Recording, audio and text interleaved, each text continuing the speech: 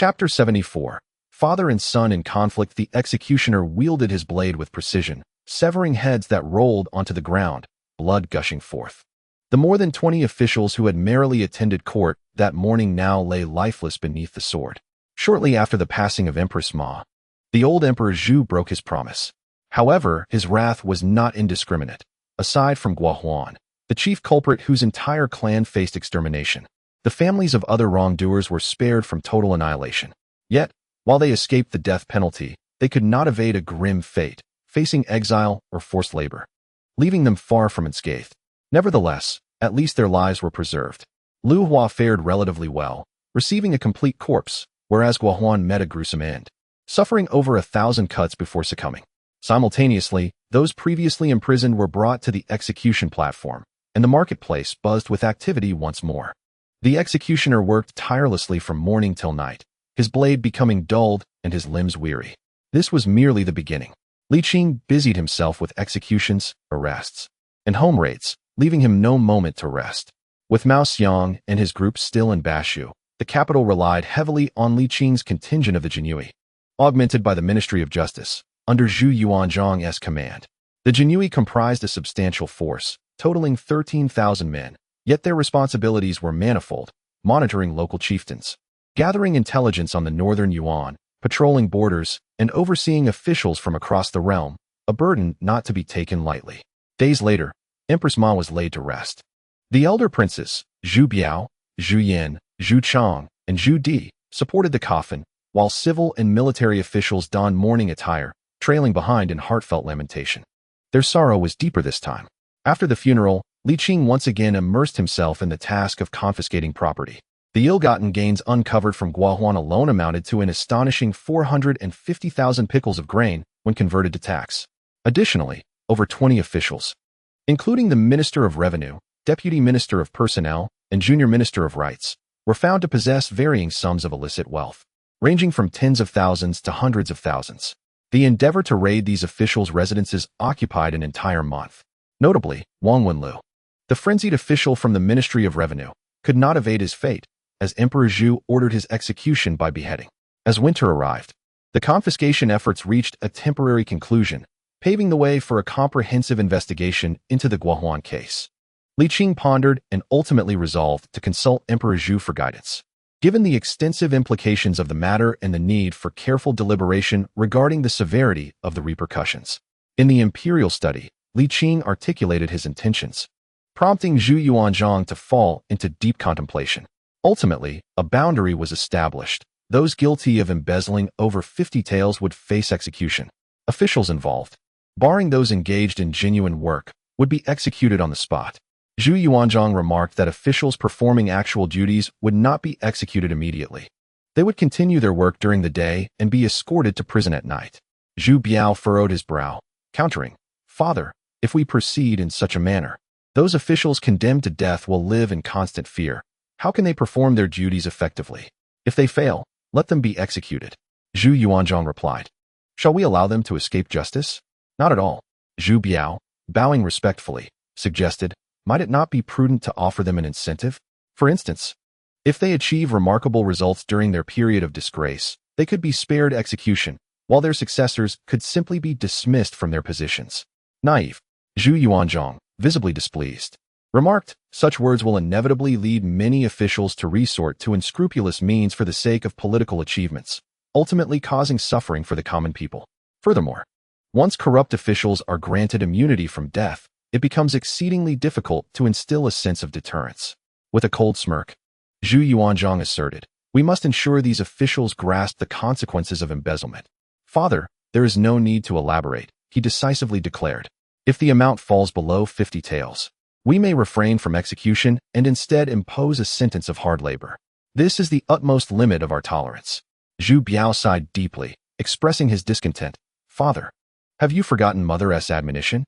"I have not forgotten," Zhu Yuanzhang replied with resignation. "However, Biao, you can see for yourself. It is not that we desire to take lives, but rather they are courting their own demise.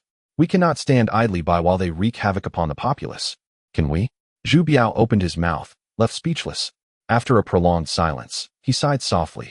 "Father, Should we consider a slight increase in the salaries of our officials? Compared to the Song and Yuan dynasties, their remuneration indeed seems somewhat inadequate. Even if we were to grant them more, they would still find it insufficient. Zhu Yuanzhang countered, shaking his head. Moreover, the salaries we provide are ample. They cannot possibly exhaust them. What is this look you give me? Zhu Biao questioned. Father, when you account for daily necessities, oil, salt, sauces, vinegar, and tea, as well as clothing, sustenance, and expenses for the education of children, it indeed appears that the official salaries are somewhat lacking. Insufficient? Zhu Yuanzhang's eyes widened in disbelief. Very well, let us deliberate this matter further. Naturally, Li Qing could not miss such a spectacle, observing intently while feigning indifference. His ears perked up as he eagerly awaited the unfolding drama. The proponent of the argument spoke first. Biao, may I inquire what the annual salary of a 7th-rank official in our Ming dynasty amounts to? 90 sure. 90 sure. With each meal comprising 8 liang of rice. Does that suffice? Indeed, it is sufficient. With 8 liang per meal, £1.50 per day, that totals 35 sure annually. The salary we provide is ample enough for a 7th-rank official to support over 20 mouths. Zhu Yuanzhang scoffed. This calculation assumes the consumption of a robust adult male. In reality, the elderly and children cannot consume such quantities, nor do they have so many dependents to support. With such a barrage of arguments, Zhu Biao found himself momentarily at a loss. Li Qing observed with a nod of approval. By this reckoning, it indeed seemed substantial. After a brief interlude, Zhu Biao regained his composure and launched a counterattack. Father, do they not consume vegetables? Vegetables alone suffice. And what of meat? Zhu Biao retorted. Is it unreasonable for a dignified court official to indulge in meat? It is not unreasonable. An occasional improvement is quite acceptable, Zhu Yuanzhang conceded, his resolve beginning to wane. Zhu Biao pressed on. For one's wife and children, is it not customary to make a new set of clothes annually? Indeed. That is not excessive. During festivals and high celebrations, surely a sumptuous feast is warranted? That is indeed necessary. It is not unreasonable for officials to employ a sedan chair and maintain 2 bearers, is it? Zhu Yuanzhang began to exhibit signs of fatigue. Faced with Zhu Biao's relentless onslaught, his vigor diminished further. How is it that the tally continues to grow? Zhu Biao perceived the moment was ripe and unleashed his decisive blow. While the annual salary is indeed 90 sure, can officials receive the full amount? A significant portion, approximately 40%, is diverted by you, converted by the court into other commodities such as silk, cotton, or even trivial items, ultimately translating into a meager grain value that hardly reflects its worth. Zhu Yuanzhang's face flushed crimson, momentarily taken aback by his son's retort. In a fit of indignation, he declared, even if we find ourselves in dire straits, it does not justify their corruption. We grant them positions of authority to serve the people's welfare, not to indulge in lavish feasts. You speak the truth, Father, Zhu Biao conceded, recognizing that he had been somewhat harsh. Corruption among officials must indeed be punished. There is nothing amiss with your stance, Father. After a pause, he continued, yet, the purpose of combating corruption is to ensure a transparent administration. However, the meager salaries of officials serve as a catalyst for such misconduct. I propose a modest increase in their remuneration. Zhu Yuanzhang fell silent.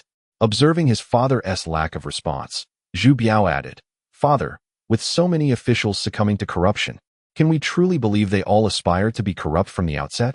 Not necessarily. In my view, aside from a few inherently greedy individuals, most officials genuinely wish to do well, but are often compelled by their circumstances. When corruption becomes rampant, even those with noble intentions may resort to it, lest they be ostracized. Father, there is a saying in the bureaucratic realm that you may have heard, to harmonize with the common dust. Zhu Yuanzhang paused, contemplating the phrase, and gradually nodded. Very well, let us proceed with the salary adjustments. A 20% increase for those below the 3rd rank and a 30% increase for those below the 5th. Your wisdom is unparalleled, Father, Zhu Biao exclaimed with delight. Li Qing also seized the moment to flatter. Your Majesty is truly sagacious. Zhu Yuanzhang scoffed lightly. Enough. Since this matter was raised by you, Biao, you shall draft the decree. But, Father, is that appropriate? There is nothing inappropriate about it. This position will eventually be yours. Go ahead. I shall obey your command. Zhu Biao nodded and exited the imperial study. Zhu Yuanzhang sat in contemplation for a while before suddenly turning to Li Qing. What do you think of the crown prince? Li Qing responded with a start. How could I presume to offer an opinion? We request your thoughts. His Highness possesses great wisdom and is both benevolent and sagacious. Indeed, benevolent and sagacious, Zhu Yuanzhang affirmed. Then gently shook his head. It would be better if he were a little less benevolent. Chapter 75. Family disgrace. Leaning back in his chair, Zhu Yuanzhang pondered for a moment before sighing. How is the investigation proceeding? The capital has been thoroughly examined, Li Qing replied, producing a list. In total, 52 officials from the 6 ministries and the censorate have been implicated, with embezzled funds amounting to 897 million. The local officials have yet to be scrutinized. Alas, so many corrupt officials and such a staggering sum, Zhu Yuanzhang lamented. Is it truly my failings as emperor that have allowed such corruption to flourish? Noticing the somber expression on Zhu Yuanzhang's face, Li Qing felt compelled to offer solace. Your Majesty, corruption has plagued every dynasty. Zhu Yuanzhang managed a bitter smile. Let the local investigations be handled by my subordinates. You remain here in the capital to keep a vigilant eye on the nobles and ministers. By the way, please visit the Wang residence and summon Prince Qin and the others. I shall obey your command, Li Qing replied with a respectful bow as he exited the grand hall. With Empress Ma now interred, it was indeed time for the princes to return home. Lingering in the capital was hardly gratifying for them. Upon hearing of their father's summons, they entered the palace with expressions of joy.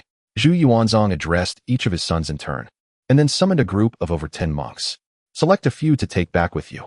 Father, I shall refrain from this duty, one of the sons interjected. Zhu Di scoffed. My son, I engage in battles with the northern Yuan every few days. I truly cannot place my faith in Buddhism. Who said you should believe in Buddhism? Zhu Yuanzhang retorted. It is merely to cultivate your character and avoid bringing trouble upon us. Enough, take your time to choose. Li Qing, accompany me for a stroll. Yes, Li Qing nodded in agreement, casting a reluctant glance at the group of monks before following the elder Zhu. In the afternoon, several princes departed from the capital. Li Qing was inclined to observe the monks selected by Zhu Di, but as a prince and an official, he felt it inappropriate to bid them farewell, so he resigned himself to the situation. The senior officials of the 6 ministries suffered various losses, with the Ministry of Revenue bearing the greatest toll. Among them, Minister Zheng Tai, Deputy Minister Guo Huan, and others had been murdered, leaving only one deputy minister barely holding the fort. Nevertheless, despite the reduction in personnel, the official duties remained unceasing. Officials from various departments worked tirelessly, diligently, and without complaint. The scandal surrounding Guo Huan's embezzlement had minimal repercussions. The court continued to function normally, and governmental affairs did not falter. It was indeed true what they say. The earth will continue to turn, regardless of who leaves. Meanwhile, Lu Chong, Liu, and Zhang Long each led 800 subordinates to investigate Guo Huan's corrupt associates. Li Qing, on the other hand, found himself with leisure time, seated beneath a pomegranate tree, savoring a cup of hot tea and relishing life. These days had been exhausting, filled with either the chaos of murder or the frenzy of house searches. Since that fateful night, Zhang Lada had not shown his face again, and Li Qing understood that the old man had likely embarked on a wandering journey. Alas, I am left all alone, Li Qing lamented, shaking his head. Another sigh. I see, Wan Ling noted, refilling the teacup on the table. The sun is about to set. You should return to your room soon. What shall we have for dinner? Sister Lianxiang suggested making braised pork. Wan Ling cheerfully inquired. There is still a carp in the pond. Should we stew it for fish soup as well? Very well, Li Qing chuckled. Go and prepare it. All right, Wan Ling responded, skipping away. After a few steps, she turned back playfully. Sir, in 2 months, it will be New Year's. Should we not purchase some festive goods in advance? Who buys New Year's goods 2 months early? Li Qing replied, somewhat irritable. Go on and prepare your fish soup. Oh, Wan Ling nodded dejectedly. I shall do so right away. Noticing the little maid's glum demeanor, Li Qing couldn't help but smile. After a short while, the braised pork and fish soup were ready, and the 3 women moved the table and chairs to sit before Li Qing, who did not need to shift an inch. Ever since the passing of Empress Ma, his royal dining privileges had been revoked. However, the 3 women had partaken of royal meals and honed their culinary skills. And although their dishes could not quite match the royal standard, they were not far off. Li Qing relished his meal, savoring the flavors, and praised the 3 women's culinary progress. As winter nights descended swiftly, shortly after dinner, the sky darkened. Sir, it's time to return to your room. Hong Xiu gently suggested. The moon has risen. I wish to admire it for a while. You may go back first. Although winter had arrived, the temperature in Jinling was not particularly low, and Li Qing enjoyed the sensation of the evening breeze upon his skin. Hong Xiu did not press further, standing behind him and offering a gentle massage. The evening wind tousled her hair, occasionally brushing against Li Qing's cheek, creating a delightful tickling sensation. During these days, he was consumed by a relentless spree of violence, leaving behind a lingering scent of blood that he himself could perceive. Fearing that it might frighten the three maidens, he had refrained from allowing them to attend to him. After enduring such pent-up frustration, even the strands of Hong Xiu's hair began to take on an alluring quality. Perhaps sensing his transformation, Hong Xiu drew closer, her hair brushing against his cheek with increasing frequency. Li Qing suddenly turned his head, and her soft, fragrant lips were presented to him. They were tender, sweet, and utterly delightful. The courtesan had mastered the art of seduction. Under the moonlight, the red silk billowed like waves, sweat fell like rain, and the mandarin ducks on the pillow stirred in a frenzy. Early in the morning, Li Qing rose from his slumber, practiced his martial arts in the courtyard, and then made his way to the town's supervisory office. Lu Chang and the others had gone to handle cases elsewhere, taking a substantial portion of the manpower with them, leaving him with only 500 to 600 individuals to command and oversee the officials. Yet, this sufficed. After a thorough cleansing, the officials behaved as docile as rabbits, requiring minimal effort to manage. Li Qing organized his daily affairs before heading to the imperial palace. In the imperial study, Zhu Yuanzhang lounged comfortably with his legs crossed, exuding a relaxed demeanor, while Zhu Biao was frantically busy, creating a stark contrast. Minister Li pays his respects to Your Majesty and His Highness the Crown Prince, he declared. No need for formalities, Zhu Yuanzhang replied, setting down his teacup and picking up a memorial from the imperial table. Take a look at this. Li Qing stepped forward to receive it, and upon reading, he was momentarily taken aback. Your Majesty, this concerns the Qin Wang's family disgrace. Zhu Yuanzhang sighed. Go and fetch him back for us. It's not a matter of honor, so there's no need to make a grand show of it. You can go alone. Li Qing inquired. What if the Qin Wang refuses to come? Dare he? Zhu Yuanzhang's eyes narrowed. Convey our imperial edict to him.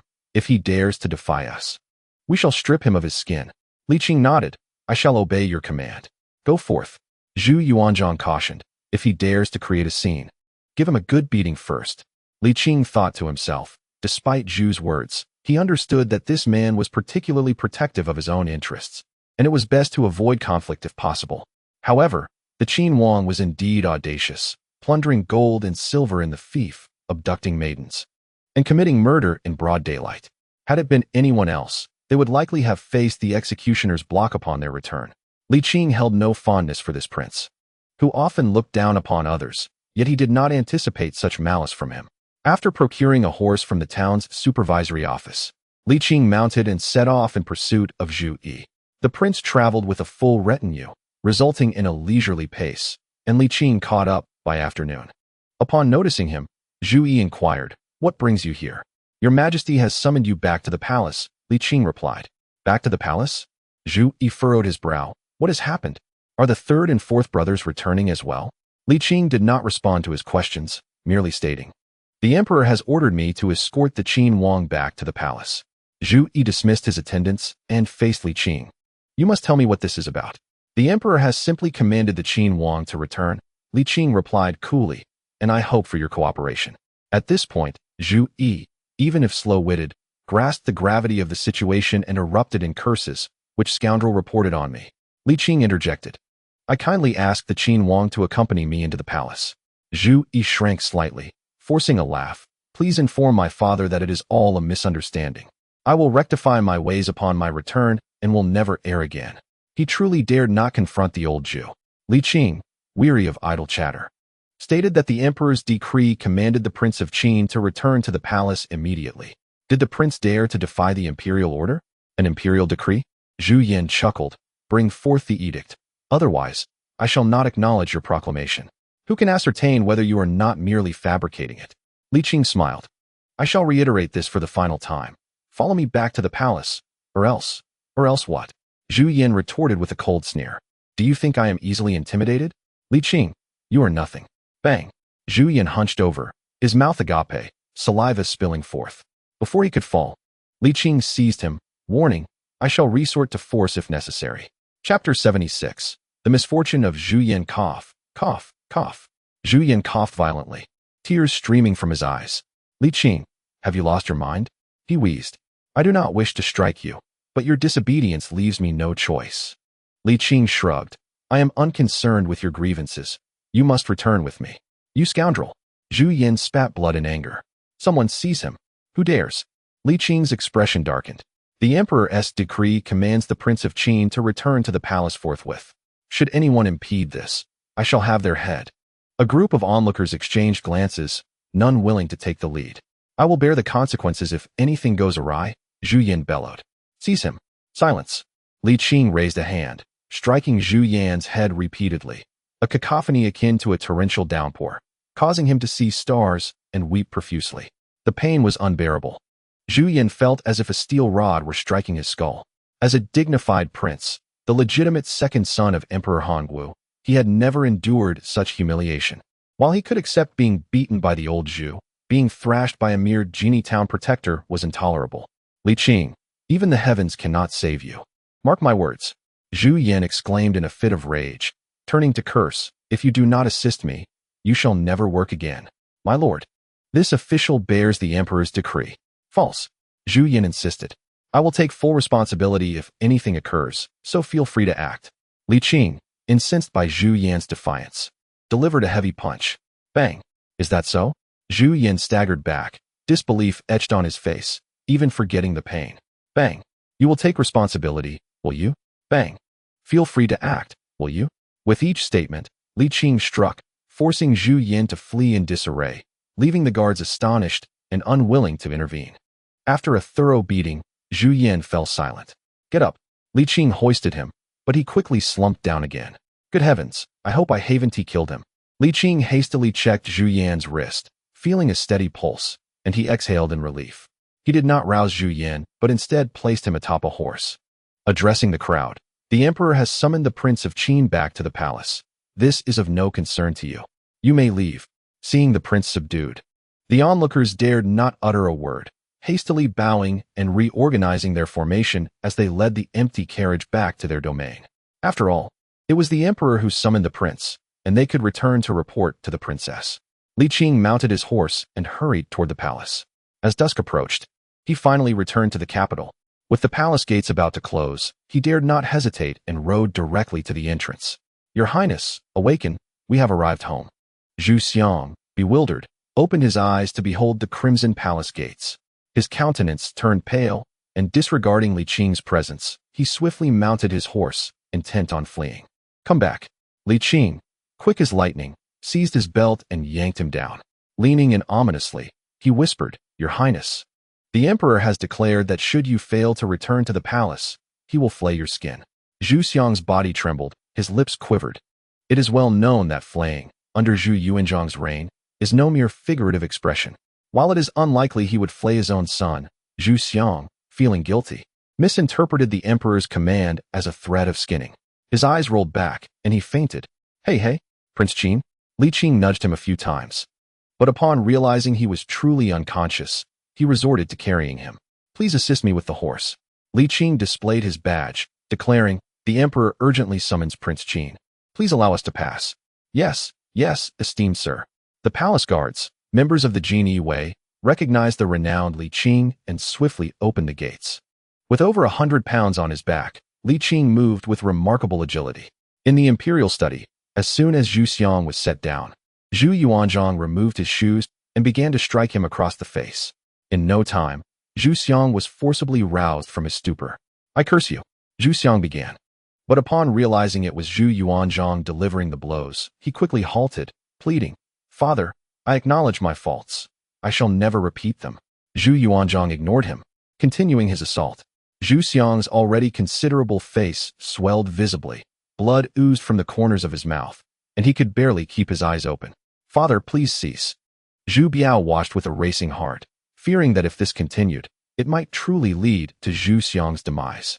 Zhu Yuanzhang, taking a moment to catch his breath, handed his shoe sole to Zhu Biao, saying, "You take a turn."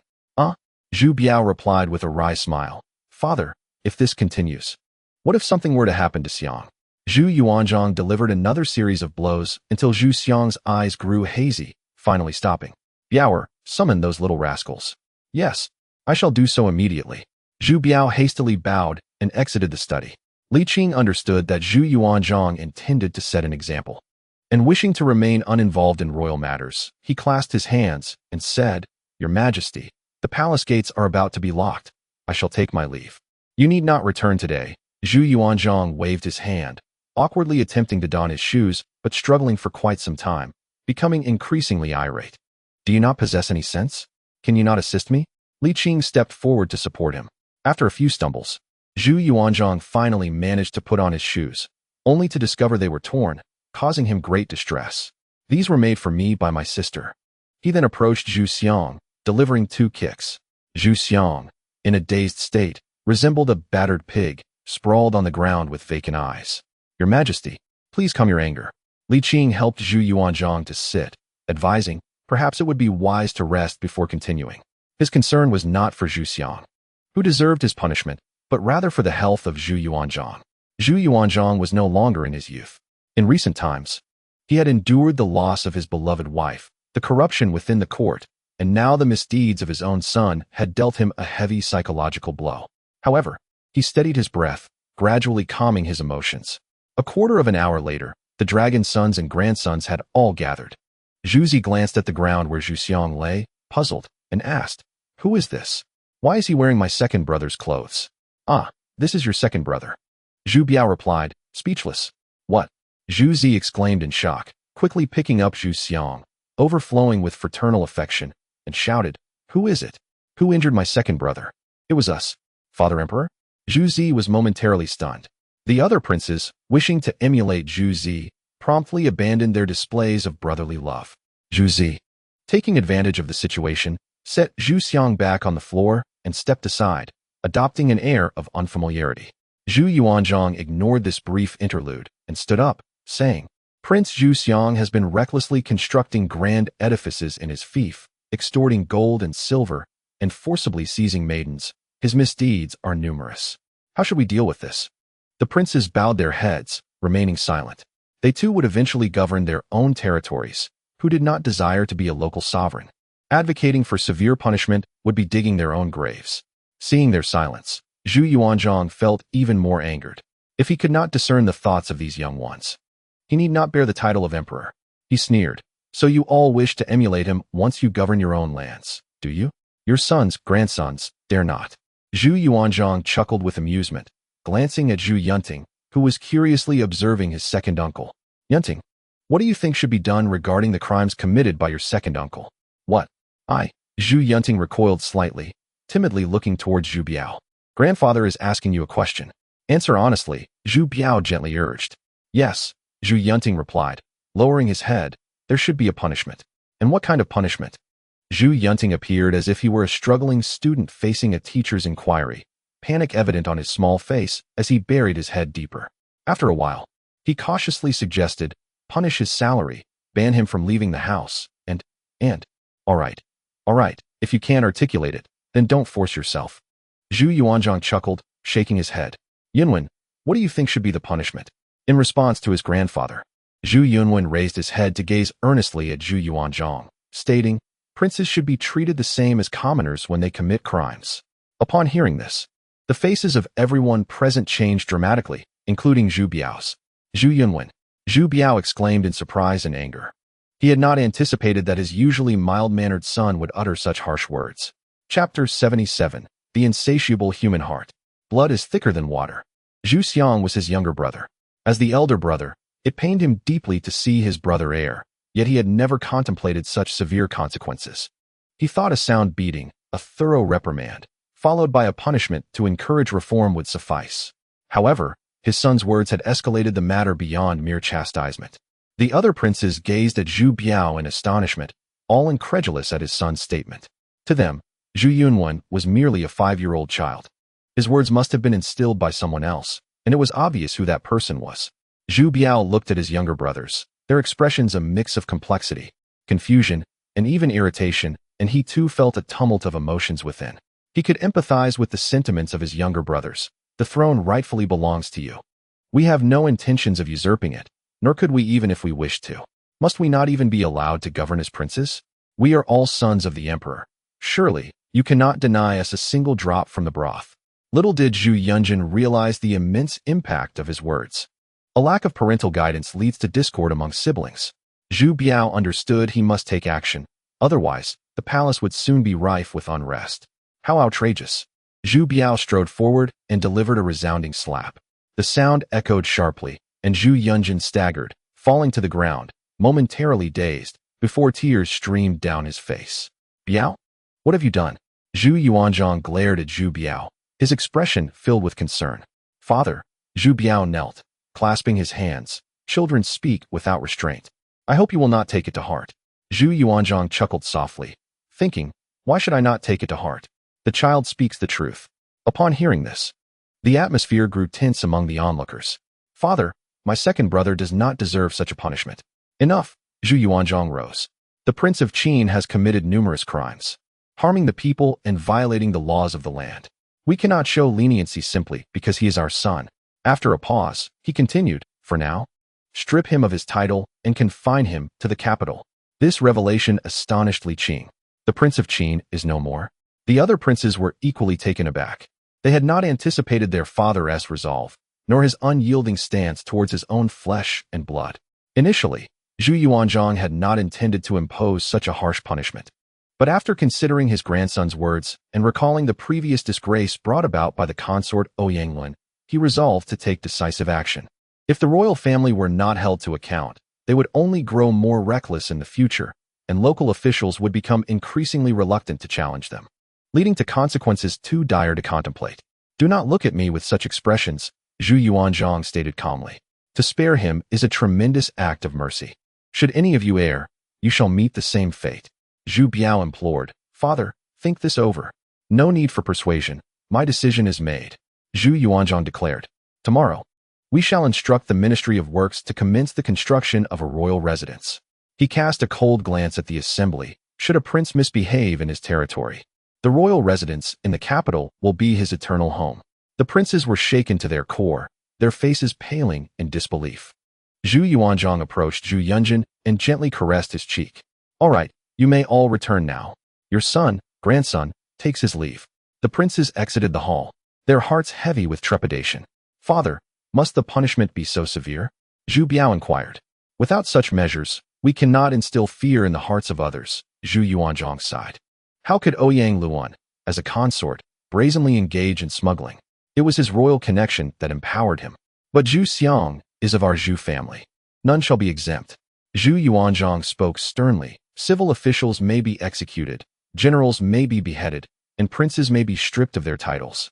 The integrity of our Ming dynasty must not waver in the slightest. If we let Zhu Xiang go today, tomorrow there will be more like him. Father, please. Zhu Yuanzhang interjected with a decisive wave of his hand, then paused to lament. Biao, I am growing old. Your heart is too tender. There are certain matters and rules we must establish before my time is up, so that you may govern more effectively in the future. Zhu Biao nodded with a bitter expression. What shall become of Xian? Let his eldest son inherit the title. But the eldest son is only 3 years old. Zhu Yuanzhang remarked, if he is not to be allowed to govern, let him simply enjoy his fortune. So be it. Zhu Biao wished to say more. Yet upon noticing his father's growing impatience, he refrained. I take my leave. Take this fool away with you. I do not wish to see him again. As you command. Zhu Biao exited, summoning 2 eunuchs to escort the dazed Zhu Xiang away. The vast palace fell into an eerie silence, leaving only Li Qing and Zhu Yuanzhang. Li Qing clasped his hands in respect and inquired, What are your orders, Your Majesty? You have worked hard. Please, take a seat. Zhu Yuanzhang gestured for him to be at ease and called out, Come here. Shortly after, 2 young attendants entered in response. Go prepare a feast. We shall indulge in a couple of drinks. We shall obey. The young attendants exited the grand hall, and after a quarter of an hour, returned bearing a sumptuous array of dishes. After presenting the food and conducting a poison test, they withdrew once more. Zhu Yuanzhang approached the table and sat down. Glancing back at Li Qing, Come, join me for a drink. I obey your command. Li Qing was taken aback. He had not anticipated that the emperor would keep him around merely for the purpose of drinking together. In such a situation, one would expect a reward. The imperial wine was exquisite, the royal cuisine delectable. Aside from the emperor's sour expression slightly dampening the appetite, everything was quite splendid. Sighing, Zhu Yuanzhang set down his cup, a look of melancholy on his face. Li Qing quickly refilled his glass, aware that the emperor sought a confidant to share his thoughts. Yet he preferred to avoid such matters. Li Qing. Zhu Yuanzhang shot him a discontented glance. I am here. Realizing he could not evade the topic, Li Qing took the initiative. Why do you sigh, Your Majesty?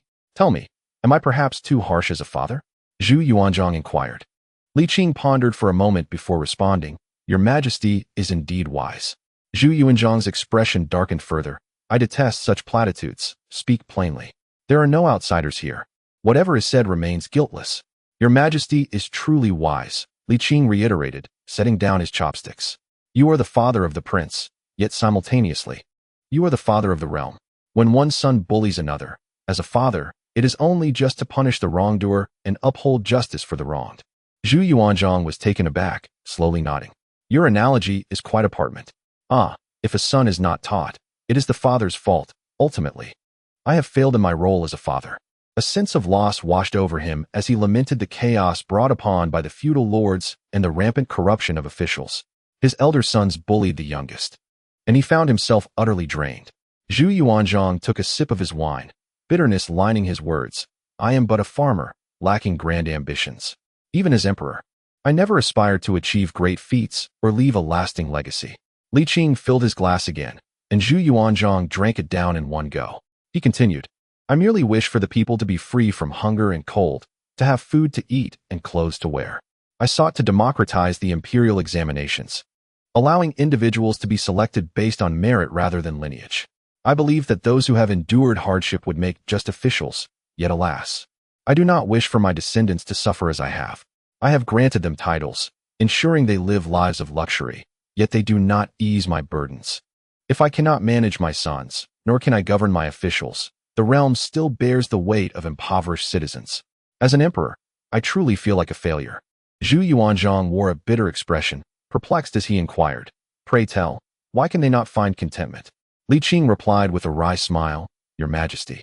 The vast majority of people are perpetually insatiable. Such is the nature of humanity. Indeed, the emperor sighed. We have executed countless corrupt officials, yet the avaricious continue to emerge in droves. Li Qing poured him another glass of wine, and Zhu Yuanzhang immediately raised it to his lips. Perhaps in his haste, he began to cough violently. Your Majesty, perhaps you should drink less, Li Qing advised. Nonsense, fill it to the brim, Zhu Yuanzhang retorted. With a gentle sigh, Li Qing poured another glass for him. Zhu Yuanzhang had aged. His hair had grayed, wrinkles deepened, and his eyes no longer sparkled with brilliance, evoking concern. He drank cup after cup, soon succumbing to inebriation, mumbling about his sister and weeping profusely. Ultimately, he fell into a deep slumber. He had vented his emotions. Yet Li Qing bore the burden of a sleepless night.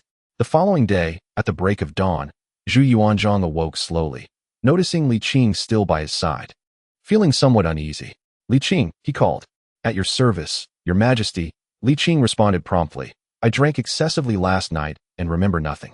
Zhu Yuanzhang's face flushed with embarrassment. Though he had indeed indulged, he was fully aware of the events that transpired. After a brief moment of awkwardness, he regained his composure. Mao Shang and the others should be returning soon. Once they arrive, I shall assign you a new task. Another new assignment? The fare at the Zhu residence is quite unpalatable. Chapter 78. The New Year. May I inquire, Your Majesty, what task shall you entrust to me? To monitor the princes, Zhu Yuanzhang proclaimed, seemingly revitalized in his imperial demeanor. The Prince of Jin, the Prince of Yin, the Prince of Zhou, and all future princes must be under surveillance. What? Li Qing was taken aback. You wish for me to monitor them? Indeed, Zhu Yuanzhang affirmed, patting him on the shoulder. You may proceed, I shall support you. Li Qing scratched his head, not out of fear, but rather astonishment, realizing that Zhu Yuanzhang no longer trusted even his own sons. The Prince of Qin, Zhu Xian, had truly set a precedent. It seemed that Zhu Di and his brothers would have a challenging time ahead. When shall this commence? After the new year, perhaps? Zhu Yuanzhang, noting Li Qing's lack of trepidation, grew even more amiable. He admired Li Qing's proactive and unflinching disposition. Li Qing nodded and then asked, Shall I remain in the capital, or should I personally travel to the territories of the princes? That is for you to decide, Zhu Yuanzhang replied. As long as the task is executed well. Whether you stay in the capital or venture to the provinces is of no concern. I understand. Upon returning home, Li Qing reclined leisurely, contemplating where to go after the new year. Perhaps the grandeur of the Yongle emperor loomed large in his mind, as an incessant voice urged him, go to Beiping. Go to Beiping. Sir, what shall we have for lunch? Lian Xiang, clad in a coarse linen dress, carried a basket to procure vegetables, her attire concealing her graceful figure. And her once fair complexion now bore the marks of sun and freckles. Li Qing chuckled. You need not make yourself so unappealing when I merely suggested a modest appearance. But, sir, I fear it may attract trouble. Lian Xiang chuckled, saying that as long as her master recognized her beauty, she cared not for the opinions of others. You, my dear, Li Qing remarked, playfully pinching her cheek, take this and buy some delightful treats. Lian Xiang nodded but did not take the money, asserting that she had her own. Just keep it. You belong to me, so why be so polite? Li Qing insisted, slipping the banknotes into her hand for sweets like candied dates. With ample resources at home, there was no need for frugality. Understood, my lady, Lian Xiang responded with a glimmer in her eyes. Off you go. Li Qing reclined back in his chair, savoring a cup of tea beneath the tree, contemplating life. After a decade of leisurely existence in the mountains, he had grown accustomed to this slow-paced lifestyle and thoroughly enjoyed it. The recent tumult of violence and unrest had been overwhelming, but fortunately, tranquility had returned. Li Qing stretched languidly as a pair of delicate hands massaged his shoulders, and he couldn't help but muse. Ah, the life of a salted fish is indeed preferable. Salted fish? Wanling inquired curiously. Do you enjoy eating salted fish, sir? Metaphorically speaking, Li Qing laughed. It refers to a state of complacency and lack of ambition. I see. Wanling nodded, somewhat bewildered, before adding, but sir, with your lofty aspirations, you cannot possibly be a salted fish. Oh, haha. Li Qing chuckled heartily. What makes you think I possess such grand ambitions? Wanling's cheeks flushed as she stammered. I am but a mere girl. How could I discern your innermost thoughts? Oh, your words are quite sweet, he teased. Would you care to let me taste them? Wanling, emboldened, suggested, her face burning. This girl, so young yet already adept at charming. Li Qing chose to ignore her, saving his amusement for the new year. At noon, following his instructions, the meal was exceptionally lavish, and Li Qing ate with delight. Having spent a sleepless night, he retired after lunch and slept soundly until dusk. Bored, he decided to take a stroll around the local magistrate's office. Even though he held the title of a fourth-rank official in the imperial magistrate's office and was merely a junior fourth rank, his salary was rather generous, 240 pickles annually. A 20% increase, totaling 288 pickles. To be frank, that was quite substantial. While many claimed that salaries in the Ming dynasty were low, a closer examination revealed that, despite being inferior to those of the Song and Yuan dynasties, they were still commendable. The purchasing power of the Ming currency was stable, with 1 guan equating to a pickle of rice. By contemporary standards, 1 guan was roughly equivalent to 700 yuan. His annual salary amounted to an impressive 200,000. Net of taxes, sufficient to provide for himself and his 3 women comfortably. Of course, if he were to support a coachman, maintain servants, or take multiple wives, it would be insufficient, yet given his current circumstances, it was undoubtedly adequate. Zhu Yuanzhang may have lacked generosity, yet he did not err in asserting that the salaries afforded to officials were, in principle, sufficient. However, all officials shared a common understanding. Once they became officials, they believed their entire families should be exempt from labor, expecting the court to sustain them. They failed to consider that he alone was the one working. Why should Emperor Zhu be obliged to support their extended families? Would they have the audacity to demand that the emperor sustain 20 wives? Wasn't he that preposterous? It is precisely this reason that leads to the phenomenon of people echoing one another, all indicating the low salaries of officials during the Ming dynasty. In truth, during the mid-Ming period, due to excessive currency issuance and inflation, the salaries of officials were indeed low, and life was quite challenging. However, at least during the Hongwu era, the remuneration for officials was sufficiently adequate. Zhu Yuanzhang's assertion that one could not spend it all was no mere boast. The old Zhu had made meticulous calculations. As days passed, life unfolded in a manner both simple and fulfilling, with the beauty of fragrant flowers and lovely sleeves, a life brimming with happiness.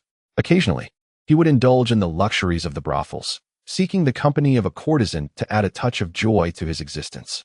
Before he knew it, the year-end was upon him. The passing of Empress Ma had rendered the festivities of the new year more subdued than in previous years, yet for Li Qing, this year still bore a delightful essence of the season. On the 29th day of the 12th month, the courtyard was spotless, adorned with couplets and hung with small lanterns. Although it lacked the vibrancy of red and green, it exuded a festive cheer. Several young women, clad in small jackets, busily scurried about the courtyard. Li Qing held a cup of tea, watching them with a relaxed and joyful heart. "Sir, freshly steamed meat buns, do give them a taste," Wan Ling approached. Her hands wrapped in oil paper, holding 2 steaming buns, bouncing slightly with each step, nearly spilling them on several occasions. Li Qing picked one up, blew gently on it, and eagerly took a bite. Warm, soft, and fragrant, far superior to those sold outside. "I am glad you like it." Wan Ling's eyes formed crescent moons of delight. Li Qing finished the bun in a few swift bites, still feeling unsatisfied, and devoured the second one. "You ought to save some room, sir. We will be having dumplings shortly," Wan Ling remarked. "Dumplings are quite similar to buns. Both are made of dough with fillings," Li Qing chuckled.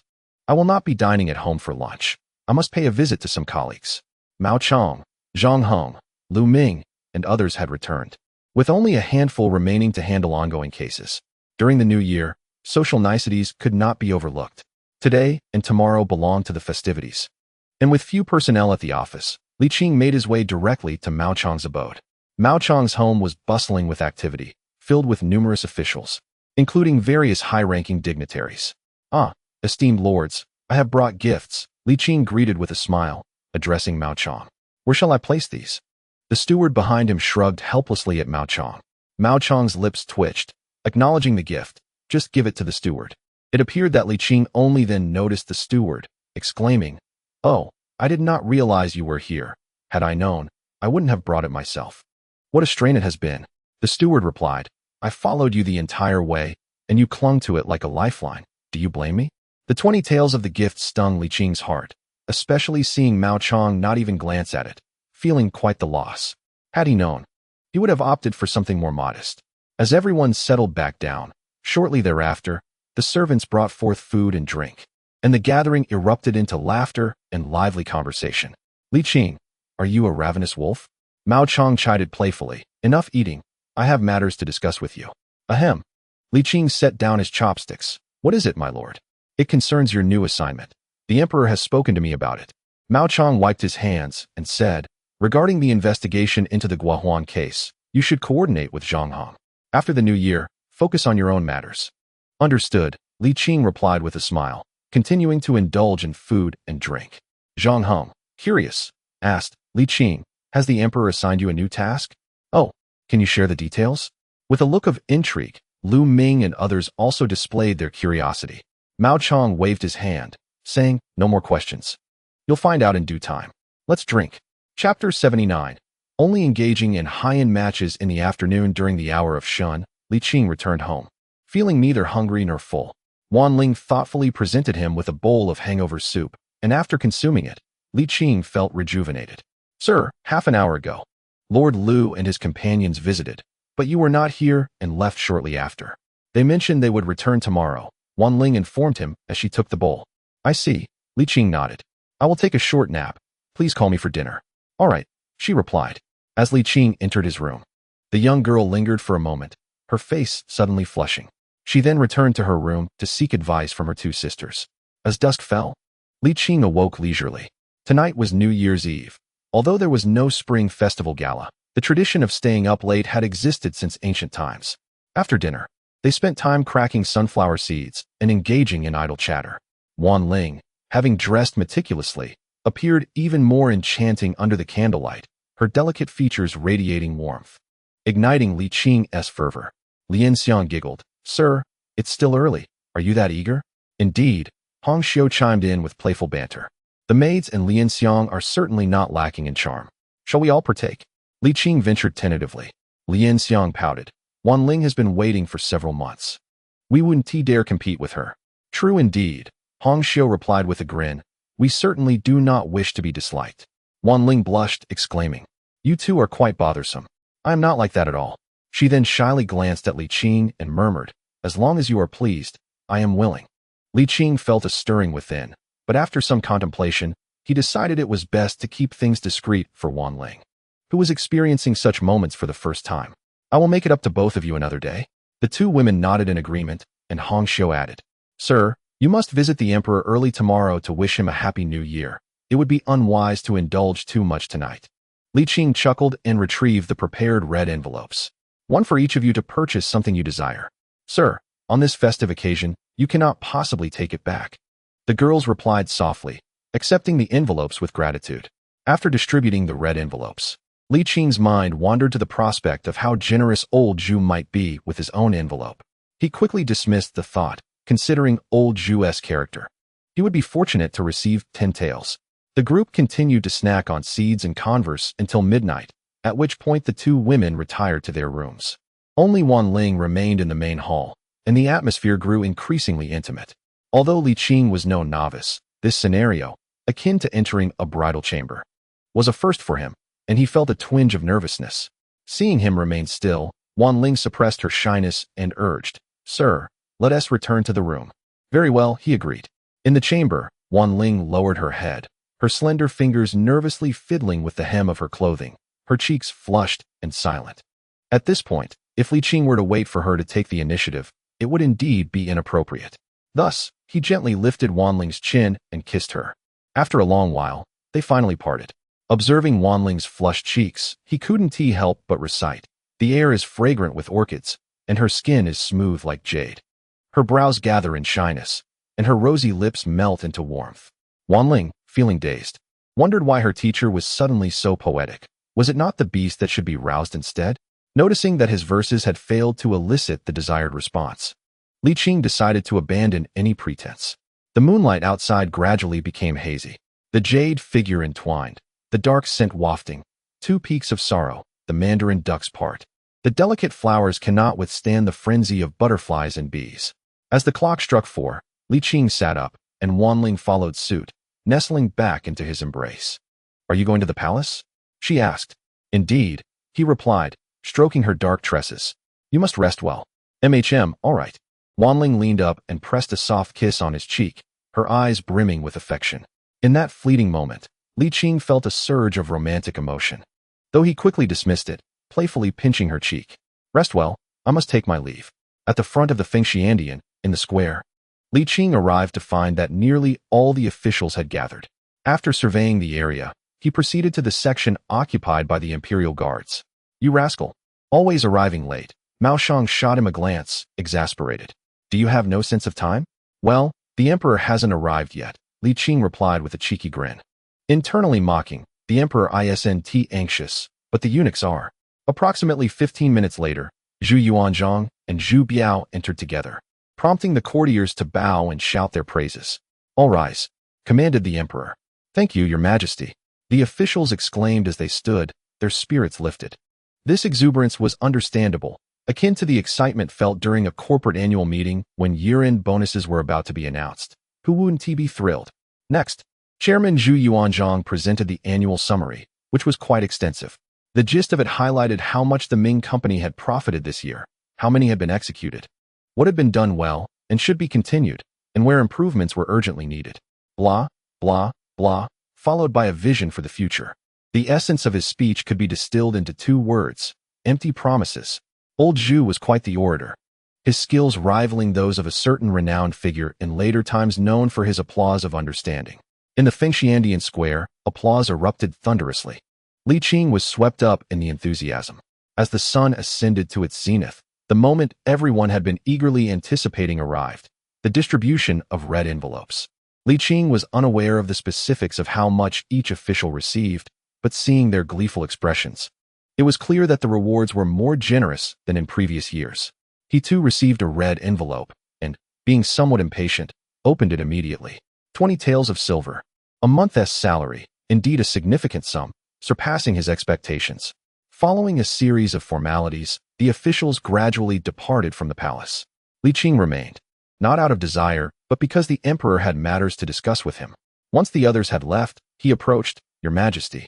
"Yes," Zhu Yuanzhang replied. Has the case of Guo Huan been handed over properly? Not yet, Li Qing chuckled awkwardly. It is the new year, after all. Everyone rarely gets a few leisure days. Zhu Yuanzhang's expression turned peculiar. He was taken aback that someone dared to so openly procrastinate in his presence. However, given the context of the new year, he refrained from expressing his displeasure. With the Lantern Festival now behind us, it is imperative that all matters are promptly handed over. And we must spring into action without delay to ensure the successful completion of our tasks. Zhu Yuanzhang's expression softened as he inquired about your plans. Li Qing, puzzled, replied, "What plans?" The moment Zhu Yuanzhang's demeanor shifted back to stern, he gritted his teeth and retorted, "What do you think? Do you consider my words to be trifles?" Observing Zhu roll up his sleeves, Li Qing quickly reassured him, "Indeed, I have a plan. Your Majesty, please allow me to explain." Li Qing continued, "I believe it would be prudent to ease our stance towards the King of Qin for the time being, focusing instead on the kings of Jin, Yan, and Zhou, where we must adopt a stricter approach. Among the vassal kings, the King of Yan is particularly unique, as his domain encompasses the former capital of the Yuan dynasty, placing him directly in confrontation with the northern Yuan. I wish to personally visit him, beyond ensuring the Yan king's compliance. I also aspire to discreetly gather intelligence on the northern Yuan. As long as the northern Yuan remains a threat, our Ming dynasty shall never find stability. I am prepared to lead from the front, dedicating myself wholeheartedly to this cause." These words resonated deeply with Zhu Yuanzhang, whose countenance brightened once more. "It pleases me to hear your thoughts," he said with a smile, patting Li Qing on the shoulder. "Work diligently, and you shall not be overlooked. Yes, for the glory of the Ming, I am willing to devote myself entirely," Li Qing declared, a gleam of determination in his eyes. In the afternoon, Lu Chang, Liu, and Zhang Long arrived to pay their respects. Li Qing distributed red envelopes to his subordinates, utilizing public funds. His actions were not out of line, as the trio had diligently investigated the Guo Huan case and deserved some form of reward. After a convivial gathering and celebration, Li Qing briefed them on their new assignments, which left the three visibly alarmed upon learning they were to monitor the vassal kings. "Do not hesitate," Li Qing remarked, gazing skyward with an air of grandeur. "Our Jinhui only engages in high-stakes affairs." The three bowed in agreement, their faces filled with admiration for the esteemed commander. Since his arrival in the capital, Li Qing had not faced any trivial opponents. Each adversary had proven formidable, yet he had ultimately emerged victorious against them all. Following a leader of such caliber undoubtedly brought them a sense of prestige. After conversing for over an hour, Li Qing established the following arrangements. Lu Chang would oversee the King of Jin, Liu would monitor the King of Zhou, and Zhang Long would be responsible for the King of Qin, with each commanding 500 men to their respective territories while maintaining 500 in the capital. Li Qing himself would lead 1,000 men to Beiping. He instructed the brothers still engaged in local cases to return to the capital before the Lantern Festival, stating, "After the festival, we will take formal action." "Understood," the three replied with solemnity. Lu Chang then inquired, "My lord, what if a vassal king is indeed found to be engaging in unlawful conduct?" "Do not engage. Report any issues up the chain." Li Qing contemplated for a moment before adding, "If matters become urgent, return directly to the capital to report to His Majesty. If less pressing, notify me first." He paused, emphasizing that any directives from the commanding officer must adhere to his orders. "Yes, my lord," they responded in unison.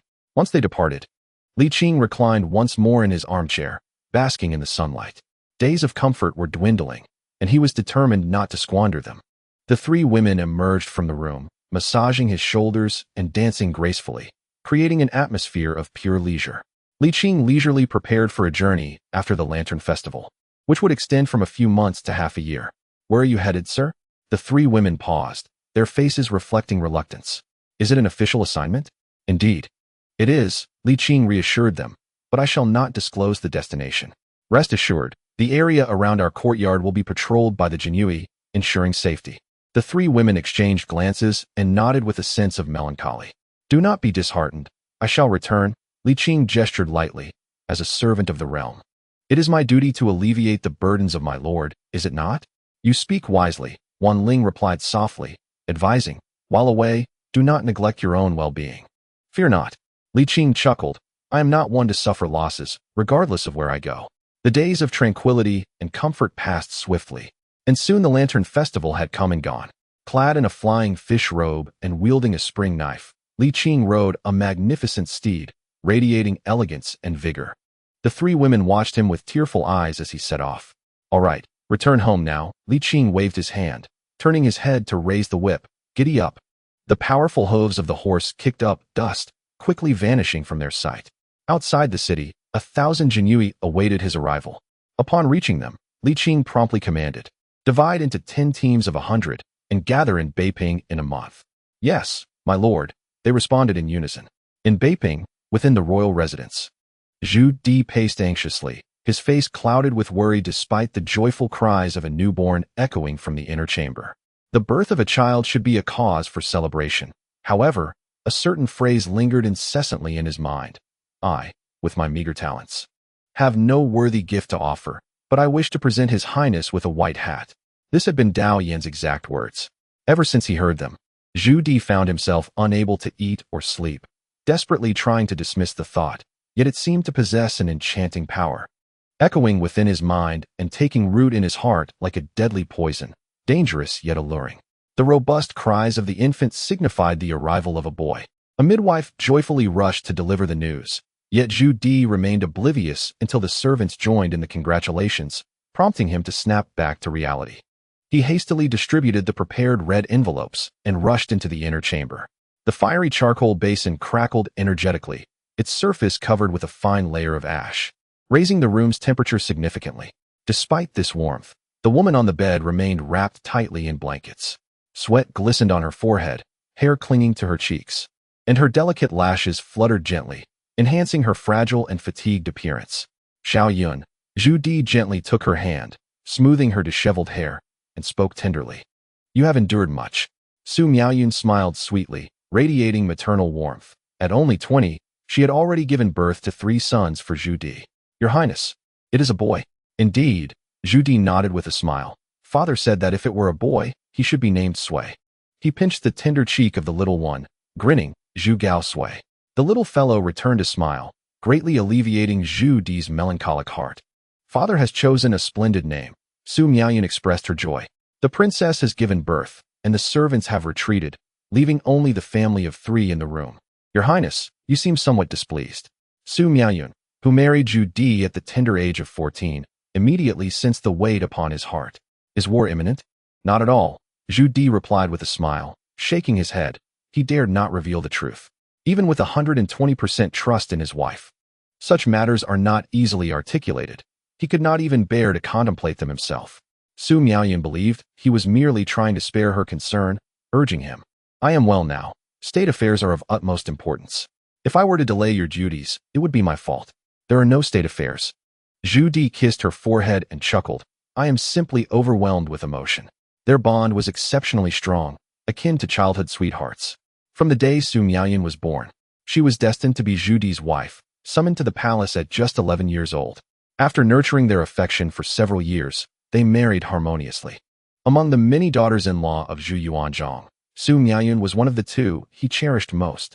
The other was Zhu Biao's primary consort, the daughter of the renowned founding general, Chang Yechen. Su Miaoyun was not an ordinary noblewoman.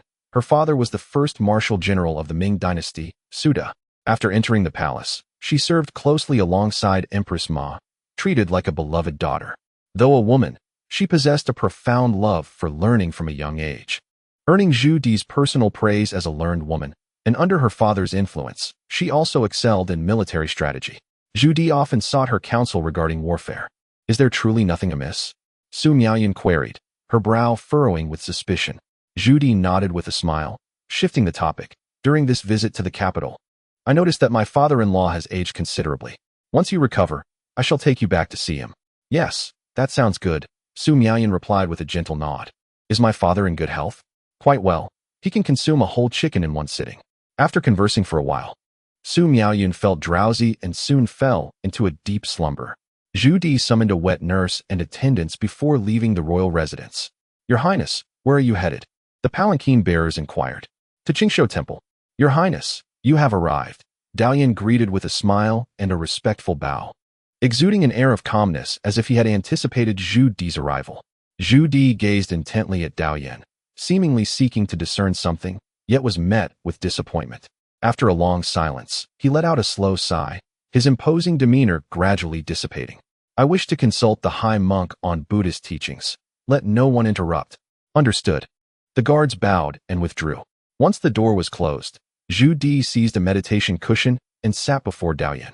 Daoyan remained as tranquil as water, a faint smile gracing his lips. Zhu Di, despite his considerable capabilities, felt an overwhelming sense of frustration in the presence of this old monk, ultimately unable to contain himself. His tone turned icy. Abandon your fanciful and treasonous notions.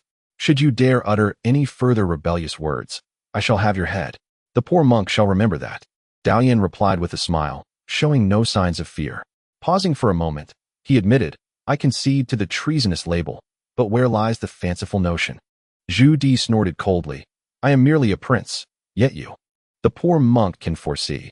Your Highness possesses the potential of a great emperor. What more do you have to say? Zhu Di reflexively scanned his surroundings, a mix of surprise and anger washing over him. Silence. Close your foul mouth. It is hardly surprising that he exhibits such caution. If these words were to reach the ears of the elder Zhu, he could easily envision his own grim fate. He has already received news of the Qin King's confinement, and he certainly does not wish to be a companion to the second son. Moreover, should the situation escalate, he would find himself devoid of any opportunity to stand alongside the second son. Zhu Di is not the same as the former Zhu Yuanzhang. Rebellion is his only recourse. He possesses his own fief, loyal subordinates, a wife, children, and the comforts of a warm hearth, indulging in boundless wealth and honor. Rebellion? The cost is far too great. Despite the alluring temptation of that white cap, Zhu Di is unwilling to wager his entire fortune on a nebulous imperial throne. He is not foolish. This is not the chaotic era at the end of the Yuan dynasty, and rebellion is merely a path to certain death. Daoyan remained silent, his expression still imbued with a smile as he gazed at him, which only fueled Zhu Di's ire. Does he truly believe that this prince would hesitate to take his life? Of course, the prince would dare. Daoyan smiled, asserting, Your Highness could dispatch this humble monk with the greatest of ease. Merely unsheath your dagger and strike decisively at my neck, and my head would surely fall. Chapter 81. Infiltrating the Prince of Yan's manor. A first encounter with the chubby boy goodness. It is indeed frigid. The warmth escapes from his mouth, swiftly crystallizing into frost before vanishing. Li Qing rubbed his hands together, the vital energy within him circulating quietly, gradually dispelling the cold that enveloped him. He detached from the main group, journeying day and night, changing horses without pause, and after half a month of relentless travel, he finally arrived in Beiping. The contrast between Beiping and Jinling is akin to fire and ice. Li Qing lamented. Even as the new year approaches, the cold remains so biting. How do the common folk endure this if it were to be the depths of winter, without any underfloor heating or air conditioning? Beiping in this era bears little resemblance to the bustling metropolises of the future. As far as the eye can see, desolation prevails. He had already donned a dark robe and strolled through the streets, first indulging in a meal before casually selling the horse he had been leading. Beiping pales in comparison to Jinling. The streets are eerily quiet, and shops are pitifully sparse. After wandering for nearly 2 hours, Li Qing was unable to locate even a respectable brothel. Ultimately, he sought out an inn in the area he had previously planned. Would the esteemed guest prefer a meal or a room? A room, please. Oh, your accent suggests you are not a local? My family engages in the leather trade. I am here for an inspection, Li Qing replied, producing his travel permit. The waiter, perhaps illiterate, pretended to scrutinize the permit for a moment before smiling and saying, Please. Esteemed guest, proceed. The inn's decor was modest, yet the room was spacious, which Li Qing found quite satisfactory. Bring me a pot of warm wine and 4 small dishes. Also, a bucket of hot water. I wish to take a bath. Certainly, esteemed guest, please wait a moment. The innkeeper bowed respectfully and exited. Before long, he returned with the hot dishes. The braised lamb offal, heated and garnished with scallions, served alongside flatbread, was utterly delightful. Southern cuisine emphasizes delicacy, while Northern cuisine values heartiness. The 4 small dishes were indeed generous, leaving Li Qing quite full, especially given the low price. After satisfying his hunger and enjoying a hot bath, Li Qing felt completely rejuvenated. Not far from the residence of the Prince of Yan, just a 5 or 6 li journey, Li Qing rested for a night and began to attend to important matters the following day. At the entrance of the prince's residence, a stage was erected, and a multitude of common folk had gathered to witness the spectacle. Upon inquiring, Li Qing learned that the prince had recently been blessed with a son and had invited the people to enjoy a grand performance. In this era, the actors were predominantly male. Even the female roles were portrayed by men. Remarkably, with a touch of rouge and proper makeup, they bore a striking resemblance to their female counterparts.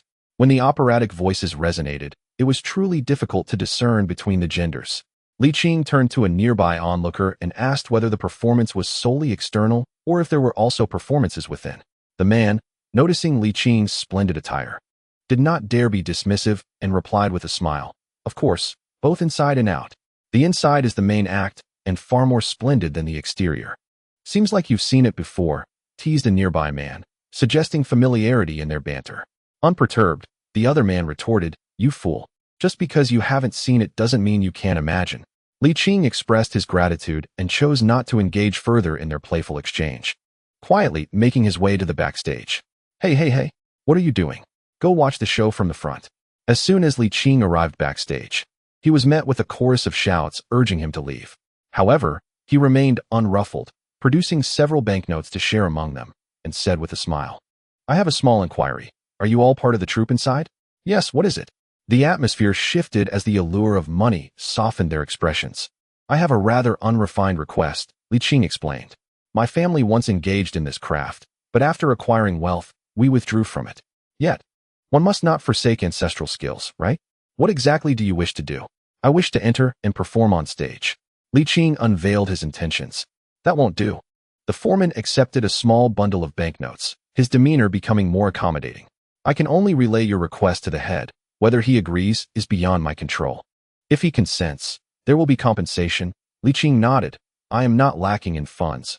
I merely wish to have a go, so I can boast about it when I return." "Very well, what can you perform?" Li Qing pondered for a moment and replied, "I can execute 200 consecutive flips without catching my breath." "Is that so impressive?" The foreman scrutinized him with skepticism, yet did not demand a live demonstration. "Fine. I will discuss this with him. Please wait." As it turned out, the power of money proved advantageous at any time. The foreman quickly returned, conveying that he could escort Li Qing inside. But Li Qing understood the unspoken implication and promptly paid the remaining sum, stating, "First, I need to get my makeup done." Having been seen by Zhu Di, revealing his identity would be detrimental. After a quarter of an hour, Li Qing arrived at the entrance of the prince's residence. After being searched by the guards, he followed the foreman in a straightforward manner into the prince's abode. How grand! Li Qing marveled. The prince's residence spanned no less than 200 acres. Its internal structure, while not as opulent as the imperial palace, exuded a simple yet dignified elegance. After quite a walk, they finally reached the performance area. "Wait here. I will seek out the head," the foreman remarked hurriedly before departing. Li Qing stood still, surveying his surroundings. At that moment, a cherubic voice chimed, "Are you also here to perform?" Turning around, Li Qing beheld a chubby child of about 4 or 5 years, and he couldn't help but chuckle and nod. "Indeed, are you here for the same reason?" In the realm of theatrical performances, one often encounters the delightful sight of children gracing the stage. With the cheerful visage of the chubby little boy, Li Qing thought little of it. "I am merely an observer of the play," he stated, his innocent demeanor belying a hint of maturity. As Li Qing playfully pinched the plump child's cheek, he found the texture to be wonderfully bouncy. The little boy was momentarily taken aback, staring at him in surprise before exclaiming, "Do you dare to pinch my face?" "Just a jest. Do not take offense," Li Qing replied, pinching once more, relishing the softness. "You are still pinching? I shall swat your behind." The chubby boy retorted indignantly. "Look at you. A real man should not be so petty," Li Qing chided lightly. The boy paused, seemingly contemplating this logic, and his anger dissipated. "Then allow me to pinch your face too." "Absolutely not," Li Qing firmly rejected. "What if you ruin my makeup?" The boy nodded in agreement, but soon realized the unfairness of the situation. "You can pinch me, but I cannot pinch you? That hardly seems fair." Li Qing rolled his eyes in amusement, suggesting, "How about this? Since you are here to watch the play, I shall perform a splendid act for you shortly." "All right." The little boy readily agreed, his enthusiasm shining through. "You are simply adorable," Li Qing thought, eager for another pinch. However, the boy quickly stepped back, declaring, "My face is not dough to be molded." Li Qing erupted in laughter and, upon noticing the troop leader approaching, inquired. Is this child part of your theater group? The leader glanced at the chubby boy and shook his head slightly, stating, there are no children in our troupe at the Wangfu. Suddenly, a realization dawned on him, and his expression changed dramatically. Seeing this shift, Li Qing too began to comprehend. Could this little boy possibly be the historical Ming Emperor Rinzong, Zhu Gaoqi? He probed gently, young master, what is your relation to the Prince of Yan? I am his father, the boy proclaimed, chin held high with pride. Isn't it quite surprising? Li Qing stammered. Indeed, it is quite unexpected. What did you say earlier? I am, he corrected himself, he is my father. And I am the eldest son of my father. The little boy quickly adjusted his statement. I have met the young master. The troop leader promptly knelt in reverence. Rise, the small child commanded, exuding an air of authority despite his tender years, perhaps due to his stature. Li Qing, astonished, looked around and noted the absence of attendants, exclaiming, young master, do you not have any guards accompanying you? I am no longer a child. The boy rolled his eyes in exasperation. Moreover, this is my home, foolish one. At that moment, a fair-skinned youth hurriedly approached, visibly relieved to see the boy in good spirits. Young master, why did you not announce your departure? It is not as if I have left the premises. It matters not, the chubby boy replied with the poise of a little adult. Turning back to Li Qing, he asked, what is your marvelous act? An empty-handed somersault. The boy, unimpressed, retorted, is that all? I can perform 200 without a break. Truly impressive. The boy's interest piqued. Quickly, let us see it. But wait a moment. He turned to the young boy and said, Sambao, summon the king and queen to witness this. Chapter 82. The torment of Zhu Di. Upon hearing that Zhu Di was coming, Li Qing instinctively felt a twinge of anxiety. However, he soon felt at ease. In his current state, even the elder Zhu would find it difficult to recognize him. Hey, squat down, the chubby Zhu Gaoqi tugged at his robe. It's exhausting to speak while holding my head high. Why did you eat so much? Li Qing replied helplessly as he crouched down. The little rotund figure of Zhu Gaoqi, with his plump, rosy cheeks, was particularly endearing, and it took all of Li Qing's willpower to suppress the urge to pinch his cheeks. How old is the heir this year? 4.5. Zhu Gaoqi plopped down on the ground and waved his little hand at Li Qing, who had no choice but to sit beside him. This is much more comfortable. Zhu Gaoqi stretched his arms and legs and asked, can you really do 200 flips in one breath? He expressed his concern. I've already sent Sanbao to fetch my parents. If you can't do it, I'll be quite embarrassed. With such a large face, how could you possibly be embarrassed? Li Qing stifled a laugh. Rest assured, I will surely grant you face. That's good to hear. Zhu Gaoqi relaxed. If you perform well, I shall reward you. You? Don't underestimate me. I have money. Zhu Gaoqi patted his plump belly. I have plenty of New Year's money. Li Qing smiled and nodded. The heir is quite generous. Indeed, Zhu Gaoqi beamed, and then looked at him with newfound curiosity. You are quite special. Oh, in what way? You aren't afraid of me. Li Qing smiled warmly. With such a delightful air, how could one possibly be frightened? Right. Zhu Gaoqi nodded, suddenly growing fond of this jester. Why not stay in the royal residence, just like Sanbao, and play with me? Li Qing scratched his head. I am accustomed to wandering. I prefer not to stay in one place for too long. Follow me, and you'll have good meals every day, Zhu Gaoqi promised, thumping his chest. The weighty sound was a testament to his sincerity. Well, Li Qing chuckled, let's consider it. I'll give you an answer once the performance is over. As Zhu Gaoqi was about to persuade him further, he spotted his parents approaching and quickly stood to greet them.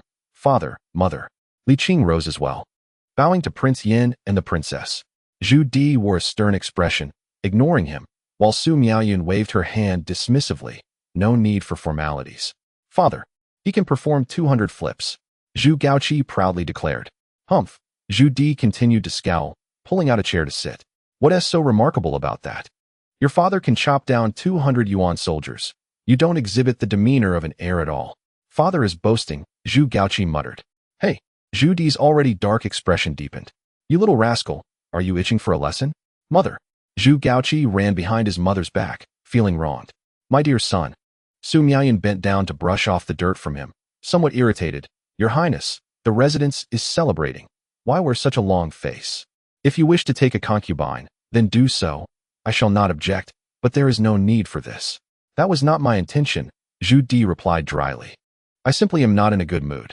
Saying this, he turned to Li Qing and, with a stern tone, added, aren't you able to perform? Go ahead and show us. If you can't do 200 flips, you will face the consequences. Very well, wait for me. But do not let me catch you by the tail, Li Qing said with a slight bow before turning towards the stage. Zhu Di's mood was quite bleak.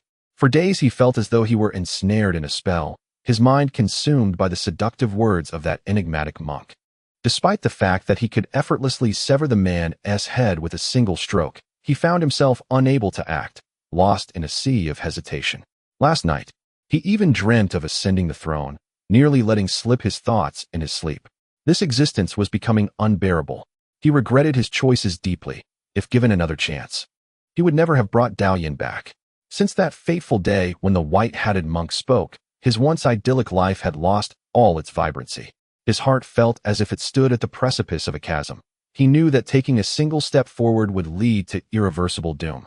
Yet a voice within him incessantly urged him to leap, to jump into the abyss. If this continued, Zhu Di felt he would surely go mad. Damn it, it's all that bald monk's fault. What bald monk? Su Miaoyun, overhearing his mutterings, asked curiously. Is it a monk? No. Zhu Di waved his hands dismissively, then realized he was being overly dramatic and amended. Didn't my father encourage me to study Buddhism? Miaoyun, you know I'm merely a warrior. I can wield a sword. But how could I ever learn the ways of the Buddha? Oh, so that's what's troubling you? Su Miaoyun chuckled. Your father's suggestion to learn Buddhism was not meant to be taken literally. It was intended to cultivate your character. After a pause, she added, in fact, I too support the idea of studying Buddhism. You agree? Zhu Di asked, puzzled. Why is that?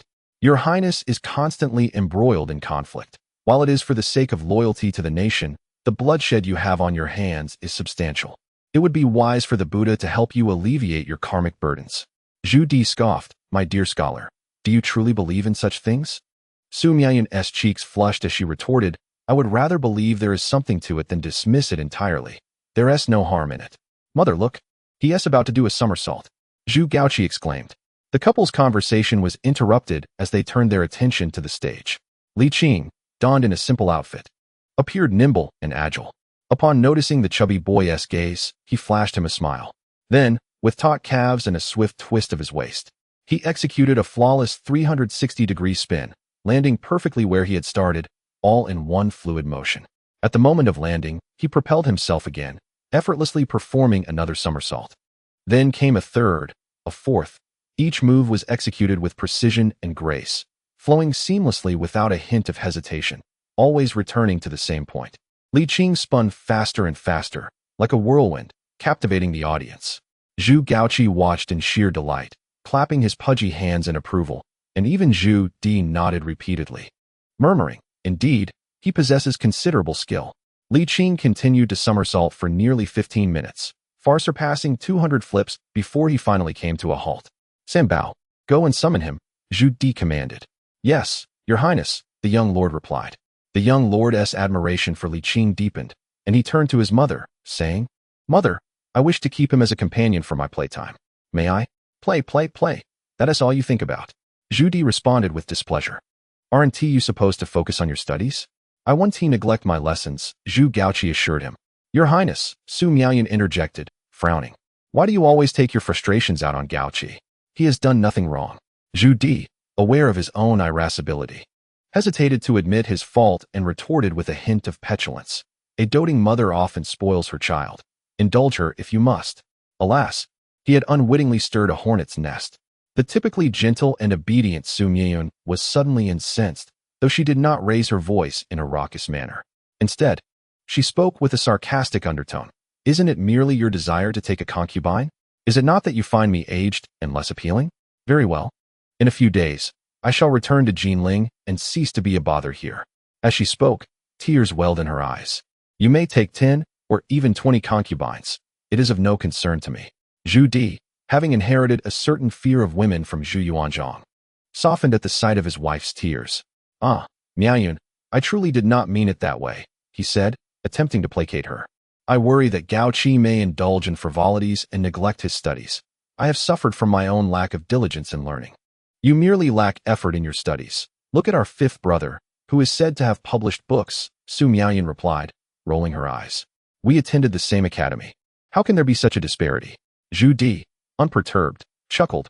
Who could help but be captivated by your charm? I was so enraptured by you that I could not focus on my studies. Su Miaoyan's cheeks flushed a deep crimson, and she scolded. What nonsense are you speaking in front of the children? Ah, but I delight in seeing you blush, Zhu Di replied, relieved to see her tears dry. Just then, he noticed Sanbao leading Li Qing over. As a prince, he did not wish to lose face in front of others, so he stood up and declared, very well. I shall heed your advice and study Buddhism. You may enjoy the performance. With that, he turned to leave. Your Highness, where are you going? To Qingshou Temple. Zhu Di waved his hand dismissively, not looking back as he departed. Li Qing glanced in the direction Zhu Di had gone, pondering. Qingshou Temple? In Chapter 83, Daoyan, are a villain. At Qingshou Temple, Zhu Di sat across from Daoyan. Your Highness has arrived again, Daoyan remarked, observing Zhu Di's lackluster demeanor with apparent delight. Your complexion appears rather poor. Zhu Di glared at the kind-eyed old monk, unable to contain his ire. It is all you're doing. I was meant to live carefree, but your beguiling words have led me astray. If the prince had no desires, would he lose his composure merely from a single word of mine? Zhu Di wished he could silence him forever, cursing, how could the Buddha have a disciple like you? Umitba, Daoyan intoned, his expression remaining gentle and serene, leaving Zhu Di momentarily speechless. After a prolonged silence, Zhu Di finally spoke, unable to contain his impatience. Now that the world is stabilized and the crown prince's position is unassailable, how could I possess the qualities of an emperor? Daoyan's eyes sparkled with a flickering flame, more radiant than the candles before the Buddha. Prince Yin has finally been stirred. Wait, Daoyan continued, his gaze unwavering. Wait for the day when the opportunity arises. He seemed patient, even soothing Zhu Di's anxiety. Do not rush, Your Highness. Opportunity will certainly come.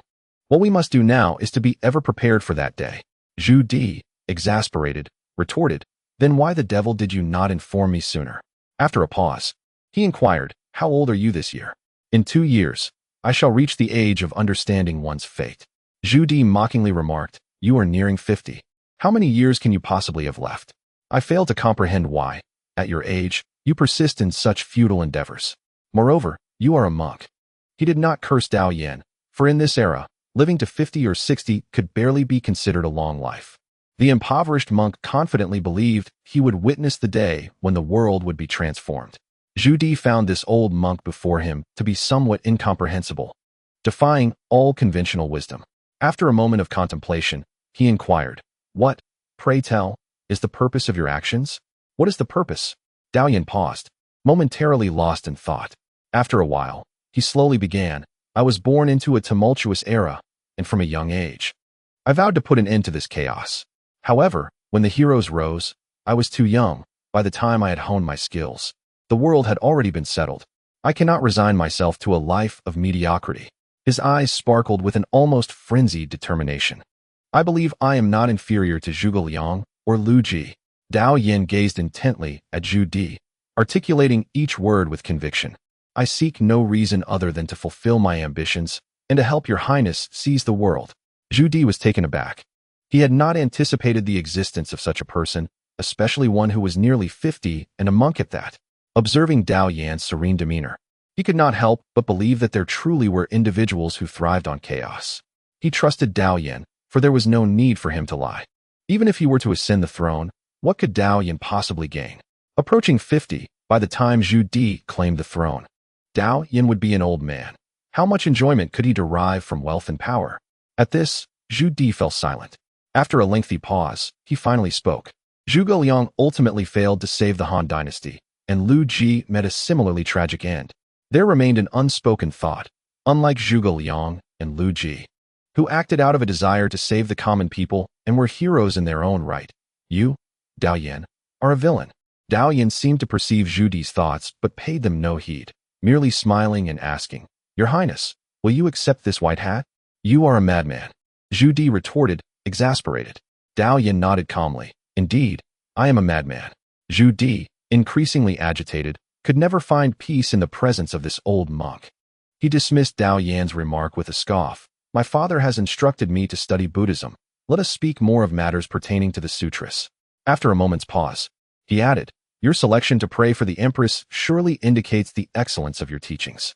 Henceforth, you shall serve as the abbot of Qingshou Temple. I will allocate funds for its reconstruction. With that, He turned and left, disregarding Dao Yin entirely. Dao Yin watched Zhu Di's retreating figure, a smile gracing his lips. He understood. Greed had begun to stir within Zhu Di. As evening fell, Li Qing, still shaken, exited the Prince of Yan's residence. When he realized the chubby boy had not pursued him, he let out a long sigh of relief.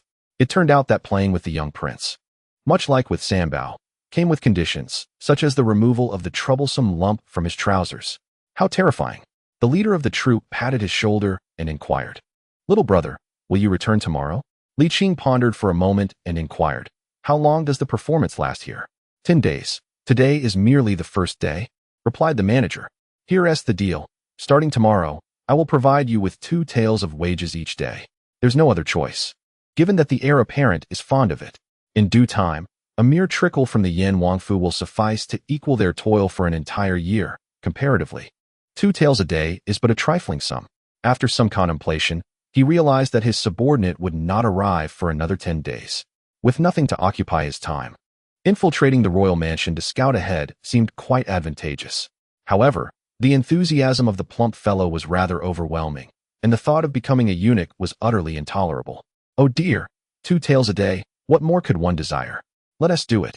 The manager insisted fervently, leaving Li Qing both amused and exasperated. All right. I promise to come and show my support tomorrow if I have the time.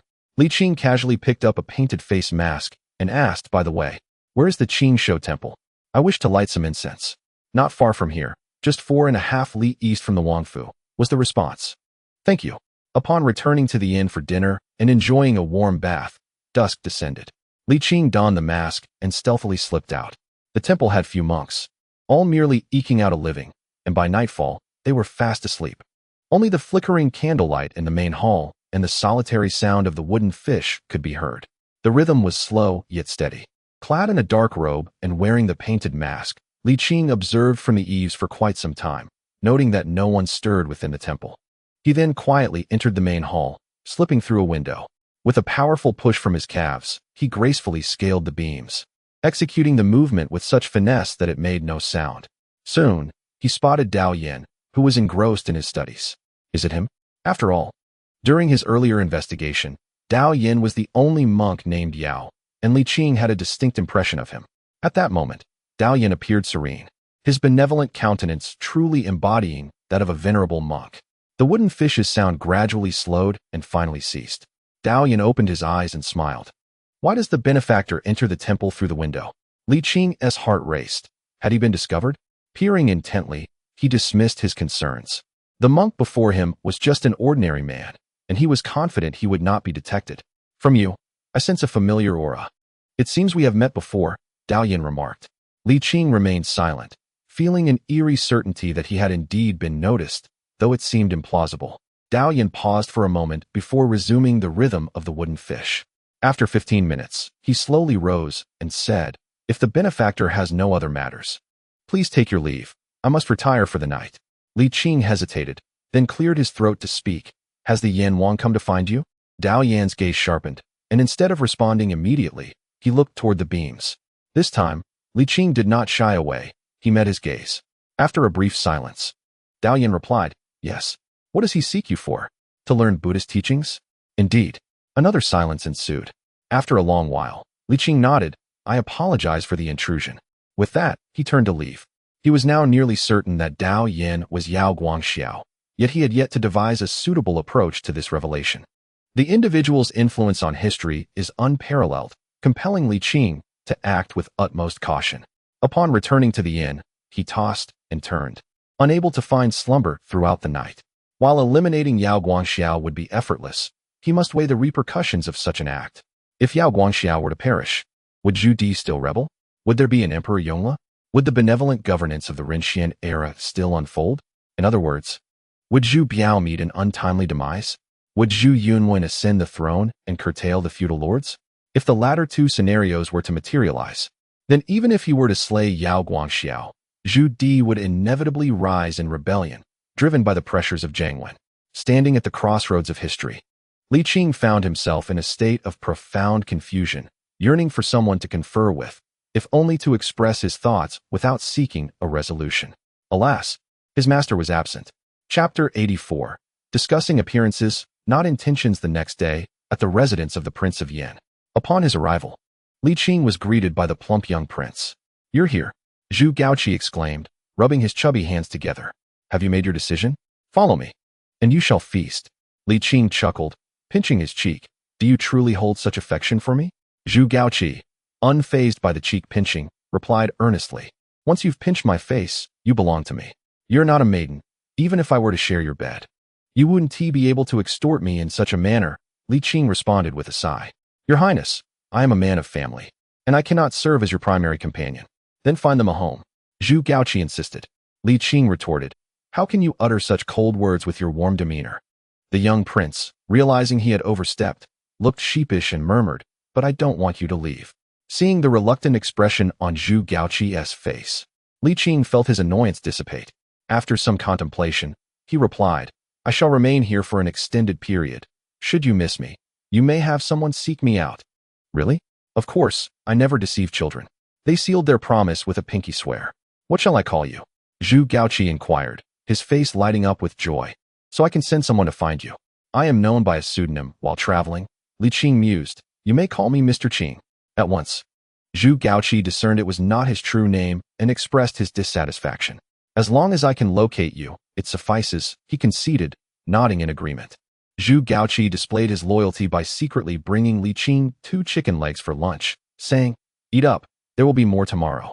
"Thank you," Li Qing replied, not hesitating to indulge. Zhu Gaoqi watched him devour the chicken leg, his eyes wide with envy, sparking amusement in Li Qing. "One for each of us." Indeed, Zhu Gaoqi accepted his portion, relishing every bite. Li Qing inquired, "Do you not eat enough at home?" "Not really," Zhu Gaoqi admitted, a hint of grievance in his voice. "My father thinks I eat too much, and my mother insists I should lose weight, so I often go hungry." "Nonetheless, you truly ought to shed a few pounds," Li Qing remarked. Zhu Gaoqi spread out his chubby hands, protesting, "But I am hungry." Li Qing raised an eyebrow at the absurdity of the situation. After finishing their meal, Zhu Gaoqi said, "In the afternoon, do not perform on the stage. Stay and play with me instead." "Very well." With a full stomach and a desire for companionship, Li Qing welcomed the opportunity to engage with Zhu Gaoqi, as it would increase his chances of interacting with Zhu Di. In the afternoon, during the hour of shun, Li Qing would once again meet Zhu Di. Zhu Di's demeanor was markedly improved compared to the previous day. He held his young son close, sharing light-hearted banter with his wife. Li Qing, straining to eavesdrop, gleaned no significant information from their conversation, which was entirely filled with trivial familial matters, devoid of any political discourse. As time slipped by, evening approached. Zhu Gaoqi, reluctant to part ways, remarked, "Do come again tomorrow," to which Li Qing nodded in agreement.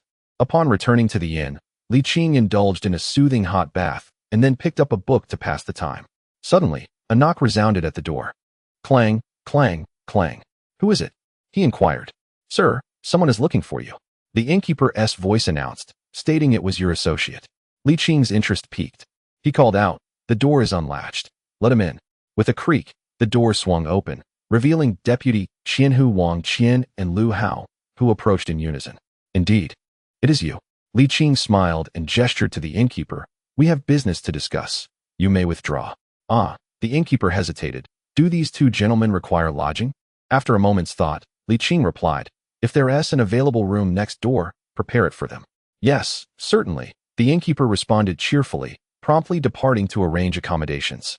With the door closed, Wang Qian stood at the threshold for a brief moment before striding confidently to Li Qing, bowing alongside Liu Hua.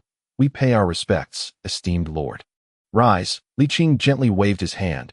"You have arrived rather swiftly. How many brothers have joined you?" Wang Qian chuckled nervously, reporting to the lord.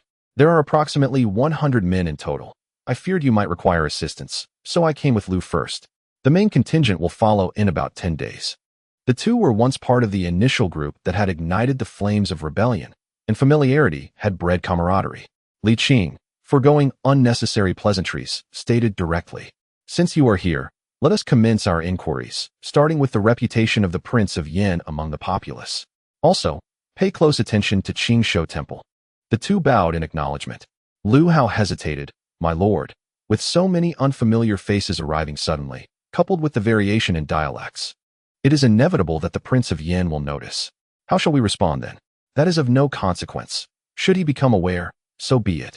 Li Qing replied nonchalantly. This task cannot be executed with absolute discretion. Focus on performing your duties well. The rest is inconsequential. Understood, my lord. After succinctly outlining their responsibilities, Li Qing dismissed the two to rest. In the following days, Li Qing transformed into a caring elder brother, spending time with the chubby little boy, and their bond flourished. Young Zhu Gaoqi was particularly endearing, and Li Qing indeed found joy in the child's company. The royal household was less bound by the stringent protocols of the palace. Zhu Di and his wife favored a more laissez-faire approach to their son's upbringing. Outside of the prescribed study hours, their philosophy revolved around ensuring the child's happiness. Young Zhu Gaoqi enjoyed a relatively carefree existence, far more so than his palace-bound brothers, Zhu Yunxin and Zhu Yunwen. This disparity is not difficult to comprehend. One was shaped by the rigors of imperial education, while the other by that of royal upbringing, both systems inherently distinct. With no ambition to ascend the throne or serve in the court, there was little need for such stringent education. In fact, excelling too greatly or exhibiting excessive ambition could invite resentment. This philosophy extended beyond just the Zhu family. Other feudal lords adhered to similar practices. It was, after all, what Zhu Yuanzhang desired, to let them enjoy their fortunes without unnecessary turmoil. The status of the princely lords is indeed prominent, and it is quite easy to investigate. Within just a few days, the reputation of the Yin King has been thoroughly scrutinized among the common folk. No reputation? In the inn, Li Qing was rather surprised by the findings of the investigation. Wang Qian nodded in agreement, affirming the truth of the matter. Liu Hua added that the Yin King seldom interacted with the common people, primarily focusing his energies on the yuan. Thus he is nearly unknown among the populace. Pausing briefly, he continued, if we were to truly assess, he does possess a commendable reputation. A princely lord who does not bring calamity upon the common folk can be considered a good man. Li Qing was taken aback for a moment, then offered a wry smile and nodded, acknowledging the validity of this statement. However, given that the Yin King has been defending against enemies beyond the borders, it stands to reason that the people should be expressing their gratitude towards him, does it not? Wang Qian chuckled, recalling that his informants had mentioned the Yin King had taken the initiative to deploy troops even before the yuan posed a threat at the borders. I suspect the common folk are entirely unaware of these actions. Besides, does a princely lord need to seek accolades from the populace? Indeed, a sound argument. Li Qing nodded slowly, his perception of Zhu Di growing more favorable. Among the princely lords, the Yin King Zhu Di undoubtedly surpasses the Qin King Zhu Xian by leaps and bounds. What news from the Qingshou Temple? Since his last visit, Li Qing had refrained from returning, fearing he might succumb to the urge to dismantle Dao Yin. Recently, the Yin King had visited Qingshou Temple, staying for approximately an hour, but he had not returned in the past couple of days. Li Qing inquired, have you drawn any attention? No, Wang Qian shook his head. All the brothers are present. It might raise the Yin King's suspicion, but with just this few of us, if we cannot remain concealed, then our ingenuity would truly be lacking. After a moment's pause, he added, by the way, my lord, Qingshou Temple is undergoing renovations, and according to my subordinates' reports, the funding comes from the Yin King. Ah, I see, Li Qing stretched. Feeling weary after a long day. Let's all go rest. The two clasped their hands in a gesture of respect. We take our leave, my lord. As Li Qing lay upon his bed, he sighed deeply. Perhaps Zhu Di harbored such intentions, though he likely only dared to entertain them. Judging by actions rather than intentions, he has consistently engaged in benevolent deeds and has never harmed the common folk. Thus I see no need to prick at this sore point. It would be more prudent to focus on tangible matters. Once everyone gathers, I shall instruct the brothers to delve into the northern deserts to gather military intelligence. And at that time, we shall deliver a grand surprise to the Yuan. Chapter 85. Why do you always wear a mask? Zhu Yuanzhang once proclaimed that defeating the northern Yuan was not merely about vanquishing them, but rather about locating them. In truth, nearly a century after taking control of the Central Plains, the golden bloodline of the Yuan has gradually faded, no longer embodying the ferocity of Genghis Khan's legacy. The golden lineage exists now merely in name. In direct combat, the current Yuan are no match for the Ming. However, the vastness of the northern grasslands makes locating them no simple task, and having suffered defeat repeatedly, the Yuan have grown wiser, avoiding direct conflict with the Ming army. Otherwise, given the current might of the Ming, the Northern Yuan would have been disbanded long ago. Li Qing furrowed his brow, murmuring to himself, to make the horse run, one must allow it to graze. The Jinyui tasked with gathering intelligence on the Northern Yuan have achieved little, not solely due to the harshness of the outer territories, but also because of old Zhu's stinginess. If one merely paints a rosy picture without providing real incentives, how can one expect the people to be motivated? Practical measures must be taken. The promise of generous rewards will surely attract the brave. As long as the incentives are substantial, there will be no shortage of those willing to endure hardship. After 10 days, the troops gathered. Li Qing convened 2 deputy captains and 10 captains to discuss strategies for gathering intelligence on the Yuan dynasty. The atmosphere was rather lackluster, for the journey to the northern desert was fraught with suffering, not only of a physical nature, but psychological as well. No one was eager to leave the Ming dynasty and abandon their homeland. "Sir, did you not say we are here to monitor the Prince of Yin?" one inquired. "Indeed, that is correct, but merely surveilling the prince does not require so many personnel, nor is it worth my while to travel such a great distance," Li Qing responded. "Gathering intelligence on the Northern Yuan is also within our scope of duty." The group exchanged glances, resignedly nodding in agreement. "Traveling to the border for official duties comes with compensation," Li Qing added. Upon hearing of monetary rewards, a flicker of interest ignited among them. Though it was but a flicker. "How much?" one asked. Li Qing raised a hand to demonstrate. 5 taels. Liu Hua's eyes brightened. Such a prospect would surely entice his subordinates. Li Qing shook his head, clarifying, not a total of 5 taels, but a 5-fold increase in salary during the duration of the assignment. He surveyed the room. "And this applies to all of you." The group's expressions sharpened with focus. Even Liu Hua and Wang Qian gazed with renewed zeal, their hearts stirred. While the prestige of the Jinji was notable, the financial benefits were scant. Everyone relied on their meager salaries. A 5-fold salary increase would surely captivate anyone's interest. "Sir, I am willing to go," one captain declared first. With this declaration, the rest voiced their willingness to take the lead for the sake of the Ming dynasty. Li Qing nodded in satisfaction. Noting the stark contrast in their enthusiasm compared to earlier, money indeed had its persuasive power. Old Zhu had allocated 50,000 taels for the expansion of the Jinji. After several months of salaries were dispensed, around 40,000 remained. Li Qing stood firm. "Hold your horses, let me finish." The 5-fold salary was not a gift. Each team must diligently record their travel routes daily and create maps. Mountains, rivers, main roads, and side paths must all be documented. "Not a problem." They responded in unison. Though the task was daunting, the prospect of quintuple wages rendered the hardship trivial. This intelligence-gathering mission would last 4 months, as long as they committed themselves to their duties. Their full salaries would be dispersed upon their return. Li Qing smiled. "At that time, I will reward each team according to their achievements." Pausing for effect, he continued, "If any team uncovers the Yuan's main base, I shall double their reward, and subsequently, they will receive an additional 30% from the Emperor." Upon hearing of such bountiful rewards, any lingering hesitation evaporated. Had they not been in an inn, their excitement would have erupted into cheers. "Sir, how many teams will be sent?" Li Qing replied with a smile. "Monitoring the vassal princes does not require many, so I will retain 100 men, while the rest will deploy." After a moment's pause, he added, "To ensure fairness, we shall draw lots. Those who remain should harbor no grievances. For those who achieve merit will ensure that the others also benefit." The assembly nodded in agreement, recognizing the fairness of the process. A quarter of an hour later, 9 were elated while 1 wore a bittersweet smile, and 2 others were eager to volunteer.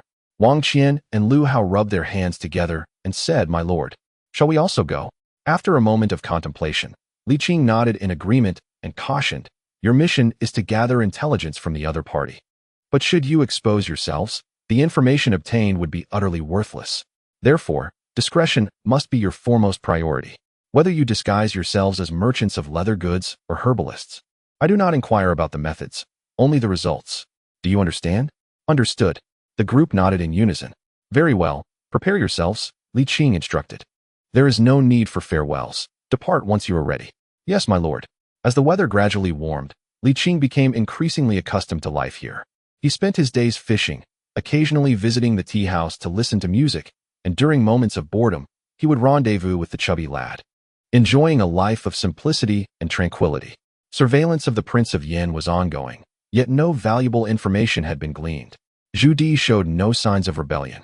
Apart from his frequent visits to the Qingshou temple, there was little else to note. Everything remained stable. One day, a fair-skinned youth approached, claiming that the heir missed him. Li Qing was somewhat familiar with the boy and chuckled lightly, saying, "Sanbao, wait a moment. I shall change my attire. I hope Mr. Qing will be swift. We wouldn't want the heir to wait too long. I will be ready shortly." 15 minutes later, Li Qing emerged from the inn and said to Sanbao, "Let us go. The day is growing warmer." Indeed, summer is fast approaching. How could it not be hot? Sanbao replied with a smile, then curiously asked, "Mr. Qing, why do you always wear a mask? After all this time, I have yet to see your true face." Though young, Sanbao possessed a maturity that set him apart from other servants in the Wang residence. While he was indeed a servant, he held a certain status. "Oh, I fear that should the heir glimpse my true visage, he might send someone to apprehend me," Li Qing replied, awkwardly adding, "I apologize, Sanbao. It is of no matter. I have long since come to terms with it," Sanbao said with a light laugh, his demeanor remarkably open-minded. Li Qing felt a pang of guilt and shifted the topic, asking, "How old are you, Sanbao?" 12 years old. Sanbao seemed to sense Li Qing's remorse and smiled, saying, "Mr. Qing need not worry. I am quite content with my current life. Not only do I have sufficient food and clothing, but I can also read and write. The heir, the prince, and the princess treat me exceptionally well, as if I were family. Such a life is envied by many." Li Qing encouraged him, "With your literacy, Sanbao, you are bound to achieve great things in the future." "Thank you," Sanbao nodded with a smile, perhaps due to the favorable treatment he received in the Wang residence. Sanbao was markedly different from the eunuchs within the palace. He did not stoop habitually or wear a sycophantic expression. Rather, his face was always alight with a hopeful yearning for life, exuding positivity without a hint of inferiority. This was undoubtedly owing to the kindness bestowed upon him by the family of the Prince of Yan. The two conversed merrily as they made their way to the prince's residence. Upon entering the gates, they encountered Zhu Di and Dao Yan, both wearing serene smiles. Sanbao quickly stepped forward to pay his respects, saying, "Sanbao greets the prince and the master." Li Qing also clasped his fists in salute, declaring, "Your Highness, master." His heart raced with anxiety, for this very mask had previously met with Dao Yan at the Qingshou temple. Although the lighting had been dim and much time had elapsed, the risk of recognition lingered. The two paused, and indeed, Dao Yan discerned the subtlety, revealing an expression of surprise and understanding, yet he refrained from exposing him. He lingered momentarily on Li Qing before shifting his gaze to Sanbao, his eyes brimming with admiration.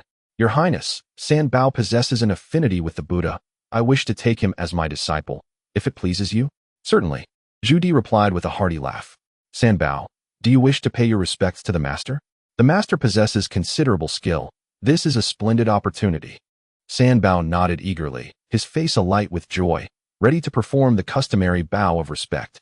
Dao Yan gently halted him, smiling. "The Buddhist path does not emphasize such formalities. Today, we arrived in haste and are unprepared. I shall return another day to officiate." "Very well, master. Father." Sanbao hesitated slightly. "Will I need to shave my head?" "Haha," Dao Yan chuckled, shaking his head. "A talent like yours would be too precious to waste in monastic life. It is best to remain a lay disciple, without the need for tonsure or dietary restrictions." "Understood. Thank you, master."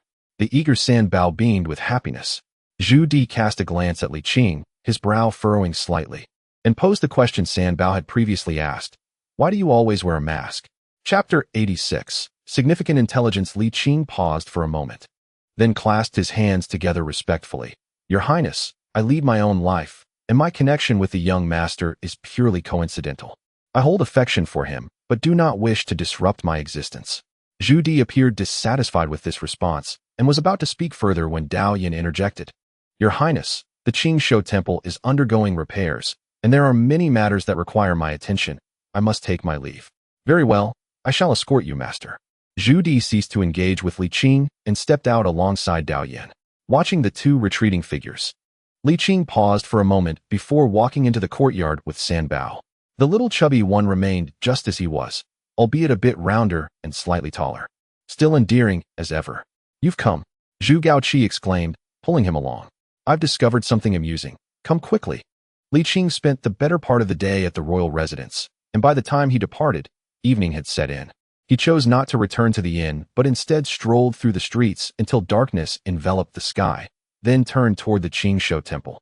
The workers had already left for home, and the temple had returned to its serene quietude, with only the main hall illuminated by the flicker of candlelight and the rhythmic sound of the wooden fish.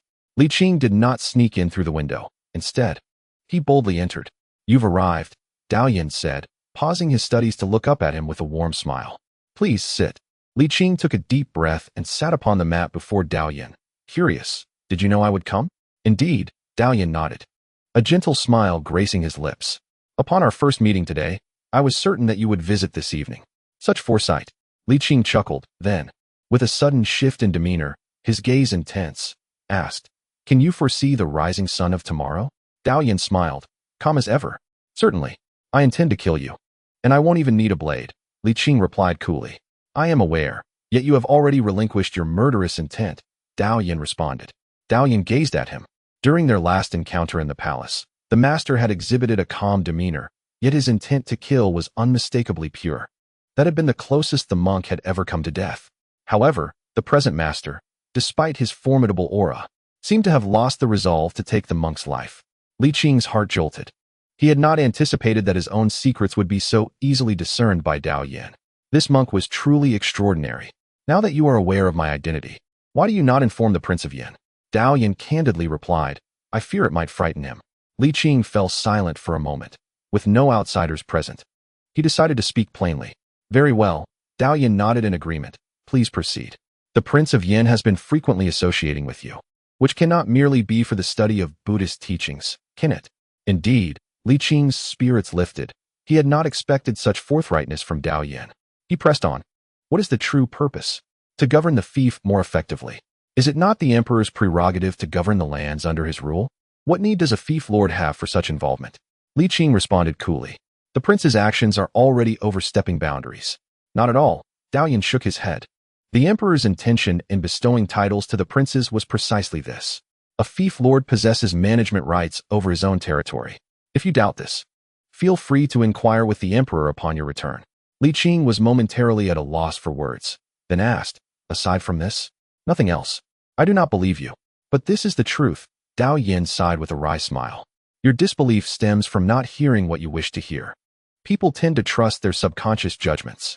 For instance, if I were to say that I conspired with the Prince of Yan to rebel, you would likely believe it." Li Qing looked at the kind-faced old monk, a powerful sense of helplessness washing over him. He had to admit that the monk's level of insight was indeed superior to his own. "I am not a monk. These Buddhist principles hold no relevance for me," Li Qing stated. "I only trust what I can see and hear." Dao Yan nodded with a smile. "You are truly a genuine person." Li Qing decided to drop the pretense. "Have you ever urged the Prince of Yan towards rebellion?" "Whether I have or not is inconsequential," Dao Yan replied. "What matters is that the prince harbors no intentions of insurrection." He continued calmly. "The Prince of Yan is not a mere child, nor is he a fool. He is a rational individual and a fief lord, a position just one rank below the emperor. Who would risk everything for a venture that has no chance of success?" Dao Yan inquired. "What means does he possess to rebel? Just relying on the 3 guards? That would be the most ludicrous joke in the world." He spoke with confidence. "You may advise the emperor that the Prince of Yan is plotting rebellion. If the emperor believes you, without any need for your sword, I would willingly end my life before the Buddha." Li Qing inwardly chuckled bitterly. He recognized the truth in Dao Yan's words. Even if he publicly accused Zhu Di of treason in front of the entire court, it would elicit nothing but laughter. If he were a native of the Ming dynasty, he too would not believe that Zhu Di would ever rebel. The power held by the princes of the Ming dynasty was vastly different from that during the Han and Jin dynasties. The odds of a successful rebellion were slimmer than winning the lottery jackpot. The old Zhu had tasked him with monitoring the princes not out of fear of rebellion, but rather to prevent them from harming the common people. If he were to inform Zhu that his 4th son would one day rebel, Zhu would likely dismiss it entirely, fearing instead the charge of sowing discord within the royal family. Li Qing let out a sigh, gazing at Dao Yan. "You have yet to answer my question." Dao Yan remained silent for a brief moment, offering no denial. "Not only I, but even the entire royal household has tried to persuade you. The Yan princess has whispered sweet nothings by your pillow night after night, yet none could sway you. With your capabilities, you must surely understand this truth." Li Qing fell silent once more, realizing he had been utterly defeated in this debate. Dao Yin spoke the truth. Whether Zhu Di rebelled or not did not solely depend on a monk like him, nor even on Zhu Di himself, but rather on the court. Li Qing departed, choosing to disregard the ambiguous relationship between Dao Yin and Zhu Di. In fact, Zhu Di harbored no intention or signs of rebellion. He even contemplated returning to Jinling. However, the task of gathering intelligence on the northern Yuan was well underway, nearing completion. And he could not simply walk away, resigning himself instead to a tedious and monotonous existence. Days passed swiftly as he fished during the daylight and listened to the flute by night, occasionally engaging in games with the chubby Zhu and chatting with Sambao for distraction. Before he knew it, summer had fully arrived. Li Qing found himself visiting the royal palace with increased frequency, not for any particular reason, but simply because it was air-conditioned. The room was stocked with ice blocks, upon which rested watermelons and refreshing drinks like sour plum juice, creating an atmosphere of sheer comfort. The little chubby one was quite generous, thumping his chest and proclaiming, "Help yourself to food and drink," exhibiting the exuberance of a naive landlord's son. On this particular day, Deputy Qianhu Liu Hua returned from the northern desert to see him. "The bitter cold of the frontier must have been arduous for you," Li Qing remarked as he poured a cup of tea and offered some simple words of consolation.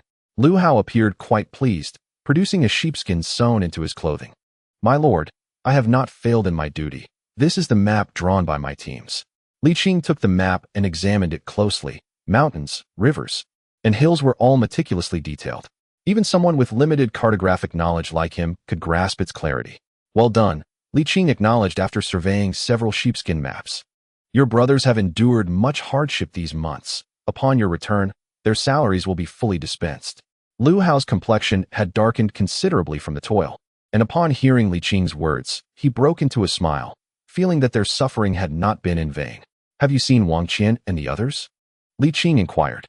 "No," Liu Hua shook his head. "We separated upon entering the northern desert, and I am unaware of Wang Qian's whereabouts. However, they should be returning soon." Li Qing contemplated for a moment and replied, "Let us wait a bit longer for their return." "Understood." 10 days later, Wang Qian and his cohort of Jinyui returned, bringing with them momentous news. "We have discovered the main force of the Yuan.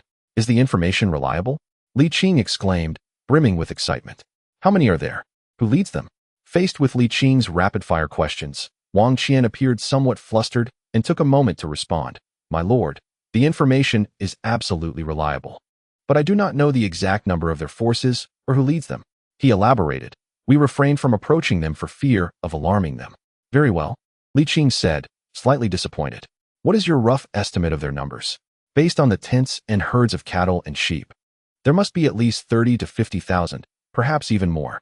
Wang Qian then produced a sheepskin map, indicating the terrain and the route to the Yuan army's main force. Li Qing took a moment to peruse the document. Yet his profound ignorance of geography rendered him oblivious to the precise location of the Yuan forces. After a brief contemplation, he decisively declared, "Inform the others. We shall return to Jinling tomorrow." Chapter 87. The True Worth of Money. A month later, in Jinling. Once again, summer was drawing to a close, marking a full year since he had descended from the mountains. In this year, he had experienced more than he had in a decade atop the peaks. Li Qing paused to reflect, not rushing home, but instead heading directly to the local garrison. Inside the office, Mao Chong was reclining comfortably, indulging in watermelon. Upon seeing Li Qing enter, he gaped in astonishment, juice dripping from his mouth. "How come you're back?" "Just missed you, big brother," Li Qing replied with a grin, taking a seat without a hint of formality, grabbing a slice of watermelon. "Delicious. You truly know how to enjoy life." Mao Chong gradually regained his composure, playfully chiding. "You could have at least given me a heads up before returning. You nearly gave me a heart attack." After a moment's pause, he added, "Since you're back, we should first head to the palace to report in. It's important to maintain proper decorum."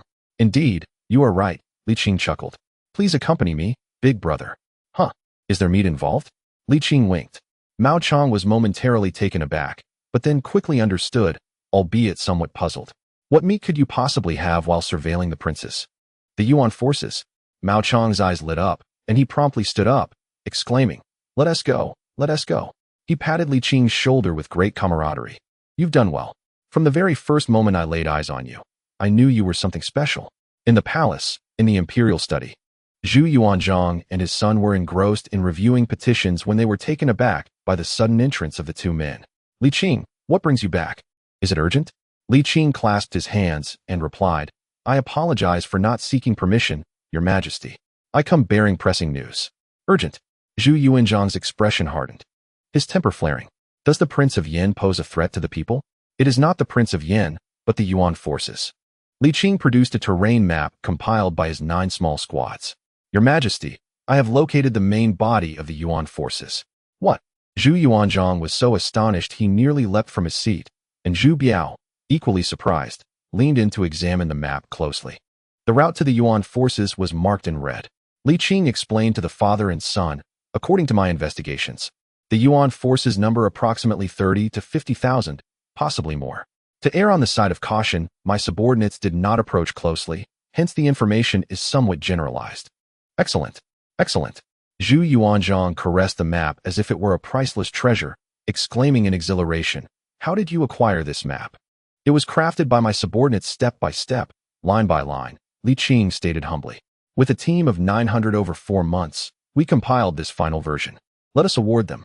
Zhu Yuanzhang could scarcely contain his joy, realizing that not only had they discovered the Yuan forces' main body, but the map itself was incredibly detailed.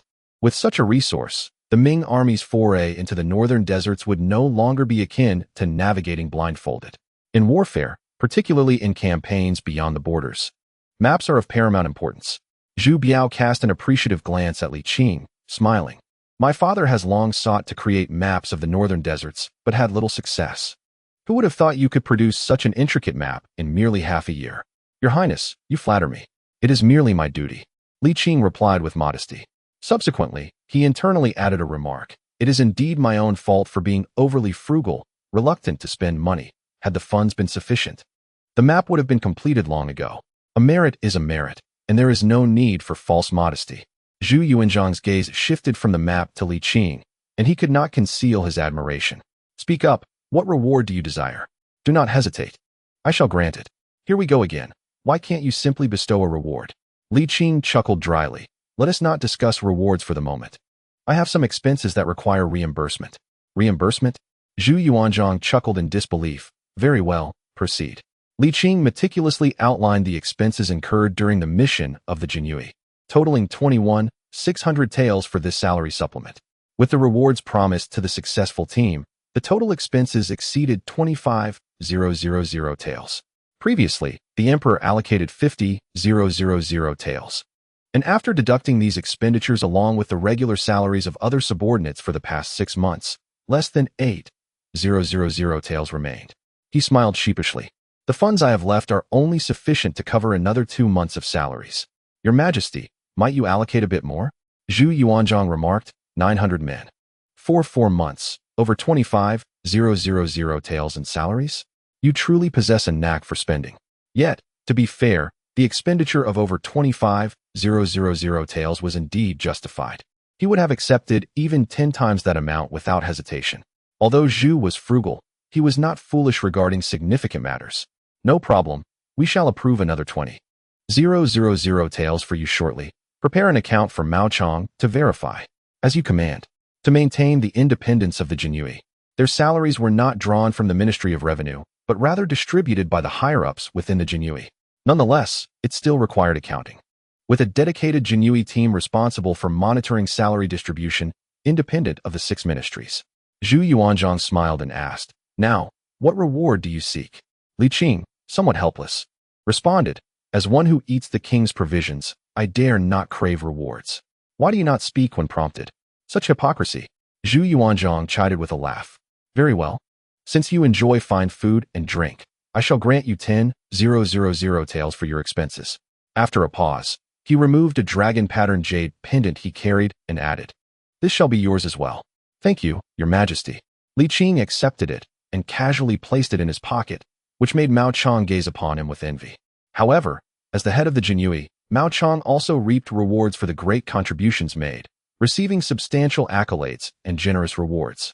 In high spirits, Zhu Yuanzhang remarked, The day is still young. Li Qing, accompany me for an outing. He then addressed Zhu Biao. Biao, attend to the memorials as well. Zhu Biao nodded reluctantly.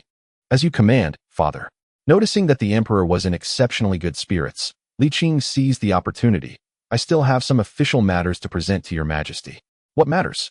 Regarding the 4 princes. Very well, proceed. Li Qing clasped his hands. The situation with the Prince of Qin is tranquil. While the Prince of Jin has engaged in unlawful acts, encroaching upon the lands and homes of the common people, although he has provided some compensation, the common folk still suffer. It is time to admonish the 3rd prince. Zhu Yuanzhang nodded. The Prince of Zhou is benevolent and treats the people exceedingly well. Li Qing continued. He has a profound love for literature, particularly medical texts. Earlier this summer, he summoned renowned physicians from the fiefdom to compile the work record of preserving life, which has received an excellent reception. Among the various princes, King Zhu Yuanzhang of Zhou stands out remarkably, truly embodying the essence of a virtuous ruler. His gentle disposition and sincerity are commendable. Zhu Yuanzhang smiled, and Zhu Biao added, 5th brother can indeed be regarded as a wise king. And what of the Prince of Yan? Zhu Yuanzhang inquired.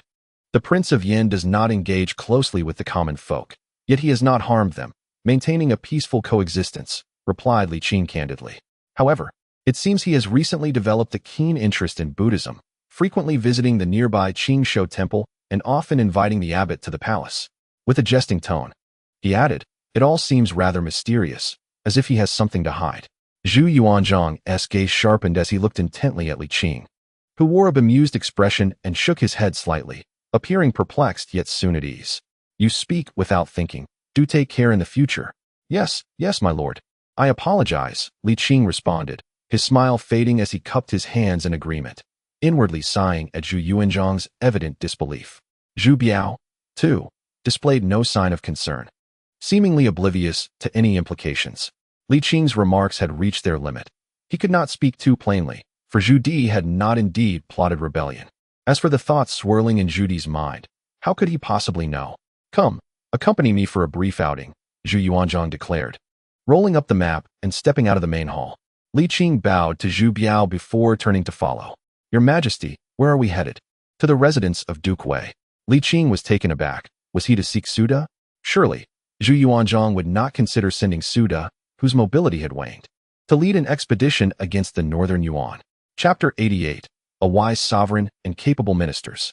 At the Duke Wei's residence, Suda brought his family to the front courtyard, performing the ceremonial rites of lord and subject.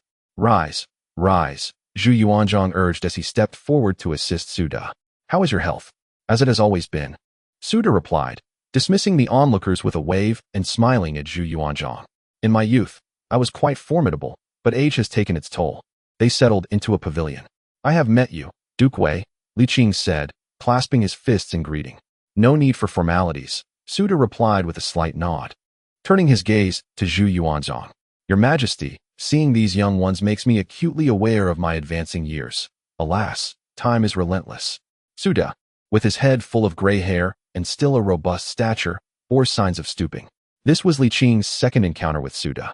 Having only seen him from a distance during the mourning for Empress Ma, he now sensed the undeniable signs of age in the esteemed general. Heavenly virtue. You still have many days ahead. You have only just begun to enjoy life as comforts, Zhu Yuanzhang remarked, visibly moved by Suda's aging form. You must take care of your health. We cannot afford to lose those with whom we can converse. I shall do my utmost, Suda replied with a smile. What is this talk of subjects? We are not in the court.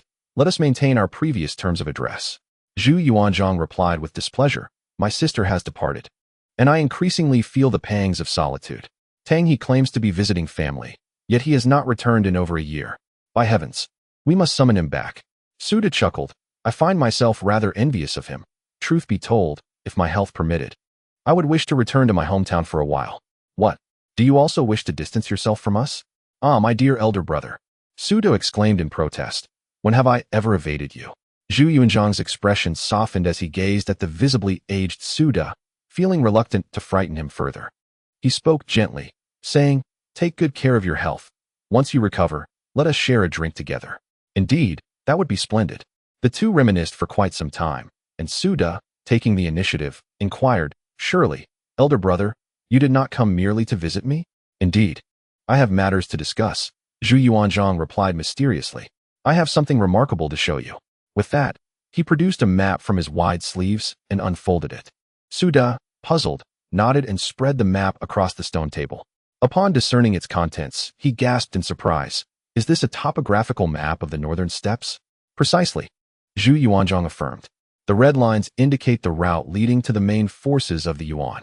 Excellent, Suda exclaimed, his eyes gleaming. In our struggle against the Yuan, it is not merely about defeating them. If we can locate them, that is already a victory. Elder brother, whose handiwork is this? Suda inquired.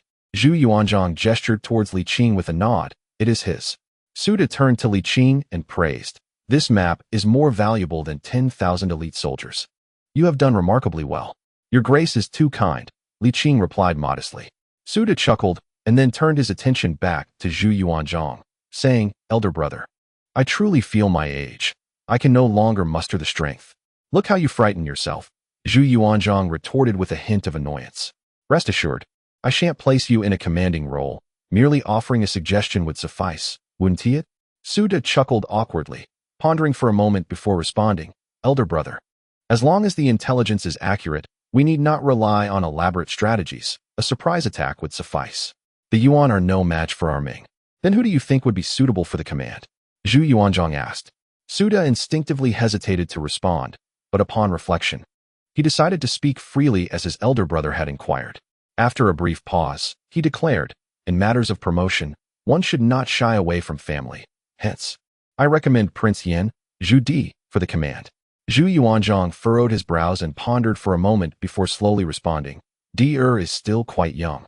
Though he has dealt with the Yuan, he remains inexperienced and lacks considerable prestige within the army, making him less suitable. Then let us appoint an experienced general as the commander, Suda suggested. Elder brother, the brothers who fought for the empire have aged. It is time to nurture the next generation. Zhu Yuanzhang contemplated for a short while and then gently nodded. That is indeed a valid point. Very well. Let Zhu Di undertake this campaign. Li Qing discreetly glanced at Suda, genuinely surprised by the latter's recommendation. While the principle of not shying away from family is sound, does he not fear that old Zhu might take offense at such an open endorsement of his son-in-law? Suda, being the foremost among the 6 dukes, should surely have considered this. With the decision made, Zhu Yuanzhang ceased discussing military affairs and shifted back to reminiscing about their glorious past. It was not until dusk that he departed in his dragon carriage. Suda watched the direction in which Zhu Yuanzhang had left, lost in thought for a long while, before finally letting out a soft sigh. His eldest son, Su Huizhu, stepped forward to support him and whispered, Father, you should not have recommended my brother-in-law. This is quite the taboo. Suda chuckled wryly. If you can understand this, how could I not? Then why, father? Su Huizhu questioned. Have you ever considered why the emperor asked me to recommend a candidate? Su Huizhu tentatively suggested. Is it because you are the foremost among the 6 dukes? No, for I am the father-in-law of King Yan, Zhu Di. Su Huizhu exclaimed in astonishment. Father, do you mean to say that His Majesty originally intended for my brother-in-law to take command? Correct, Suda replied.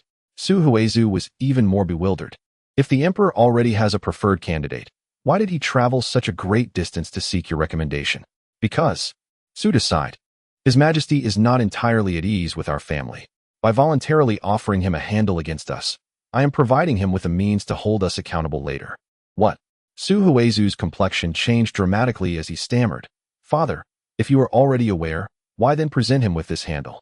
By voluntarily offering a handle and demonstrating sincerity, the emperor will be more at ease, Suda explained. With leverage, it is easier to manage. For the emperor, those who can be easily managed are not a bother. Conversely, those without handles are the true trouble. Suda spoke earnestly. Son, remember this. If the emperor wishes to target someone and that person has no leverage, then they are destined for misfortune. Such individuals are only guilty of one crime: treason. I understand, father. Su Huizhu finally grasped the meaning of serving a ruler akin to coiling with a tiger, his heart filled with anxiety. Will the emperor turn against our family? Most likely not, Suda reassured him, patting his son's shoulder. There is no need for excessive worry. Su Huizhu felt bewildered. Did you not just say the emperor is not at ease with our family? Haha, Suda suddenly laughed, continuing for quite a while before slowly responding. The emperor is not at ease with anyone. Li Qing, he called. Present. Upon our return, I shall draft an edict. Tomorrow, you will enter the palace with it and proclaim the decree in Beiping. You will also participate in this campaign. What? This Li Qing truly feels overwhelmed, he muttered. Is there no respite for me? Your Majesty, I am merely the genie town protector. This may not be appropriate. Li Qing expressed his concerns, adding, moreover, I do not possess any military prowess. You truly overestimate yourself. Zhu Yuanzhang chided playfully. You remain unaware of your own situation. Pausing briefly, he added, do you think we are sending you to fight? We are sending you to gain prestige. After this journey, your advancement will be a natural progression. Li Qing paused, a look of surprise dawning upon him. Thank you, Your Majesty, for your patronage. He inwardly mused, why is old Zhu suddenly so kind to me? Zhu Yuanzhang observed Li Qing's face filled with gratitude and thought to himself, no need for thanks. You have already become thoroughly despised among the scholars. This time, competing for merit with the military officials and nobles will earn you their ire. The court will no longer have room for you. And your only path forward is to earnestly follow me and align yourself with my banner. Both men harbored their own thoughts, exchanging a knowing smile that depicted a scene of a wise ruler and a capable minister, both striving towards a common goal. Chapter 89, Warmth with a Creak.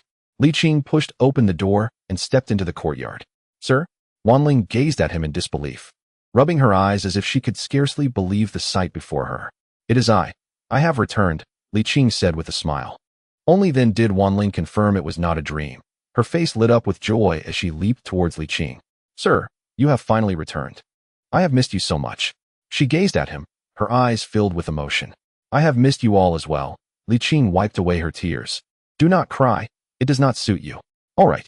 Wanling gently nodded, her delicate face slightly flushed.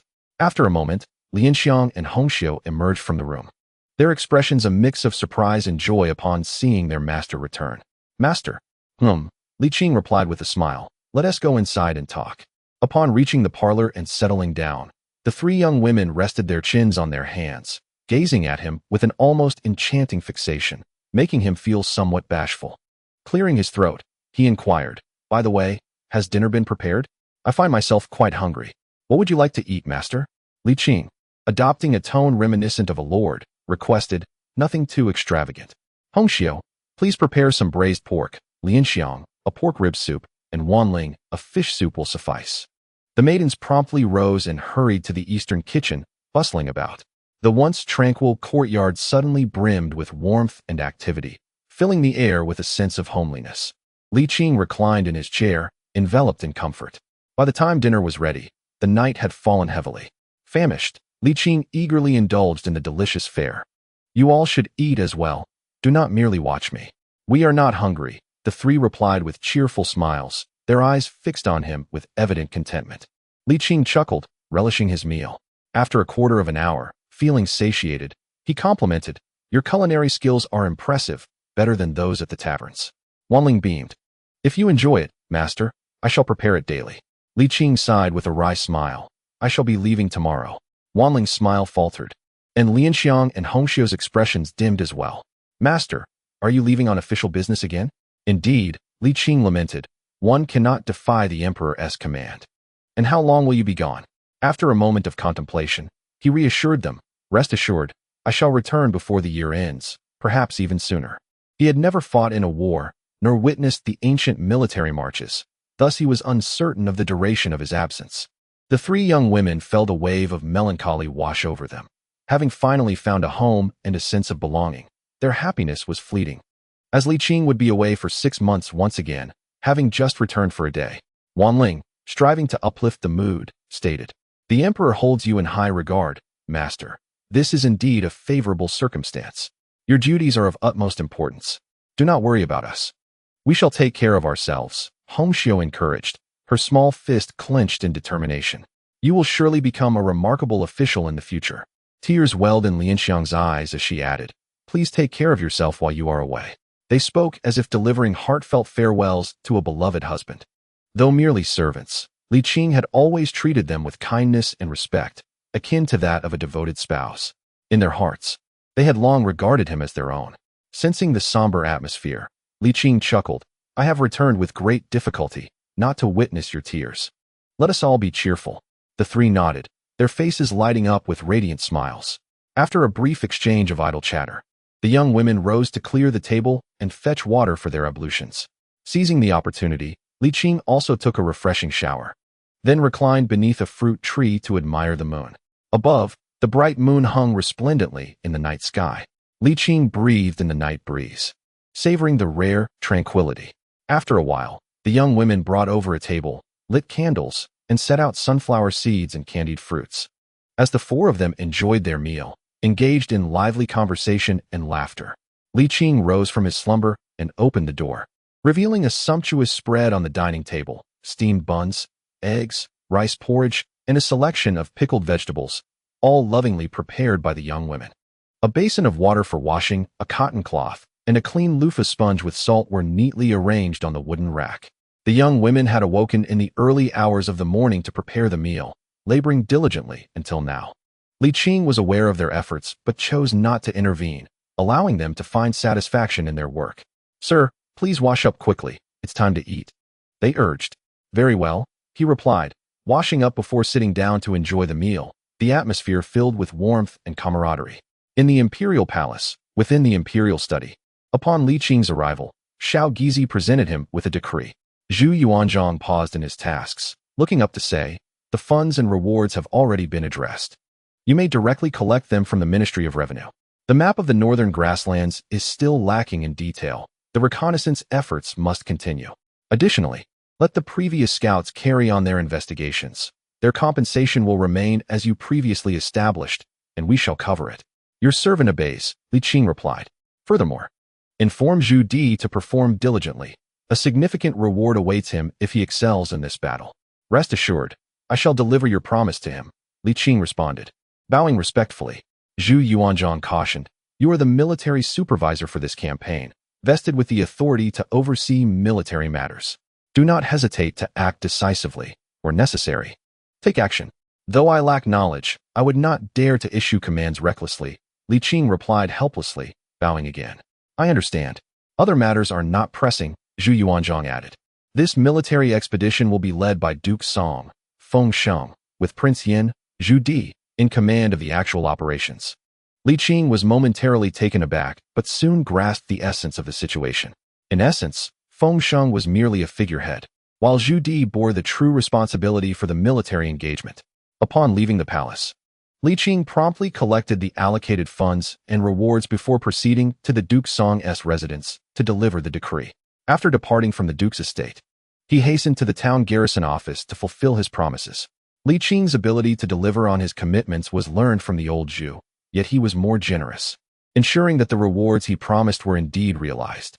The subordinates, having received their bountiful rewards, were all smiles, filled with joy. Seizing the moment, Li Qing proclaimed, "The emperor has decreed that reconnaissance efforts will continue, with the same remuneration as before. Are you all willing to proceed?" "Your servant is willing," they replied eagerly.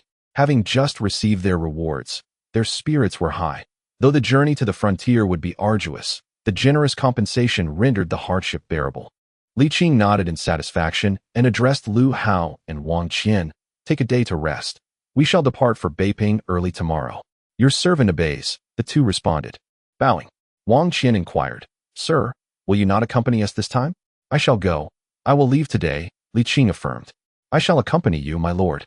Wang Qian insisted, "It would be prudent to have someone to look after you on the journey." "Indeed, my lord," Liu Hua agreed. "I have other matters to attend to. You need only focus on your responsibilities and do not concern yourselves with me." Li Qing waved dismissively. "Now, let us cherish this rare day of leisure. Return home to reunite with your families and rest well to ensure you perform admirably." "Yes, your servant takes leave." Once they departed, Li Qing proceeded to the inner hall to bid farewell to Mao Chong and several colleagues.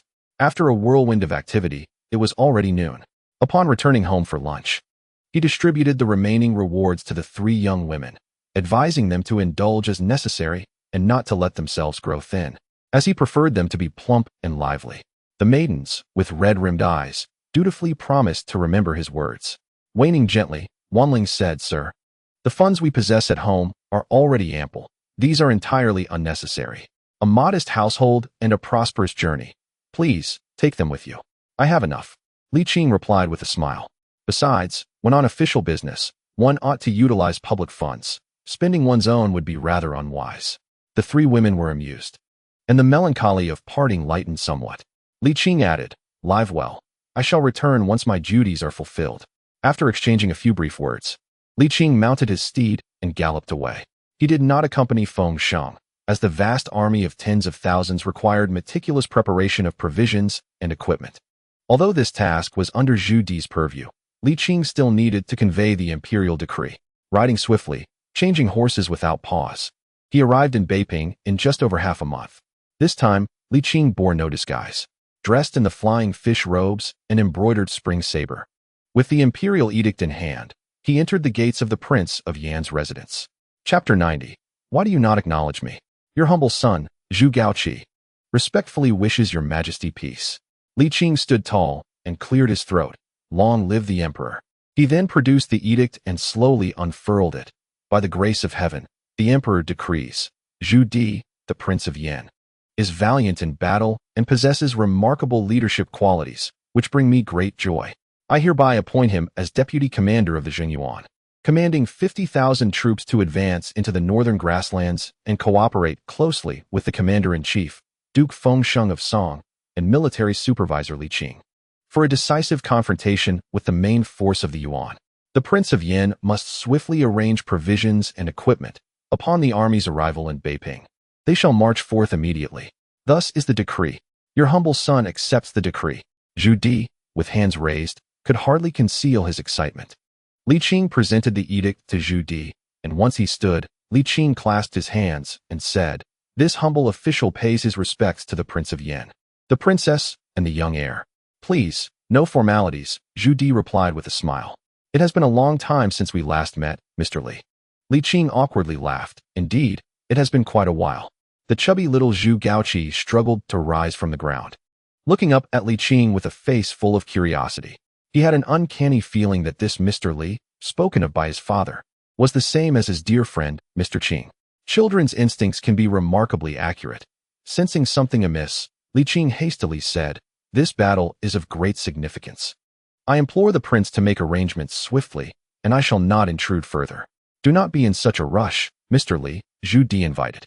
"Please, let us discuss the enemy's intelligence within the residence, so that I may be well informed." "Very well," Li Qing replied, steeling himself. "Your Highness, please lead the way." "Ha ha. Do come." Zhu Di laughed heartily, turning first towards the main hall. Li Qing followed, with little Zhu Gaoqi trailing behind. In the great hall, the two took their respective seats. Zhu Gaoqi sat beside them, wide-eyed and attentive, watching Li Qing intently. This made Li Qing feel quite flustered, and he was at a loss for how to respond. "Highness, the young heir has official duties to attend to. Perhaps he should go play." "Oh, all right then."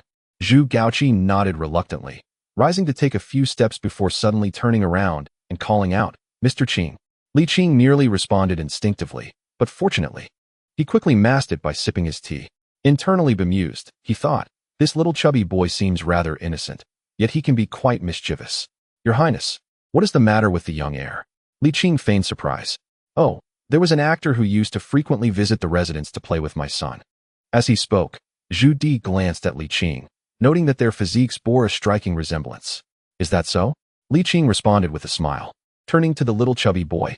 "If the prince desires, once I conclude my official duties, shall I accompany you for some amusement? Do not mind him." Zhu Di waved his hand dismissively. "Gaoqi, go and play with Sanbao. Do not delay your father's work." "Yes." Zhu Gaoqi nodded obediently and exited the grand hall. Li Qing quietly exhaled in relief, retrieving the map from his bosom. "Your Highness, this is the topographical map for the campaign against the northern Yuan." "This detailed map?" Zhu Di exclaimed in astonishment. After merely a glance, he discerned its intricacies and promptly unfurled the map on the table, scrutinizing it with increasing delight. Where did this map originate? "It was painstakingly drawn by scouts over an extended period," Li Qing replied vaguely. Zhu Di did not press further, his gaze wholly absorbed by the map. After a considerable time, he finally diverted his eyes and inquired, "May I make a copy of this map? Since it is intended for the campaign against the Yuan." "Of course," Li Qing smiled. Zhu Di's smile widened. "How much information does the court possess regarding the enemy?" "Your Highness, please observe the map." Li Qing indicated the path marked in red. "This leads to the enemy's main force, which numbers approximately 50,000. Possibly a bit more or less. Is the intelligence accurate? Zhu Di asked urgently. Li Qing nodded affirmatively. Excellent. Zhu Di exclaimed, filled with joy. With a clear target and precise route, it felt as though fortune had smiled upon him. When will Duke Song depart? When I arrived, he was already making preparations. He is likely to have set out about 10 days ago. Li Qing paused before adding, by the way, this operation will be entirely cavalry. Entirely cavalry? Zhu Di's eyes sparkled. It would indeed be difficult to lose this battle. He even felt it might be too easy, failing to showcase his own prowess. Suppressing his excitement, he rose and said, since Duke Song leads a cavalry force and has been marching for 10 days, he should arrive within a fortnight. It seems I must hasten the arrangements for supplies. Zhu Di smiled. As for the specific battle plan, shall we devise it together once Duke Song arrives? Li Qing nodded. Your Highness is busy. I shall take my leave. Mr. Li, as the military supervisor, should you not oversee the supply arrangements? I would feel more secure with you present, Zhu Di chuckled. Shortly, I will have my servants prepare a guest room. Mr. Li may reside in the palace, which will also facilitate my logistics. Zhu Di's candor left Li Qing with a newfound respect. Then I shall impose upon you. Not at all. It is all for the sake of the Ming, Zhu Di replied with a smile. You have journeyed far, so rest for a day. I shall calculate the necessary supplies, and tomorrow we will visit the Yamen together. Very well, Li Qing responded with a smile. And he took the opportunity to hand over a drawing of a pie that old Zhu had made. Your Highness, the Emperor has stated that should we win this battle, there will be significant rewards. Zhu Di grinned broadly but quickly composed himself. In earnest, the Yuan have repeatedly trespassed upon our Ming borders. As a prince tasked with guarding the frontier, it is my duty to wage war for my country. I would never presume to seek reward. Li Qing cooperatively remarked. Your Highness is wholly devoted to the nation, exhibiting humility. I am in admiration. Mr. Li, please stay in this room. San Bao led Li Qing to the guest quarters in the front courtyard. The little chubby boy persistently followed, his small eyes fixed on Li Qing without a blink. Li Qing felt a pang of guilt. Although the child's eyes were not large, their gaze was piercing. Thank you for your trouble, Li Qing said, cupping his hands in a gesture of respect. You're too kind, sir, San Bao quickly replied, noticing Li Qing's fatigued expression. You should rest early. Dinner will be served shortly. With that, he attempted to pull Zhu Gaoqi away, but to no avail. My lord, let us return. Zhu Gaoqi shook his head. San Bao, do you not think he resembles Mr. Qing? Resembles Mr. Qing? San Bao glanced at Li Qing and suddenly perceived the similarity. Yet he was far more mature than the little fellow. One was a military overseer commanding tens of thousands, while the other was merely an actor. Their statuses were worlds apart, and any intersection seemed implausible. My lord, you must be mistaken. We should head back. San Bao offered Li Qing an apologetic smile. Mr. Li bears a striking resemblance to a friend of the Lord. I believe you have confused him.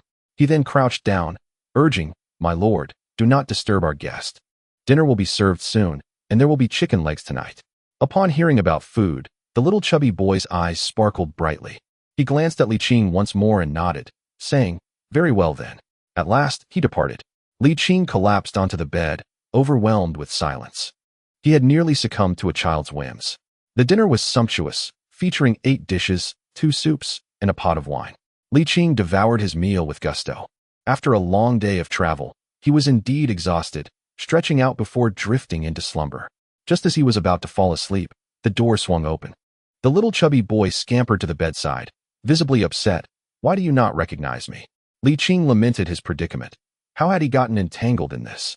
My lord, you have mistaken the person. I have not. It is indeed you, Zhu Gaoqi insisted, his conviction unwavering, and his expression sorrowful. Last time, you left without a word, and I searched for days. Now, you pretend not to know me. I considered you a good friend and treated you well. Why do you treat me this way? Li Qing felt a twinge of shame, but stubbornly maintained his denial. You are mistaken. Then wear this. Zhu Gaoqi produced a mask identical to the one Li Qing had previously worn. Li Qing was taken aback, genuinely surprised that the child had such a trick up his sleeve. He could neither don the mask nor acknowledge it. That is impossible. I shall not wear such a childish item. Zhu Gaoqi was infuriated, tears streaming down his cheeks. I will call for my father. Your stealthy entrance into the palace must have an ulterior motive. Just wait. I do not believe my father would allow you to refuse wearing it. Hey, do not leave. Li Qing felt a tinge of panic. There was a way to resolve this amicably.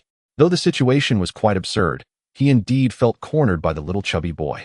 Zhu Gaoqi turned back, glaring at him indignantly. Li Qing sighed helplessly and, with earnestness, implored, "If you consider me a friend, why do you put me in such a predicament? Who asked you not to recognize me?" The little fellow was deeply hurt. "I have my reasons." Li Qing pulled the chubby boy down to sit beside him. "I am here to gather intelligence on the Yuan people. I cannot reveal my identity, for otherwise the emperor would have my head. I came to the palace to see if there were any Yuan individuals hidden within the troop. After spending time together, do you truly believe I have inquired about palace matters?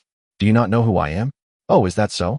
Zhu Gaoqi nodded slowly, a hint of confusion in his voice. "I am not a Yuan person, so why can you not recognize me? The more people who know, the greater the danger I face." Li Qing replied, "I have confided in you. Should you share this with others, what if the hidden malefactors become aware?"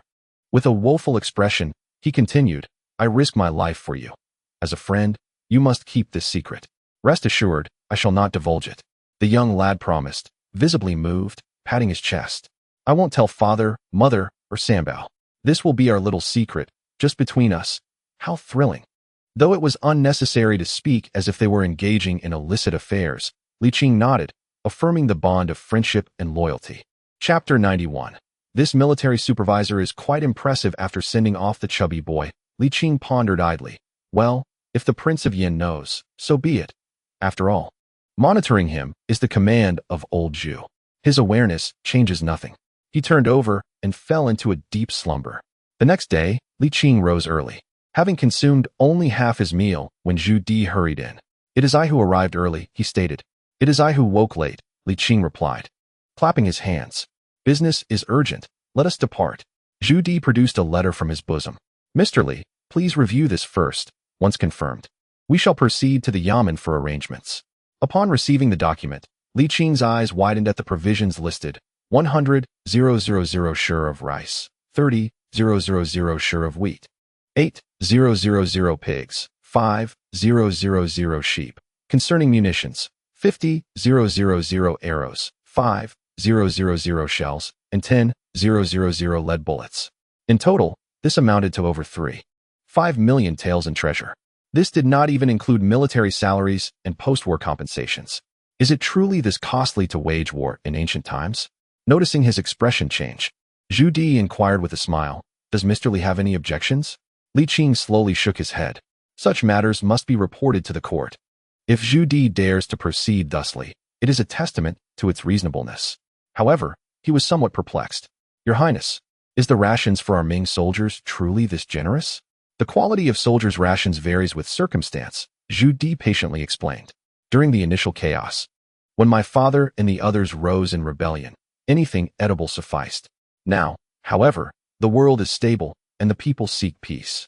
If our warriors are to risk their lives, they must not find their sustenance inferior to that at home. Otherwise, where lies their motivation?" Li Qing nodded appreciatively. "Thank you for your elucidation, Your Highness. And what of us?" "Oh, Your Highness, please. Beiping is a critical military stronghold, housing armories, munitions depots, and granaries, making logistics quite manageable." Li Qing suddenly realized that his authority as a military supervisor was indeed substantial. He was required to co-sign documents, for without his endorsement, Zhu Di could not mobilize any resources. It remained unclear whether this was customary for military supervisors or a special privilege granted by old Zhu. Nevertheless, it indirectly affirmed the limited power of the Ming dynasty's princes. As a border prince, Zhu Di did possess armed forces. Yet only 3 guards, each guard representing a contingent of between 3,000 to nearly 19,000 men.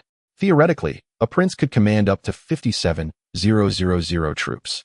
However, the actual numbers were not determined by the prince, but by the court, as the guard salaries were dispensed by the government. Zhu Di, due to his orientation towards the northern Yuan and his unique geographical position, held a rank slightly higher than others.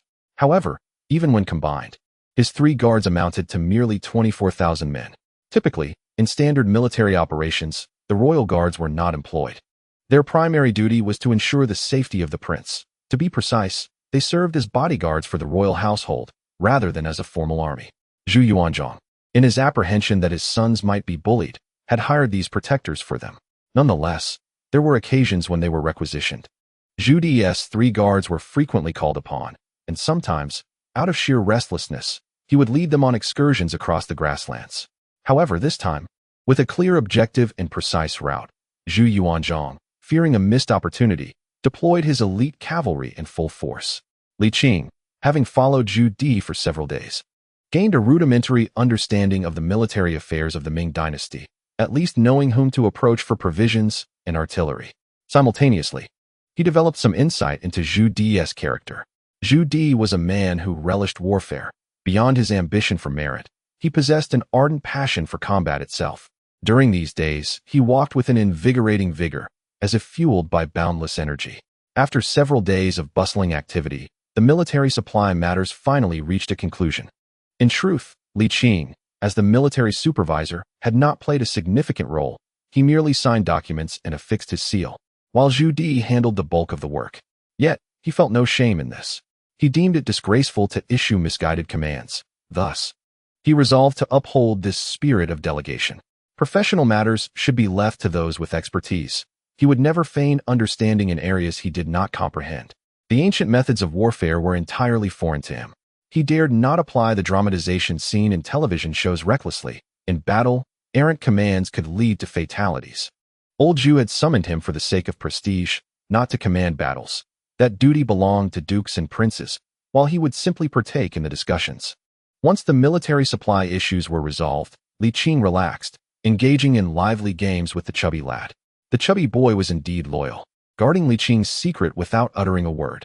5 days later, the Duke of Song, Fengsheng, arrived with a grand army. Li Qing and Zhu Di together welcomed the venerable duke into the royal palace. Alas, age had evidently taken its toll, even before the battle commenced. The rigors of the march had already worn him down. As soon as Fengsheng took his seat, he made his stance clear. Those of his standing tended to prioritize stability in their actions. With the emperor's intentions so apparent, he would not overshadow Zhu Di. "Your Highness, if you have any brilliant strategies, please share them," he said. Before the esteemed duke, Zhu Di dared not presume to showcase his abilities. "Oh, Your Highness need not be modest," Fengsheng chuckled. "You have engaged in battles against the Yuan more frequently than I, and your familiarity with them far surpasses my own. My tactics have become outdated." Seeing the elder gentleman remain silent, Zhu Di had no choice but to express his thoughts. "Then allow me to present my humble suggestions, and I welcome the Duke's corrections on any inaccuracies." After a brief pause, he began to speak slowly. "This military campaign differs from previous ones. We have precise objectives and well-prepared routes. In my view, we must focus on 2 key points. First, speed. Delay can lead to unforeseen changes. The Yuan do not share the same fixed abodes as the Han. They move to wherever the grass grows best. Firstly, it is imperative to ensure discretion. The current state of the soldiers resembles that of a startled bird, with spies lurking nearby and the presence of natural observers such as the sea eagle. Concealing an army of 50,000 amidst the vast grasslands is indeed a formidable challenge. I propose that we march under the cover of night when we are 500 miles from our target, and as we approach closer, we shall muffle the hooves of our steeds to minimize the risk of exposure. Your insights are most astute, Your Highness." Fengsheng nodded in agreement. Deeming this approach quite sound, Zhu Di smiled modestly, remarking that these are merely rudimentary military strategies, and the Duke is overly generous in his praise. After a brief pause, noticing that Fengsheng had no further tactical contributions, he turned his gaze towards Li Qing, inquiring if the military supervisor had any profound insights. Li Qing clasped his hands in respect, affirming that the prince's strategy is indeed most prudent. Fengsheng cast a sidelong glance at Li Qing, suddenly recalling that there was a military supervisor accompanying this expedition, though he paid it little mind. Addressing Zhu Di, "Your Highness, might you share your thoughts on engagement with the enemy?" Zhu Di nodded, stating that our forces hold significant advantages, and a mere victory would be inadequate. We must achieve a resounding triumph to deem it satisfactory. Therefore, we shall encircle without engaging, aiming for a peaceful surrender. Zhu Di's eyes sparkled with determination. Fengsheng's previously impassive countenance finally shifted. "Your Highness, such a strategy is fraught with risk." "Fear not, Duke," Zhu Di reassured. "Our primary objective is victory, while the notion of a peaceful resolution is merely a tactical option, not a necessity." Fengsheng's concerns eased as he recognized the prince's blend of audacity and caution. deeming it exceptionally prudent. Zhu Di humbly smiled, then added with earnestness, "As long as our movements remain covert and we establish a surrounding position before the enemy becomes alert, a peaceful resolution may indeed be feasible." He then turned to Li Qing, asking if the military supervisor concurs with this strategy. Li Qing, maintaining his respectful demeanor, reiterated that the prince's approach is both bold and judicious, indeed most appropriate. Feng Sheng shot a disapproving glance at Li Qing, yet could not suppress a smile. This military supervisor proved to be quite commendable, far superior to those who feign knowledge without understanding. With the tactics and strategic direction established, the next step was to plan the marching route. Li Qing, resembling a mute, remained silent, sipping tea or peeling oranges, and by the end of the day, he had entirely consumed 2 plates of fruit. Ultimately, Zhu Di rose, setting the tone. "The army shall rest for the night and depart tomorrow." That evening, as Li Qing prepared his bed and was about to retire, the door swung open. A chubby figure, clutching a pillow, entered with a grin. Li Qing, taken aback, exclaimed, "You don't intend to sleep here, do you? Tomorrow you shall accompany the king to battle." The chubby one, with a worried expression, replied, "I just want to chat with you. You must promise not to die in battle." "Thank you for your concern." Li Qing rolled his eyes, lifting the covers. "It is autumn, and it is chilly outside. Come in and speak." "All right then. By the way, little one, do the prince and princess know you are here?" Li Qing inquired. "No worries. I usually sleep with Sanbao. Tonight, I told him I was with the king. He wouldn't dare knock on the king and queen's door, would he?" Li Qing chuckled. "You are quite the clever one." "Indeed. But please don't pinch me. How did you gain all this weight?" "How else? I've eaten it all, bite by bite." Chapter 92. Are you testing the military supervisor with this? The army is on the march. 50,000 cavalrymen formed an unbroken line, stretching for miles, their march remarkably silent, interrupted only by the occasional snorts of the horses and the rhythmic clatter of hooves. Li Qing turned to glance back at the army. The soldiers did not bear the fierce expressions and resolute determination he had anticipated. Instead, their faces were marked by a somber seriousness. This was no drill, nor a performance. Once the battle commenced, none could guarantee their survival. With a soft sigh, Li Qing turned back, taking a bite from the chicken leg that Xiao Pang had secretly slipped to him before their departure, along with 2 fist-sized oranges. Though the entire army consisted of cavalry, the scene was not as he had envisioned, with a thunderous stampede of hooves. The pace of their march was quite moderate, the horses trotting steadily, akin to an Olympic race walk, covering about 40 miles in an hour. Coupled with the time spent preparing meals and the soldiers' need for rest, their daily progress was limited. It would take 5 days before they officially entered the vast grasslands. The verdant expanse of grass stretched endlessly, and as the wind swept through, the grass swayed in waves. A breathtaking sight that lifted one's spirits. As the hooves trod upon the grass, it bowed down, only to rise again, but soon enough, it would stand tall once more, an embodiment of the resilient vitality bestowed upon it by nature. Autumn was an ideal time for campaigning, yet Li Qing felt a profound discomfort. The daytime sun was mercilessly fierce, while the nights turned particularly frigid. The constant jostling upon the horse left his bones aching, as if they might come apart. As dusk fell, Zhu Di issued orders for the army to rest. The soldiers set about cooking, establishing their camp, tending to their horses, and attending to their needs. Li Qing learned that there were strict regulations regarding sanitation during the march. One could not simply relieve oneself at will.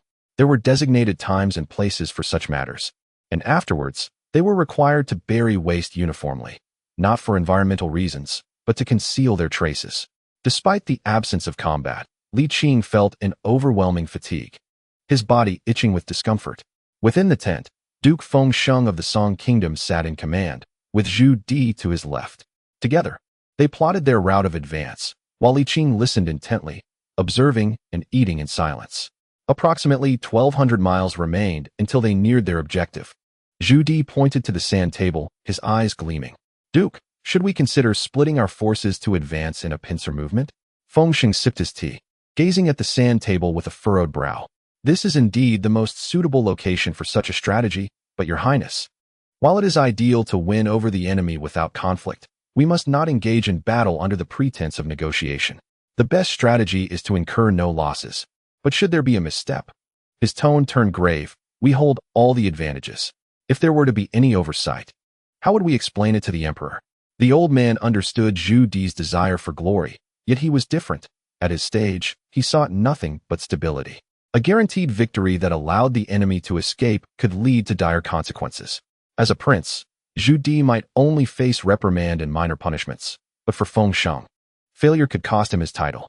Having exercised caution throughout his life, he had no desire to succumb to folly in his twilight years.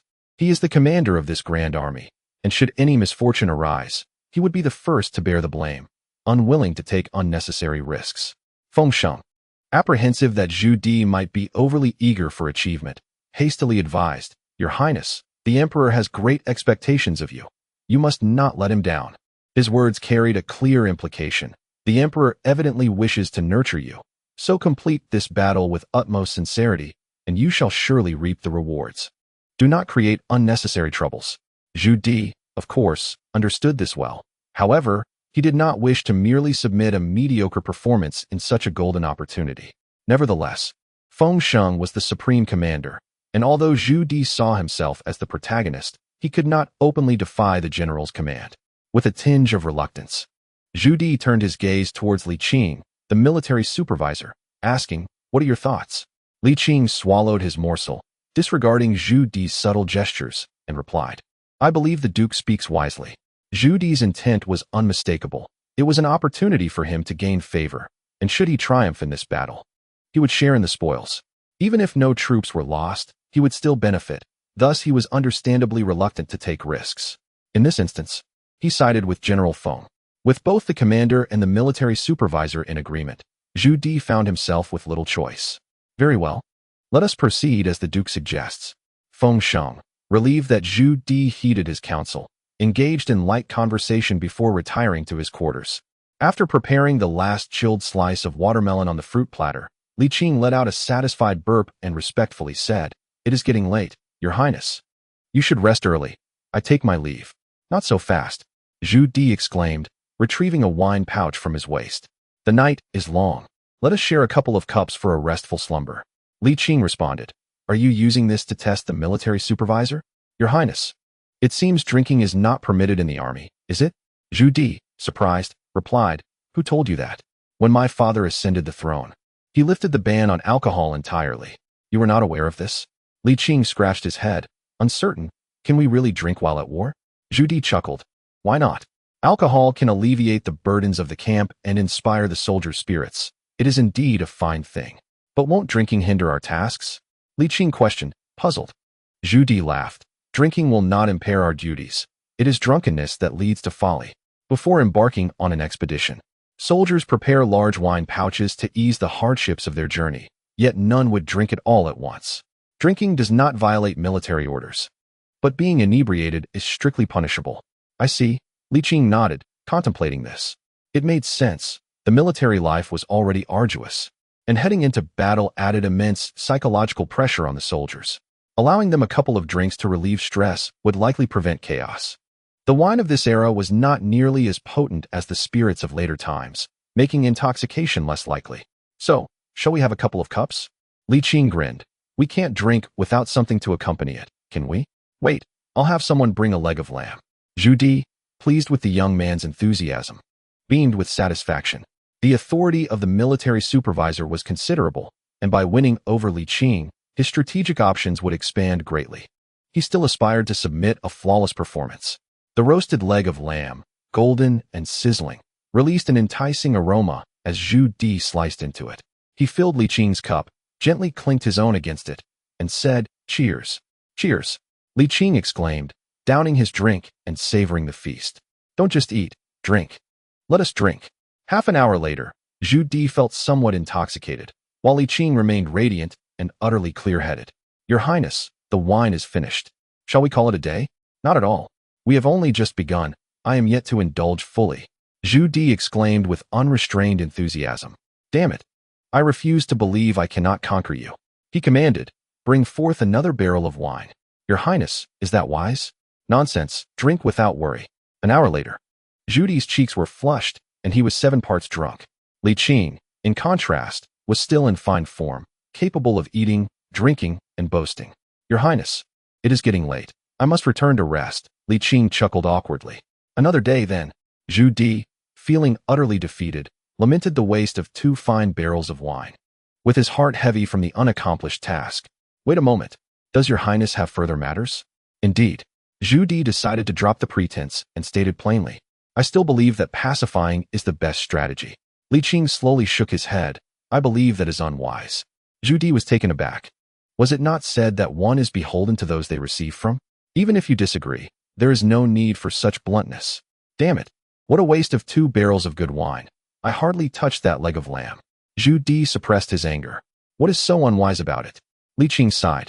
His expression sincere. Your Highness, the Emperor has high hopes for you. You must not disappoint him. This sounded oddly familiar to Zhu Di. Scratching his head, he realized that by the time he focused again, Li Qing had already floated out of the tent. In the following days, Zhu Di wore a perpetual frown, not uttering another word to Li Qing. One does not engage in idle chatter with such a person. Li Qing, however, was content, spending his days admiring the vastness of the grasslands. The sky was a brilliant blue, the plains stretched endlessly, and the wind swept through, causing the grass to bow. It was beautiful, breathtakingly beautiful. Li Qing mused, if only in the future one could traverse this land in an off-road vehicle, it would be splendid. Oh, but in the future, I could not afford such a vehicle. As the objective drew nearer, their march transitioned from day to night, and the soldiers' expressions grew increasingly solemn. Li Qing's heart raced with a mix of anxiety and excitement. Chapter 93. The Eastern Sea Eagle. At dawn, the army halted, setting up camp and preparing their meals. They were only 200 miles from their destination, and everyone's spirits were highly focused. Even the horses seemed to breathe with a hint of urgency, as if sensing something. The army was silent, save for the necessary sounds. Even conversation was absent. Li Qing lay on the grass, gazing at the azure sky, lost in thought. The sky was so blue, the clouds so white, and the eagle soared so high. Just then, Zhu Di's startled voice broke the stillness. It's the Eastern Sea Eagle. Quickly, bring me my 5-stone bow. Li Qing sprang to his feet to see Zhu Di knocking an arrow, his arm muscles bulging, veins prominent. As the great bow creaked ominously, whoosh, the arrow sliced through the air, darting towards the cobalt sky. Damn it, I missed. Zhu Di shouted. Who can draw the 5-stone bow? Come quickly, shoot that beast down, and I shall reward you handsomely. The 5-stone bow was not for the faint-hearted. Zhu Di, though robust from a life of abundance, could only unleash a single arrow before finding himself spent. Li Qing noticed his tense demeanor and approached him, saying, Your Highness, it is merely a hawk. Is it truly necessary to mobilize such a grand display? What do you know? Retorted Zhu Di, clearly displeased. Feng Sheng interjected, explaining that the Yuan people possess a method of training hawks, enabling rudimentary communication with them. The Heidongking is renowned as the divine eye of 10,000 hawks and serves as a natural scout for the Yuan. Though he felt a twinge of anxiety, it was overshadowed by exhilaration. The Heidongking is far more precious than gold of the same size, indicating that the Yuan forces must be nearby. Your Highness, that hawk is flying too high. We should hasten our advance. Feng Sheng urged, fearing that if it flew away, the enemy would be forewarned or even escape, rendering their efforts futile. Zhu Di's face twitched, evidently torn between choices, and after a long pause, he sighed in resignation. Let us advance at full speed. Wait. Li Qing interjected, furrowing his brow. The army has marched through the night and is weary. Even if we reach the enemy at full speed, how much fighting capability will remain? He may not be a military strategist, but he was not blind. The troops were clearly exhausted. What do you know? Zhu Di snapped. If the enemy escapes, can you bear the consequences? It is merely a beast. Watch me bring it down. Li Qing accepted the 5-stone bow, knocking an arrow and drawing it back until the bow resembled a full moon. Whoosh. Damn, so close. Li Qing cursed, lamenting the lack of reference points in the sky. Unlike hunting on a mountain, Zhu Di inwardly regretted, realizing it had been a near miss. The once placid Heidongking became alarmed, preparing to take flight. Another arrow. Li Qing did not hesitate, drawing another arrow from the quiver strapped to Zhu Di's horse. Whoosh. The arrow flew forth, but this time it missed even further. The Heidongking, thoroughly startled, began to flap its wings as if ready to escape. Your Highness, may I borrow your horse? Before Zhu Di could respond, Li Qing felt himself lifted, and the surroundings spun as he found himself dismounted. Giddy up. Li Qing summoned his energy and gave the horse a firm slap, causing it to rear and gallop away with remarkable speed.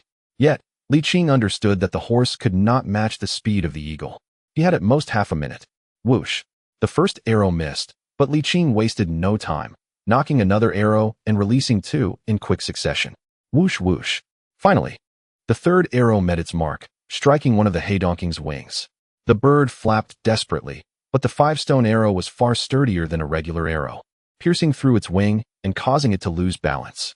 After a brief struggle, it plummeted swiftly. By heavens, what power! Zhu Di exclaimed in astonishment, his face lighting up with joy. At last, the risk of exposure had been alleviated. After securing his shot, Li Qing did not return but instead pursued the direction in which the haydonking had fallen. Such a rare creature, he wished to savor its essence. After running nearly 3 miles, he finally caught up with the still-living haydonking. Goodness, it is so large. Li Qing marveled. The haydonking stood nearly a meter tall, its wings spanning over 2 meters. Its head was adorned with white feathers flecked with brown, its body a dark gray. The chest was reddish-brown with brown spots, and the tail was pure white, majestic yet aesthetically pleasing. Li Qing encountered such a creature for the first time, lifting it to assess its weight, which must be at least 12 pounds at the very least. After accounting for the skin and entrails, it would undoubtedly suffice for a meal. With a chuckle, Li Qing turned his horse around to head back. Chirp! The eagle screeched, its beak, resembling an iron hook, suddenly lunging towards him. Even at this point, it remained unruly. Li Qing firmly held its head, squeezing it with force, resulting in a series of sharp cracks, and the eagle quieted down. Upon returning to the military camp, Li Qing unceremoniously tossed the eagle onto the ground and instructed a soldier to roast it for him, to be brought over shortly. Zhu Di approached and, upon seeing the eagle's head already shattered, exclaimed in lament, "What a waste! Why did you kill it?" Li Qing, puzzled, wondered if there were animal protection laws even in this era. What a pity, Zhu Di mourned, expressing his regret over such a magnificent eagle, whose pelt was of the finest quality. Although tamed, it could have fetched an exorbitant price as an ornamental piece. Since it was dead, it was best to utilize it to the fullest. Dismounting, Li Qing chuckled, "Once roasted, Your Highness and the Duke should also sample it.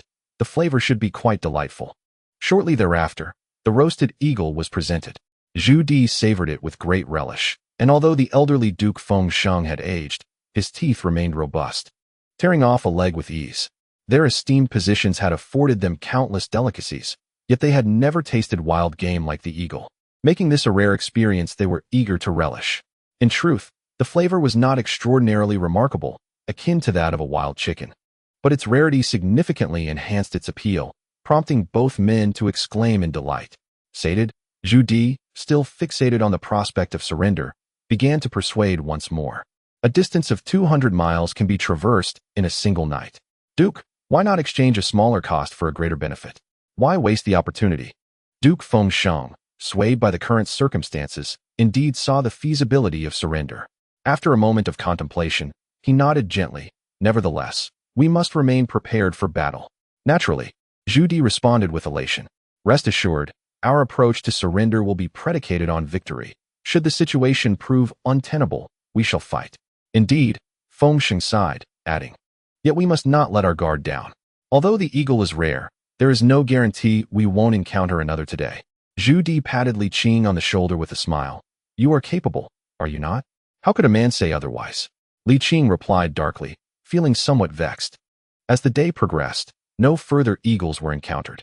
As night fell, the rejuvenated army readied themselves once more. They added another layer of cloth to the horses' hooves, proceeding at a slow pace to conserve energy during the first half of the night, and preparing for a full sprint in the latter half. Duke Feng Sheng issued the military orders. "Tomorrow, we shall engage in battle." Formulating plans for surrender while simultaneously preparing for combat was indeed the wisest strategy. The seasoned General Feng Sheng remained steadfast. With the military orders given, the 50,000-strong army sprang into action. The night passed peacefully, and as dawn approached, they found themselves only 20 miles from the enemy camp. An eagle circled above the army, but Zhu Di feigned indifference. At this distance, even if the eagle flew back to deliver news, it would not arrive in time. 20 miles, 15 miles, closer and closer. Finally, when they were 10 miles from the Yuan army's encampment, they encountered a small detachment of Yuan cavalry, numbering around 500, likely on a routine patrol. With a swift draw of his saber, Zhu Di charged forward, leaving no one alive.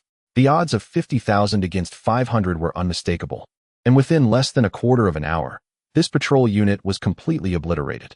Li Qing, perplexed, questioned, "Isn't there a call for surrender? Such a small force is hardly worth the time." Zhu Di chuckled, proclaiming, "March at full speed, encircle the enemy's camp." With the ferocity of tigers and the grace of dragons, 50,000 soldiers galloped across the plains, their momentum formidable. The advantage of cavalry was splendidly displayed in this final moment. The thunderous sound of hooves, as large as bowls, striking the ground resonated like the beating of a heart, captivating all who heard it. Chapter 94. You understand the art of illusion. Within the Yuan encampment, revelry reigned. Young women, clad in scant attire, swayed their waists as tables laden with mare's milk and roasted lamb created an atmosphere of harmony.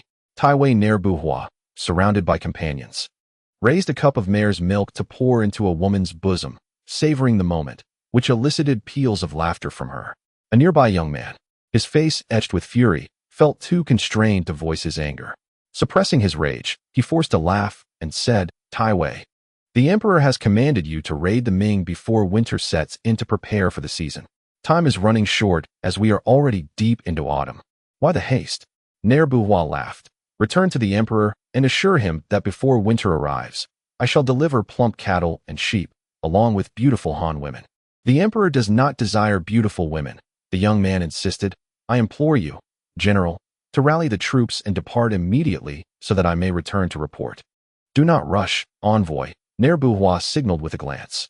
The women around him stepped forward, flaunting their allure, aggravating the young envoy further. "I shall certainly send troops. But first, I must gather my strength," Liu Hua replied, his tone devoid of reverence for the emperor. The northern Yuan was already showing signs of fragmentation, and the thoughts of the powerful generals were becoming increasingly restless. Holding command over 30,000 elite soldiers, Liu Hua harbored ambitions of taking charge. Yet he was not yet ready to be the one to take the lead. The envoy, aware of the underlying tensions, could do nothing but continue to speak diplomatically. "The emperor has stated that after your great victory, you shall be appointed prime minister." My gratitude to the emperor," Liu Hua replied dismissively, returning to his drink. "You." The envoy rose, shoving aside a nearby woman in his fury.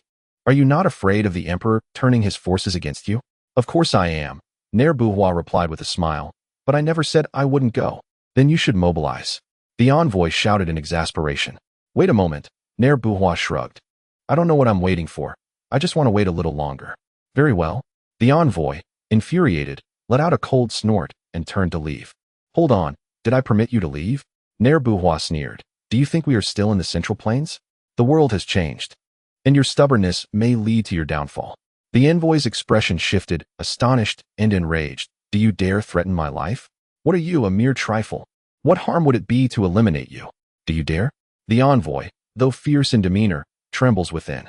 "I am not alone. Tens of thousands of troops are stationed outside. Should you take my life, your fate shall not be pleasant. Do not boast. Where is Liu Hua? Why not summon them?" No sooner had the words left his mouth than the sound of galloping hooves erupted from outside, a thunderous cacophony of thousands of horses causing one's heart to race. The tent was in an uproar. Alas, a misunderstanding. Liu Hua's countenance shifted dramatically, quickly adopting a conciliatory demeanor. "I was merely jesting with the envoy."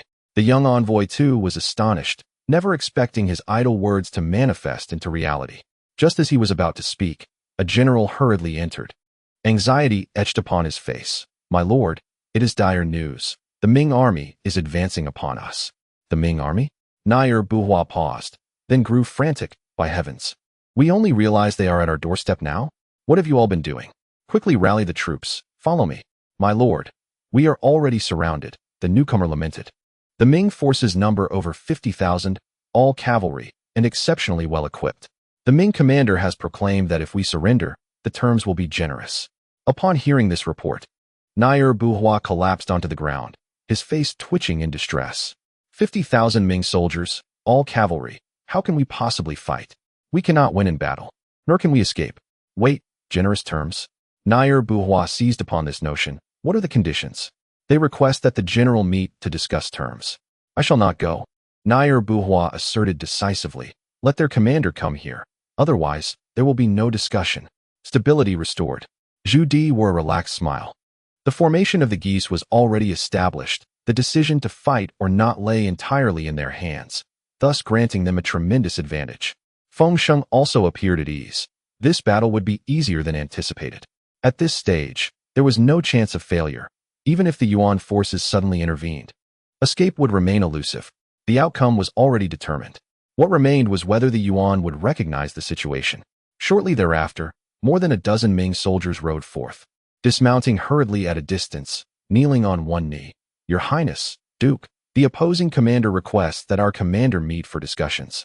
"I shall go," Zhu Di declared. "Your Highness must not," Feng Sheng interjected, fearing for the safety of the prince. "Your life is invaluable and must not be jeopardized. Let Deputy General Wang Hu go instead." "I shall go." Zhu Di shook his head. "Duke, this is not about bravado. Wang Hu cannot adequately represent the court. His words would be constrained. If it fails to secure surrender, there shall be no further opportunity." "Then I shall go," Feng Sheng insisted. "Under no circumstances should the prince be placed in peril." "I shall go. I shall go." The two argued fiercely. Li Qing, as the third in command, felt it inappropriate to merely observe, so he offered politely, "How about I go?" "Very well, you shall go." The two nodded. "Li Qing, I will accompany you." Zhu Di added. "Your Highness, Duke," Zhu Di stated earnestly, "no one else can represent the court. I must go." Feng Sheng shook his head vigorously. "If the enemy becomes desperate, the consequences would be unimaginable." "The enemy does not know my identity. It will be fine," Zhu Di replied. "Duke, can you truly represent the court?" Zhu Di's sudden elevation of the debate left the old man speechless. Thus, it was decided. Zhu Di smiled faintly. "After an hour of my absence." He immediately launched a general assault. "General Li, accompany me." "All right." Li Qing inwardly cursed his own loquacity and followed behind, feeling somewhat dejected. After a quarter of an hour, they arrived at the Mongolian leader's tent. The two men handed their swords to the guards and entered the camp. "Which one is the leader?" Zhu Di scanned the surroundings and sat down with an imposing demeanor. "Where is your commander?" Liu Hua, seeing two young men before him, furrowed his brow. "You lack sincerity. There is nothing to discuss." Li Qing was somewhat taken aback, surprised that this leader spoke fluent Chinese. He soon rationalized it. Considering that the Yuan dynasty had only been established for a little over a decade, and that the Mongolians had lived in the Central Plains before, it was not surprising they could speak the language. "Very well, let us not discuss further." Zhu Di, not inclined to indulge him, stood up to leave. Li Qing's spirit surged to an optimal state, his eyes fixed intently on Liu Hua, prepared to seize him at the first sign of an anomaly. "Wait a moment."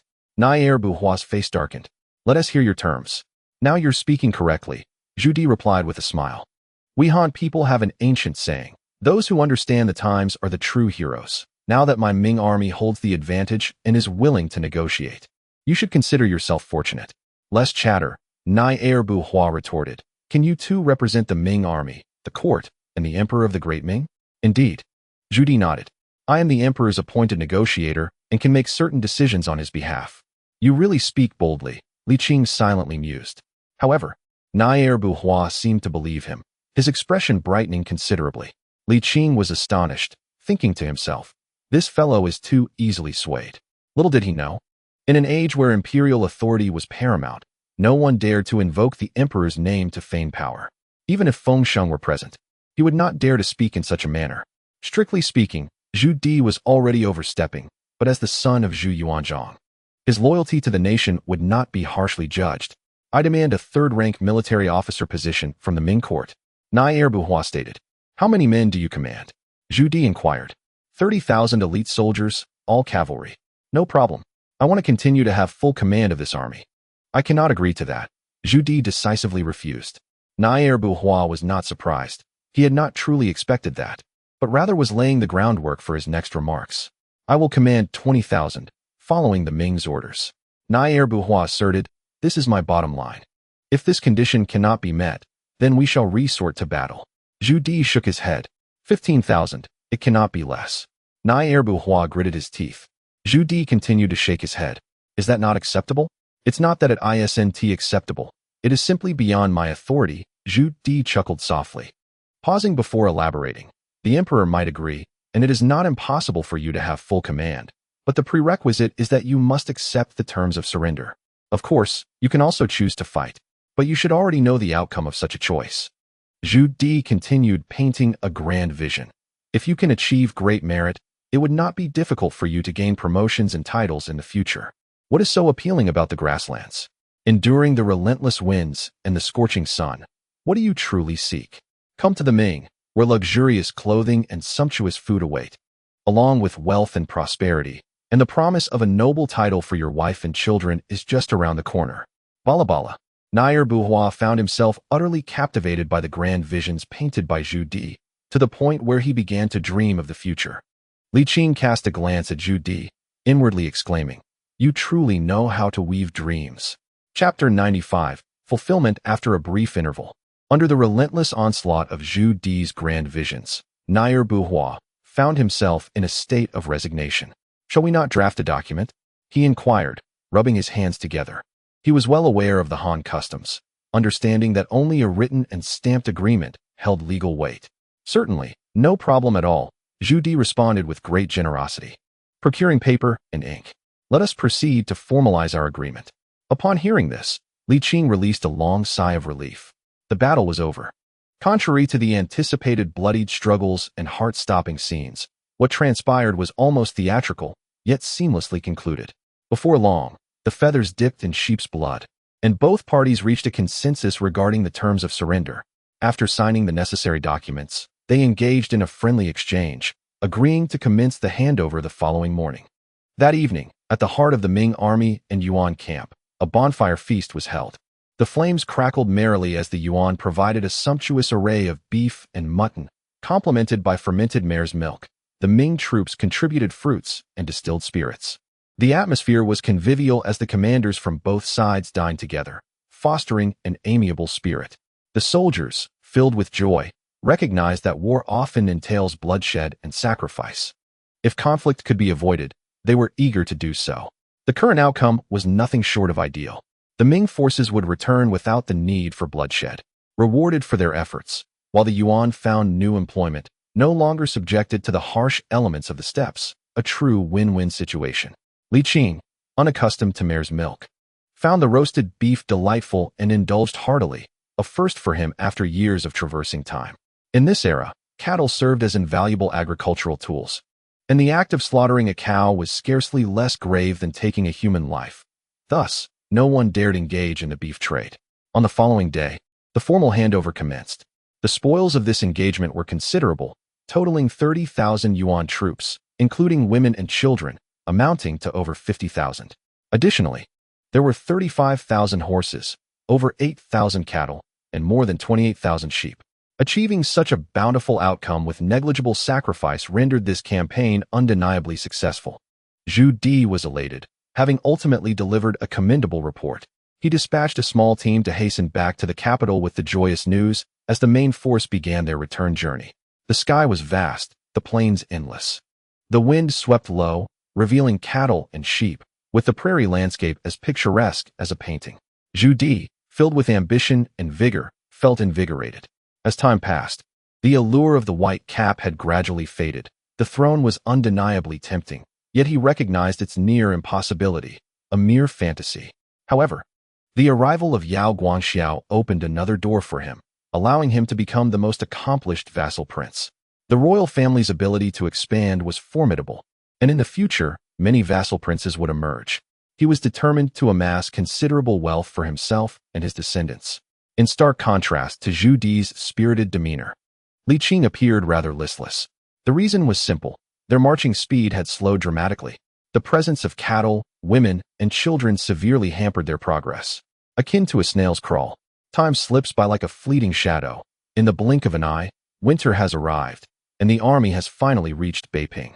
The winter in Beiping is indeed biting cold, and Li Qing longs to hasten to Jinling. Yet, as the military supervisor, he is bound to stay with the troops. Preoccupied with settling the remaining supplies and unused equipment with Zhu Di. Concurrently, emissaries from the court arrive to oversee the transfer of spoils of war, leaving him quite overwhelmed. Fortunately, despite the chill, he has the warmth of the little chubby one. The little fellow is like a furnace, radiating warmth and soft to the touch, providing immense comfort. In the evening, the little chubby one, clutching a pillow, arrives as promised. Li Qing lifts the quilt and joins him. All right, he says. The little one skillfully burrows under the covers, revealing his round, adorable head. Brother Qing, father said you will be going to the capital tomorrow to report back, right? Indeed. Li Qing replies, playfully pinching his cheek. Will you miss me? Of course. Will you come back to Beiping? Yes, I shall. That's great. The little chubby one sighs in relief, then beams. I have good news too. I am going to the capital as well. You are going? Li Qing asks, puzzled. What for? To visit relatives. The little one chuckles. Father is taking mother to see grandfather, and mother has already promised to take me along. That is wonderful.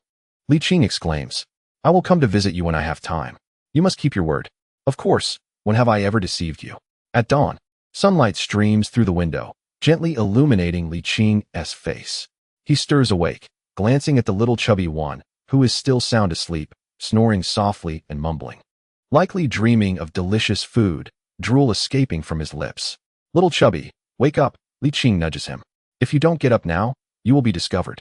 Oh, let me sleep a little longer. The little one groans, turning over to continue his slumber.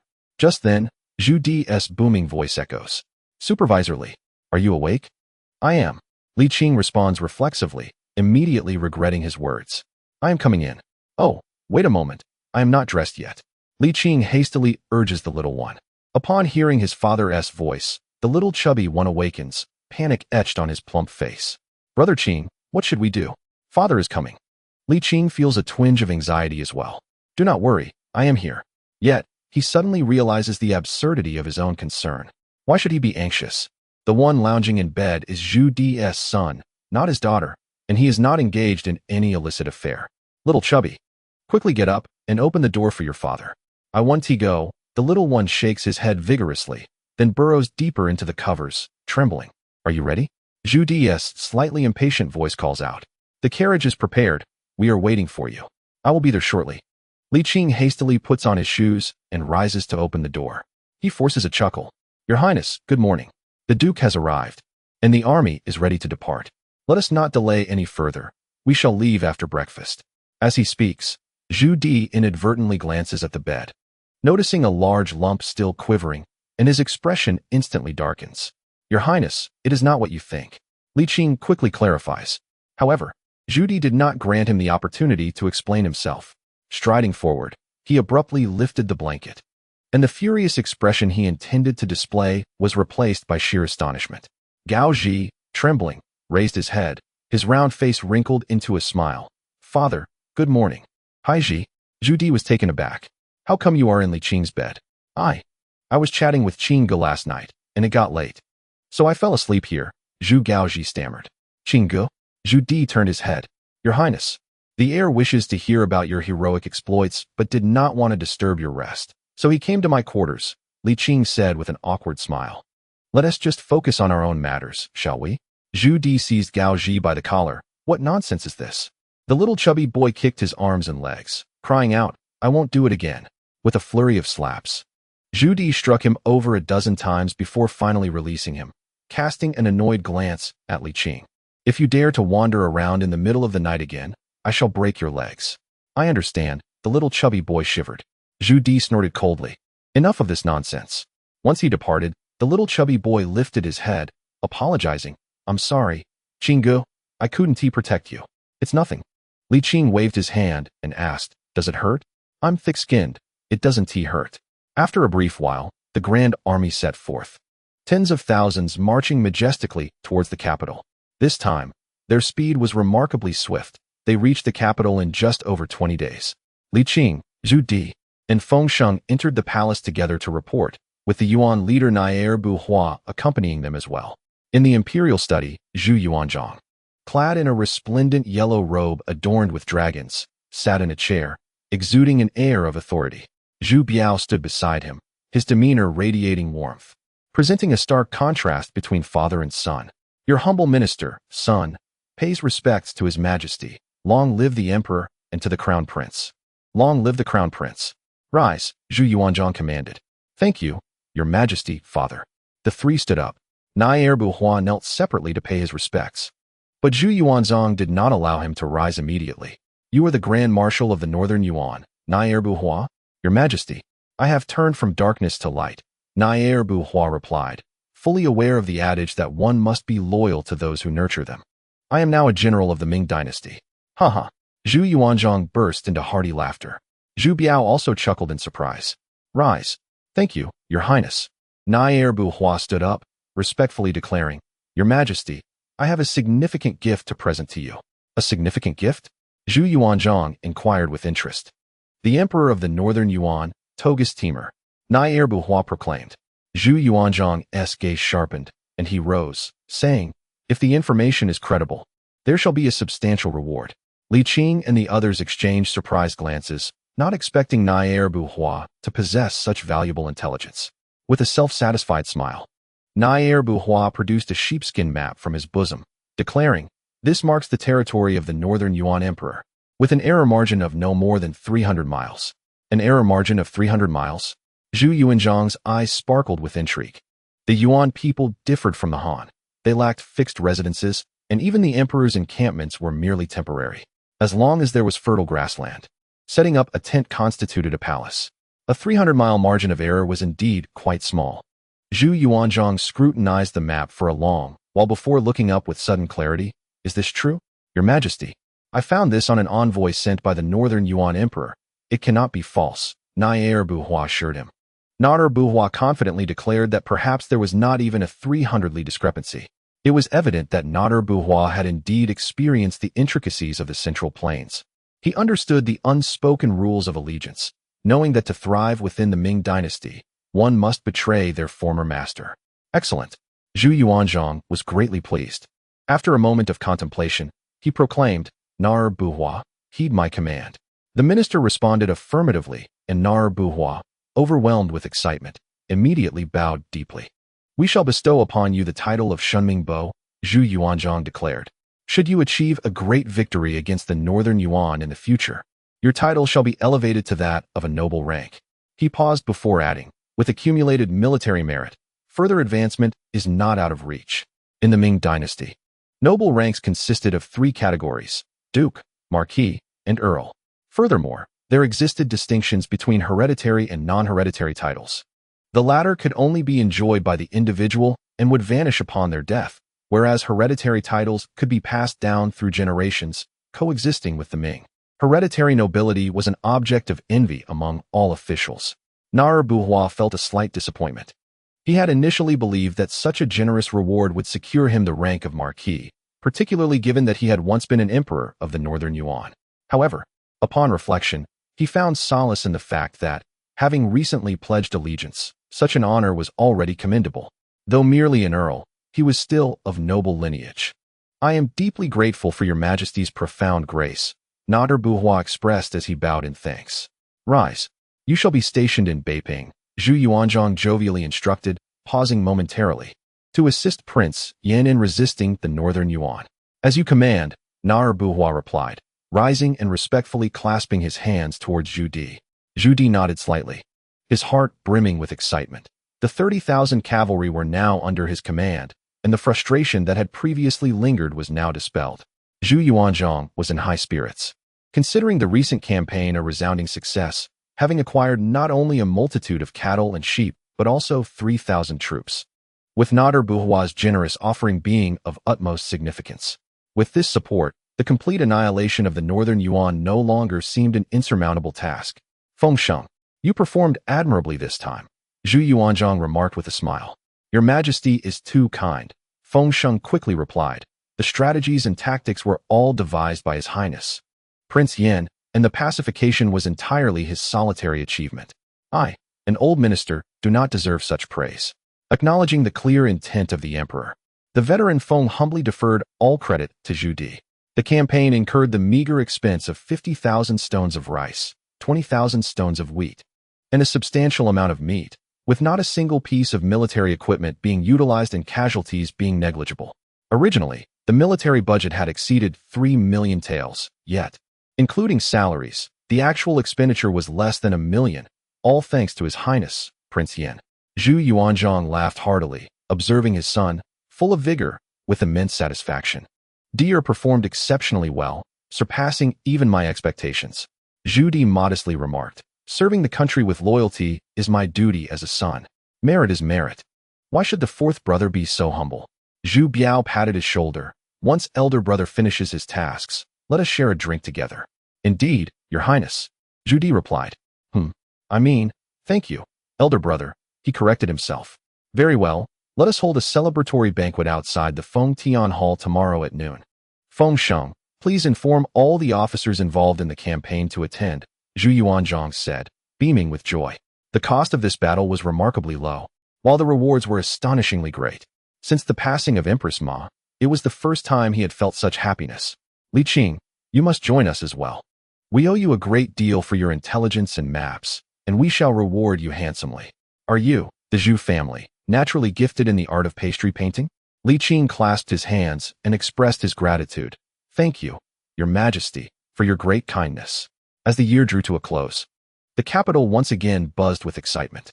The streets overflowed with spring festival couplets, firecrackers, fireworks, and an array of festive goods that dazzled the eye. Li Qing purchased 20 tails of fireworks, along with several strings of firecrackers, before returning home laden with packages.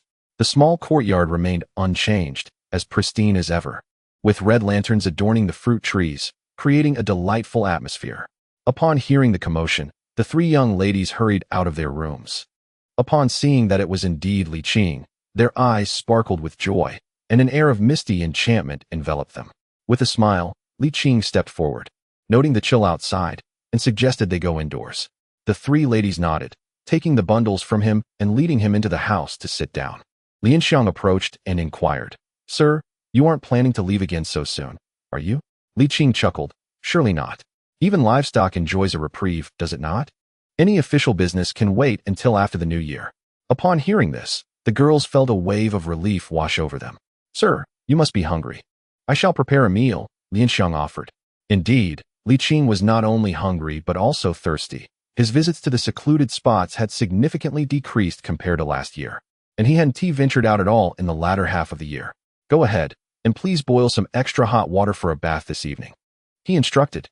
The three ladies blushed at the underlying implication of his words, replying in unison, Understood, sir. Lianxiang shot him a playful glance before turning to the kitchen to prepare the meal. Wanling poured a cup of tea for Li Qing and then began to massage his shoulders. Ah, there is nothing quite like the comfort of home, Li Qing exclaimed, cradling the warm tea with a look of utter contentment. Situated in Jinling, the climate was far more pleasant than that of Beiping. Even though winter brought its chill, it was nowhere near the biting winds that felt like a cat's bite. Li Qing set his teacup on the table and gently tugged at Wanling's shoulder. She gasped softly as she fell into his embrace, her cheeks flushed with warmth. Sir, Wanling feels quite shy, she murmured. He settled her on his lap, teasing. Let me see if Wanling has gained any weight. Not at all, she replied, lowering her gaze and speaking in a muffled tone. I am mindful of my appearance. Is that so? Li Qing smirked, for I see you have indeed put on weight. As he spoke, he playfully pinched her gently. Sir, Wanling lifted her head, her lips slightly parted and her eyes shimmering. After a moment, Li Qing broke the sweet silence, chuckling, let us return to the room. Wanling, too shy to meet his gaze, nestled deeper into his embrace, her small head nudging against him in silent agreement. With a gentle smile, Li Qing carried her into the room. The meal is ready, but the sir is still not prepared, Lianxiang remarked, her lips almost glistening with the hint of a smile. Hongxiu laughed. I see the sir is quite spirited today. Do not fret, your share is assured. Oh, Hongxiu, what nonsense you speak. I am certainly not fretting, Lianxiang retorted, momentarily flustered. Do you not think about it? I do, Hongxiu readily admitted. After a while, Li Qing assisted Wanling to the parlor, inhaling deeply and exclaiming, what a delightful aroma. Are you referring to Sister Wanling or to the dishes prepared by the maid? Lianxiang teased. Oh, Li Qing paused, then burst into laughter. Both are delightful. The two ladies giggled, while Wanling's face turned crimson, her head nearly buried beneath the table. Hongxiu gently reminded, Sir, my dear sister Wanling is still inexperienced and requires some tenderness. The gentleman expressed great fondness, prompting Wanling to blush as she defended Li Qing. Consequently, the two ladies erupted into even louder laughter. It was then that Wanling realized she had been tricked, feeling both embarrassed and annoyed, exclaiming, You two are truly bothersome. I shall return to my room. Oh no, after all this fuss, how can you skip dinner? Hongso pulled her back, saying, "All right, I won't laugh anymore. Let us eat quickly. Let us eat." Li Qing rubbed his hands together and began to feast heartily. After the meal, Li Qing reclined in his chair to digest, took a warm bath, and addressed the two cleansed ladies. "Let us go inside." Li Qing enjoyed a blissful slumber, his body and mind thoroughly relaxed. Sleeping until the afternoon before awakening, all fatigue from his travels completely dissipated, and he felt invigorated. Upon leaving his room, Hongso promptly presented him with hot water and a towel, while Wanling stood beside him holding a loofah. After refreshing himself, Lianxiang timely offered a cup of hot tea. As life could not be more delightful. Today, the emperor is hosting a banquet, so I shall not be dining at home, Li Qing remarked as he donned his flying fish attire with Wanling's assistance. By the way, the new year is just days away. We should purchase more festive goods to celebrate grandly. The three ladies exchanged sweet smiles, acknowledging his words.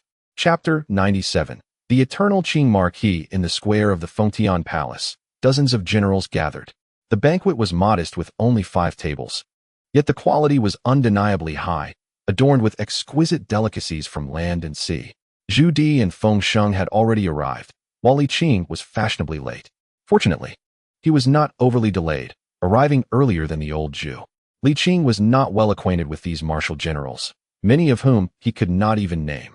Without engaging in pleasantries, he casually took a seat, awaiting the commencement of the feast. A quarter of an hour later, Zhu Yuanzhang and Zhu Biao entered together, prompting everyone to rise and pay their respects. At ease, Zhu Yuanzhang, in high spirits, glanced at Li Qing, who sat in the corner, and beckoned. "Li Qing, come sit here." "Thank you, Your Majesty," Li Qing said, rising reluctantly, as he truly preferred not to dine at the same table with the old Zhu, fearing it would hinder his performance. Once seated, fine wine was promptly served. Zhu Yuanzhang filled his cup and raised it, declaring, "To the successful completion of this campaign, and to all of you who have worked diligently, I toast to you." "To His Majesty," the generals replied in unison, raising their cups and downing the contents in one gulp. Zhu Yuanzhang chuckled heartily, setting down his cup and casting a glance at Xiao Gizi, who immediately understood, bowed, and exited the banquet. Shortly thereafter, a group of eunuchs approached with wooden trays, laden with large red envelopes and exquisite jewels. Li Qing gazed at the thick envelopes in astonishment, realizing that while the old Zhu was frugal with the civil officials, he was quite generous towards the military. Judging by their thickness, each envelope likely contained no less than 300 taels, and with the jewels, the total value must be around 500 taels. The generals, having received their rewards, were overjoyed, grinning widely as they expressed their gratitude, and the atmosphere of the banquet soared. Zhu Yuanzhang smiled and declared, "Feng Sheng, heed my command." "I am listening," replied the old general as he quickly knelt in respect. "For your remarkable contributions in this battle, I bestow upon you 2,000 stones of fine rice, 200 bolts of silk, and 100 sheep. Thank you for your great kindness, Your Majesty," Feng Sheng responded, his face alight with joy. "For this reward far exceeded a year's salary." "Zhu Di, heed my command." "I am listening, Father." "On this occasion, your successful recruitment efforts have been instrumental, saving the court a substantial amount of funds. We shall allocate a portion as a reward." After a brief pause, Zhu Yuanzhang casually declared a reward of 1,000,000 taels. "Good heavens, indeed, he is the favored son." Li Qing was taken aback. Generals received 500 taels, and dukes were awarded around 5,000, yet for his son, it was a staggering 1,000,000. The disparity was simply too vast. But that was not the end of it. Zhu Yuanzhang continued, stating that you shall garrison at Beiping, facing the northern Yuan directly, and we will entrust you with the 30,000 iron cavalry we have recruited. You must ensure that the northern Yuan does not set foot into the Ming territory. The prince humbly accepted the decree, responding with deference. The other generals maintained their composure, concealing any signs of envy or jealousy. After all, he was a princely king, the emperor's own son. They were content with their 500 taels, fully aware of their place. The gulf between them was so significant that feelings of discontent were utterly unfathomable. Zhu Yuanzhang patted Zhu Di on the shoulder, chuckling, "Do well." "Yes, Father," Zhu Di replied, feeling as though he had consumed 2 jugs of strong liquor, his face flushed and his body light as a feather, almost floating with elation. Li Qing secretly smirked, thinking to himself, those who paint dreams are ultimately ensnared by them. Experience is indeed the sharpest teacher. Li Qing, attend. He called. Here, your majesty. At last, it was his turn. Old Zhu had better provide something of substance. Li Qing cupped his hands and said, I await your command. This resounding victory is solely attributed to your role as the supervising general. Zhu Yuanzhang stated, as the supervising general, you must make decisive judgments when necessary. We are greatly pleased. Zhu Di, Feng Sheng, the other generals? Make decisive judgments? What nonsense! Zhu Yuanzhang continued, Li Qing, I hereby bestow upon you the title of Duke of Yongqing, with an annual salary of 1,200 stones. Upon hearing this, everyone was rendered speechless, including Li Qing. Although old Zhu had been promising him a title since the day he entered the palace, he had never truly believed the emperor would fulfill it. Frankly, he had contributed little to this battle, largely remaining a bystander. Certainly, he had some merit, such as shooting down that high donching, preventing the Ming forces from revealing themselves too early, thereby paving the way for the recruitment. However, even if all the credit for this victory were to be attributed to him alone, it would still be insufficient for a duke's title. In an instant, Li Qing became the center of attention. The other generals were dissatisfied. After years of bloodshed, assisting Zhu Yuanzhang in establishing his empire, only 28 had been bestowed titles, and they questioned what merit Li Qing possessed. He merely followed the army on a brief excursion and returned to be made a duke. How could they accept this? Although not of noble lineage, he was still a duke.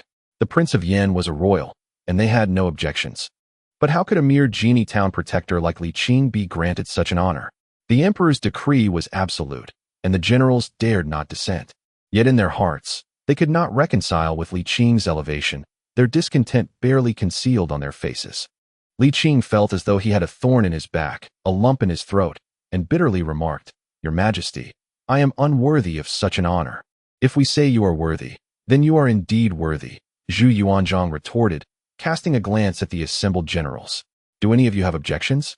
The generals quickly bowed, proclaiming, Your Majesty is indeed wise. Very well, let us dine, Zhu Yuanzhang said with a smile as he began to eat. Despite the lavish spread before them, the generals had lost their appetites, and even Li Qing himself felt a lack of desire to eat. What a predicament! Old Zhu has truly ensnared me. In the grand hall, Zhu Yuanzhang, Zhu Biao, and Zhu Di gathered around the table, where the palace maidservants served tea to dispel the effects of alcohol before discreetly withdrawing. Dear, Zhu Yuanzhang addressed, I have summoned a total of 30,000 iron cavalry. Upon your return, divide them into 3 factions. One shall be led by you, while the other 2 shall be entrusted to 2 appointed Yuan officials, ensuring no single faction dominates. This will foster a competitive dynamic among the 3 of you, allowing for appropriate support of the weaker and suppression of the stronger, thereby enabling better control. Father, your wisdom is unparalleled, Zhu Di exclaimed with admiration. I shall remember your words. Furthermore, Zhu Yuanzhang continued, assign each of them a deputy, while still allowing them to retain real authority. This will enhance their combat effectiveness, but we must also gradually infiltrate their ranks. He took a sip of tea and added, I grant you 2 years to transform this army into one truly loyal to our Ming dynasty. Do you have confidence in this task? I am confident, Zhu Di assured. Excellent. Zhu Yuanzhang smiled with satisfaction. How did Li Qing perform in this battle? In response to father, Zhu Di replied sheepishly, Li Qing did not contribute much. He never proposed any tactics or strategies and merely endorsed the plans of the Duke of Song, rendering him nearly ineffective. Zhu Yuanzhang nodded lightly, appreciating Li Qing's humility and understanding of the greater picture. A teachable spirit indeed. Zhu Di pondered, why does father favor Li Qing so? It is perplexing. Yet this is perhaps the most favorable time for father to perceive him positively, so I shall not dampen the mood. He added, however, in this battle, Li Qing did indeed play a significant role. Had he not swiftly shot down the Yuan's natural eyes, the hawk known as Hai Dongqing, the pacification would not have proceeded so smoothly. Did he shoot down Hai Dongqing? Zhu Yuanzhang exclaimed in astonishment. That creature flies so high. He managed to bring it down? Zhu Biao, though focused primarily on civil governance, was equally astute in military matters and shared his brother's surprise at Li Qing's capability. Zhu Di nodded, begrudgingly acknowledging Li Qing's prowess despite his disdain for the man's unyielding demeanor. With the 5-stone bow, he loosed 5 arrows in succession, each drawn as taut as a full moon. Truly a man of extraordinary strength. Zhu Yuanzhang's smile broadened. The Yuan's High Dongqing is indeed a formidable foe. It appears we shall need him for the next major offensive. Zhu Di rose, his eyes gleaming with ambition. Father, I am willing to lead the charge for the Ming. Ha ha, rise quickly, Zhu Yuanzhang chuckled. There will be a time for your valor, but for now, your focus must be on managing the forces of Liu Hua. Zhu Di felt a twinge of disappointment and retorted, Father, I could serve as a deputy commander, or even as a vanguard. One cannot take on more than one can handle. Zhu Yuanzhang's smile faded. Zhu Di felt a chill in his heart and quickly acquiesced with a bow. Zhu Yuanzhang then resumed his jovial demeanor. Very well, you have made the effort to visit. Go see your father-in-law. He is not as strong as he once was. And it is time for you to show filial piety. Yes, I take my leave, Zhu Di replied, bowing. He then turned to Zhu Biao, saying, Brother, I shall return first. Come to the palace tomorrow. Let us share a drink together. Very well, brother, I shall certainly come, Zhu Biao replied. Then I shall take my leave, Zhu Di said with a smile. Indeed. As he watched Zhu Di depart, Zhu Biao softly inquired, Father, whom do you intend to appoint as the commander for the general offensive? Wan Yu. Chapter 98. The Jinui, we support you. Zhu Yuanzhang took a sip of tea and sighed deeply. Su Da and Wen Zhong have aged. Yu Chun and Deng Yu have passed away. And although Feng Sheng is steady, he lacks the necessary vigor. The only one capable of assuming the role of commander is Lan Yu. Zhu Biao nodded gently, acutely aware of the profound implications behind his father's decision. What of the victory thereafter? Titles and fiefs? Zhu Yuanzhang replied, Lan Yu, having been tempered by the fires of battle, possesses ample combat experience, and he is still young. He is the only one destined to bear the banner in the future. Pausing for a moment, he added, more importantly, he is your maternal uncle. With his support, the group of civil officials will be less inclined to oppose you, thereby significantly reducing resistance when you implement new policies and national strategies. Zhu Biao was momentarily taken aback as he gazed at his father's aged face and graying hair.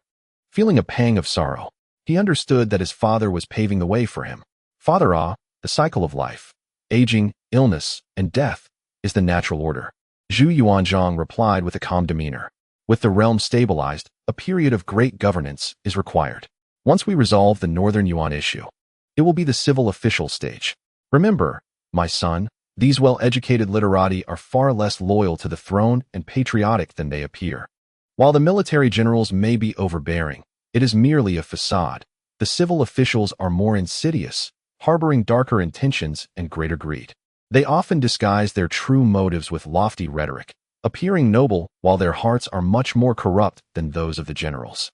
Their threat is far more significant than that posed by the military. You must, upon your ascension, prioritize military might over civil authority. Zhu Biao slowly nodded. Had he heard this in the past, he might have dismissed it. But the recent events involving the scholar Ouyang Luan and the corruption scandal of Guo Huan had opened his eyes to the nature of the civil officials. The more one reads, the more one understands, and the greater the ambition becomes, leading to insatiable greed. Seeing his son absorb the lesson, Zhu Yuanzhang felt a wave of relief. He feared that his son's excessive benevolence might render him vulnerable to deception by the civil officials, ultimately leading to the deterioration of governance and instability of the realm. Concerning Lan Yu's title, find an opportunity to subtly inform him. Just say that you ardently recommended him after much deliberation, and I reluctantly acquiesced. Zhu Biao sniffled, his eyes glistening. Zhu Yuanzhang smiled and added, in the future, pay close attention to the education of Yuntong. This child has been without a mother since birth. Your care is essential. If only Xiong were still with us. Our expectations are modest. We only wish for Yuntong to possess the same understanding as Yunwen. I shall be attentive and strengthen Yuntong's education, Zhu Biao replied, his expression somber as he nodded gently. With the legitimate heir in place, a non-legitimate heir follows. Though Zhu Yuanzhang favored Zhu Yunwen, the principles of succession are paramount. Following Zhu Biao, the rightful heir is solely Zhu Yuntong. Moreover, given the relationships with the He and Chang families, Zhu Yuntong's position is further solidified. Zhu Yuanzhang may not be considered a virtuous man, but he undeniably stands as a commendable emperor and father, not neglecting the education of his grandson amidst his concerns for his son's future. In a small courtyard, Li Qing sat beneath the fruit trees, gazing at the sky, lost in thought. As the gathering dispersed, the envious, resentful, and even murderous glares directed at him filled his mind with turmoil. Though he had been granted a title, He felt no joy in it. Li Qing is an individual of modest aspirations, seeking merely a life of stability, content with the essentials of sustenance and drink. Naturally, if possible, he would also like to engage in benevolent deeds that would benefit his country and its people within his means. However, with the enmity he has incurred from both civil and military officials, his path forward is bound to be fraught with difficulties. He exhaled a light sigh, reflecting on the cunning nature of the old Zhu. Zhu Yuanzhang's intricate schemes were all too apparent to him, as it was clear that he intended to render him a solitary minister. The silver lining is that the old Zhu genuinely intends to place him in a position of prominence. The downside is that he might very well be maneuvered into a perilous situation. Sir, tea, Wan Ling said with a bright smile as she presented a cup of steaming tea. Her joy was palpable, for her master had been granted the title of Marquis, and she was brimming with happiness. Lianxiang and Hongxiu were equally cheerful, busily tending to the rewards bestowed by the imperial envoy and discussing plans to visit the market later. Determined to celebrate the new year splendidly, Li Qing took a sip of the tea before setting it down again, amidst the cacophony of threats surrounding him. How could he find the heart to celebrate the new year? After much contemplation, he resolved to visit the town pacification office, for his greatest reliance now lay with the Jinyui. Are you heading out, sir? Wan Ling asked in surprise. It's nearly mealtime. Won't you eat before you go? I had lunch while I was out. Li Qing waved his hand dismissively as he exited the courtyard. At the town pacification office, Li Qing cheerfully offered a cup of tea. Here, big brother, have some tea. Mao Chong cast a sidelong glance at him, jesting. I cannot afford the tea of the Marquis Yongqing. Li Qing chuckled awkwardly. So you are aware, big brother? After a brief pause, he immediately pledged his loyalty. In life, I am yours. In death, I am your ghost. Here, I will always be your little Li. Enough, enough. Mao Chong accepted the tea, scolding playfully. I have no taste for such flattery. Refrain from such sentimental words in the future. However, since Mao Chong accepted the tea, it signified that he still stood by Li Qing, providing him with a sense of reassurance regarding the Jinyui's support. Setting down his teacup, Mao Chong said, In a moment, I will gather a few people. You shall treat them to a meal. After a brief pause, he added, You need not worry excessively. The emperor has clearly expressed his intention to rely on you. No matter how much the officials may resent you, they would not dare act against you at such a critical juncture when you are favored by the crown. Li Qing smiled wryly, nodding in acknowledgement. That is true, but one can only steal for so long. There is no such thing as a thief who is never caught. What is there to fear? Mao Chong scoffed lightly. Our Jinyui is not to be trifled with. You're truly the best, big brother. Must you be so nauseating? Mao Chong shot him an annoyed glance, then spoke with a weighty tone. The Jinyui needs a figurehead. Li Qing paused, slowly nodding. I understand, sir. Good, Mao Chong said, a smile creeping onto his face at Li Qing's comprehension. He rose and declared, Stay here and wait. I will go gather the others. After taking a few steps, he turned back to ask, Have you brought enough money? Plenty, Li Qing replied confidently, patting his chest.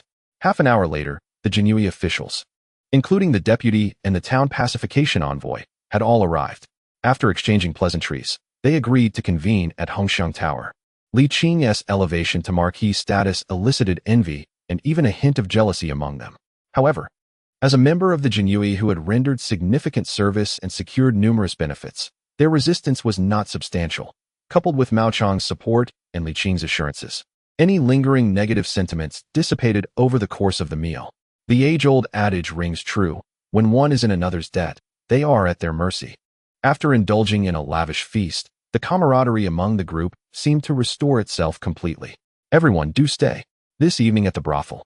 Each of us shall have a courtesan, all courtesy of me, proclaimed Li Qing, his voice boisterous and carefree. Upon hearing that there would be courtesans available, the eyes of the others sparkled with enthusiasm, and their demeanor grew increasingly warm. Brotherly, how generous. We are all brothers here. Such words feel a tad formal. He laughed. Just wait a moment. Let me settle the bill, and then we shall head to the brothel. As he watched his companions leave the private room, Li Qing rubbed his stiff face and rose to pay. At midnight, Li Qing awoke from the embrace of a courtesan, donned his attire, and returned home. The three women had yet to retire, gathered in the sitting room, cracking sunflower seeds and chatting. Upon his return, Lianxiang hurriedly prepared a bowl of hangover soup. Li Qing took a sip, finding it perfectly warm, and downed it in one go, feeling a great relief in his stomach. It's getting late. You all should head to bed, he suggested. The three women nodded reluctantly, with Lianxiang murmuring softly, there's plenty at home. Why spend that unnecessary money? Li Qing rolled his eyes and replied, come on, let's go inside. All right. Lianxiang beamed. I'll warm the bed for you, sir. Li Qing chuckled softly and chatted with Wan Ling and the others for a while before entering his room. Soon, Lianxiang's gentle singing filled the air. Red Sleeve and Wan Ling exchanged glances, silently acknowledging. Indeed, the birds that sing are the ones that feast. The following morning, Li Qing practiced a set of martial arts in the courtyard, invigorated before heading to the local magistrate's office. Although he had spent lavishly the previous day, the results were markedly positive.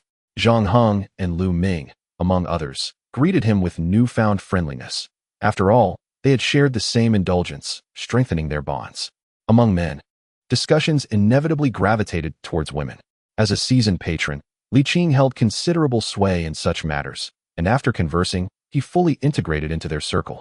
After another round of drinks at noon, the social nuances were deftly navigated, and his companions were not the type to take advantage. They made promises in kind. The Imperial Guard stands with you. With his superiors and colleagues aligned, Li Qing felt a sense of assurance. Upon exiting the magistrate's office, he stretched lazily, intending to return home for a brief nap, but encountered Xiaopeng along the way. Xiaopeng's face contorted in irritation upon seeing him. You promised to hang out with me. I've been busy. Li Qing couldn't help but laugh, then turned to Sanbao beside him. Are you all set for shopping? Sanbao nodded with a grin, clasping his hands. Greetings. Lord Yongqing. Ah, no need for such formalities, Sanbao, Li Qing replied, surprised. So you are aware? It was mentioned by my father, Xiaopeng interjected, speaking of which. Now that you are a lord, shouldn't you treat me to a meal? Li Qing, feeling speechless, countered, are you still lacking in food and drink? That's a different matter altogether. Xiaopeng retorted, as the host, it is said, is it not a joy to have friends come from afar? Li Qing found this amusing and cautioned. You are the son of the Prince of Yan, and I am a court official. It would not be prudent for us to grow too close, lest it raise eyebrows. Indeed, Sanbao added, it would be best if the heir did not press Lord Yongqing too hard. Can't we even share a meal? Xiaopeng pouted, visibly dejected. So your earlier promise to hang out was merely a ruse? Li Qing's face flushed with embarrassment. At that moment, 100 households from the Jinui arrived, dispersing the crowd. Sir, the emperor commands you to enter the palace immediately. Very well, I shall go at once. Li Qing nodded, turning back to offer an apologetic smile to the chubby boy. Xiaopeng, I must make a trip to the palace. Go on, go on. The chubby boy waved his hand impatiently. Once Li Qing had departed, he tugged at Sanbao's sleeve. Sanbao, let us also go to the palace. Perhaps we should refrain, Sanbao advised. If the young master wishes to enter, it would be better to accompany the prince and princess. If you are not going, I shall go alone. Zhu Gaoqi began to run with his short legs. Sanbao, anxious, stamped his feet and urgently called to the guards behind him. Quickly inform the prince, I must pursue the young master. Chapter 99. Lan Yu in the Imperial Study. Zhu Yuanzhang set down the memorial he had been reading, a frown on his face. Why did you not come this morning? You did not instruct me to come, and on such a festive occasion, one cannot be too diligent. Li Qing replied with a forced smile. I was conferred nobility yesterday and celebrated with my colleagues, hence my late arrival today. Celebration? Zhu Yuanzhang's brow furrowed. You seem a bit too carried away. Not at all. Li Qing chuckled awkwardly. With so many enemies around, if I do not cling tightly to the Jinui and maintain good relations with my colleagues, it would not be surprising if I were to be dealt with harshly in the future. Old Zhu's face flushed, and he cleared his throat. Ahem, I appreciate your candor. It is refreshing to hear someone speak openly. Li Qing clasped his hands together. May I inquire why your majesty summoned me? You have performed admirably as a military supervisor. There will be a significant battle after the new year. Would you like to participate? I would rather not. Think it over again. Then why ask me? Li Qing felt a surge of frustration. When is it? Early March, Zhu Yuanzhang replied. I have heard from Deer that your archery skills are exceptional. Not only can you wield the 5-stone bow, but you can also shoot 5 arrows in succession. The heydonking of the Yuan will be entrusted to you. I shall obey your command. Li Qing nodded helplessly. Is the commander still the Yin Wang? You will find out shortly, Zhu Yuanzhang said with a smile. Please, take a seat. Li Qing sat down and waited for half an hour when the crown prince Zhu Biao entered, accompanied by a sturdy middle-aged man. This is Lan Yu. Your majesty. Li Qing's eyes narrowed. So this is Lan Yu? The man appeared to be around 40, robust and imposing, exuding a roughness that suggested he might draw his sword at any moment, though he bore no weapon. Li Qing had previously caught a glimpse of him, but had not known it was Lan Yu at the time. At ease, Zhu Yuanzhang said with a smile. Lan Yu, this is Marquis Yongqing. Li Qing, this is Marquis Yongchang. Li Qing smiled and offered a respectful salute. Lan Yu glanced at him, responding with a perfunctory salute in return. Your Majesty, may I inquire why I have been summoned to the palace? Lan Yu asked respectfully. He was well aware of the reason for his summons. As the Crown Prince Zhu Biao had already briefed him, yet he felt it necessary to ask symbolically. Lan Yu, after the new year, we shall engage in a decisive battle against the Northern Yuan. Are you willing to lead the troops in a battle? Lan Yu knelt on one knee and declared earnestly, I am willing to lead the charge for the Ming. Excellent, Zhu Yuanzhang smiled. How many troops do you require? Your Majesty, 100,000 will suffice. We shall provide you with 150,000. You must ensure a decisive victory against the Northern Yuan. I accept the command. Lan Yu replied solemnly. Unless I vanquish the enemy, I shall present my head to your Majesty. Good, Zhu Yuanzhang praised. With the demeanor of your brother-in-law, after this great victory, we shall reward you handsomely. Serving the nation loyally is the duty of a humble general. Although Lan Yu spoke with restraint, his face flushed with excitement.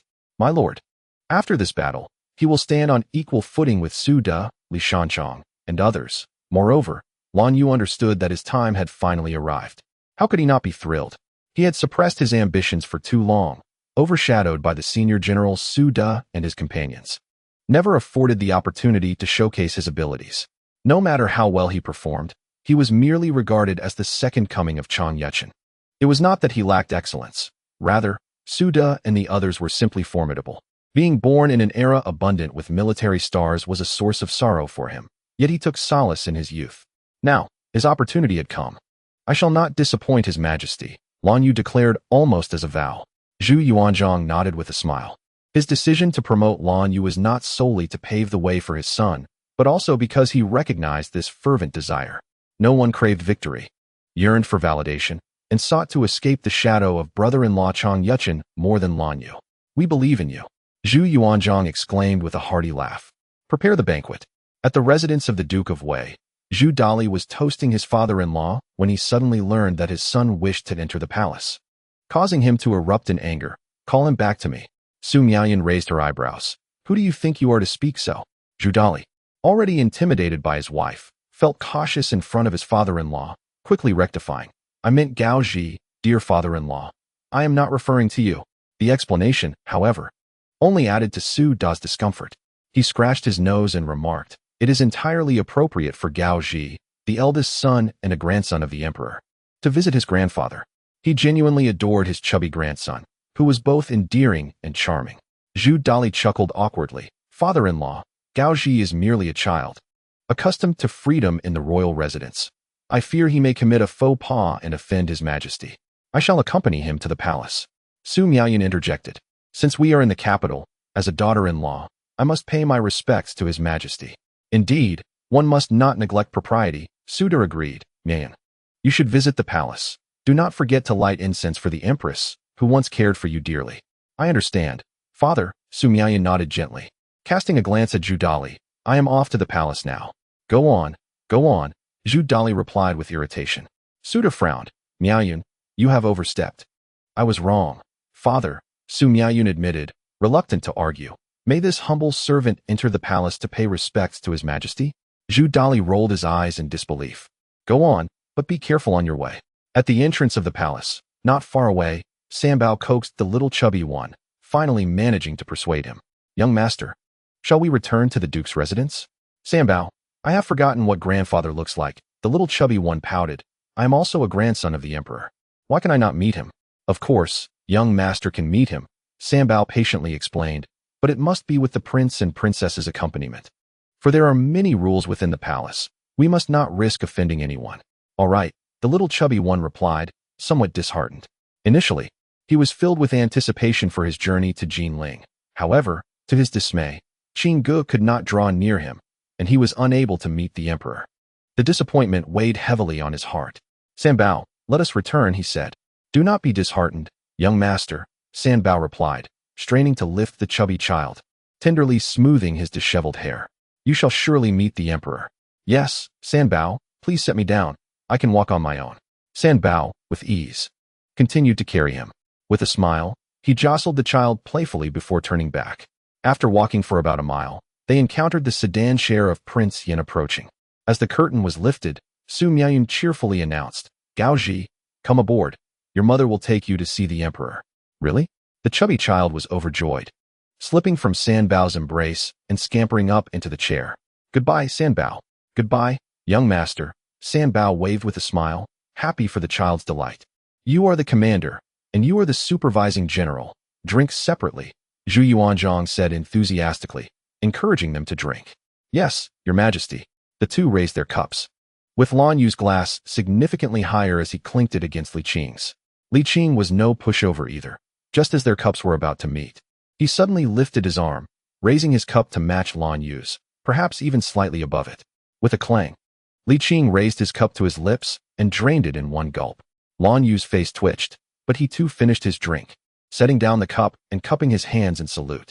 Your Majesty, I have full confidence in this campaign against the Northern Yuan, he stated, casting a sidelong glance at Li Qing before continuing.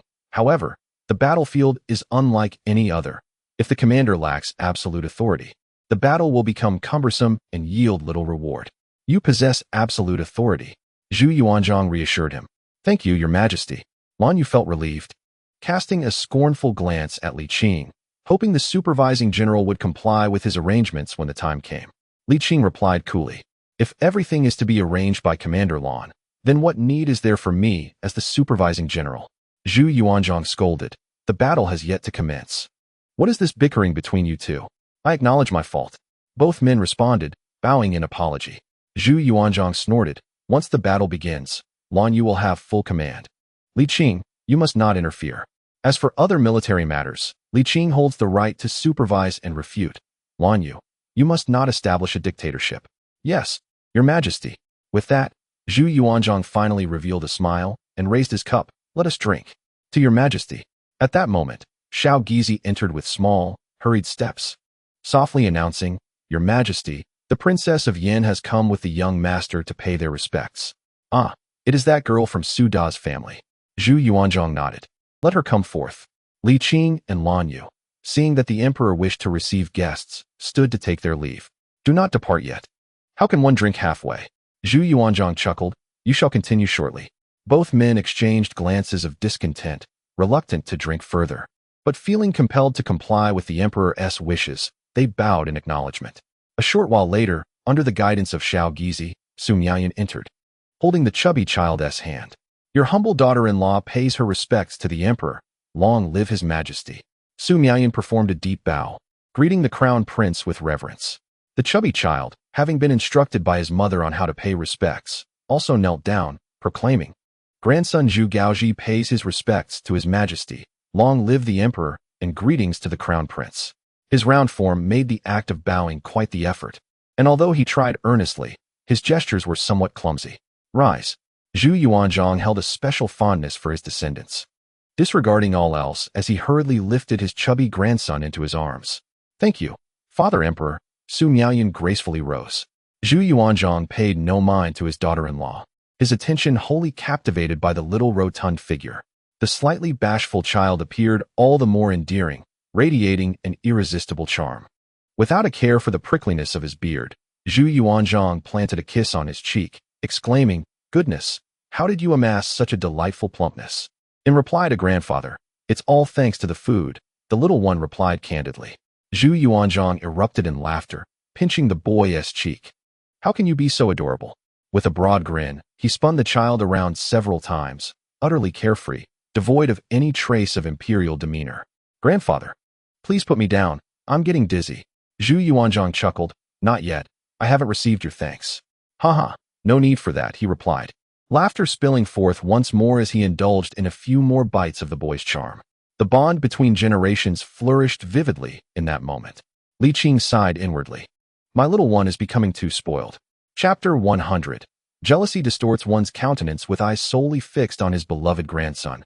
Zhu Yuanzhang found no interest in drinking, leaving Li Qing and Lan Yu in an awkward limbo, unsure whether to stay or go. After a delightful exchange between the two, Zhu Yuanzhang finally set the boy down. While the grandson was delightful, holding him for too long could be tiring. Gao Qi, do not leave today, Zhu Yuanzhang said with a benevolent expression.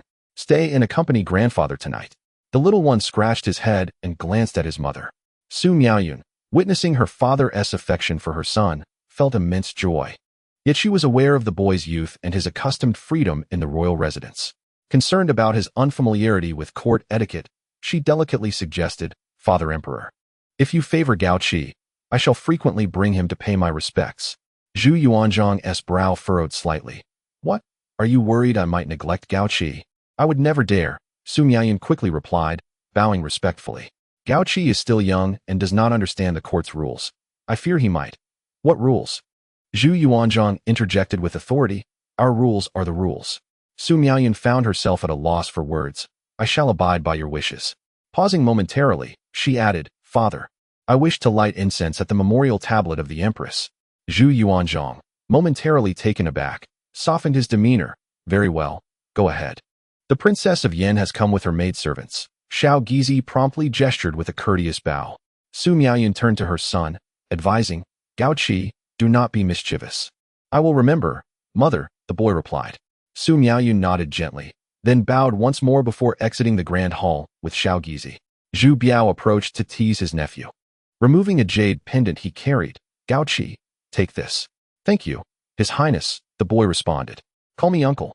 Thank you, uncle, the little one obediently corrected himself, though his gaze wandered elsewhere. Lan Yu, puzzled, thought, why does this little fellow keep glancing at me? Zhu Yuanzhang followed the boy's line of sight, suddenly recalling the impending banquet that awaited him, a gathering of significance, which he had insisted upon, making it awkward to dismiss anyone. Thus, he took the boy by the hand and led him to the table, addressing the others. Come, let us continue. The two men nodded and retook their seats. The little one gazed at the lavish spread before him, his appetite piqued as he fixated on the roast chicken, drooling in anticipation. Zhu Biao, noticing this, tore off a chicken leg and handed it to him, and the boy, receiving it, savored every bite with delight. Gao Qi, are you not well fed at home? Observing his grandson, who resembled a famished wolf, Zhu Yuanzhang felt a pang of sympathy. This manner of eating reminded him of his own struggles, as if he were perpetually starved. The chubby boy nodded with a sense of grievance. Are you truly not satisfied? Zhu Yuanzhang was incensed. He was all too familiar with the bitterness of hunger. Now that he had ascended to the throne, how could he tolerate the fact that his grandson lacked sufficient sustenance? Summon that scoundrel Zhu Di. I wish to inquire where all the substantial salary bestowed upon him annually has vanished. No, Your Majesty, you misunderstand, the chubby boy quickly interjected. Realizing his error, it is my father who finds me too plump and has urged me to lose weight. What is wrong with being a bit chubby? Zhu Yuanzhang retorted, infuriated by Zhu Di's negligence. Zhu Biao interjected, Father, please calm your anger. Gao Qi is indeed somewhat overweight, but his fourth brother only intends what is best for him. Even if weight loss is necessary, it should not come at the expense of hunger. Zhu Yuanzhang declared, how can one lose weight without first being well fed? His heart ached for the boy, and he affectionately pinched the chubby child's cheek.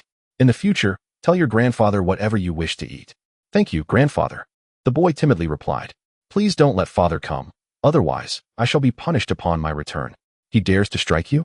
Zhu Yuanzhang's temper flared, rest assured. Grandfather will stand up for you. If he dares to lay a finger on you, I shall break his legs. As he spoke, he tore off a chicken leg for the boy, insisting he must eat his fill.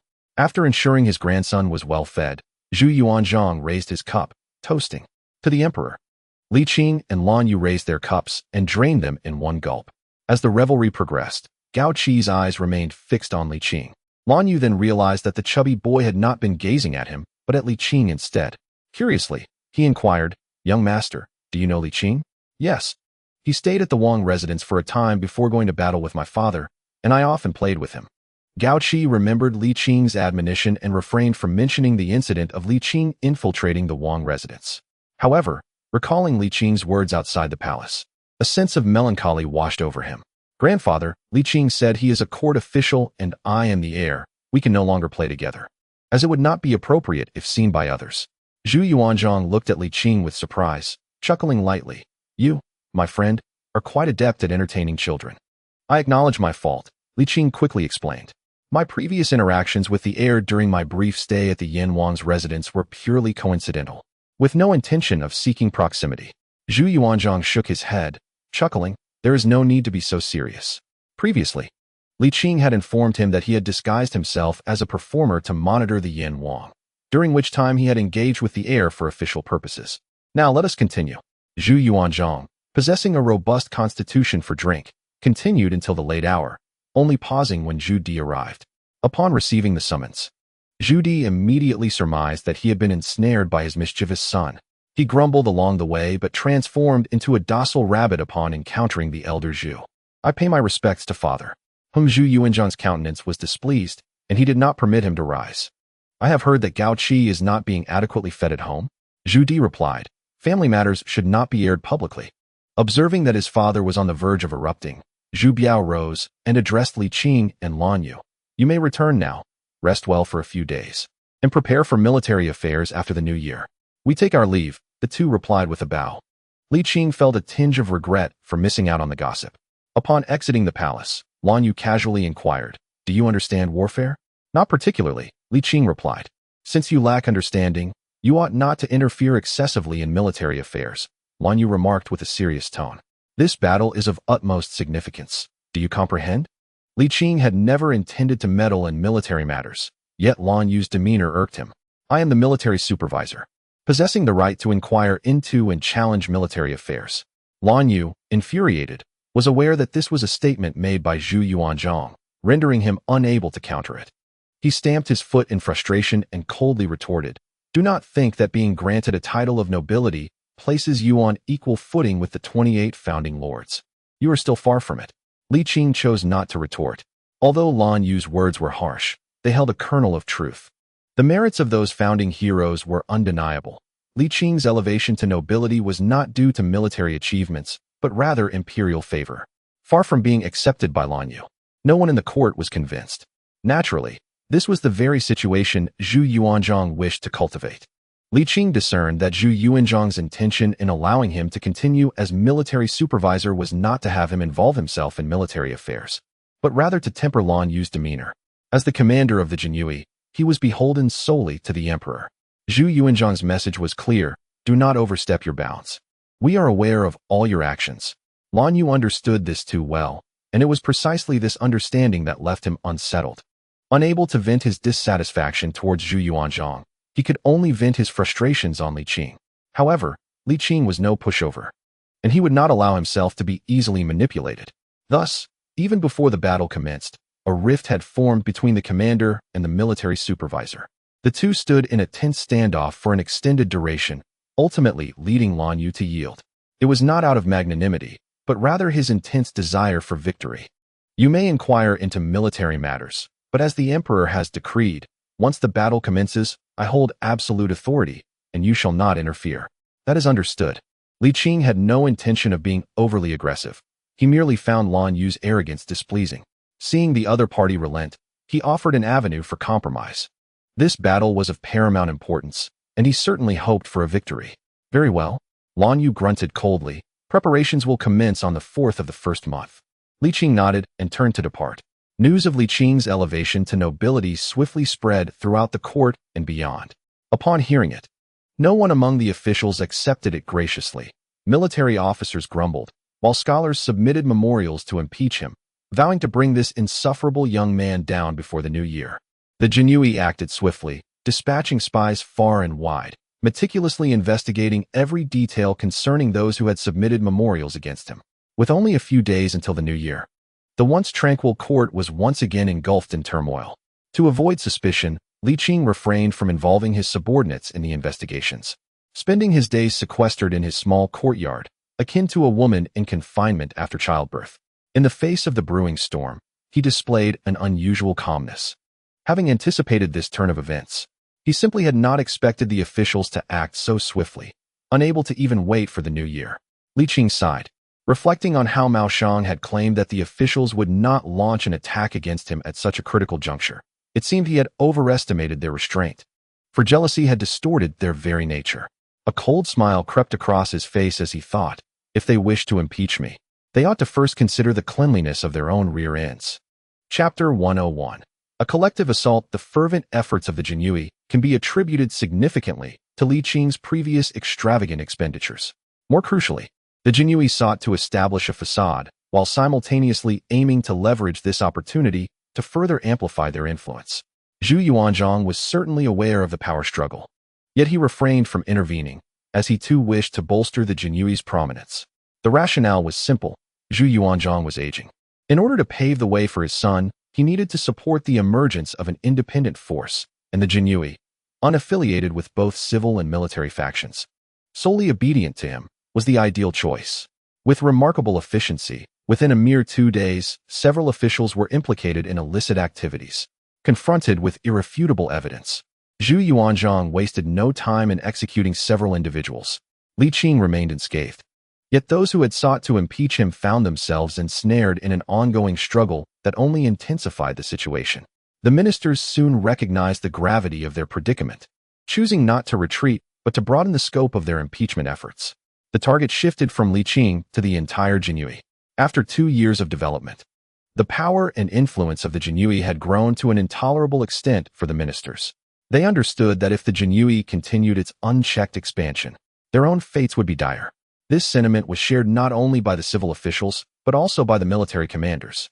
Consequently, these historically discordant factions united in a common front, collectively launching an offensive against the Jinyui. The alliance of civil and military forces proved formidable, and even the current might of the Jinyui struggled to withstand such pressure. Under the strain, the Jinyui became more cohesive. Senior officials like Mao Chang recognized that any sign of capitulation at this critical juncture would precipitate a dramatic decline in their authority.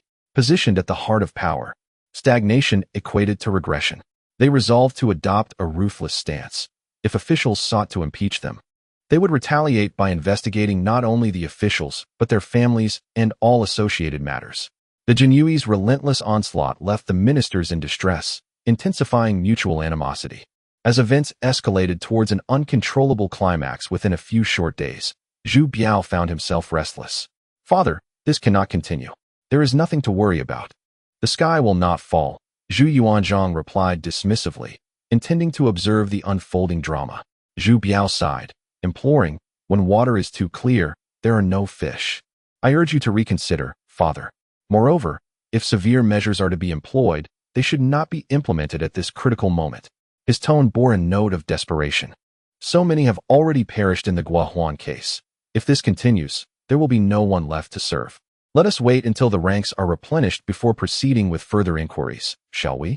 Furthermore, with the army poised for expedition, we must not dishearten the military commanders." Zhu Biao's arguments were both heartfelt and reasonable, prompting Zhu Yuanzhang to ponder for a moment before slowly nodding. "Very well, we shall pause for now." After a brief silence, he admonished sternly, "The phrase 'when water is too clear, there are no fish' should not escape the lips of a crown prince. If even you entertain such thoughts, then the waters of our Ming dynasty shall indeed remain murky. I apologize for my indiscretion." "I beseech your forgiveness," Zhu Biao replied. "Very well, but do take heed in the future," Zhu Yuanzhang waved dismissively. "As one in a position of authority, one must not be complacent. To show leniency to officials is to be cruel to the populace." "I understand, but are we not being excessively harsh?"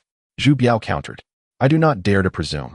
He quickly added, "For I fear the hearts of the ministers may be wounded." Zhu Yuanzhang scoffed dismissively, declaring that their hearts held no significance in the eyes of the people. What use was it to win their favor?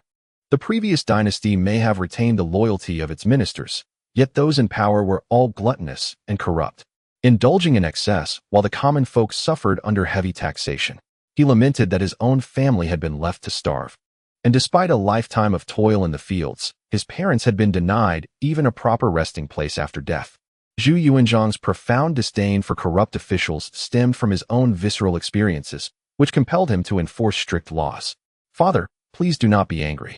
Your son acknowledges his mistakes," Zhu Biao quickly interjected, laying a comforting hand over his chest, filled with remorse. After a moment, Zhu Yuanzhang regained his composure and advised, "Biao, remember this. As long as the people thrive, the kingdom will stand firm as a rock. Conversely, even if the ministers express their gratitude, if the populace languishes, they will inevitably revolt. I shall bear this in mind, the son replied. Now then, there is no cause for concern, Zhu Yuanzhang continued. The new year approaches in just 2 days. Let us grant the officials a brief respite, so they may find peace. Go and issue the decree, as you command, Zhu Biao replied. With a simple edict, the once tumultuous court fell into tranquility, and with a mere mention of the impending new year, Zhu Yuanzhang had resolved the matter peacefully. However, this calm was but a temporary ceasefire, for such a significant dispute could not conclude without substantial concessions from one side or the other. Meanwhile, Li Qing, who had inadvertently ignited the situation, refrained from direct involvement to avoid suspicion, yet he understood the importance of maintaining social relations. Thus, he gathered his colleagues and ventured to the Ministry of Music.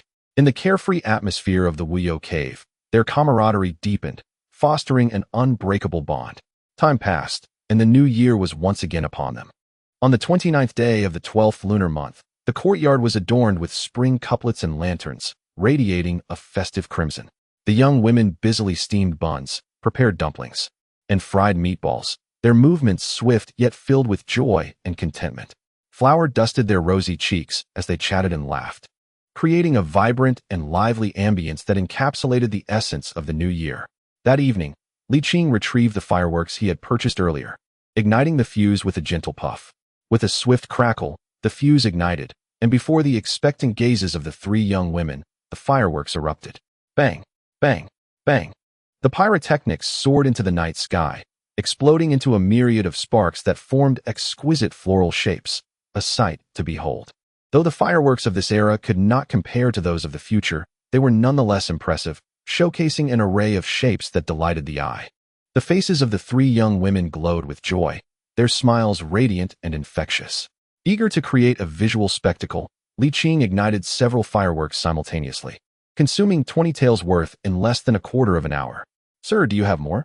The 3 women implored, still yearning for more. Li Qing raised his hands in resignation, just about to utter a word when the sound of an explosion drowned out his voice. Looking up, they beheld a magnificent firework display. The capital was teeming with wealthy patrons willing to splurge on fireworks, and soon, a breathtaking array of blossoms illuminated the night from all directions. Not only the 3 young women, but Li Qing himself was awestruck by the spectacle. After watching for a while, he felt it insufficient and suggested to the 3 women, "It is difficult to see clearly from the courtyard. Let us ascend to the rooftop." Wang Ling lamented, "Sir, the ladder at home is not long enough." "Fear not. I shall assist you in leaping up," Li Qing declared, effortlessly lifting her into the air. The young girl instinctively wrapped her arms around his neck, adopting a demeanor that suggested she was ready for anything. "What are you gazing at the fireworks for?" Li Qing inwardly lamented, yet having uttered the words, he felt compelled to follow through. With a slight smirk, he summoned his internal energy, exerted force through his legs, and ascended. Wan Ling sensed the ground beneath her feet drop away in an instant, and by the time she regained her composure, they were firmly perched atop the roof. "Sir, can you fly?" the young girl exclaimed in astonishment. "Not quite. This is called lightness skill," Li Qing replied, playfully pinching her pert nose. "Sit tight. I shall fetch Ling Shi and Lian Shi." The 3 ladies, graceful and agile, were effortlessly lifted to join them. Seated on the rooftop, the view of the fireworks was markedly enhanced, and the 4 gazed at the dazzling displays with delight. Indeed, the affluent of the capital were plentiful. The fireworks blossomed one after another, rendering the spectacle overwhelming. Eventually, the palace also launched its own magnificent display, surpassing all others in quality. Yet it concluded in less than 15 minutes. "Old Zhu remains as miserly as ever," Li Qing muttered, turning his attention elsewhere. After witnessing the palace's fireworks, the others paled in comparison, and it wasn't long before his enthusiasm waned. As the night deepened, a chill wind swept through, making the cold more pronounced. "Shall we return indoors?" "Yes, indeed." The 3 ladies, having enjoyed themselves, were flushed with excitement.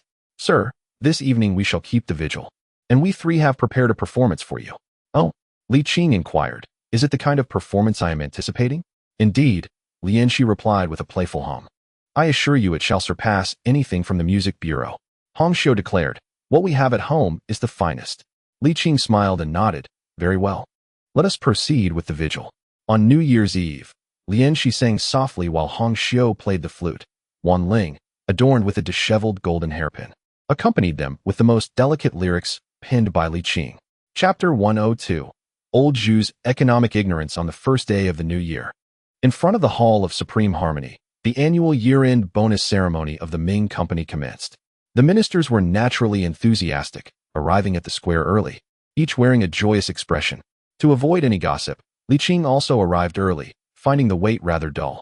It was not until mid-afternoon that Zhu Yuanzhang concluded the New Year greetings from his grandchildren and made his appearance. The proceedings followed the familiar pattern of last year, reflecting on the past and anticipating the future, after outlining grand plans and distributing red envelopes. The ministers joyfully returned home to celebrate the New Year. Your Majesty, do you have any instructions for your loyal subjects? After the New Year, preparations for the northern expedition must commence. As the military supervisor, do you have any strategies in mind? Li Qing scratched his head. Your Majesty, I am not well versed in military affairs, and I truly have no strategies to offer. Perhaps you should consider someone else? Foolish. I acknowledge my fault. Zhu Yuanzhang waved his sleeve in frustration. Can't you see that I am endeavoring to cultivate you? I simply cannot bear this burden, Your Majesty. The plans you have drawn are beyond my capacity to fulfill. Li Qing sighed. As you have seen, the officials were in an uproar a few days ago, clashing with the Imperial Guard, and the cause was none other than me, the Duke of Yongqing. At this rate, I will surely meet my demise. Why fret? Zhu Yuanzhang retorted with a glare. As long as I am here, you shall remain. And what if you were not here?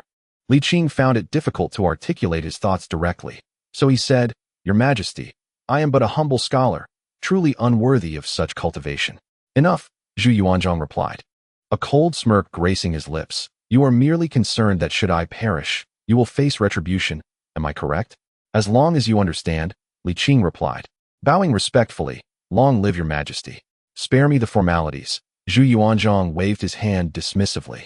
Rest assured, if I intend to nurture your talents, I will ensure your future is secure before my demise.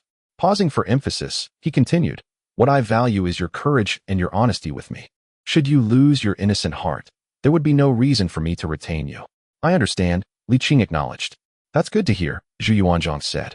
Remember this, the less you fear death, the longer you will live. However, if you are timid and hesitant, your days will indeed be numbered. As you say?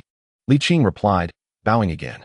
Your Majesty, I have a matter weighing heavily on my mind that I must express. Speak, Zhu Yuanzhang commanded. Your Majesty, the 100,000 taels you granted to Prince Yan, along with your usual rewards to the ministers, including this recent red envelope. Were these not printed specifically for such purposes? Li Qing inquired, having long wished to pose this question but lacking the opportunity. What do you mean? Without printing, where would the treasure come from? Zhu Yuanzhang responded, puzzled. No, what I mean is, were these funds printed after Your Majesty decided to reward someone? Li Qing clarified. Zhu Yuanzhang nodded. Is there an issue with that?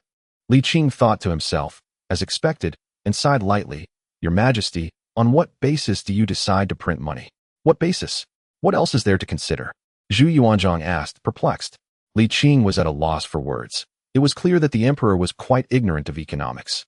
Your Majesty, excessive money supply can lead to inflation, with dire consequences, Li Qing stated gravely. At best, it diminishes the court's credibility. At worst, it jeopardizes the stability of the realm. Upon hearing the last four words, Zhu Yuanzhang instinctively felt anger rising. But seeing Li Qing's earnest expression, he restrained himself, asking, what is inflation? Li Qing pondered for a moment. Your Majesty, shall we find a quiet place where I can explain further? Very well, let us go to the central hall.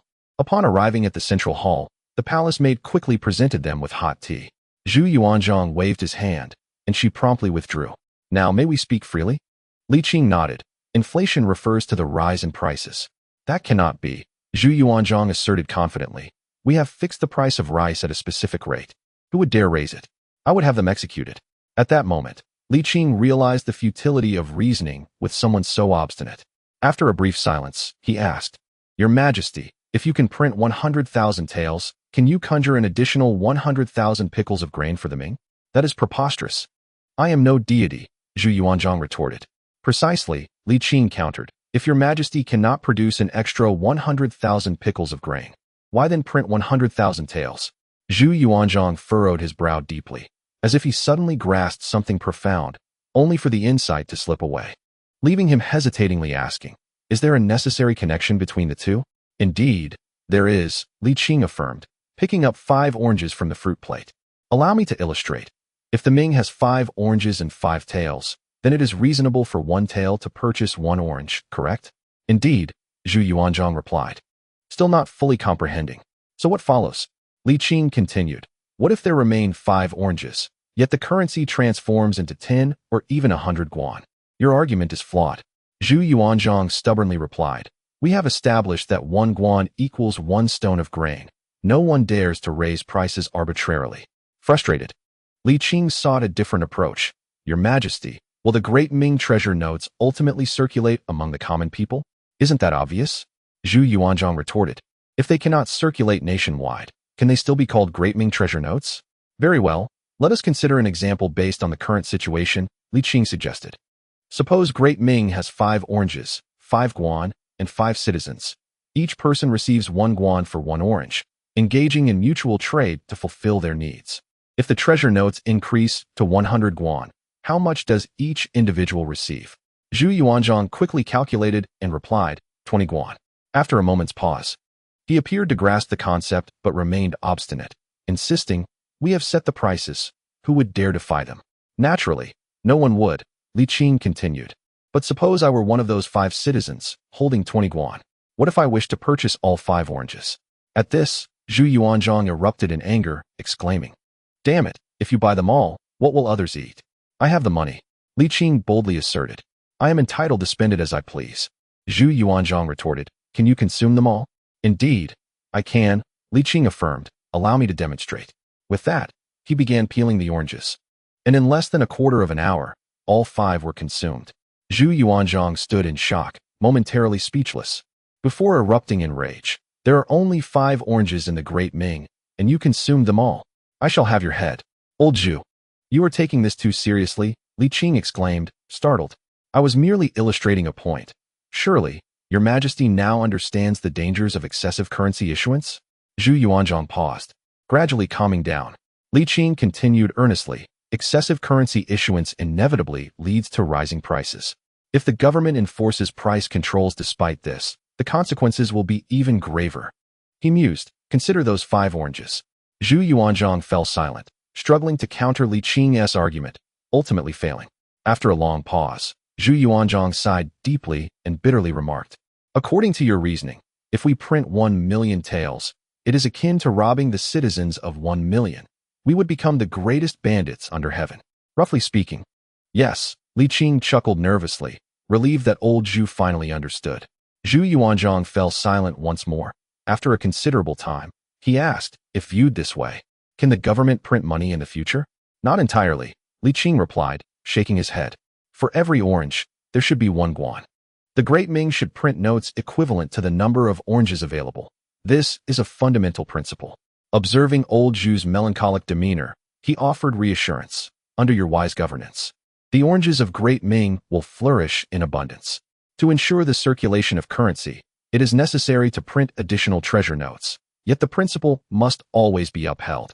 Indeed, Zhu Yuanzhang agreed. Zhu Yuanzhang nodded gently. His countenance considerably brightened, and his gaze towards Li Qing underwent a transformation.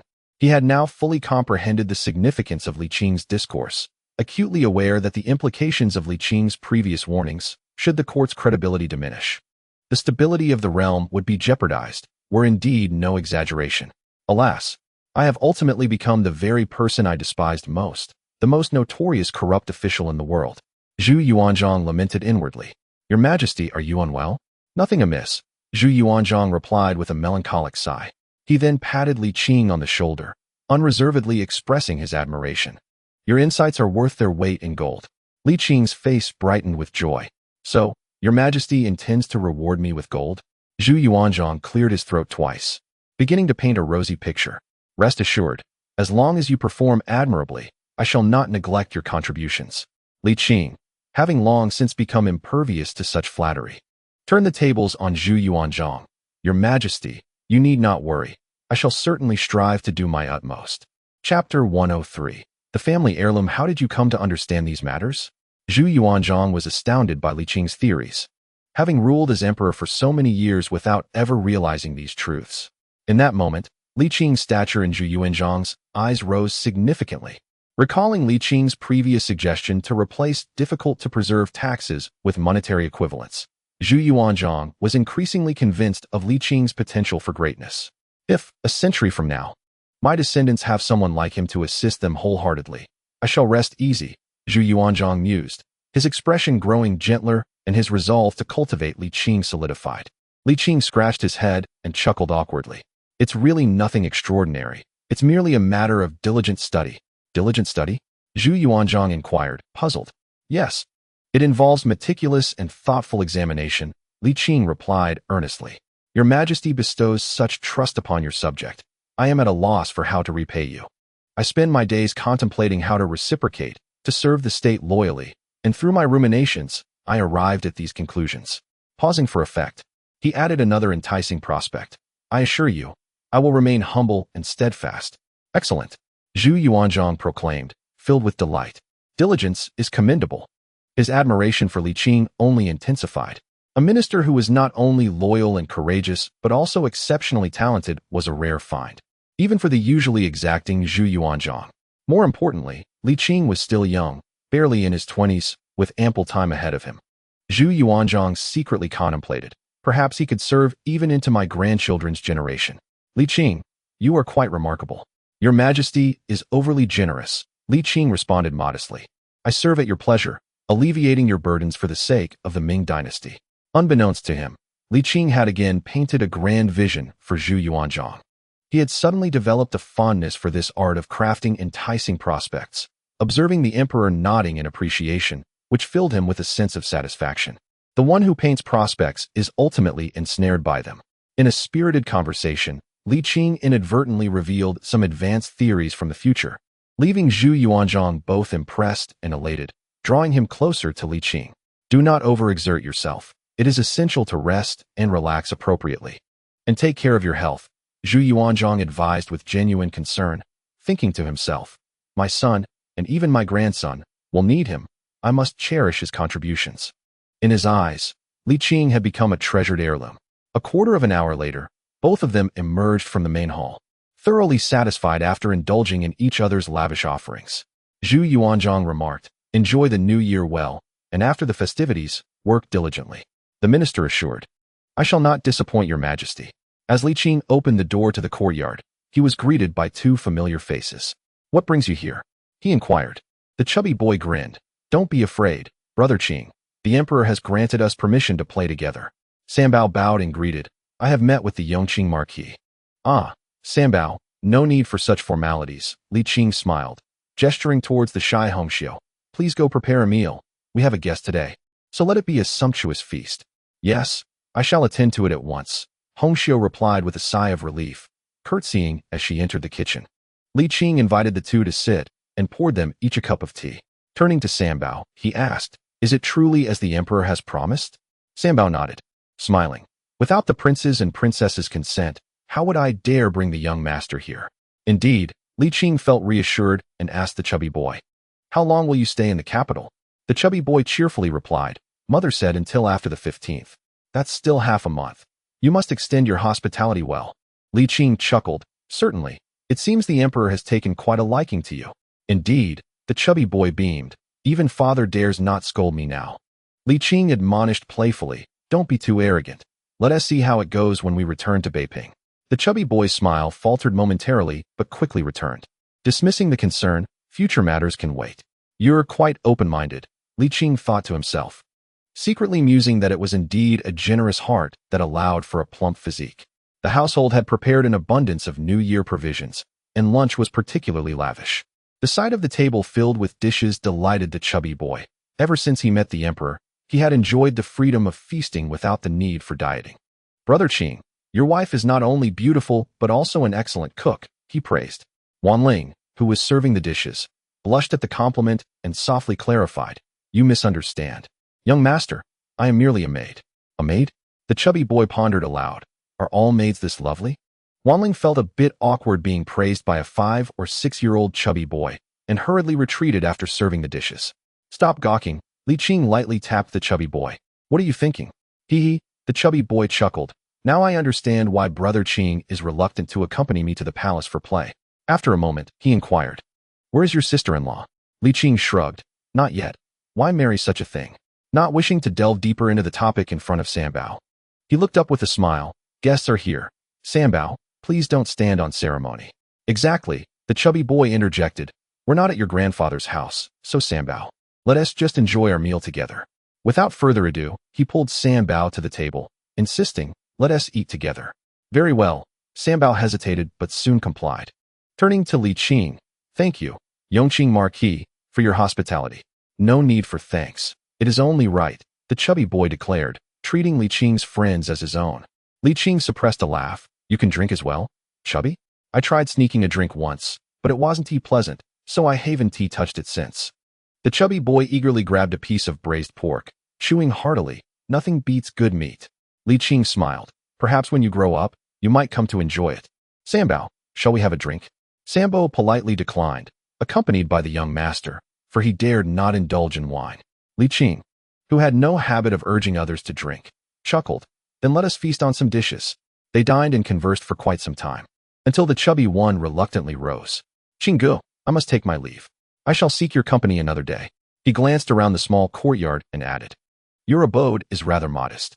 My grandfather and maternal grandfather have gifted me ample New Year's money. I shall present you with a grand mansion." The chubby one remained as extravagant as ever, far superior to the old Zhu, who could merely paint grand visions. "No need. I possess enough wealth." Li Qing replied with a smile. "My household consists of but a few, and a larger estate would be wasted. A smaller, cozier place suits me better."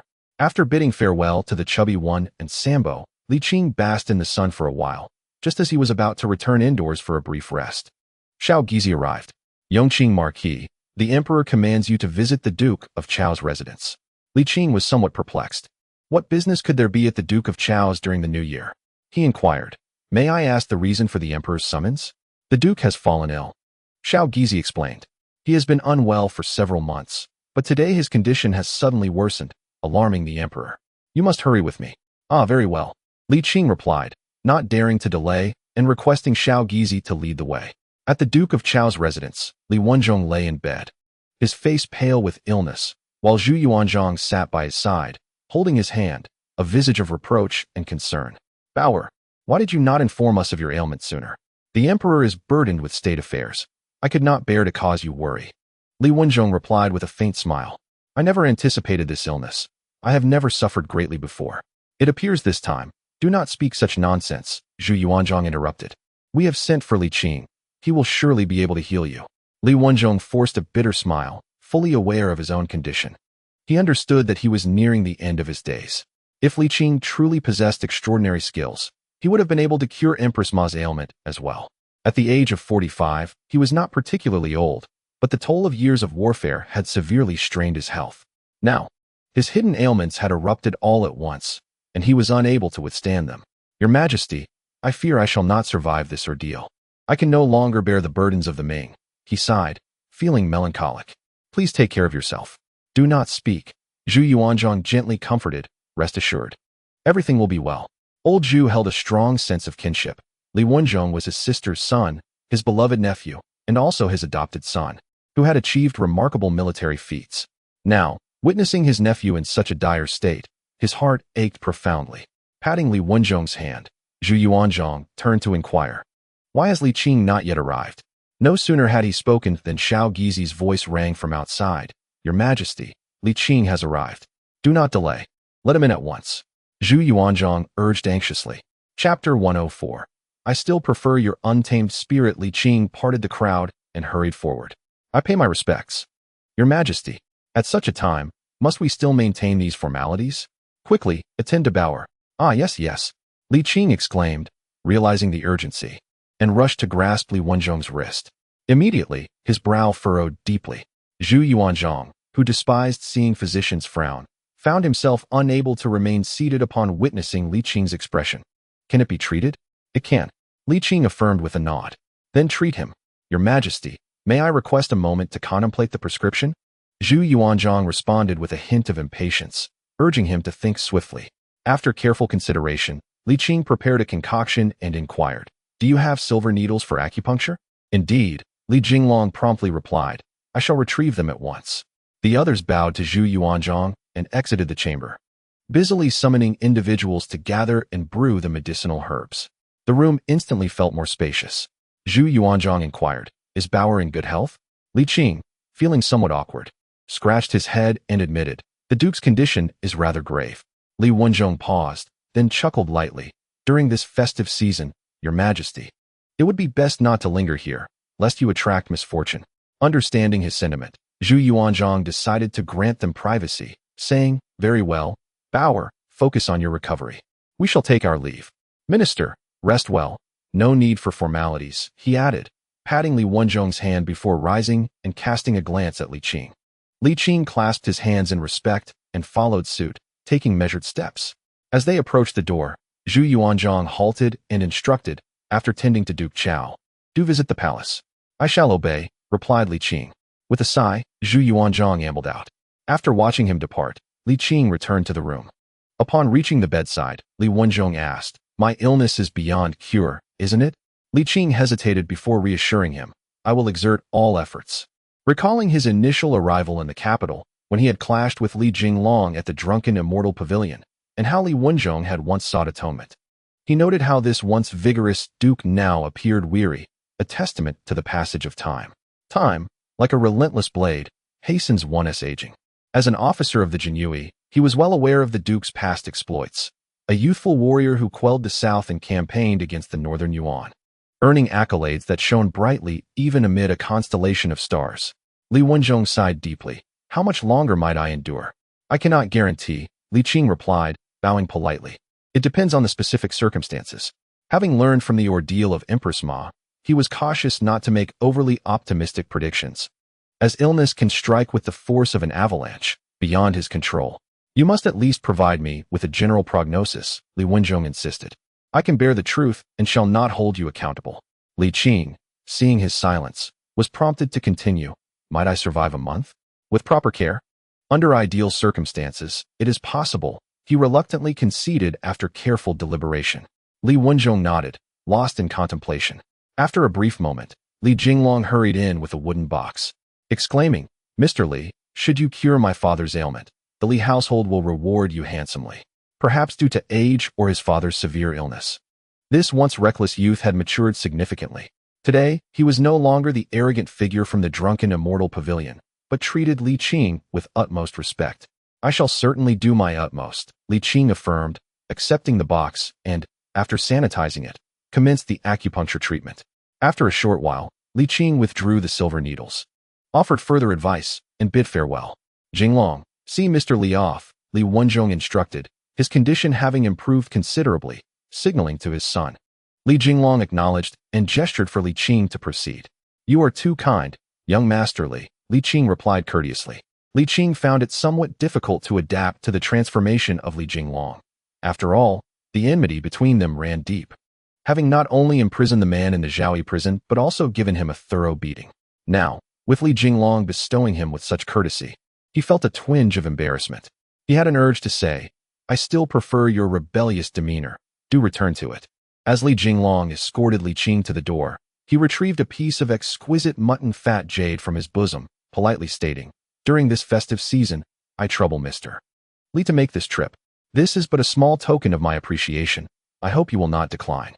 Young Master Li is too courteous, Li Qing replied with a light smile. I am merely fulfilling my duty as mandated by the court to attend to the Duke's ailment. How can this be considered a trouble? It is simply my obligation. After saying this, he clasped his hands in a gesture of respect and nearly fled in haste. In this instance, he truly felt bewildered by Li Jinglong's demeanor. Li Jinglong gazed at Li Qing's departing figure, lost in thought for a while, before reluctantly putting away the jade and letting out a long sigh. His father's condition was deteriorating, forcing this once frivolous youth to mature considerably. With the reliable fortress crumbling, how could he not feel anxious? Upon returning home, he found that the servants had prepared the medicine. Li Jinglong approached, took the bowl, and personally fed his father. Father, you will recover, will you not? Li Wenzhong looked at his son, whose eyes were red-rimmed, and smiled with satisfaction. Jinglong has grown up and become more sensible. He coughed lightly. Li Jinglong quickly set the medicine bowl aside, gently patted his father's chest, and adjusted the pillow to make it more comfortable. Tears streamed down his face. "Do not cry, my son," Li Wenzhong said softly, his smile warm yet tinged with reluctance. "It is all right. I am not dead yet. If you must weep, let it be after I have departed." "Father, do not speak such ominous words," Li Jinglong replied, his voice quivering with emotion. "Very well, I shall not mention it," Li Wenzhong reassured, his rugged face softened with kindness as he stroked his son's head. After a long moment, he sighed deeply. "Jinglong, I have something to entrust to you. You must remember it well." "Father, please speak," Li Jinglong said, wiping his nose. "I shall certainly comply. Never again be arrogant and overbearing. In both action and speech, exercise caution and restraint. Do not let your emotions dictate your decisions. I will remember. And should I ever misbehave, I shall not evade punishment, whether it be from a stick or a whip," Li Jinglong vowed. Li Wenzhong's smile turned bittersweet as memories of the past flooded back, accompanied by a wave of guilt. He had indeed been too harsh in times gone by. "No, do not blame yourself, father," Li Jinglong said, dabbing his tear-streaked eyes. "It is I who have been unfilial, always causing you distress. Enough of the tears. During this festive season, give your father a smile," Li Jinglong said, lifting his sleeve to wipe his tears, managing to force a grimace of a smile. The son wishes to care for his parent, yet the parent may not wait. Li Jinglong had often lamented his father's strictness, but now, given the choice, he would willingly endure daily beatings rather than see his father lying on a sickbed. Li Wenzhong, reflecting deeply, sighed and said, "Do not be sorrowful. Should I pass away tomorrow, it may not be a misfortune for our Li family. Father, please listen to what I have to say." Li Wenzhong's tone grew serious. Li Jinglong, with reddened eyes, dared not retort and simply said, "Father, please speak. Before the new year, Lan Yu came to visit. Do you know why he came?" "I do not know." Li Jinglong immediately played along. "He came to boast," Li Wenzhong replied. Li Wenzhong remarked, though he did not articulate it explicitly, that it was evident his father anticipated a northern expedition in the coming year, likely culminating in a decisive battle. After a moment's pause, he continued, "If I were to perish before this northern campaign, the emperor, in his quest to secure a prosperous future for his descendants, would likely permit you to accompany the troops for training. This expedition would be immensely beneficial for both you and our Li family in the future. Lan Yu, not particularly youthful himself, would undoubtedly receive the emperor's support, as the sovereign was known for his foresight in nurturing the talents of the younger generation. As the emperor's grandnephew, upon my demise, the emperor's attention would inevitably shift to you. This presents a remarkable opportunity." "I do not desire any opportunity," Li Jinglong retorted, shaking his head vehemently. "Father, focus on your recovery and spare me the incessant chatter. My health is at stake." Suddenly, Li Wenzhong's temper flared, and he admonished, "Living a few more days or fewer makes little difference to me. However, should we miss this opportunity, I would die with my eyes wide open." He commanded, "Remember every word I say." Yes, I shall remember," Li Jinglong stammered, frightened and nodding vigorously. Taking a deep breath to regain his composure, Li Wenzhong advised, "You must never antagonize Li Qing. If possible, seek to forge an alliance with him." "Forge an alliance?" Li Jinglong exclaimed in astonishment. "Is he even worthy?" "Absolutely worthy." Li Wenzhong's gaze hardened. "In less than 2 years, a commoner has risen from the position of the genie Zhenfu, sure to nobility. It is evident who is propelling him forward. Consider his actions. He has toppled Oyanglin, the imperial in-law, and in the Guo Huan case, he executed a minister and 3 vice-ministers. Countless officials from the 6 ministries have fallen, while he, Li Qing, remains unscathed and continues his ascension, even competing for accolades with the Prince of Yin and Fengshan, receiving unparalleled favor from the emperor." Having spoken at length, Li Wenzhong appeared fatigued, breathing heavily. Li Jinglong gently placed a hand on his chest and cautiously remarked, "Father often states that today's supreme glory, if mishandled, could lead to tomorrow's perilous downfall. Li Qing's rapid rise is astonishing, yet the ministers are discontented. I fear he may not remain steadfast." After a brief pause, he added, "Moreover, you often mention that forming cliques is a grave taboo, and the emperor detests such actions. Why is that?" "Indeed, I have uttered those words," Li Wenzhong replied. "But every rule has exceptions, and Li Qing is one such exception. The emperor has expended significant effort to render Li Qing a solitary minister. intending to employ him to pave the way for the crown prince. Thus, he shall not allow him to be destroyed. As for forming cliques, he chuckled. You are the emperor's grandnephew and the crown prince's cousin, inherently linked to the royal family, while Li Qing is isolated. What defines a solitary minister? Only those who are bound solely to the emperor can be called so. In a certain sense, our Li family and Li Qing belong to the same category. Your alliance with him would benefit the royal family, so there is no need for such reservations. Li Jinglong felt enlightened, realizing that his father's level of insight was not something he could easily attain. I shall heed your teachings, father. He lifted the medicine bowl, urging, Father, drink your medicine. What medicine? Li Wenzhong glared. I wish to drink wine. Fetch me wine and meat. But father, Li Qing interjected, you must refrain from rich food, especially alcohol. Refrain from what nonsense? Li Wenzhong exclaimed in anger. It's the new year, can I enjoy a drink? His father, Li Jinglong, with reddened eyes, replied. How can my son find peace in such a situation? Li Wenzhong paused momentarily, then softened his tone. Father has only a few days left to live. Rather than enduring the torment of illness, it is better to embrace life fully. You have fought valiantly throughout your life, experienced glory. Even if not for me or the Li family, you should not face the end of your life in bed, subjected to indignities. Wiping away his son's tears, he pleaded. Jinglong, if you truly care for your father, please respect his decision, will you? Chapter 105. Dignity in the imperial palace. Within the study, Zhu Yuanzhang inquired. What is the condition of Duke Qiao? It is not optimistic, Li Qing replied earnestly. The Duke suffers from numerous ailments, now compounded, and I am at my wit's end. Zhu Yuanzhang fell silent, and Zhu Biao's expression darkened. How much time does he have left? Li Qing offered a wry smile. Your Majesty, I am not the king of hell. How can I determine the length of one's life? As a physician, you must have some estimation, Zhu Yuanzhang replied, displeased. We are not unreasonable. Just provide an honest answer. After a moment of contemplation, Li Qing stated, approximately 1 month. Is my nephew truly left with only a month? Zhu Yuanzhang found it difficult to accept. Just 2 months ago, during the beginning of winter, he had shared drinks with him in the palace. How could his time be so short? Li Qing had no response. He is only in his 40s. Is there truly nothing that can be done? I will do my utmost. Alas, Zhu Yuanzhang refrained from further complicating matters, understanding that Li Qing was not like the other court physicians, who would dodge responsibility with vague answers. Do your best to treat him. Procure whatever herbs are necessary from the palace. I shall obey. With a sigh, Zhu Yuanzhang noted that preparations for war must commence post-New Year, urging careful management of military affairs, as Lan Yu had grown accustomed to arrogance. He needed to be monitored closely. I shall obey. Is there anything else you wish to discuss? Zhu Yuanzhang suddenly erupted in frustration. Li Qing, feeling exasperated, responded, Your Majesty, what else do you expect me to say? Zhu Yuanzhang, in a huff, waved his sleeve dismissively. Leave. Fine, you are so impressive, Li Qing muttered under his breath, nearly losing his temper. I take my leave. Goodness, the meals at the Zhu household are quite intolerable. Were it not for the troublesome household registration matters and the formidable capabilities of the Jinyui, I would not continue to serve. The next day, Li Qing leaned back in his chair for quite some time, still aggrieved, to the point where he could not enjoy his dinner.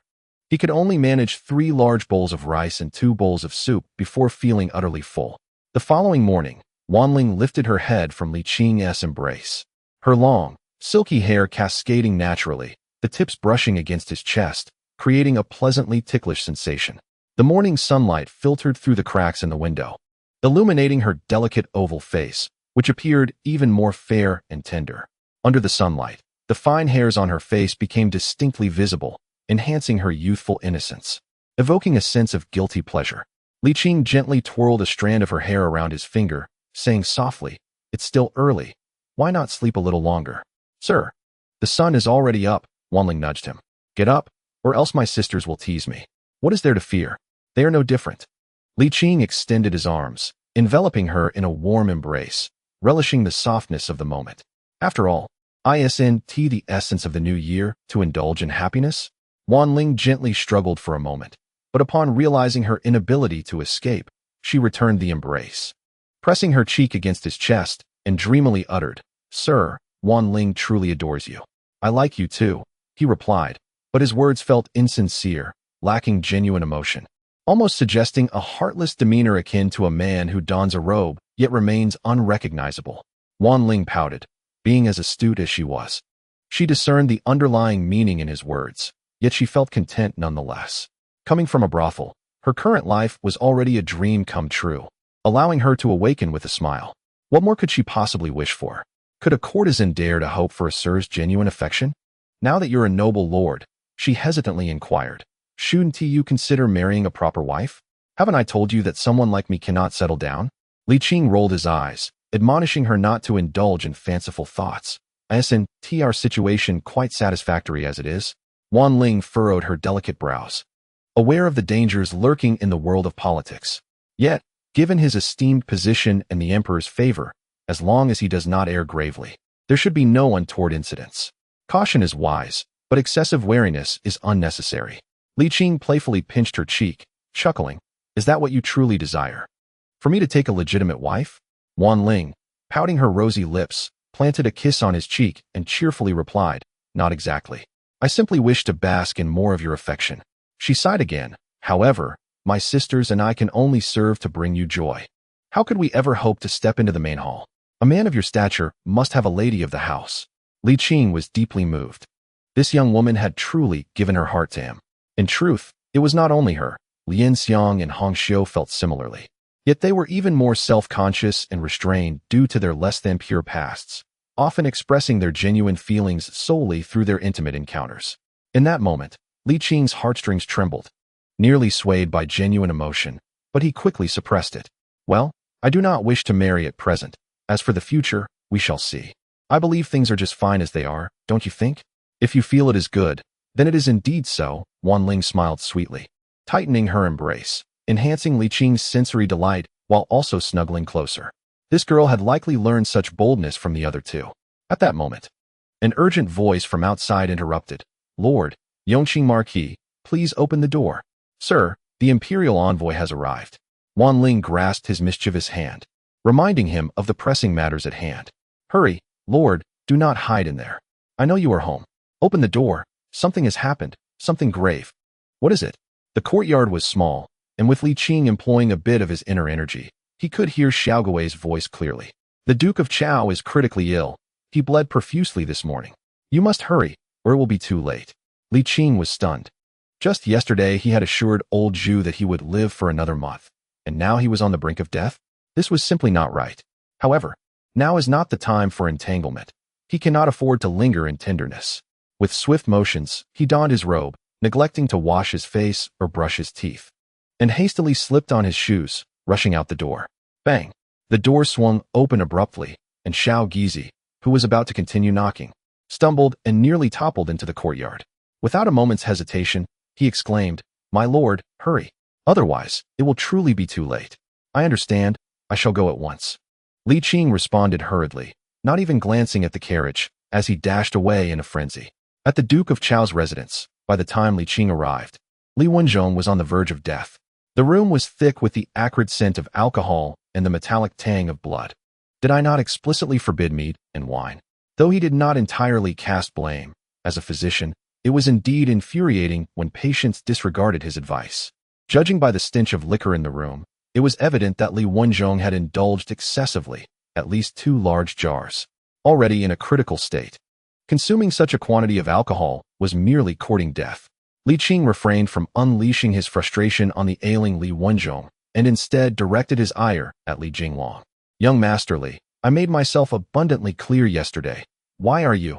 Enough of this nonsense, Zhu Yuanzhong interrupted. Think of a way to stabilize Bauer's condition first. Reluctantly, Li Qing acquiesced. In truth, it was hardly necessary. Had Li Wenzhong summoned him immediately after drinking, he might have had a chance. However, after a night had passed, even the legendary Hua Tuo or the reincarnated Bian Ke would be of no avail. Li Wenzhong managed a weak smile, expressing no grievances, stating, It is my own fault for drinking. My lord, please refrain from speaking. Li Qing urged himself to remain calm. Allow me to examine you. Perhaps there is another way. However, as soon as he touched Li Wenzhong's wrist, it was swiftly withdrawn. There is no need. What do you mean there is no need? You rascal. Why can't you make this easier for us? Zhu Yuanzhong thundered. Such is the depth of love that it brings forth stern reproach. Had it not been for his nephew's precarious state, he would have struck him with the sole of his shoe. "Uncle," Li Wenzhong called softly. That single utterance of uncle shattered Zhu Yuanzhang's heart, leaving no trace of anger. "Bower," Zhu Yuanzhang's fierce eyes brimmed with tears, his voice trembling. "We promised your sister we would take good care of you. If you depart like this, how shall I answer to her when I reach the afterlife?" Li Wenzhong managed a laborious smile. "Uncle, do you think a nephew can be considered a hero? Indeed, you are the hero of our great Ming dynasty." Zhu Yuanzhang nodded solemnly. Li Wenzhong smiled. "A hero has his own way to die. I do not wish to leave this world reeking of filth. A drunken slumber leading to eternal rest is a fitting end for a hero. Do you not agree?" Zhu Yuanzhang opened his mouth, tears cascading down. "Your unfilial nephew, during the New Year festivities, has brought such sorrow upon you." Cough, cough. Li Wenzhong coughed up a mouthful of blood, his vitality waning, yet he continued to hold on. "Bower, do not speak. It is my fault, for I did not care for you well enough." Zhu Yuanzhang wept bitterly. "Uncle, do not grieve. Though my life may not be long, it has been brilliant. A man, having traversed this world, has not lived in vain." Li Wenzhong wore an expression of relief. After a brief pause, a hint of concern for Jing Long flickered in his mind, as he reassured, "Rest assured, we shall teach Jing Long well." Zhu Yuanzhang firmly grasped his nephew's hand, murmuring repeatedly, "Be at ease, my dear." Li Wenzhong smiled, a look of contentment and tranquility gracing his features, softly whispering, "Let me add a little to your care." Tragically, he could not complete his last words, passing away unexpectedly. Chapter 106. Lan Yu's jealousy. Zhu Yuanzhang trembled all over. Lamenting loudly, "My dear boy." The bond between uncle and nephew was scarcely weaker than that of father and son. Overwhelmed with grief, Zhu Yuanzhang murmured his nephew's childhood name, tears streaming down his face. The room was filled with cries. Li Wenzhong's wives and children knelt on the ground, weeping inconsolably. Li Qing, witnessing this heart-wrenching scene, felt a pang of sorrow, his eyes moistening, not for Li Wenzhong, but for himself. He realized that in the future, he would encounter countless such moments, and one day, his master too would depart from him. In that instant, he truly understood that immortality was not as splendid as it seemed. Supported by Li Qing, Zhu Yuanzhang left the residence of Duke Chao, his robust frame appearing slightly hunched, tear stains etched into the deep crevices of his face, his graying hair billowing in the wind, making him seem older. Stumbling onto the dragon carriage, Zhu Yuanzhang leaned against the silk-covered seat, his expression vacant and dazed. "Your Highness, please enter the palace with me," Xiao Gizi gently urged. The Emperor Li Qing nodded in agreement and followed Xiao Gizi behind the dragon carriage. In the Qinqing Palace, Zhu Yuanzhang reclined against the head of the bed, his gaze fixed blankly ahead, devoid of life. Upon hearing the news, Zhu Biao hastily set aside his affairs and rushed to offer condolences. Before long, the princes and grandsons had all arrived, kneeling on the ground to urge their father to take care of himself in his grief. The effect was minimal, as Zhu Yuanzhang remained engulfed in sorrow, unable to extricate himself from it. Li Qing's eyelids twitched as he opened the needle case brought by Xiao Gizi, silver needles glinting in his hand, prepared to administer a needle to the old emperor. Yet at that moment, Zhu Yuanzhang let out a long sigh and spoke solemnly. "Posthumously confer the title of Prince Qiang upon Wenzhong. Allow him to be worshipped in the ancestral temple. Grant him burial at Zhongshan, with the title inherited by his eldest son, Li Jinglong. Notify the Hanlin Academy to deliberate a proper posthumous name for Wenzhong. Tomorrow morning, all princes shall visit Duke Chao's residence to mourn, and the grandsons shall wear mourning attire. Your son obeys your command and will attend to this matter immediately." Zhu Biao replied repeatedly, expressing concern. "Father, please take care of your health. Everyone may leave. I wish to rest." Zhu Yuanzhang lay down, turning on his side and ceased speaking. The princes bowed and exited the grand hall. Outside the hall, Zhu Biao instructed, "Li Qing, do not return just yet. Remain here to guard against any unforeseen circumstances." "I shall obey," Li Qing nodded. As dusk descended, Zhu Yuanzhang emerged from the grand hall, still expressionless, though he had regained a semblance of composure. "Your Majesty, I am fine." Zhu Yuanzhang waved his hand. "You may return. Preparations for the impending battle cannot be neglected." Your subject takes his leave. Li Qing clasped his hands in respect and turned to depart. The following day, Li Qing awoke early, donning a dark robe and trousers. While Lianxiang and Hongxiu helped him arrange his hair, "Sir, you appear even more handsome in dark attire," Wan Ling remarked with a smile as she adjusted the hem of his garment. "Is that so?" Li Qing chuckled lightly. "If you were to wear black silk, you would undoubtedly look even more enchanting." "Black silk?" Wan Ling paused, taken aback. Liang Xiangxiu also wore a look of astonishment, for it was the first time they had encountered such attire. "If the gentleman fancies it, in a couple of days, the three of us shall venture to the ready-made clothing shop to take a look. It is likely to be a rare find." Li Qing shook his head with a chuckle. "Well, I have pressing matters today. I shan't return by noon. Do not wait for me, and dine early." With that, he rose and exited. At the Duke's residence, civil and military officials, nobles, and even princes and grandsons gathered in droves. Li Wenzhong's influence was extraordinary, and with Zhu Yuanzhang's declaration to hold a grand ceremony, the ministers were naturally eager to attend, making the spacious Duke's residence feel rather crowded.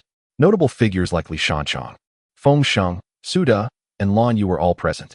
Among the throng, Li Qing also spotted Zhu Di and the chubby boy, who, with a mourning band around his waist and a serious expression on his plump face, clearly bore the marks of prior instruction. The civil and military officials stood in two orderly lines, each taking their turn to pay respects in the morning hall. They formed a long queue, surprisingly quiet despite their numbers, save for the murmured incantations of the Taoist priests and the rhythmic chanting of the Buddhist monks. Li Qing stood in line for nearly an hour before finally entering the morning hall. Inside, the myriad of mourning banners varied widely, some extolling the virtues of the venerable general, others expressing profound sorrow. Li Qing stepped forward to bow before the coffin, receiving a return salute from Li Jinglong, who was clad in mourning robes. Li Qing reciprocated the gesture and then, emulating those before him, performed a heartfelt display of grief, ultimately leaving the hall in tears. This experience imparted a valuable lesson to Li Qing. Indeed, the ancient ones possessed remarkably developed tear ducts. Particularly among the scholars, their weeping was nothing short of professional, their faces etched with sorrow, tears streaming without a hint of pretense.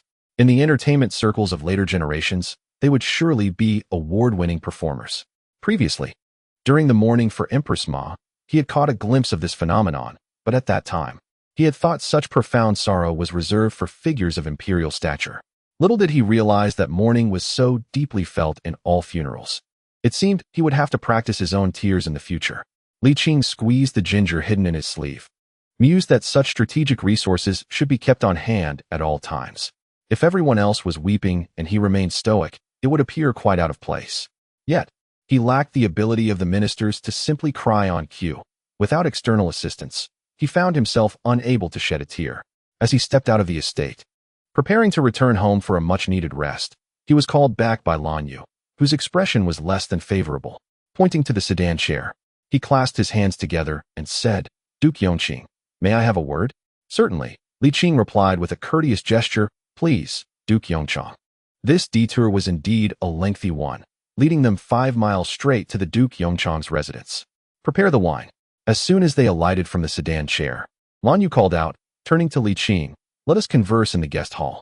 Li Qing nodded, recalling the earlier incident when Lan Yu had invited him for a drink, thinking to himself, "I am a person of principles. I shall not indulge without merit." The two entered the guest hall, taking their seats as host and guest, and shortly thereafter, the food and drink were served. Lan Yu dismissed the attendants, poured himself a full cup, and downed it in one gulp, speaking in a hushed voice. "You are aware, I presume?" "Of what?" Li Qing replied, his face a mask of confusion. "You do not know?" Lan Yu exclaimed in astonishment, pausing for emphasis. This time, the emperor is once again sending people off on an expedition. Li Qing suddenly realized why Lan Yu wore such a grim expression. It was not sorrow over the passing of Duke Chao, but rather discontent over competition for accolades. However, this matter seemed to bear little relevance to him. As the military supervisor, no matter how many generals were added to the ranks, it had no bearing on his authority. "Who is it?" Li Qing inquired with curiosity. "It's that young rascal, Li Jinglong," Lan Yu replied, indignantly tapping his wine cup. "What can a mere 16-year-old boy possibly accomplish? Isn't he just a source of chaos?" Li Qing, noting the silence that followed, continued, "Warfare is no trivial matter, and this particular battle is of utmost importance. Allowing a mere boy to accompany us is fraught with peril. Should any errors occur, we would both bear the consequences. I am the commander. And you are the military supervisor. If we jointly petition the emperor, perhaps he might reconsider. I have no intention of wading into this murky water, Liu retorted. Old Zhu is overly sentimental. Opposing him at such a critical juncture is merely courting trouble. Li Qing scoffed dismissively. Lord Yongchang, as the commander, why must you treat a mere boy like a formidable adversary? Liu banged the table in frustration, exclaiming, if he were merely seeking military merit, I could accept that. The crux of the matter is that the emperor has granted him military authority, and to make matters worse, he has been appointed as deputy commander. Deputy commander? Li Qing exclaimed in astonishment. Surely it cannot be so. Why would the emperor make such a decision for such a significant battle? The crown prince himself conveyed this information to me. Can there be any doubt? Liu poured him a glass of wine. A 16-year-old scion, never having set foot on a battlefield, is suddenly elevated to the position of deputy commander. Is this reasonable? Li Qing furrowed his brow. Yet he remained skeptical that old Zhu would treat such matters so lightly. No one desired victory more than Zhu Yuanzhang. Even if he was overly sentimental, he would not place Li Jinglong in such a crucial position. However, Liu had no reason to deceive him, and judging by Liu's aggrieved demeanor, there was a high probability that it was true. After pondering for a moment, Li Qing asked, surely there are limitations to his authority as deputy commander? Liu's face flushed as he nodded perfunctorily. There are indeed some restrictions, though they are not publicly disclosed. But when the time comes, he might wield authority with mere insignia. What then? Li Qing felt a sense of relief and chuckled nonchalantly. At a critical juncture, the deputy commander must absolutely obey the orders of the commander. Moreover, the emperor himself has stated that once combat begins, even I, as military supervisor, cannot interfere. Why should you concern yourself with such matters? Liu certainly did care. Li Qing was not the same as Li Jinglong. As a military supervisor, Li Qing could still garner military merit after the army's victory, but there was a distinct difference between military achievement and battle honors. Furthermore, Li Qing had no foundational support within the martial ranks. No matter how the emperor rewarded him, it would not affect Liu. However, Li Jinglong was an entirely different case. A hero begets a hero was a widely held belief. The influence of Li Wenzhong within the military was overwhelmingly significant. Should Li Jinglong participate in the battle as deputy commander and achieve victory, he would undoubtedly overshadow Liu to a considerable degree. In the military, two aspects were paramount: seniority and merit. Despite Li Jinglong's inexperience, his father's reputation would shield him from scrutiny. Secondly, the weight of military achievements could not be underestimated. If Li Jinglong, as deputy commander, were to secure victory, the ensuing influence would be formidable. Liu had painstakingly endured the trials of seniority, striving to carve out a monopoly of influence within the military, only to have a formidable competitor like Li Jinglong emerge unexpectedly. How could he possibly accept such a turn of events? Especially Li Jinglong, who is just a young lad, is particularly defiant. However, what truly concerns Liu is Li Jinglong's youth. The emperor's arrangement clearly indicates an intention to cultivate a third-generation leader. He, as a second-generation figure, has yet to make a name for himself, and now the third generation has arrived, which is his greatest discomfort. To be precise, Liu is feeling envious. Chapter 107. The Clash, Brotherly. Liu filled Li Qing's cup once more, his tone becoming increasingly cordial. We must not allow this young upstart to disrupt our grand plans. We? Li Qing chuckled inwardly, thinking to himself, who is this you speak of? Fear not, Duke Yongchang. Li Qing replied earnestly. If that Li Jinglong dares to wield his authority recklessly, rest assured I will not allow him to impede our progress. Liu was momentarily taken aback. This was not what he desired at all. His true aim was to see Li Jinglong removed from the equation. Ahem, brotherly, Liu said, his expression slightly awkward. For the sake of caution, it would be best to expel him. Does he even deserve to be involved? This matter does not concern him, Li Qing asserted. One side is Duke Yongchang, while the other comprises the Duke of Chao and the Emperor. Even a fool would know which side to choose. Duke Yongchang, if the Emperor has indeed appointed him, you cannot expect me to defy the imperial decree alongside you. Can you? Liu felt a flush of embarrassment, yet he misinterpreted Li Qing's words, believing him to be criticizing his supposed stinginess. After all, to invite someone for a mere drink and then expect them to oppose the emperor alongside oneself is indeed somewhat petty. Rest assured, brotherly, should we achieve a great victory, I shall certainly advocate for you before the emperor. Lan Yu unwittingly drew the two closer. He paused momentarily before adding, if I ever go back on my word, may I be struck by lightning. The ancients placed great importance on promises and seldom made oaths lightly. Lan Yu spoke from the heart. It was not out of generosity, but rather that Li Qing's achievements would not diminish his own. Furthermore, he had already received assurances of being granted a title, and he was indifferent to any additional rewards. However, Li Jinglong was a different matter. His rise would inevitably siphon off some of Lan Yu's influence, and with this opportunity, his ascent would surely accelerate. This is what truly concerned Lan Yu. Serving the sovereign and sharing in his burdens is the duty of a loyal subject. Li Qing suddenly elevated the conversation. I am not one to covet accolades. He wore a displeased expression, feeling that Duke Yongchang was insulting him. Before Lan Yu could fully grasp the situation, Li Qing rose in indignation. Thank you for your hospitality, Duke Yongchang, but I have matters to attend to. I bid you farewell. With a respectful gesture, he turned and departed. Lan Yu was left in a daze, instinctively feeling he had erred, yet unable to discern where he had gone wrong. He had invited Li Qing for drinks and promised him military merit, genuinely expressing his goodwill. Why had Li Qing become incensed? Lan Yu, brash as he was, found himself at a loss against Li Qing's shamelessness, who accepted benefits without fulfilling his obligations, indulging in the feast without softening his stance. Encountering someone so unabashed left Lan Yu bewildered. After a moment, Lan Yu realized he had been played and was infuriated enough to overturn the table. Li Qing, you scoundrel, he exclaimed as he returned to his quarters. Li Qing exhaled deeply, pulled out a chair, and settled down, crossing his legs to bask in the sun. Just as the chair began to warm, there was a knock at the door. Upon opening it, he was surprised to find Li Jinglong standing there, clad in mourning attire. Jinglong's uninvited presence was a disruption. The courteous gentleman, Li Qing, could not refuse entry and gestured for him to come in. With a dry chuckle, Li Qing remarked that his humble abode was rather modest and suggested they enjoy the sunshine in the courtyard instead, given the pleasant weather. Li Jinglong, admiring the integrity of the Yongqing marquis, nodded in agreement.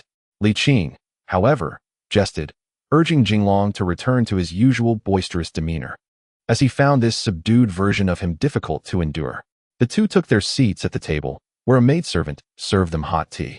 After a brief exchange of pleasantries, Li Qing cut to the chase, inquiring about the purpose of Jinglong's visit. Li Jinglong set down his teacup and sighed, revealing that his father had passed away.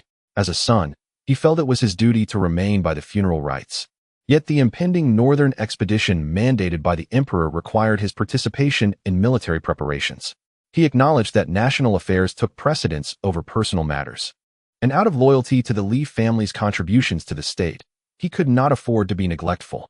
Having heard of the Yongqing marquis experience in the northern campaigns, especially his notable achievements alongside the King of Yan against the northern Yuan last year, Jinglong expressed a desire to learn from him.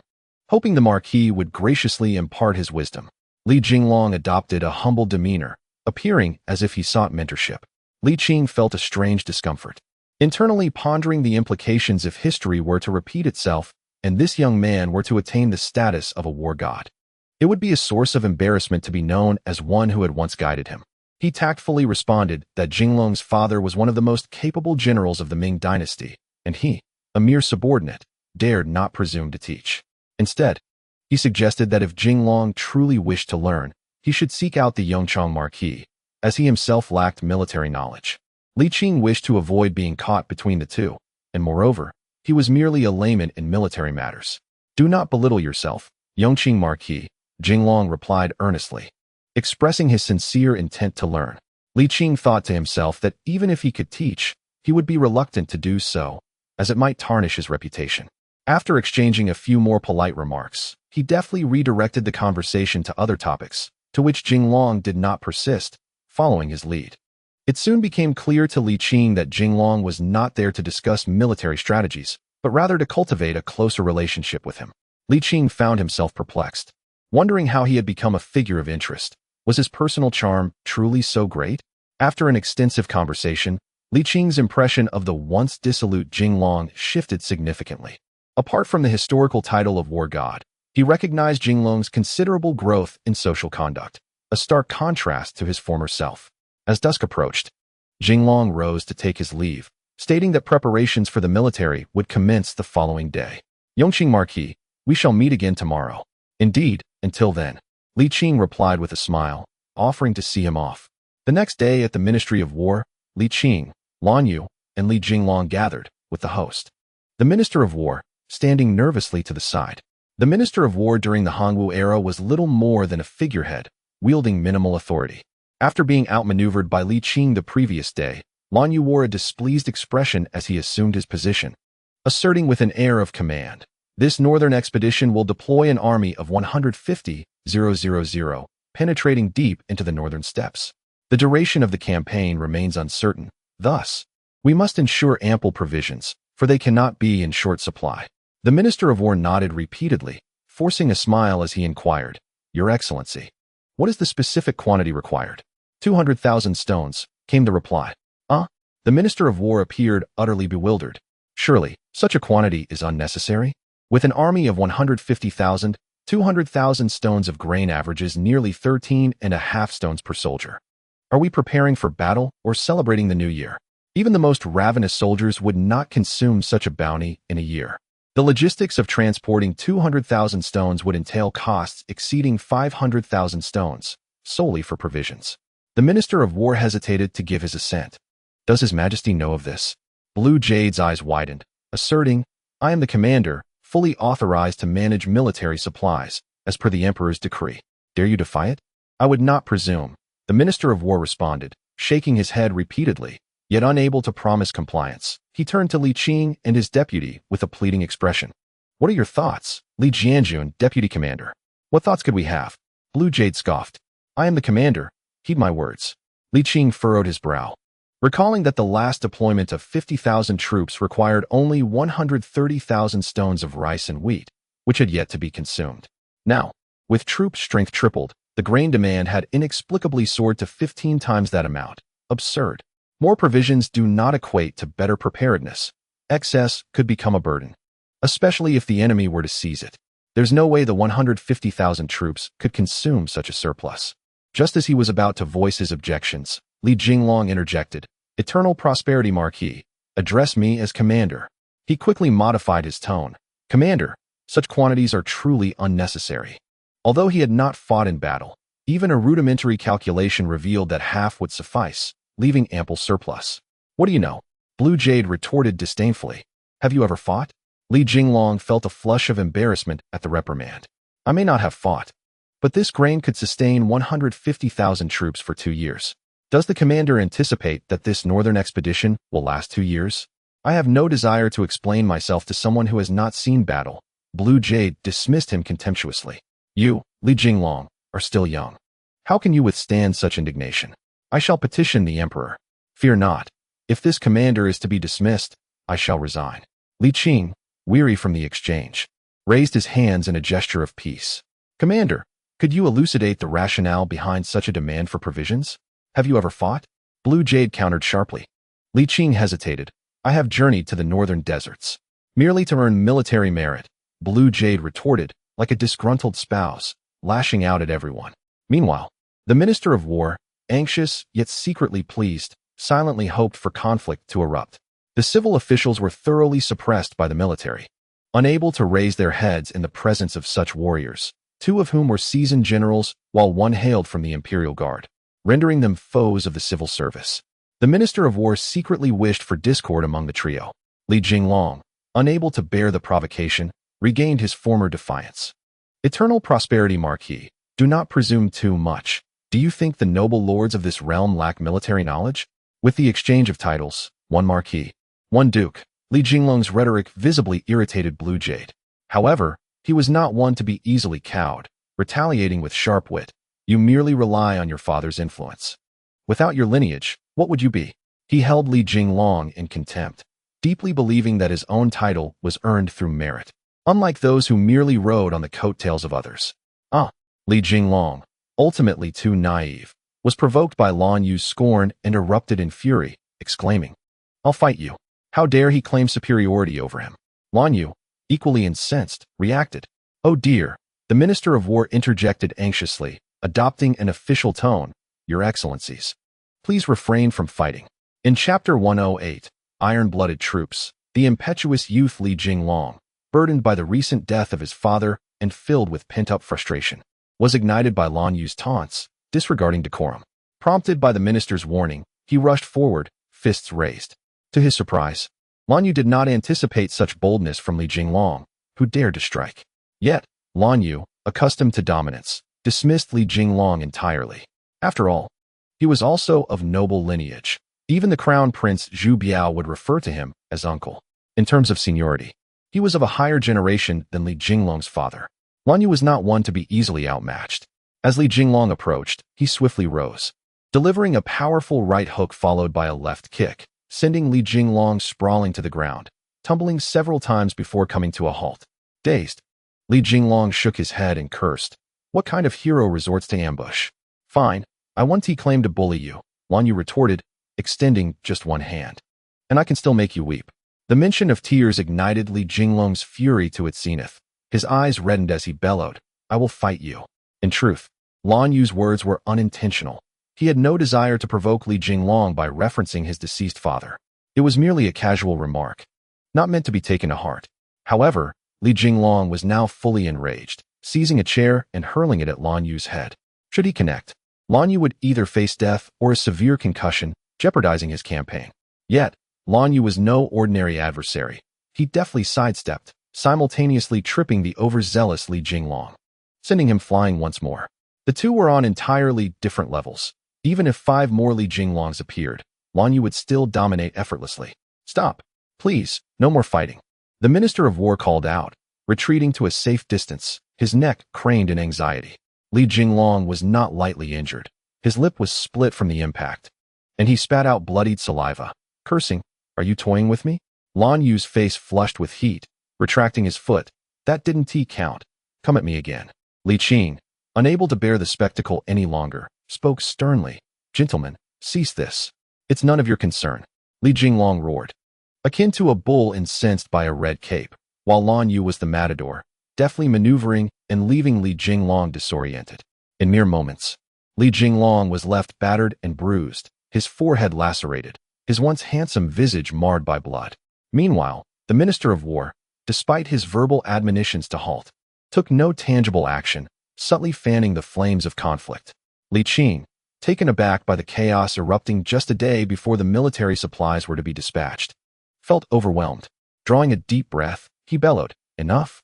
His voice, infused with genuine energy, stunned not only the two combatants, but also the Minister of War, who was equally taken aback. Li Qing swiftly stepped forward to separate the two, remarking calmly, In times of uncertainty, seek the Emperor. Upon hearing this, Li Jinglong snapped back to reality. Although he could not swallow his resentment, he recognized that he was no match for Lan Yu. Thus, he inquired, Dare you accompany me to the palace? Lan Yu, regaining his composure, gazed at the bloodied face of Li Jinglong, a flicker of unease washing over him. Cough. I am preoccupied with official duties and have no time for your childish games. Are you afraid? I cannot be bothered with you. Lan Yu turned to the Minister of War, asking, Will you approve?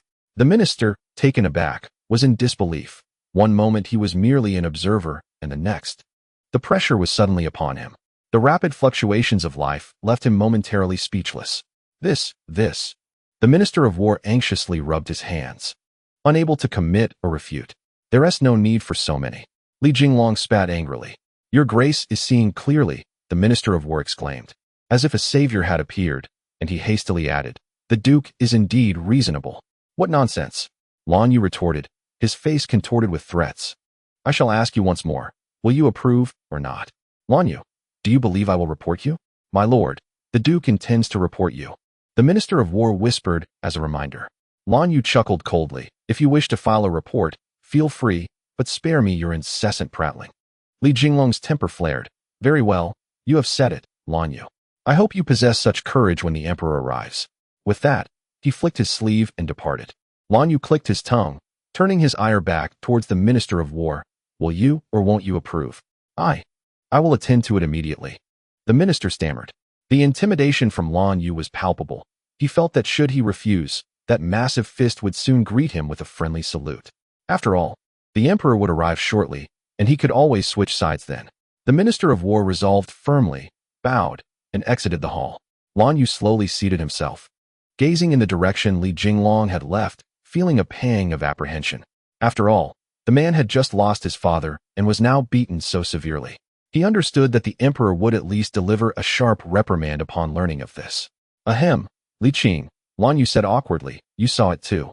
It was Li Jinglong who struck first, correct?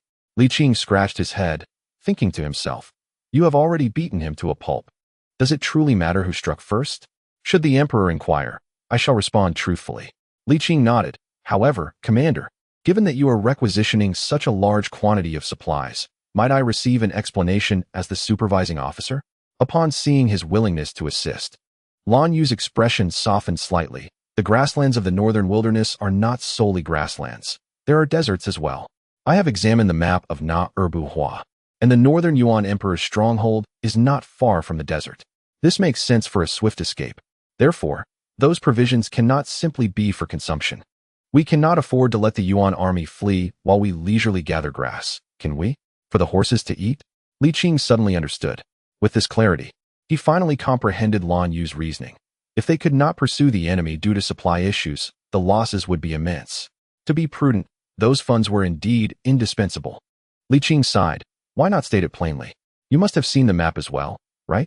Lan Yu scoffed, expressing disdain for the simplicity of the reasoning that eluded comprehension. What is there for me to discuss with someone of your caliber? We are fundamentally of different realms. Li Qing acknowledged Lan Yu's arrogance, yet recognized his genuine prowess. Having perused the map, he had indeed not contemplated this matter before. With a respectful gesture, he remarked, your insight is commendable, Commander. However, as the military supervisor, I possess the authority to intervene in military affairs. I kindly request that you do not find it troublesome to elucidate further in the future. After a brief pause, he solemnly added, our objectives align. We are both striving for victory. Lan Yu echoed, victory, nodding slowly. Very well, for the sake of our grand strategy, I shall accommodate your requests. But once the battle commences, the commander holds absolute authority. Li Qing interjected on his behalf. Ah, it is good to know, Lan Yu replied, his expression noticeably brightening as he sipped his tea, lapsing into silence. Half an hour later, Zhu Yuanzhang stormed in, unleashing a torrent of reprimands upon Lan Yu.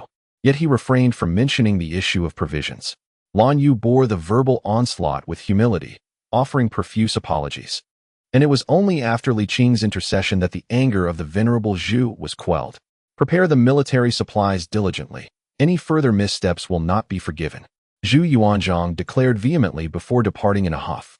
In the ensuing days, Li Jinglong focused on recuperating and did not make any further appearances, while the arrangements for military supplies proceeded smoothly.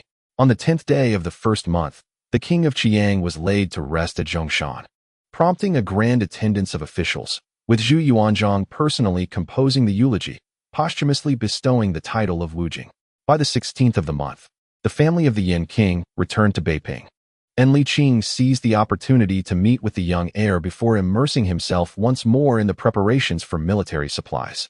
By the end of the first month, Zhu Yuanzhang issued a decree to establish the Daming Capital Command, serving as the frontline base for the campaign against the northern Yuan.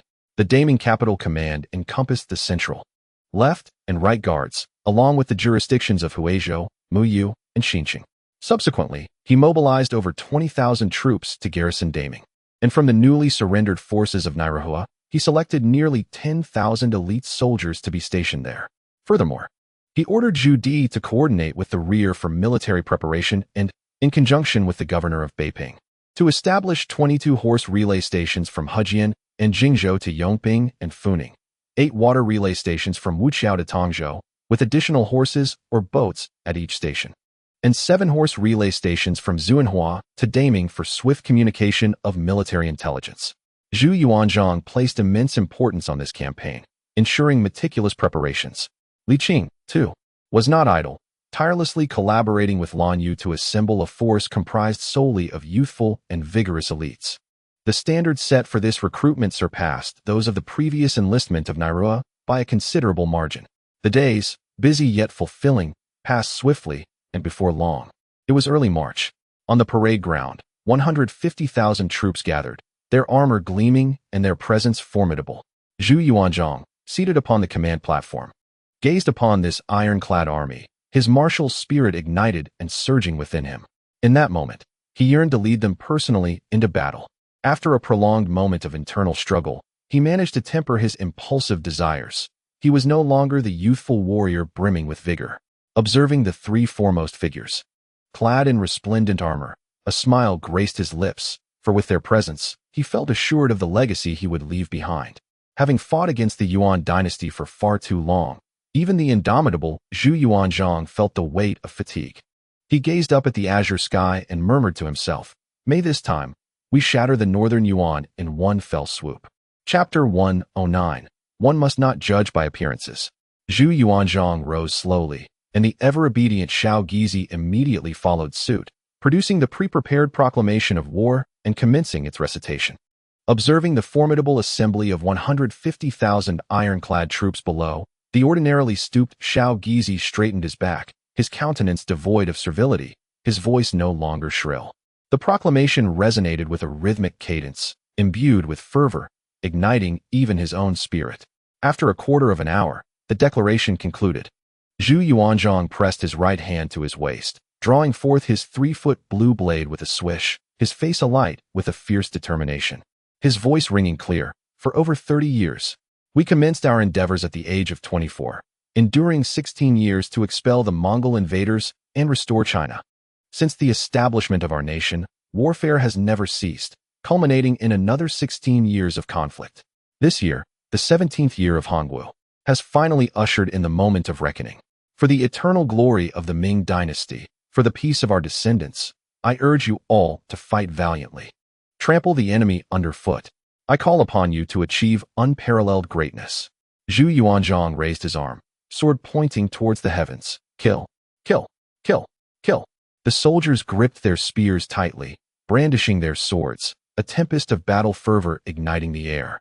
Lan Yu's face flushed crimson as he bellowed. "In bloody combat upon the battlefield, we vow to fight to the death. In bloody combat upon the battlefield, we vow to fight to the death." The 150,000 troops echoed with a thunderous roar, their voices reverberating through the heavens like a thunderclap, piercing the clouds. Such a scene, such a mighty army, stirred even Li Qing, his blood surging with excitement. His voice infused with inner strength resounding throughout the training grounds. "The Ming army is formidable. The Ming army is formidable. The Ming ruler is formidable. The Ming ruler is formidable." The morale of the troops soared to unprecedented heights. Li Jinglong's handsome face flushed with exhilaration. The commander and the military overseer had both incited the spirit of the troops, and he, as the deputy commander, wished to utter a few words as well. He glanced at the lengthy speech he had penned late into the night, only to sigh once more. It was far too lengthy, nearly rivaling the proclamation of war itself. It lacked the succinctness and motivational vigor of Li Qing and Lan Yu's words. After some contemplation, he ultimately resigned himself to forego speaking. The emperor, the crown prince, and the civil and military officials rode on grand steeds, escorting the army beyond the city gates, an unprecedented display of grandeur. Lan Yu pledged an oath of military service. "If this battle is not victorious, I shall take my own life in atonement." Li Jinglong, unwilling to be outdone, promptly followed suit with his own oath. Faced with such bravado, Li Qing felt utterly speechless. Such bold declarations carried weight. Should any misstep occur, it would not be a matter to be taken lightly. Yet, with both having sworn their oaths, he could not afford to stand apart, and thus, reluctantly, he also made a military pledge. In truth, Li Qing was not overly anxious. He vaguely recalled that historically, the decisive battle had been won, with Lan Yu as the commander. Nevertheless, a sense of unease lingered. His own actions had led to Nair being pacified, subsequently receiving intelligence regarding the Northern Yuan Emperor, which had advanced the battle's timing by several years. Whether history could be replicated remained uncertain in his mind. Looking upon the 150,000 troops, Li Qing felt a modicum of reassurance. With such an elite force at hand, what was there to fear? This expedition, unlike the last, was marked by exceptional preparedness. Logistical support was under dedicated supervision, allowing the army to march with minimal encumbrance, their pace remarkably swift. In just over 20 days, they journeyed from Jinling to Beiping. After a brief respite, they set off once more. Li Jinglong's injuries had long since healed, yet the enmity with Lan Yu ran too deep for him to humble himself. and Lan Yu would never concede to a mere youth. Throughout the journey, their conversations were sparse. Li Qing, however, found solace in this silence, deeming it far superior to any quarrels between the two. 5 days later, upon entering the grasslands, the horses grazed on the fresh, lush green forage with evident delight. This was one of the advantages of the northern expedition. There was no need to carry excessive fodder, significantly alleviating their burdens. At midday, the army began to prepare their meal. Li Qing reclined on the grass, gazing at the azure sky and inhaling the fragrant scent of the grass. His spirits lifted. "Li brother, it's time for lunch," Li Jinglong approached. Since Li Qing was lying down, he found it inappropriate to stand. So he sat beside him and offered his wine pouch. "Have a drink." "Thank you." Li Qing sat up, took the pouch, and gulped down a couple of hearty swigs. Excellent wine. People are susceptible to the influences of their surroundings, and he was no exception. After a long day of travel, indulging in such pleasures was indeed refreshing. Observing Li Jinglong's noticeably tan complexion, Li Qing chuckled. "Is this your first expedition, Deputy Commander? Are you finding it difficult to adapt?" "Indeed, I am somewhat unaccustomed." Li Jinglong replied with a light laugh. "I fear you may mock me, but my thighs have already bled from the strain." After 16 years of indulgence, he had never endured such hardship. The battle had yet to commence, and merely marching had already tested his limits. However, the death of his father had brought about a profound transformation in this once dissolute young man. Though arduous, he persevered without complaint. Through their time together, Li Qing's perception of this newly appointed duke had shifted significantly.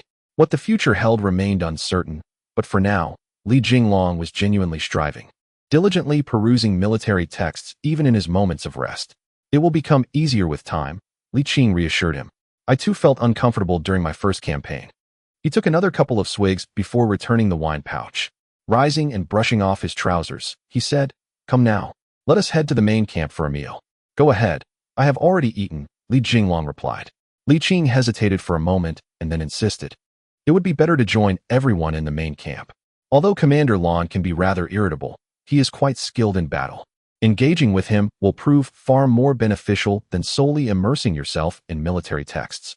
Moreover, as the commander and deputy commander, this expedition holds great significance. For the greater good, you should set aside past grievances. Li Jinglong paused, then clasped his hands respectfully. "Your words ring true. I have been short-sighted." Seeing that he was receptive to counsel, Li Qing felt a measure of relief. Warfare is not the endeavor of a single individual. He feared that during battle, conflicting opinions between the commander and deputy could lead to missed opportunities. Li Jinglong held considerable authority, despite his limitations as a deputy. Zhu had not made this public in order to nurture him. Only Li Qing and Lan Yu were privy to the details. Li Qing worried that at a critical moment, Li Jinglong might oppose Lan Yu, hindering the army's effectiveness. Before they could reach the commander's tent, a hastily approaching vanguard officer appeared, his expression tense. "Li Monitor, come with me at once." "What has transpired?" The vanguard commander pointed towards the distant sky. Li Qing followed the direction, astonished, and exclaimed, "Is that a sea eagle?" "Indeed. The general has already spurred his horse towards it and has asked me to summon you," came the reply. Aware of the strategic significance of such a creature, Li Qing did not hesitate. He swiftly retrieved a horse, mounted, and with a crack of the whip, set off in haste. Moments later, Li Qing spotted Lan Yu, accompanied by several of his adopted sons. Upon seeing Li Qing approach, Lan Yu raised his trembling arm and handed him a 5-stone bow, insisting he must bring down the bird. Li Qing accepted the bow without hesitation, gazing up at the 3 circling sea eagles. Taking a deep breath, he drew a specially crafted arrow from his quiver and nocked it. In an instant, the bowstring was drawn taut, like a crescent moon. With a whoosh, the arrow soared high enough, yet its accuracy fell short, failing to disturb the sea eagles, which continued their aerial dance. The lack of reference points in the sky made it challenging to find the right aim. Li Qing launched several more arrows, yet to no avail. Growing anxious, Lan Yu inquired, "Do you still have the strength?" "There is plenty of strength left," Li Qing reassured him. After a few attempts and adjustments, he felt a sense of certainty return and once again pulled back the bowstring.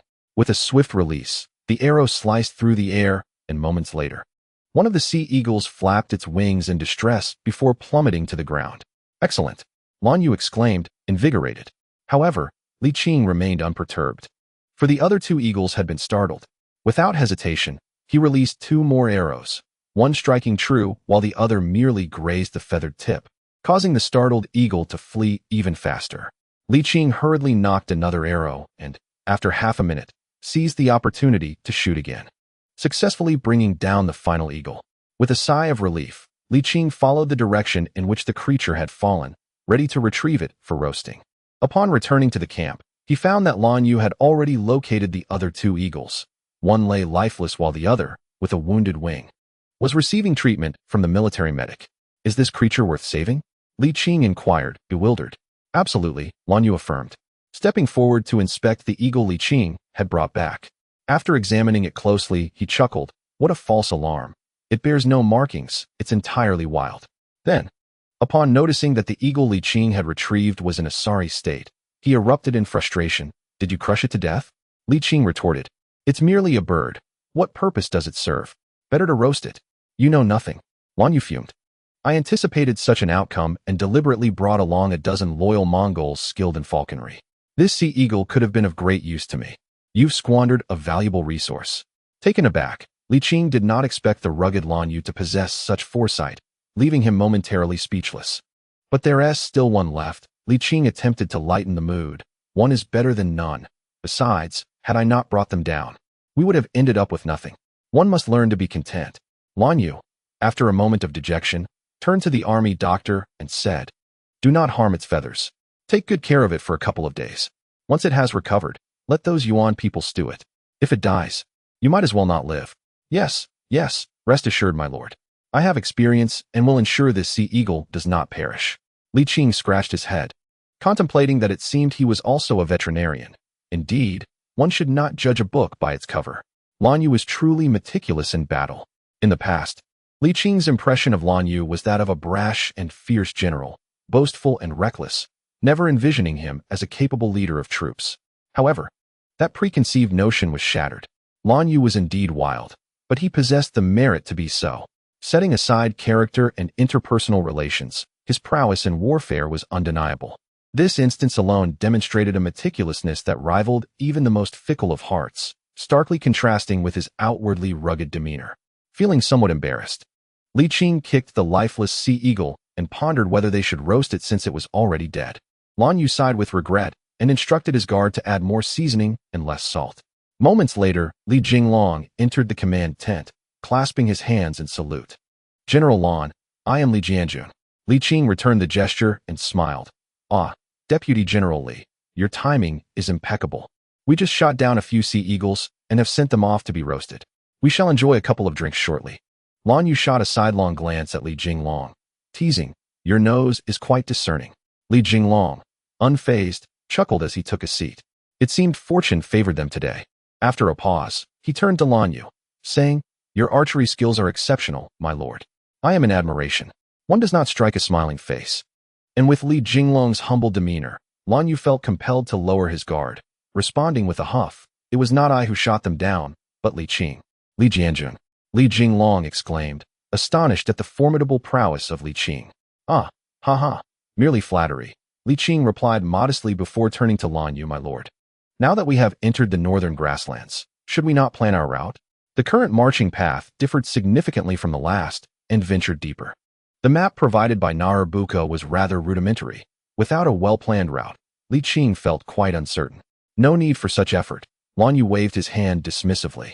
We will follow the river in the early stages. Rest assured, I have considered everything you can imagine, and even that which you cannot. Please enlighten us, my lord. Li Qing smiled. It is only fitting for me, as the supervising general, to feel reassured. A hint of impatience crossed Lan Yu's face, yet he suppressed it, remembering Li Qing might report him. Very well, I shall impart a lesson today. Li Qing nodded earnestly, adopting an attentive demeanor, while Li Jinglong sat up straight, all seriousness. What is the most crucial aspect of marching and warfare? Lan Yu inquired. Unity of heart and mind. Li Qing replied. His answer carried an additional layer of meaning, reminding both men of the necessity for solidarity. Noticing Lan Yu roll his eyes, Li Jinglong realized Li Qing was mistaken.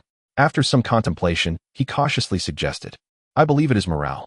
Nonsense. Lan Yu replied, exasperated. It is water. Without water, no matter how robust the soldiers or how fierce the steeds, they will falter. Li Qing, were you not deployed last time? Do you not understand this principle? Hee hee, Li Qing chuckled. Last time we had an exceptionally precise route. Every mountain and river along the way was accounted for, so there was no need for concern. He truly hadn't considered this. Lan Yu, upon hearing his words, was instantly filled with envy and resentment, thinking, why am I not so fortunate? The map provided by Guo Huan is far too rudimentary. It was only then that Li Qing realized the significance of water sources and hurriedly inquired, what is the commander's solution? He was uncertain how long the current river could be utilized, as the map given by Guo Huan was too crude for him to comprehend. It's simple. We shall dig a well, Lan Yu replied languidly. I have long prepared a well-digging team of over 100 men. So there is no need to worry about the water supply. But what if we enter a desert region and cannot find water? Li Jinglong asked. If you can think of it, how could I not? Lan Yu replied nonchalantly. There is a supply in the military provisions known as oil hemp. I have prepared half a liter for each person. When the time comes, they merely need to take a few seeds to quell their thirst significantly. How could I not know this? Li Jinglong exclaimed in surprise. Li Qing thought to himself, of course you wouldn't know. You were at home recuperating at that time. However, he had nothing to be proud of either, as he was unaware of the other function of oil hemp. Lan Yu continued, in addition, we have a large supply of mi bing, a delicacy from the northern Song dynasty, which has a mildly sweet taste and excellent thirst-quenching properties. Li Qing felt embarrassed, having thought that mi bing was merely a snack for the troops. What about the horses? Li Jinglong asked. Rest assured, prior to our deployment, I informed the emperor about providing cheese to quench the horse's thirst, and it will arrive shortly, Lan Yu assured him. Is there any other issue? Lan Yu was audacious, yet so compelling that the two could find no fault, utterly convinced. If there are no problems, then go rest, he added, reclining in his command chair with an air of superiority. Li Qing rolled his eyes. Commander, I have yet to eat. The eagle I shot down. Do you intend to keep it all for yourself? Lan Yu felt a heat rise to his face, but said nothing more. Soon, the roasted eagle was brought, and both Lan Yu and Li Jinglong, finding it exceedingly rare, had someone fetch a jar of fine wine. The eagle was a precious commodity, more valuable than its weight in gold, thus enhancing its flavor immensely. In reality, its taste was not significantly superior to that of a wild chicken. Yet the two exclaimed it to be a culinary delight. Before long, the two eagles were completely devoured by the three of them. Lan Yu, still unsatisfied, thought that had it not been for the larger strategy at play, he would have roasted the remaining one. After the meal, the relationships among the three, especially between Lan Yu and Li Jinglong, had notably softened. Lan Yu clapped his hands, feeling accomplished. This time, our preparations for war are exceedingly ample. Once we encounter the main force of the Yuan, we shall annihilate them without a trace. He instructed that in 15 minutes they would continue their advance. With dedicated supply provisions, the army's pace was remarkably swift, exceeding that of Li Qing's previous expedition by more than double. In just over 20 days, they were less than 1,000 miles from their destination. The army halted for a period of rest, which extended to half a month. The reason for this prolonged pause was to await the arrival of supplies. After this interval, all military provisions were finally gathered, and the army resumed its march. However, this time, the pace of their advance was considerably slower than before, even more so than during Li Qing's previous expedition. The reason was simple. The sheer volume of supplies was overwhelming, making the entire army cumbersome, with the supplies occupying far more space than the troops themselves. Li Jinglong shook his head in dismay. Lan Yu, however, was unconcerned, scoffing, as long as the provisions are secured, the morale of the troops remains intact. You may find them burdensome now, but you will come to appreciate their value when the time for sustenance arrives. Ah, yes, Li Jinglong replied dismissively, agreeing with the commander. Lan Yu, uninterested in further debate, remained unflustered. 10 days later, less than 200 miles from their destination, Lan Yu ordered a detachment of light cavalry to scout for intelligence as the army settled down for the night. Sitting on the grass before the command tent, he gazed at the starry sky, his brow furrowed in concern. This was the first time Li Qing had witnessed Lan Yu in such a state. He had always exuded confidence and determination, but now he appeared grave and troubled, which unsettled Li Qing. Commander, we are destined for victory, Li Qing encouraged him. With the impending battle, the leader's lack of confidence could severely impact troop morale. Yet, Lan Yu continued to frown, muttering under his breath, damn it, something feels amiss. What seems to be wrong? Li Qing inquired. Do you not sense that something is lacking? Looking around, Li Qing could not discern what was missing and responded in confusion. What is absent? The sea eagle. Lan Yu replied, his brow knitted. While these creatures are indeed rare, how could the main force of the Yuan army, especially with the imperial palace situated here, go without them? It would not be unusual to encounter 3 to 5, or even 30 or 50 of them. Yet, given our proximity, we have not seen a single one. Doesn't that raise concerns? After being prompted by Lan Yu, Li Qing too began to find the situation peculiar.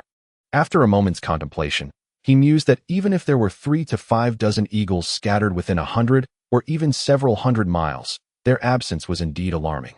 Let us hope for the best, he sighed. I fear not the battle itself, but rather the uncertainty of our enemy's whereabouts. Even if the Yuan forces manage to break through, we can pursue them. However, if their main force is not present, that would spell trouble. Li Qing pondered this, slowly shaking his head. The Liu Hua have already pledged allegiance to the Ming. They would not dare to mock us, lest they invite disaster upon themselves. Indeed, Lan Yu conceded, his mood lifting slightly at Li Qing's words. Barring unforeseen circumstances, we shall engage in battle tomorrow, perhaps even advancing in the dead of night. You should rest now. Lan Yu remained troubled, murmuring, Boren, may you watch over your brother from above. The following day, as dawn broke, Li Qing was roused from a deep slumber by a vigorous shake. He opened his eyes to find Li Jinglong's face awash with concern. Supervisor Li, we have a grave situation. What has transpired? Li Qing's heart sank, a foreboding feeling creeping over him. Indeed, his fears were confirmed. Li Jinglong's countenance darkened as he relayed. The light cavalry's vanguard returned under the cover of night, and the main force of the Yuan army is not ahead. We have seen neither man nor horse. And what comes next? Li Jinglong sighed. The commander has summoned the generals to deliberate on our course of action. Come, we must hurry. Chapter 111, Do Not Surrender. The commander's tent. Dozens of high-ranking generals gathered here, each with a somber expression. After enduring such hardships, they had anticipated seizing the Yuan army, achieving great deeds, and receiving rewards, only to find themselves bereft of even a single hair from the enemy. Their frustration was palpable. At the forefront, Lan Yu's brows furrowed deeply, and the muscles in his face twitched intermittently, clearly struggling to suppress his discontent. Li Qing settled into his position and, after a considerable pause with no one speaking, inquired, General, what is the specific situation ahead? Lan Yu exhaled slowly, casting a glance at the soldiers standing nearby. Please relay the information to them, he instructed. Yes, General. The soldier replied with a respectful gesture, then addressed the assembly, stating, there are no troops or horses ahead. Despite knowing this information, hearing it once more was difficult for everyone to bear. The soldier continued, according to our reconnaissance, there are indeed signs of a significant Yuan military presence in the vicinity, including numerous abandoned tents and this. As he spoke, he produced a large piece of bright yellow fabric. Though weathered and faded, its original hue was still discernible. Yellow, a color not freely used, spoke volumes of its significance. Li Qing furrowed his brow. It seemed that Guo Huan had not lied, and the map he provided was indeed reliable. However, the pressing issue was that the enemy had vacated the area, though the Yuan forces were numerous. Locating them across the vast expanse of the northern grasslands would prove to be an arduous task. General, what shall we do now? The atmosphere in the tent was stifling, and Li Qing, unwilling to linger in the oppressive silence, urged, please, offer a suggestion. Lan Yu, feeling restless and harboring a simmering frustration, was further incensed by Li Qing's attempt to shift responsibility. He retorted sharply, Supervisor, what is your opinion?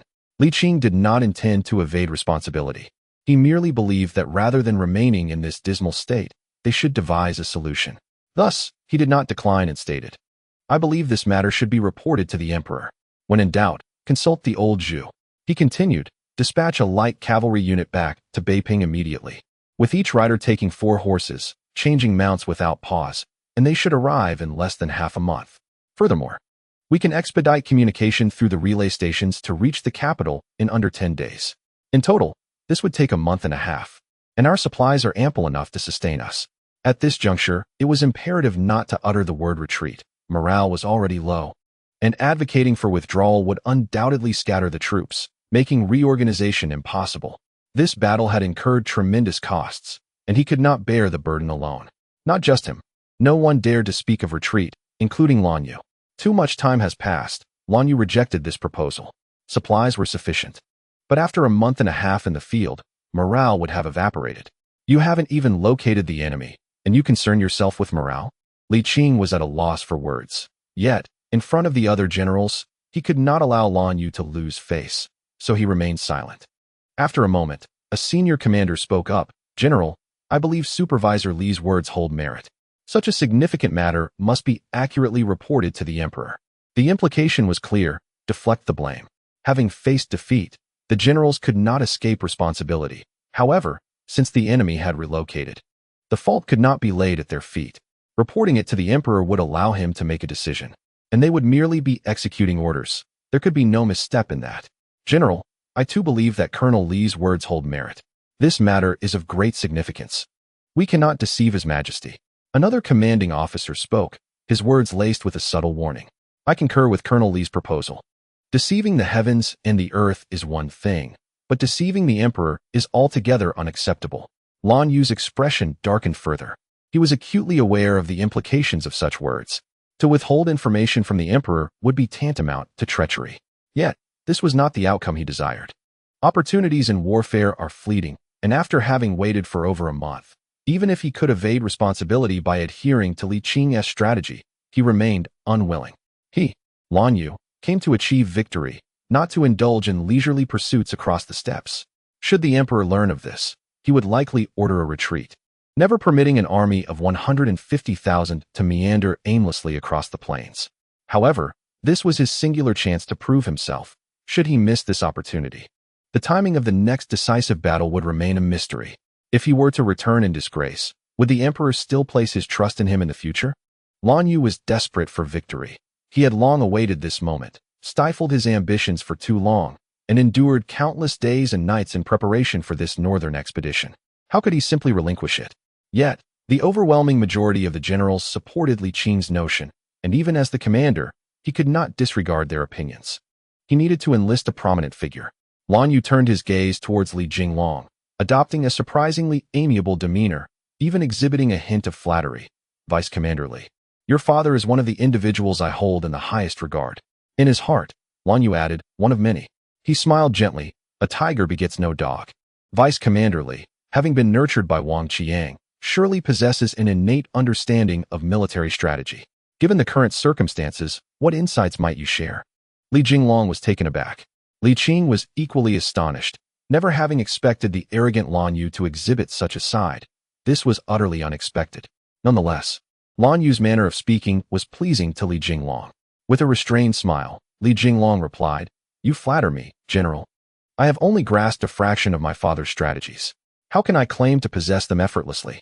Pausing for a moment, he continued, However, since we are convening to discuss matters, I feel obliged to share my thoughts candidly, and should my words be inappropriate, I hope you will not mock me. Li Wenzhong's esteemed reputation commanded respect among the generals, who dared not be dismissive.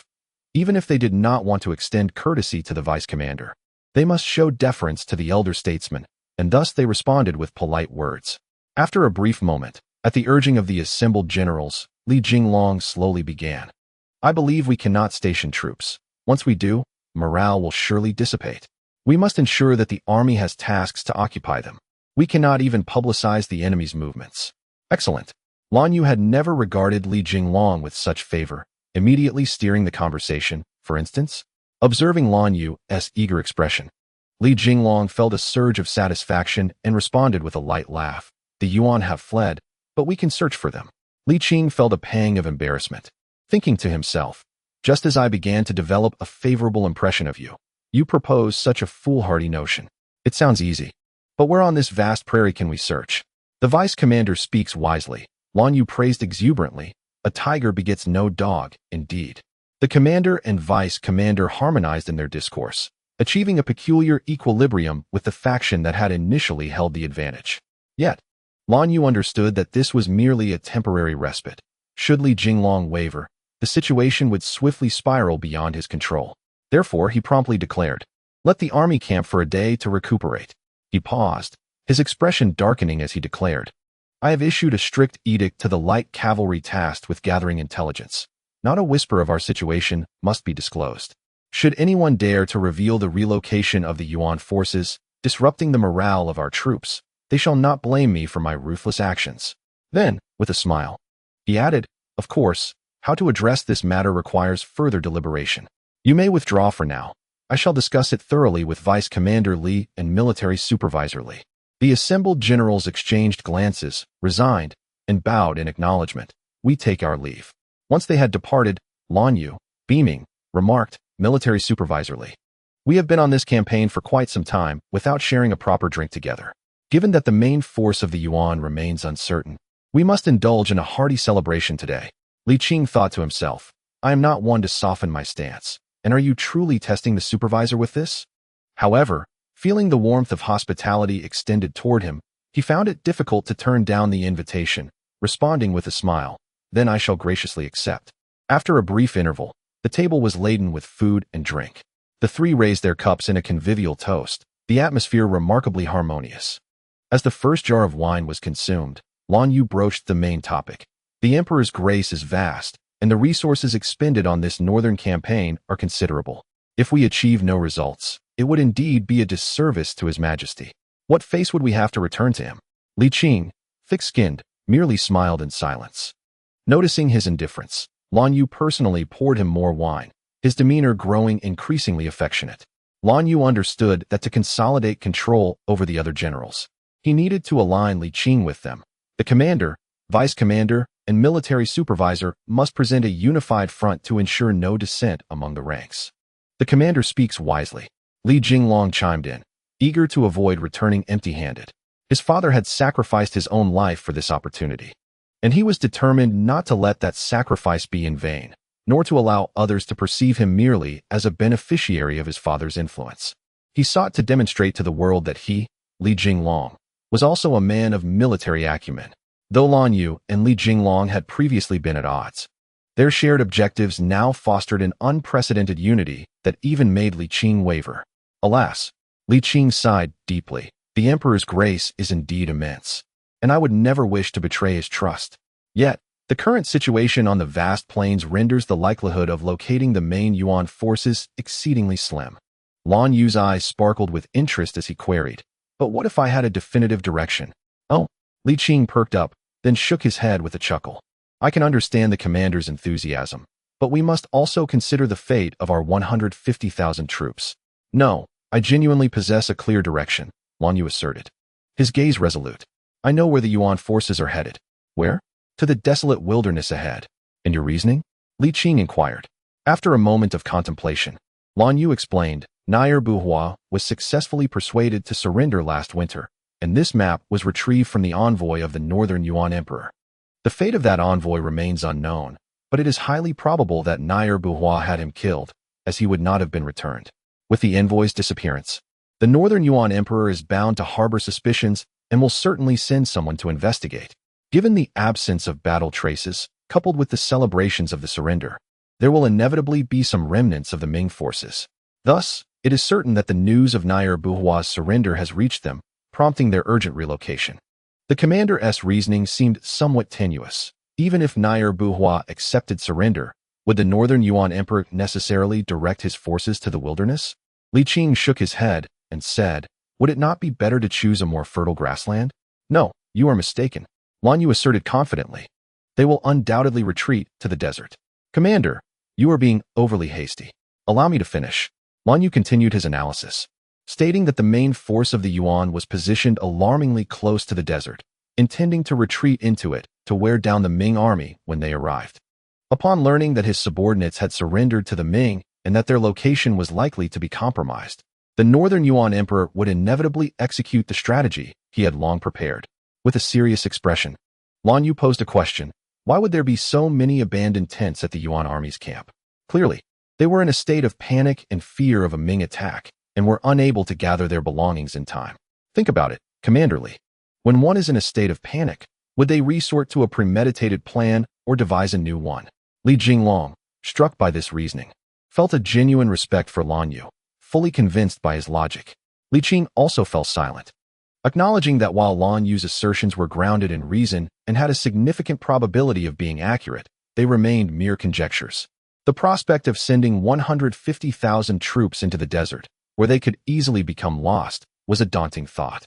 Commanderly, Lan Yu's gaze was intense. Our provisions are ample. What is there to fear? Surely, what you can conceive, I can anticipate as well. Do you think I, Lan Yu, would risk the lives of 150,000 troops for my own selfish interests? Li Qing fell silent once more, and after a long pause, he slowly replied. Very well, I shall trust you this once, but we must not venture too deeply. Of course, Lan Yu agreed. Li Qing sighed softly, pondering. Historically, Lan Yu had won this battle, but in light of such drastic changes, could victory still be attained? Chapter 112. Lan Yu's obsession the following day. The army set forth once more. Under the insistence of the commander, vice commander, and military supervisor, the generals, though reluctant, were compelled to comply. Lan Yu dispatched scouts who had previously gathered intelligence to advance ahead and clear the remnants of the Yuan army's abandoned tents, erasing all traces. After all, the soldiers were unaware of the exact location of the Yuan main forces. Only the senior officers had seen the maps, and the soldiers could do nothing but follow orders. 5 days later, the army arrived at the site where the Yuan had previously encamped. After resting for half a day, they pressed on. Several days later, they reached the desert region. Lan Yu ordered a water-digging team to source water and then gathered the generals, rallying their spirits. The main force of the Yuan is just ahead in the desert. As long as we move forward, we will certainly find them. Lan Yu's tone was unwavering. At this moment, he needed to exude confidence and composure to reassure the generals. Gentlemen, glory and honor await us just ahead. Let us endure just a little longer, and it shall be within our grasp. After an impassioned speech, the generals gradually regained their confidence. After all, everyone yearned for victory and the chance to achieve great merit. The army rested for 7 consecutive days, taking the maximum amount of water they could carry before advancing again. Throughout the journey, Lan Yu seemed transformed, treating Li Qing and Li Jinglong with utmost courtesy, even displaying a hint of flattery, remaining inseparable from the two and occasionally inviting them for drinks. Li Qing understood that Lan Yu's friendliness stemmed from a fear of his defection, and while he found it amusing, he also felt a measure of respect. In pursuit of victory and triumph, Lan Yu truly exhibits remarkable adaptability. However, he is a man of principles, unwilling to blindly follow Lan Yu down a perilous path. For the fate of 150,000 troops cannot be disregarded. As the military supervisor, he bears the duty and responsibility. That evening, Li Qing sought out Lan Yu with a grave demeanor, stating, when the sparse wild grasses are entirely absent, we must return to the verdant plains with abundant water sources and subsequently report to the emperor for a decision. Rest assured, Supervisor Li, I shall not act recklessly. Lan Yu replied earnestly, with a smile, shall we have a drink? Li Qing, lacking the inclination, turned and returned to his tent. 10 days later, they had completely entered the desert, where, as far as the eye could see, there was nothing but yellow sand. There were no roads, not even reference points. Venturing deeper posed an immense risk of becoming lost. Commander, we cannot proceed any further, Li Qing urged. 3 more days, just 3 more days, Lan Yu insisted. If we have not located the main force of the Yuan army by then, we shall retreat. Li Qing furrowed his brow, harboring doubts about Lan Yu's unwavering stance. With a substantial supply train, how far could they realistically travel in 3 days? The vast desert made the notion of finding the Yuan army within that time frame seem utterly delusional. Commander, I understand your sentiments, but it is truly unnecessary. Li Qing shook his head. You are well aware that 3 days is insufficient to locate the main force. And what if? Lan Yu grasped his shoulders, shaking him fervently, almost in a trance. Just 3 days, this is my final stand. I promise, if we still do not find the Yuan army, we shall retreat without hesitation. Pausing momentarily, he turned to Li Jinglong and asked, Deputy Commander Li, do you wish to return empty-handed? Li Jinglong appeared conflicted, pondering for a moment before conceding, very well. 3 days it is. He then looked to Li Qing, Supervisor Li, we have persevered this long. A few more days will not make a difference. If we fail to find them, we will simply retrace our steps. Indeed, Lan Yu exclaimed with hope, his eyes glistening. Li Qing, I implore you. Li Qing, with a resigned smile, asserted, Commander, this is my final boundary. Should you insist on advancing after 3 days, do not blame me for being unsympathetic. With a dramatic pause, he added with fierce determination, I have dared to confront princes and kings. What is a mere marquis to me? Very well. If I fail to uphold my word, you may strike me down without retaliation. The army resumed its march, and 3 days swiftly passed without a trace of the Yuan forces. Li Qing could no longer remain idle. Even the eager Li Jinglong was restless. Together, they approached the command tent. Commander, it is time to withdraw. Agreed, Lan Yu nodded. Sighing. The army shall rest for a night, and we will return tomorrow. We cannot advance any further. Seeing him in low spirits, Li Qing offered some words of comfort before retreating to his own tent.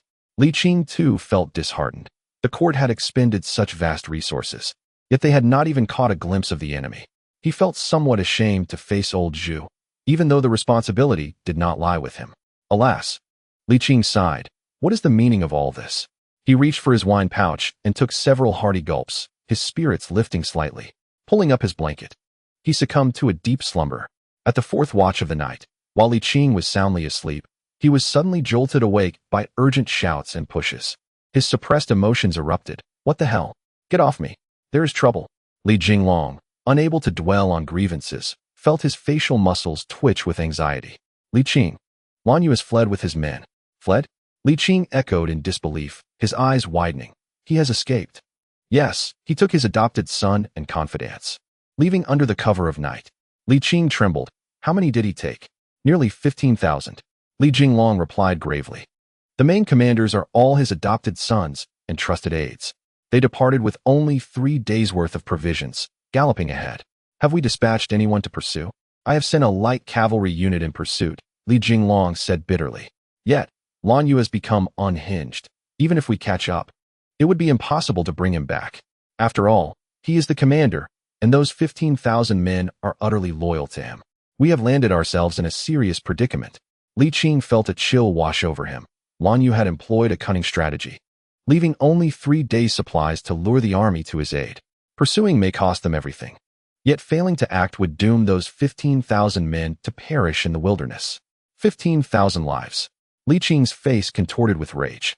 Lan Yu is truly ruthless. What do we do now? Li Jinglong, still youthful and inexperienced, lost all composure in the face of such a crisis, persistently urging Li Qing to decide. Li Qing was equally at a loss. This was a deadlock, and whatever choice he made would bear unbearable consequences. The troops involved were the elite of the elite. To abandon them would lead to dire repercussions, even if the old Zhu held him in high regard. Calm down, we must not panic. Li Qing forced himself to regain composure. Surely, Lan Yu left someone behind? He left one adopted son, Li Jinglong quickly replied. I was just informed of this. Where is he? Outside the tent, came the reply. Li Jinglong called out, Deputy Liu. With a swift motion, a burly man entered, clasping his fists in salute. Greetings. Deputy Commander Li, Supervisor Li. Enough of this formality. Li Qing snapped. Why did you not report sooner? The commander issued a strict order. I am merely following orders. Deputy Liu replied, maintaining his composure. Li Qing, infuriated, cursed under his breath. Deputy Commander Li, you stay here, I shall pursue. No, do not act impulsively. Lan Yu has 15,000 men. If he does not wish to return, can you persuade him? Li Jinglong grasped him tightly, nearly in tears. Brotherly, my heart is in turmoil. If you leave now, Li Qing, flustered and enraged, pounded his chest in frustration. To be entangled with these two fools is truly a stroke of bad luck. Supervisor, Deputy Commander, Deputy Liu interjected.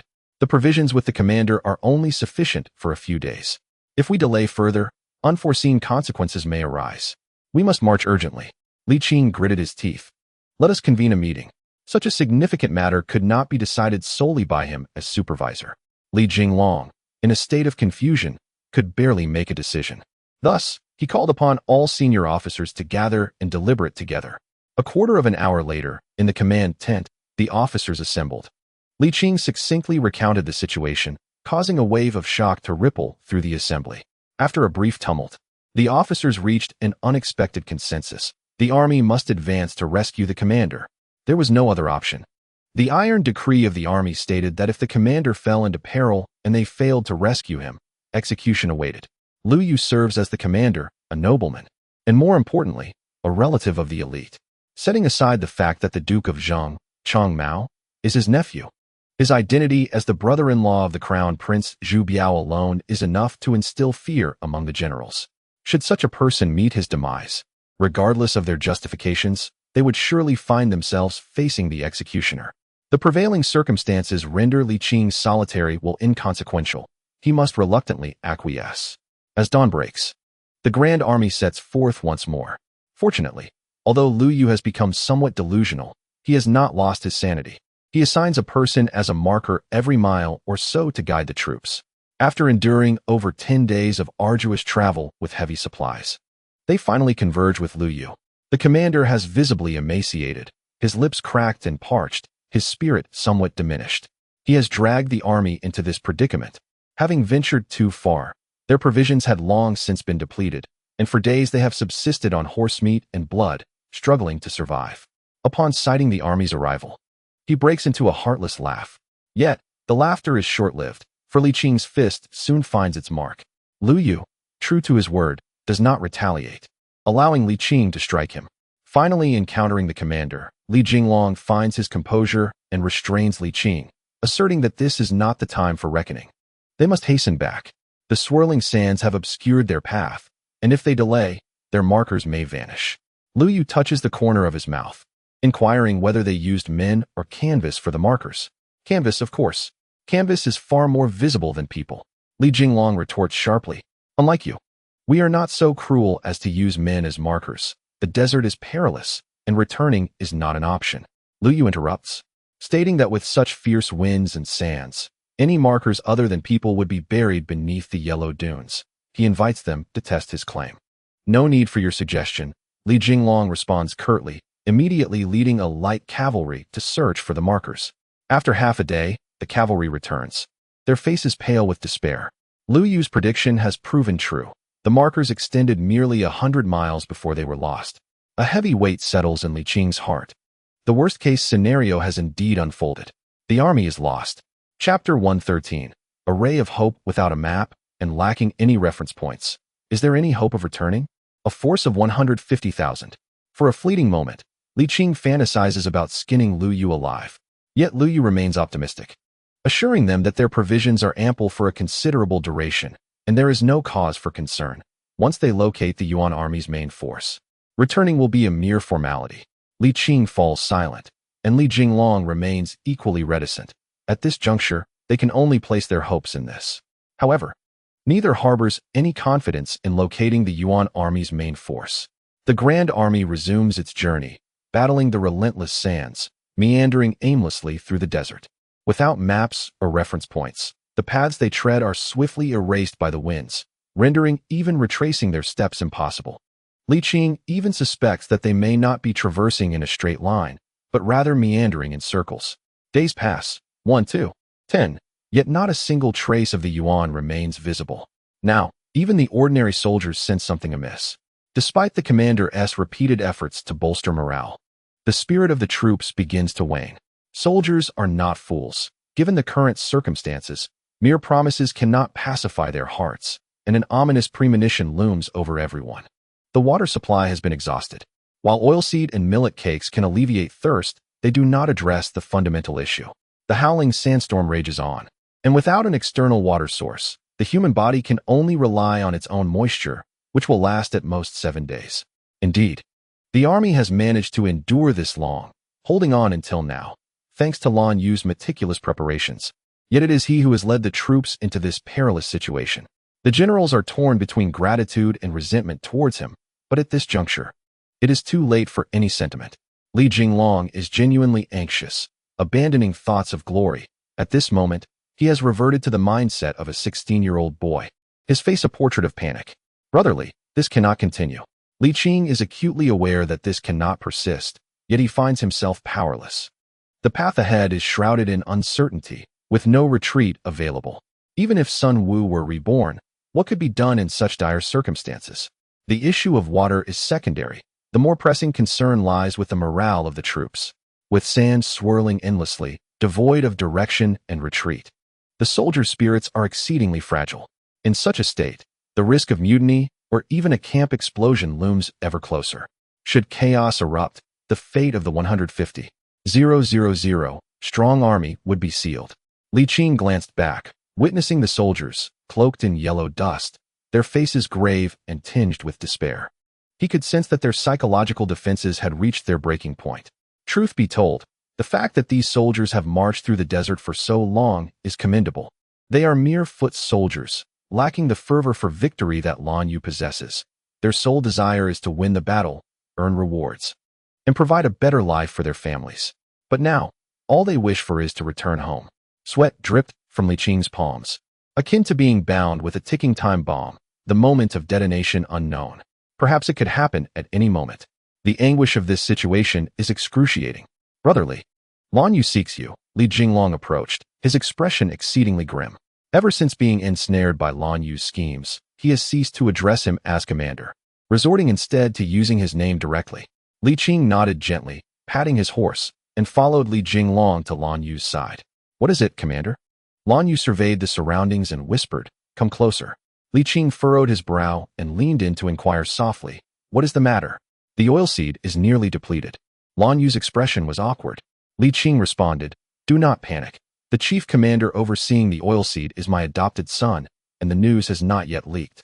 Lan Yu's countenance became comical, almost on the verge of tears. Do you have any solutions to the water crisis? I might, Li Qing said. Hush, lower your voice. Lan Yu urged, you are a scholar, well versed in knowledge. Think of a solution. Li Qing smiled wryly, acknowledging that even Confucius would struggle to conjure water under such circumstances. Suddenly, he paused, his serious demeanor gradually replaced by joy. I've thought of something. I can produce water, though the quantity may be limited. Given the current low morale and the risk of mutiny, how do we address this? Do you truly have a solution? Lan Yu's spirits lifted. If you can resolve this, I will handle the morale. After a moment's pause, he added, brotherly, we have no retreat left. We must unite. Li Qing gritted his teeth and asserted, it is you who has led the army to a dead end. This is not the time for reckoning. Lan Yu interjected, brotherly, you surely do not wish to see our 150,000 troops meet total annihilation, do you? Li Qing replied, enough of your anger. Lan Yu, adopting a soothing tone, asked, are you certain you can summon water? Yes, but not in abundance, came the reply. Any water will suffice. Lan Yu's face lit up with joy. And after a brief pause, he inquired, I have heard that you are the direct disciple of the immortal Zhang Lada. Is this true?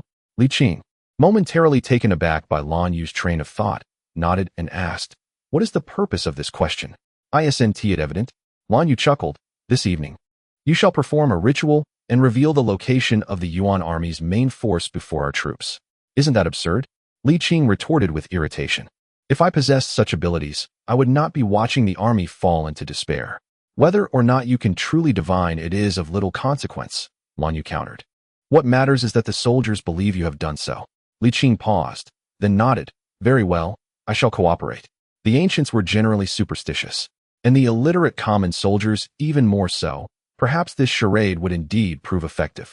That evening, as the army settled in, Lan Yu had a wooden platform constructed. Surrounding the platform were flames fueled by oil, casting a crimson glow upon the faces of Li Qing and himself. The soldiers sat shoulder to shoulder around the platform, watching the two intently. Lan Yu bellowed, the court has invested tremendous resources, and brothers, we have traversed mountains and rivers. We shall surely prevail. Should we emerge from this battle with nothing, I shall take my own life as an apology to the court and to our troops. His words were filled with sincerity, for he was indeed prepared to atone. He bore the responsibility for leading the army into this predicament, a burden he neither wished to evade nor could afford to. The fate of the 150,000 troops remained uncertain, yet the only path to survival lay in locating the main force of the Yuan army. However, an unusual calmness enveloped the soldiers. Apart from Lan Yu's trusted aides and adopted sons, over 90% of the soldiers remained unresponsive. Clearly, they were not swayed by Lan Yu's rhetoric. Noticing the chilly reception, Lan Yu's face flushed with embarrassment, though the firelight concealed it somewhat. He continued, raising his voice, warriors, we shall undoubtedly uncover the Yuan army's main force. He elongated the syllable, took a deep breath, and opened his throat to its fullest extent. Li Jianjun is the direct disciple of the immortal Zhang Lada, proficient in the arts of yin and yang, with strategies that are infallible. He has resolved to sacrifice his own lifespan to unravel the secrets of heaven. By the end of this proclamation, Lan Yu's voice had grown hoarse. He paused to catch his breath and turned his gaze to Li Qing. Li Qing exhaled softly, understanding it was now his turn to perform. He stepped forward with a resolute and confident demeanor. This night, he had shed his battle attire, clad instead in dark robes and trousers. His flowing hair danced gently in the wind, illuminated by the flickering flames, accentuating his extraordinary elegance and evoking an ethereal quality. After a prolonged march, while the rest of the army appeared worn and haggard, he remained unblemished. "Forgive me, master, for I must tarnish your reputation this day," Li Qing declared in a clear and resonant voice. "I am the sole direct disciple of the immortal Zhang Lada. The immortal Zhang Lada possesses the ability to govern the heavens and earth, with strategies that are without equal. Though my skills may not match my master's, I am prepared to risk my life to invoke forbidden techniques and reach the level of an immortal." As the conversation unfolded, Li Qing shifted the tone. Addressing the weary soldiers who had endured a long journey and were parched with thirst. "I shall first conjure celestial water for you all," he proclaimed, "and then I will discern the location of the enemy's main force." With that, he drew his treasured sword and performed a series of elaborate gestures reminiscent of the famed exorcist from later cinematic tales. After a quarter of an hour, he concluded his incantation and declared, "I have completed the spell. All that is required now is for you to secure your iron helmets, wooden buckets, and bowls, suspending your swords above them. By tomorrow, the celestial water shall manifest." He paused before adding, "Should the water fail to appear, I, your humble master, am willing to accept the consequences as per military law." Li Qing's authoritative demeanor, combined with the impressive display of skill and the reputation of his master, Zhang Lada, instilled a sense of belief in the soldiers. After all, there was little to lose in attempting this endeavor. Soon, the soldiers began to act, fashioning a rope from their belts and securing it with flagpoles and spears, suspending their swords above the vessels below. Lan Yu observed the bustling activity with uncertainty, questioning, "Will this truly yield water?" "Indeed, but the quantity may be modest," replied Li Qing. "To prevent any chaos among the soldiers, it would be prudent for the commander to assign a trusted aide to oversee the collection. The gathered water should then be pooled together and distributed evenly based on necessity." "Very well," Lan Yu nodded. "I shall arrange for it at once." At that moment, Li Jinglong approached, posing the same inquiry as Lan Yu. With a chuckle, Li Qing responded, "I have already sworn an oath. There can be no deception in my words." "Could you elaborate on the principle behind this?" asked Li Jinglong. "Or do you truly possess magical abilities?" After a brief contemplation, Li Qing decided to reveal the truth. Cognizant of the potential repercussions should the army indeed return, and this individual report to Zhu that he had claimed to wield magic. "It is not magic. As for the principle, you would not comprehend it even if I explained." Li Jinglong retorted, "How would I understand if you do not explain?" Li Qing sighed, "Very well. It is rather simple. In the desert, the rate of evaporation during the day is high, yet the desert cannot retain heat. At night, temperatures plummet. When vapor encounters the cold, it condenses into liquid, and metals dissipate heat more rapidly, facilitating the condensation of vapor into water while not absorbing moisture. Is that so?" Li Jinglong nodded, though his expression remained one of confusion. Li Qing rolled his eyes. "Keep your lips sealed. Such matters are not to be trifled with." Li Jinglong, serious in demeanor, paused momentarily. "Will you remain here tonight?" Li Qing smiled wryly. "If I do not, how can I convince the soldiers of my arcane prowess?" "You have borne much," Li Jinglong remarked, removing his long robe. "It is chilly. Drape this around yourself for warmth." "No need," Li Qing declined. "I am a celestial being at this moment. With my vital energy, I can endure this minor chill. Moreover, I do not fall ill. So exerting myself is of no consequence." In truth, he could survive without food or water. Though he would feel thirst and hunger, it would not impair his bodily functions, nor would it lead to his demise. Therefore, even if the army were to become truly lost, he could persist. However, he wished to avoid being trapped in the desert, as the risk of quicksand could indeed prove fatal. "Brotherly," Li Jinglong said, his eyes misting, "I beseech you, allow me to pay my respects." Li Qing, taken aback by this display of sentiment, stifled a laugh. "All right, return to your rest. There will be water. Truly, there will be water. This is celestial water," he exclaimed. Li Jianjun, "No, Li Xianshi has truly summoned the celestial water." As dawn broke, the soldiers stirred with a cacophony of sounds. Moments later, Lan Yu, with bloodshot eyes, burst forth from the tent. Upon realizing that a significant amount of water had indeed been collected, he trembled with excitement. Quickly regaining his composure, he commanded his trusted aides to gather the water and begin distributing it among the troops. At first glance, the quantity of water appeared substantial, but when divided among the soldiers, it amounted to little more than 2 large mouthfuls per person. Yet, the morale boost provided by this modest ration was immeasurable. In that moment, Li Qing's status as a sage was firmly established, and the soldiers brimmed with confidence at the prospect of locating the main force of the Yuan army. One soldier carefully cradled his share of water, taking a small sip and savoring it for a long while before reluctantly swallowing, his face alight with pleasure. So sweet. Truly a divine water. Li Qing felt a twinge of embarrassment, thinking to himself, "It is not the water that is sweet, it is your overwhelming thirst." Only in moments of dire thirst can one truly appreciate the sweetness of water. Lan Yu approached the platform, clapping Li Qing on the shoulder. Unable to conceal his delight, "Well done. If we win this battle, I shall ensure you are duly rewarded." Li Qing offered a wry smile and replied softly, "General, this little water will not resolve our plight. It will sustain the troops for at most half a month." "Half a month is already a considerable duration," Lan Yu responded, his gaze intense. "I have a strong premonition that we are very close to the main force of the Yuan army." Li Qing did not wish to dampen his spirits. Instead pondering, "Then let us set half a month as our limit, providing the soldiers with a clear timeline so they may find solace in it, and thus endure." "Agreed. Half a month it is." Half an hour later, Li Qing stood atop the wooden platform, his expression enigmatic as he conveyed to the soldiers that the secrets of fate had been unveiled. They were to continue their march, and within half a month, they would undoubtedly encounter the main force of the Yuan army. The generals believed him wholeheartedly, their spirits reignited, and after a brief regrouping, they set out once more. Amidst the swirling sands, the grand army of 150,000 marched in solemn silence. The winds roared, rendering conversation impossible, yet the atmosphere was no longer oppressive. Each soldier exuded an aura of resolute determination. Days passed, 1, 2, 10, and still, they had not located the Yuan forces. Morale waned slightly. Yet Li Qing's identity as a sage remained unquestioned.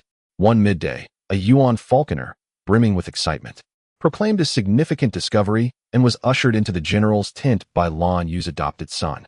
Lan Yu, feeling the weight of anxiety as the army approached its limits, did not greet the falconer warmly. "What is this significant discovery?" he demanded. "General," the falconer exclaimed, nearly overwhelmed with joy, "we have found water, and even located the main force of the Yuan army." "Really?" Lan Yu leapt from his seat, hastening forward and gripping the man's collar, his voice trembling with anticipation.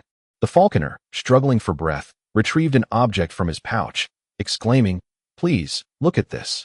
Lan Yu focused intently, and to his astonishment, it was a fish scale, no larger than a fingernail. Li Qing and Li Jinglong quickly advanced, their expressions transforming into elation. The presence of fish indicated the existence of water, and with water, the army's survival was assured. The main force of the Yuan army must surely be nearby. Lan Yu, infused with unprecedented confidence, issued a command for the entire army to rest. Turning to the falconer, he declared, "You have done well. Upon your return, I shall reward you handsomely. You must have a way to send the hawk back to the water source, yes?" "Indeed." Upon hearing of the generous reward, the man eagerly nodded, asserting that it was a simple task.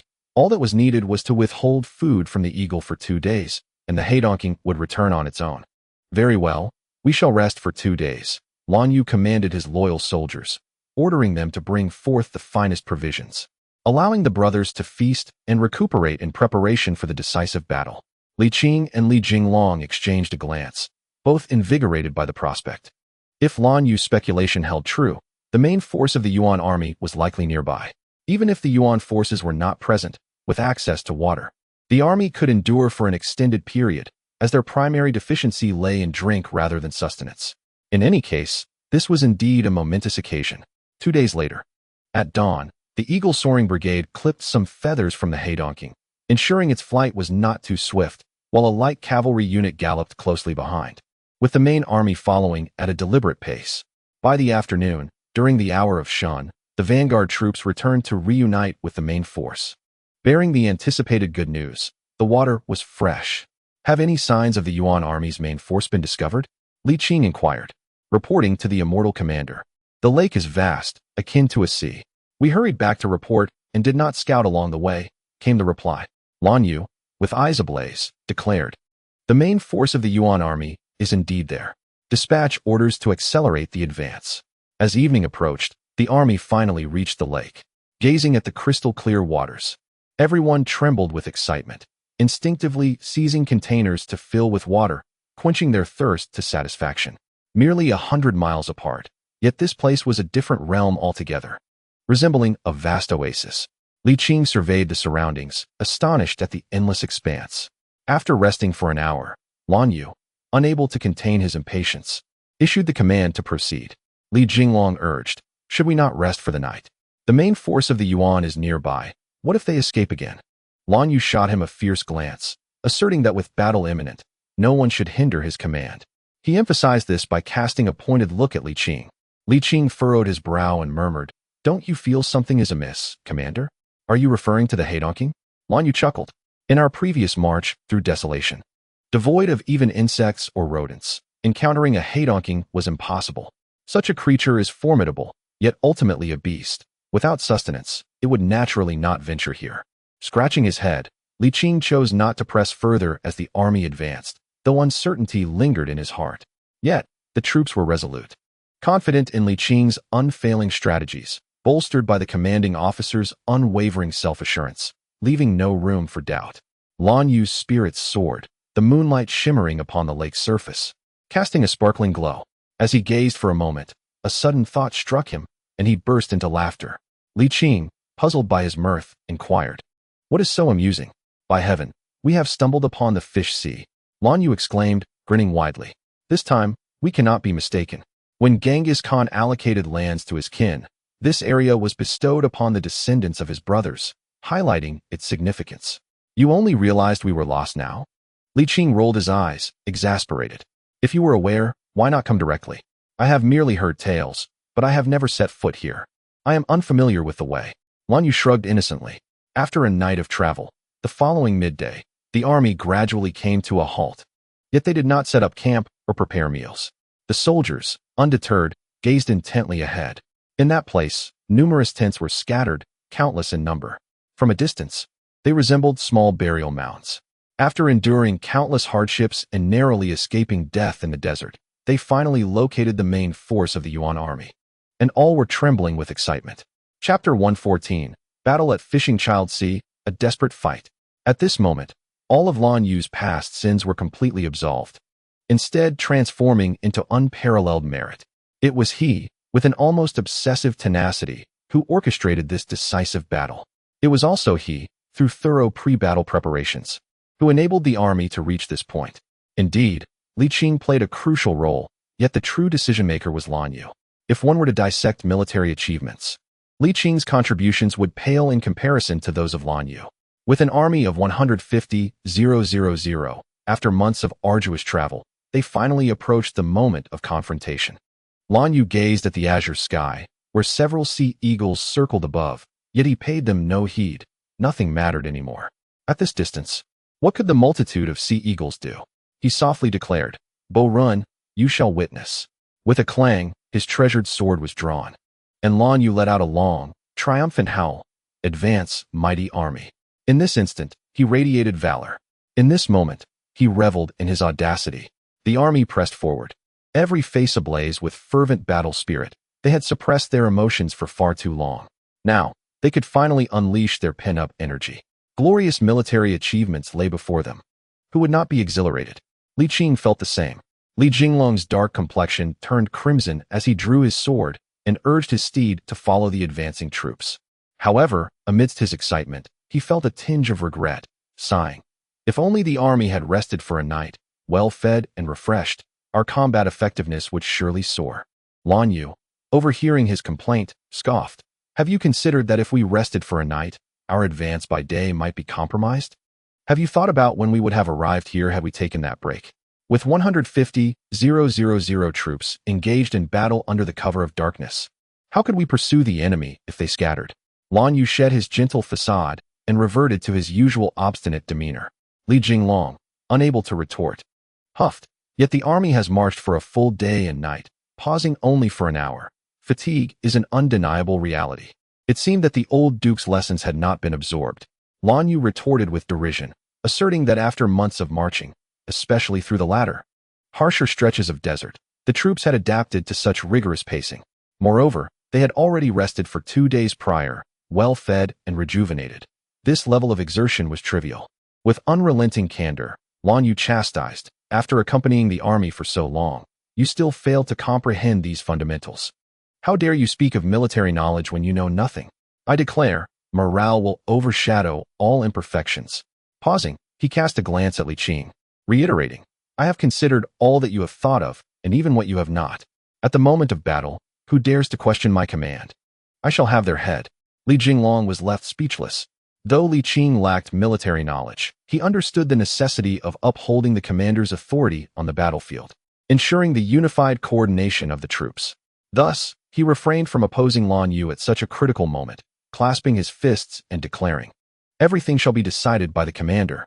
Lan Yu's expression softened, and he nodded in agreement, choosing not to speak further. There is a saying, the mountain seems near, yet is far. This aptly describes the current situation. The vast expanse of the grassland gave the illusion that the Yuan army's encampment was within reach from the hilltop, leading Li Qing to believe that they could arrive in an instant. However, after a quarter of an hour, they still had some distance to cover. At that moment, the Yuan troops became aware of the Ming forces. Rather than fleeing immediately, they hurriedly began to prepare for battle. The distance was too short for them to escape, and their families, along with all their wealth, were tethered to this place, including countless cattle and sheep that they could not hope to transport in such a brief span. Li Qing clasped his fists once more. Commander, should we offload our supplies and advance at full speed? The sooner we arrive, the greater our advantage. There's no need. Lan Yu replied with a cold smirk. They won't make it in time. Our cavalry is highly mobile. If we offload a significant portion of our supplies, and the Yuan troops manage to flank us, we risk a costly exchange of positions and resources. Currently, we hold the upper hand, and a steady, methodical approach will secure our victory without unnecessary risks. Your insight is commendable, Commander, Li Qing acknowledged with a slight bow, choosing not to voice any further thoughts. Lan Yu was meticulous in his strategy, a stark contrast to his usual demeanor. Aside from that reckless venture into the desert with his trusted aides, every other move he made was laden with significance. Li Qing couldn't help but admire Lan Yu's prowess, which was in direct proportion to his arrogance. He possessed the credentials to be so proud. Simultaneously, he held deep respect for the discerning eye of Zhu. After approximately a quarter of an hour, the army finally reached the front of the Yuan troops, who were still in a state of frantic preparation. Notifying their leaders, assembling their forces, and arranging their formations were tasks that could not be completed hastily. Li Jinglong, unable to contain his impatience, urged, Commander, the Yuan are in disarray. We must charge now.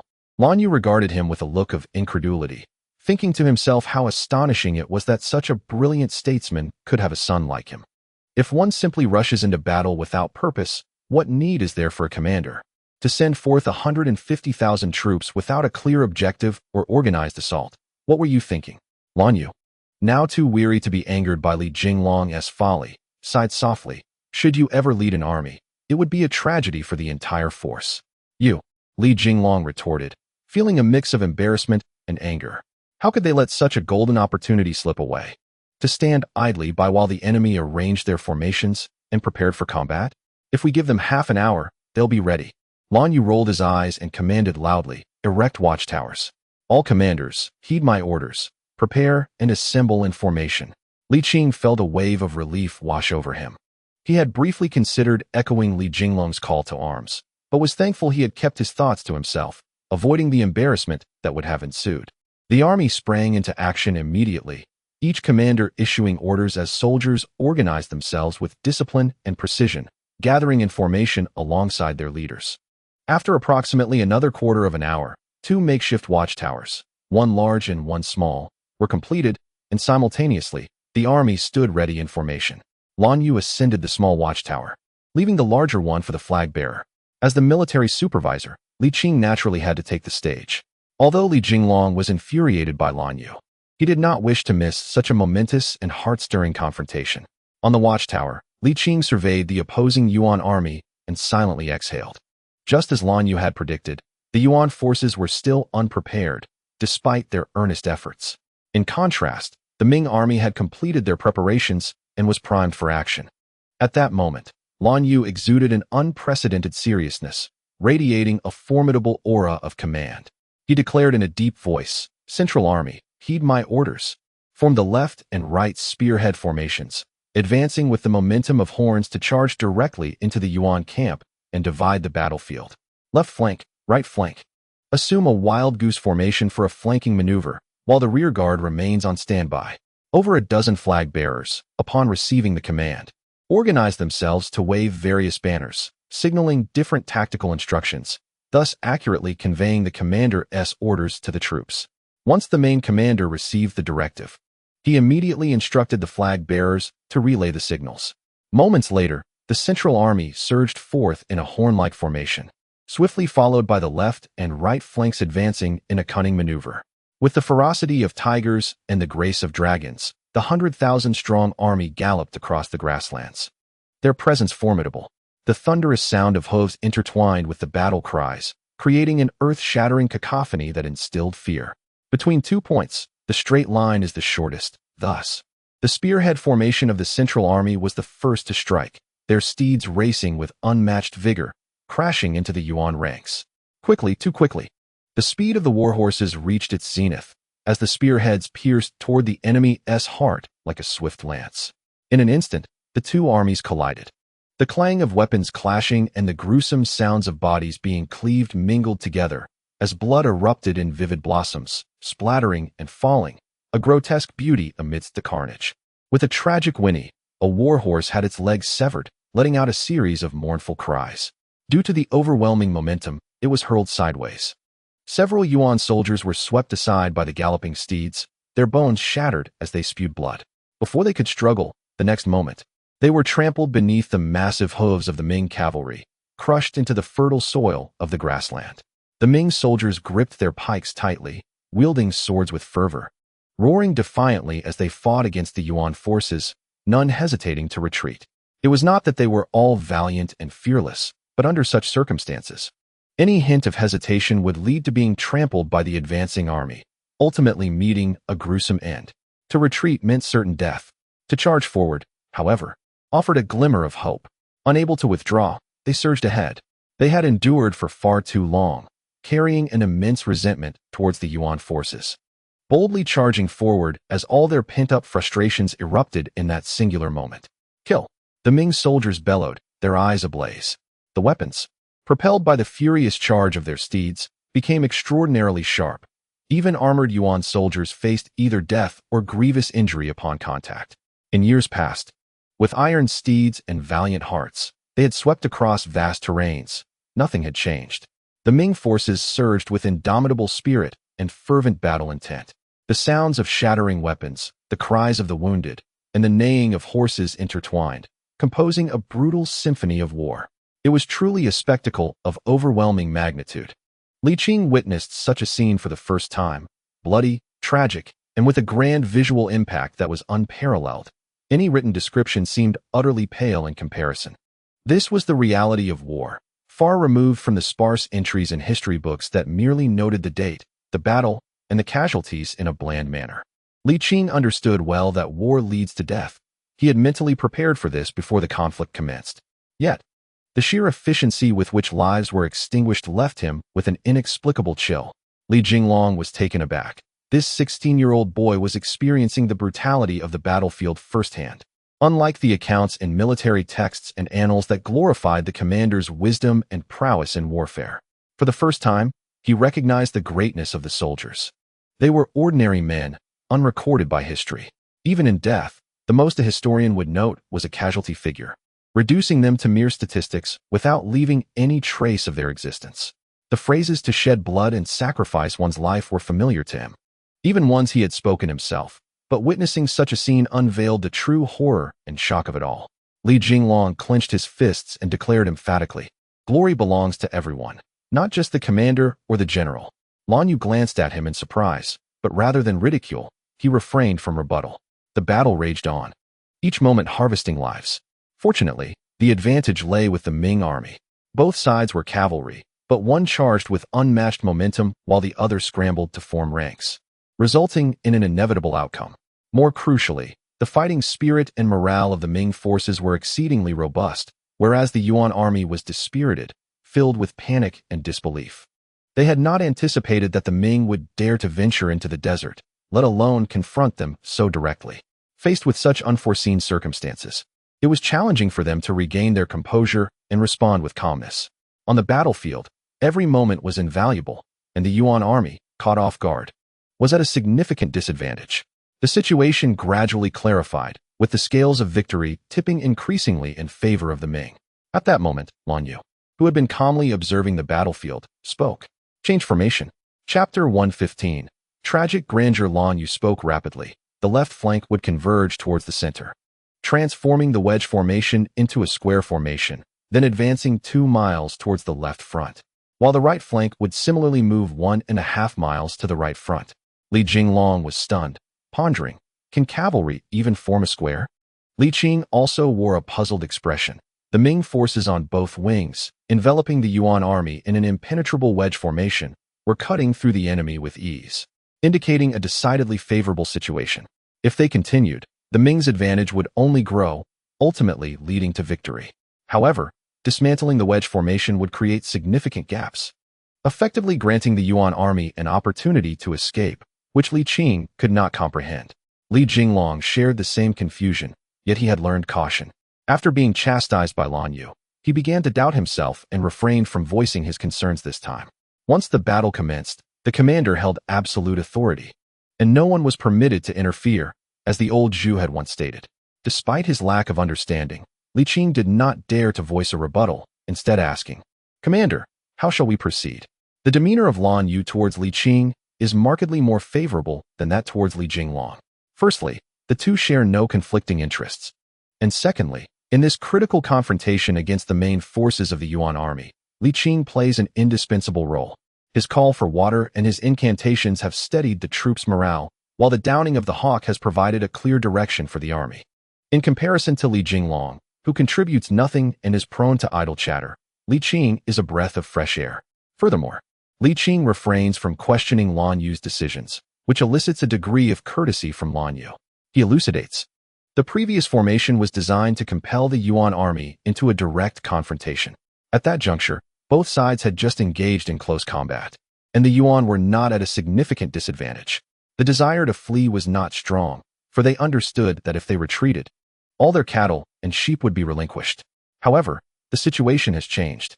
Even an untrained observer can discern that the Yuan army must realize that if the battle continues, their defeat is inevitable.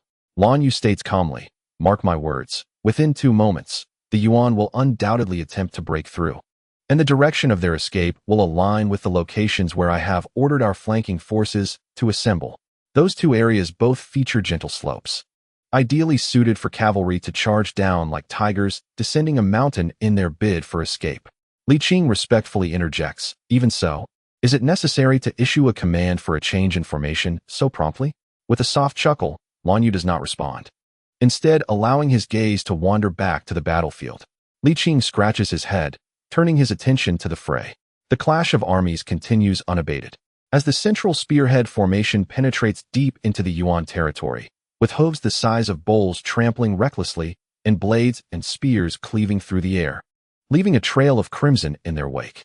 The Yuan forces, driven to desperation, unleash their fury, wielding curved sabers in defiance. Yet, they cannot mask their declining momentum.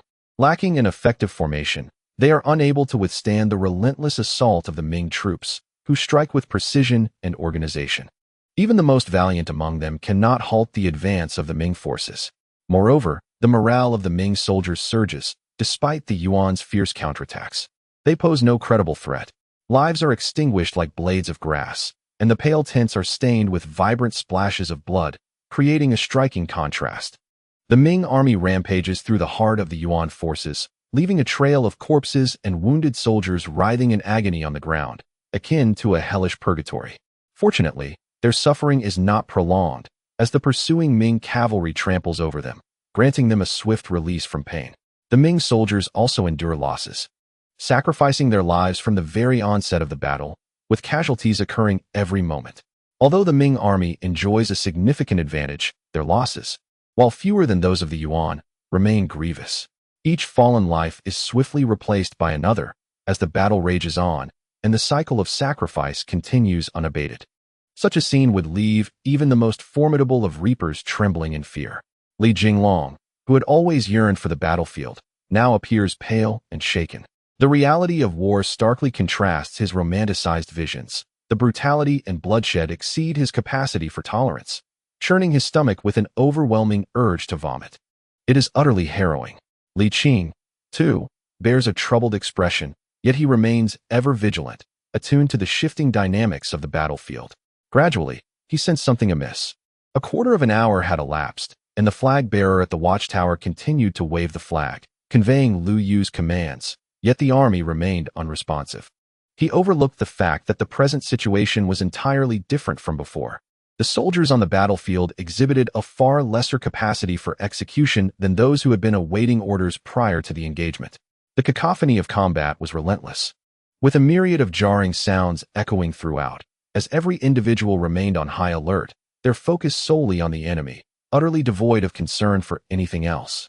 Even after a quarter of an hour had passed, neither of the flag-bearers on the left or right flanks had discerned the commander's orders, their attention fixated on the general. Meanwhile, the general's focus lay squarely on the enemy forces.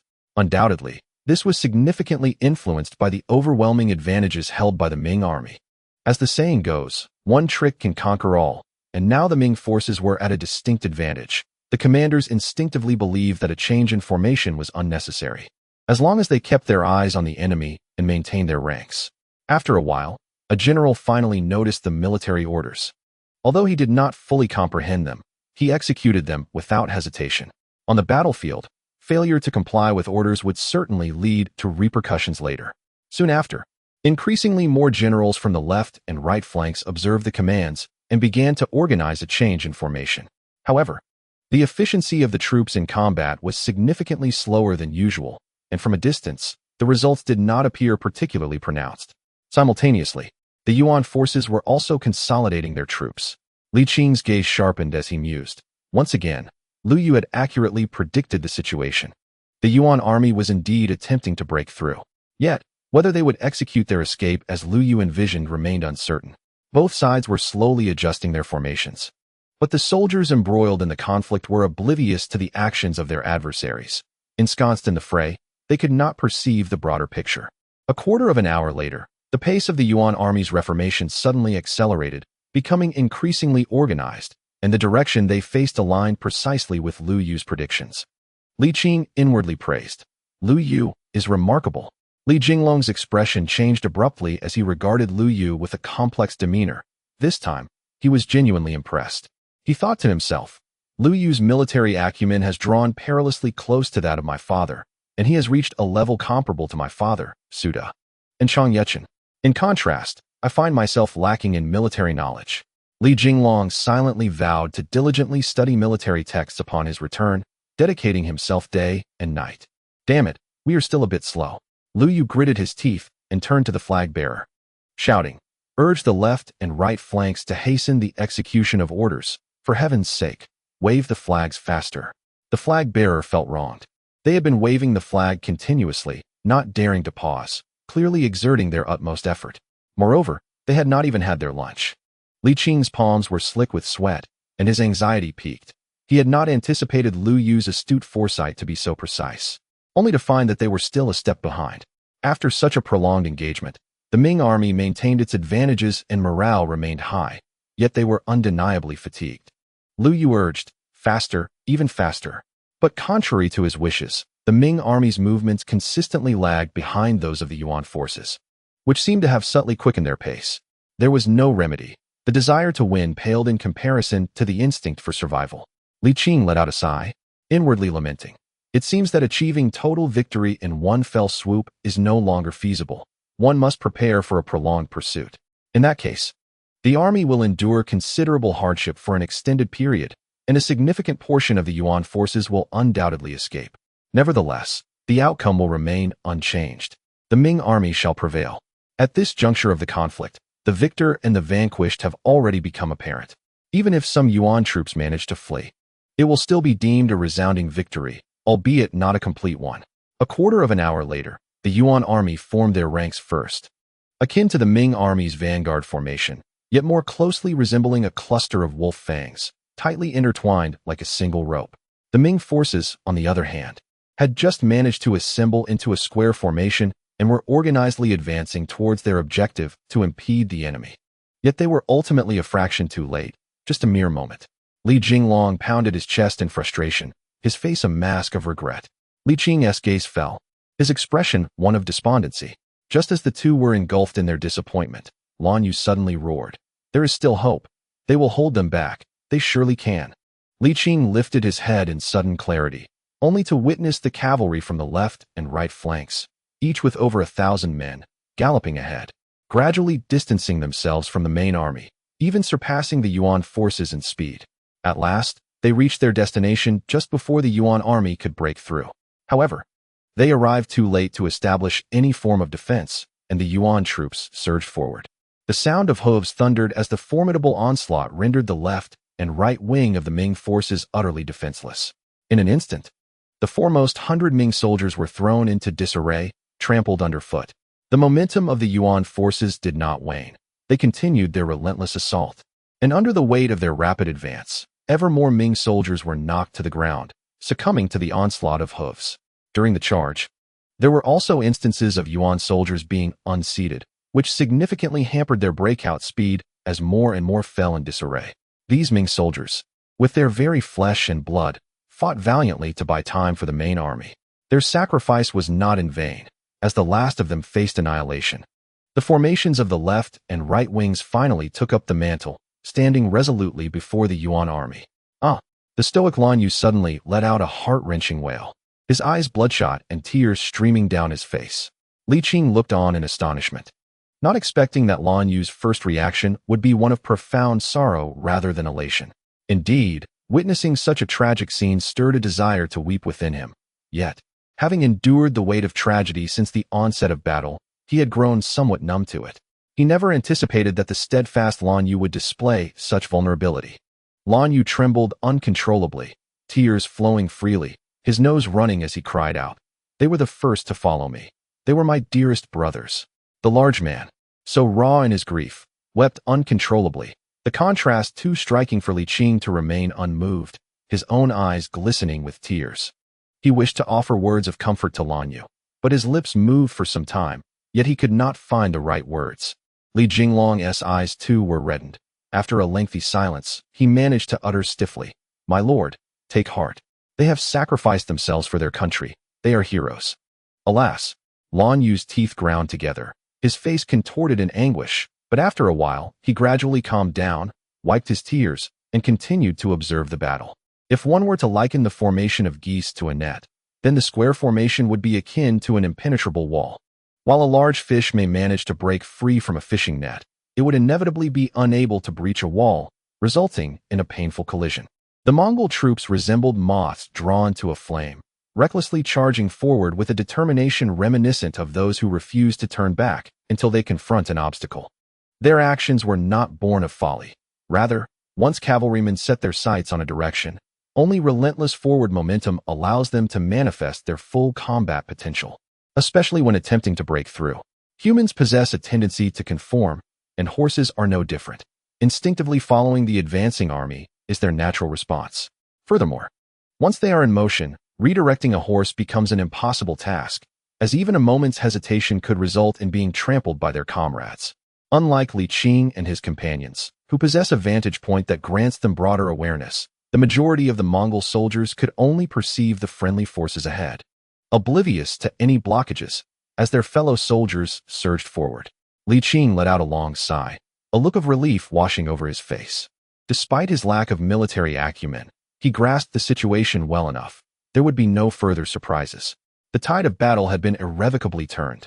Chapter 116, Such Achievements. Can they be rewarded with the title of wolf encamped at the residence of Shushu? The Mongol forces continued their relentless charge, yet their momentum gradually waned. Eventually coming to a near halt, Li Qing turned to Lan Yu, offering a suggestion. "Commander, should we consider transitioning to a spearhead formation for a countercharge?"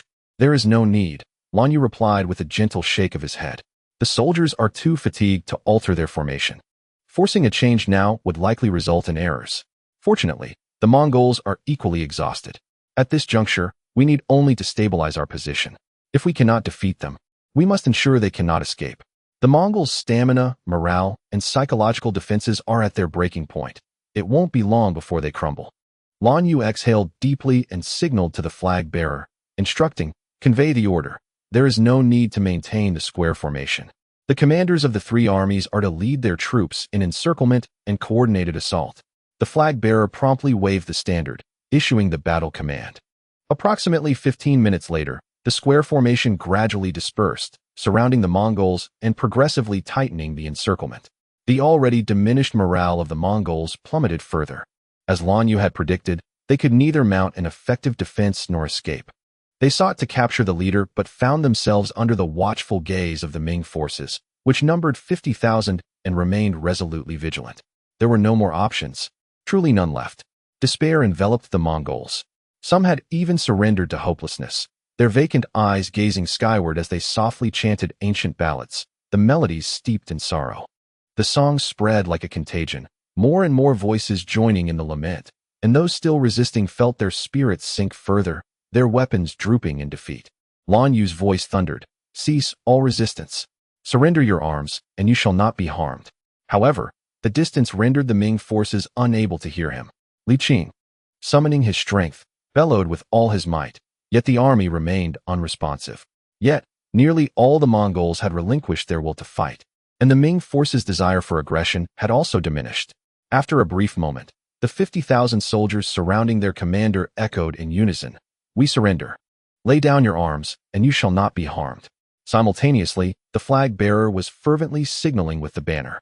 Moments later, the Ming forces on the battlefield joined in a resounding chorus, "We surrender. Lay down your arms, and you shall not be harmed."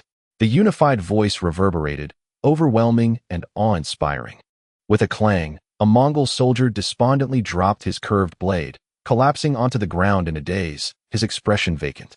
An increasing number of individuals have cast aside their weapons. Within a mere quarter of an hour, all had relinquished their arms and completely abandoned any notion of resistance.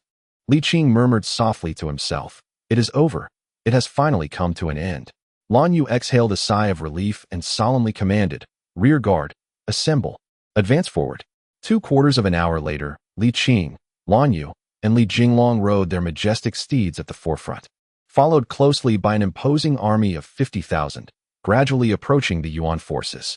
The Yuan troops had entirely lost their capacity to resist, offering no response to the advancing Ming soldiers, remaining seated in their positions, awaiting the judgment of fate. Observing this, Li Qing felt a profound sense of relief. Half an hour later, reinforcements arrived, and the returning Ming forces busied themselves with cooking and recuperating.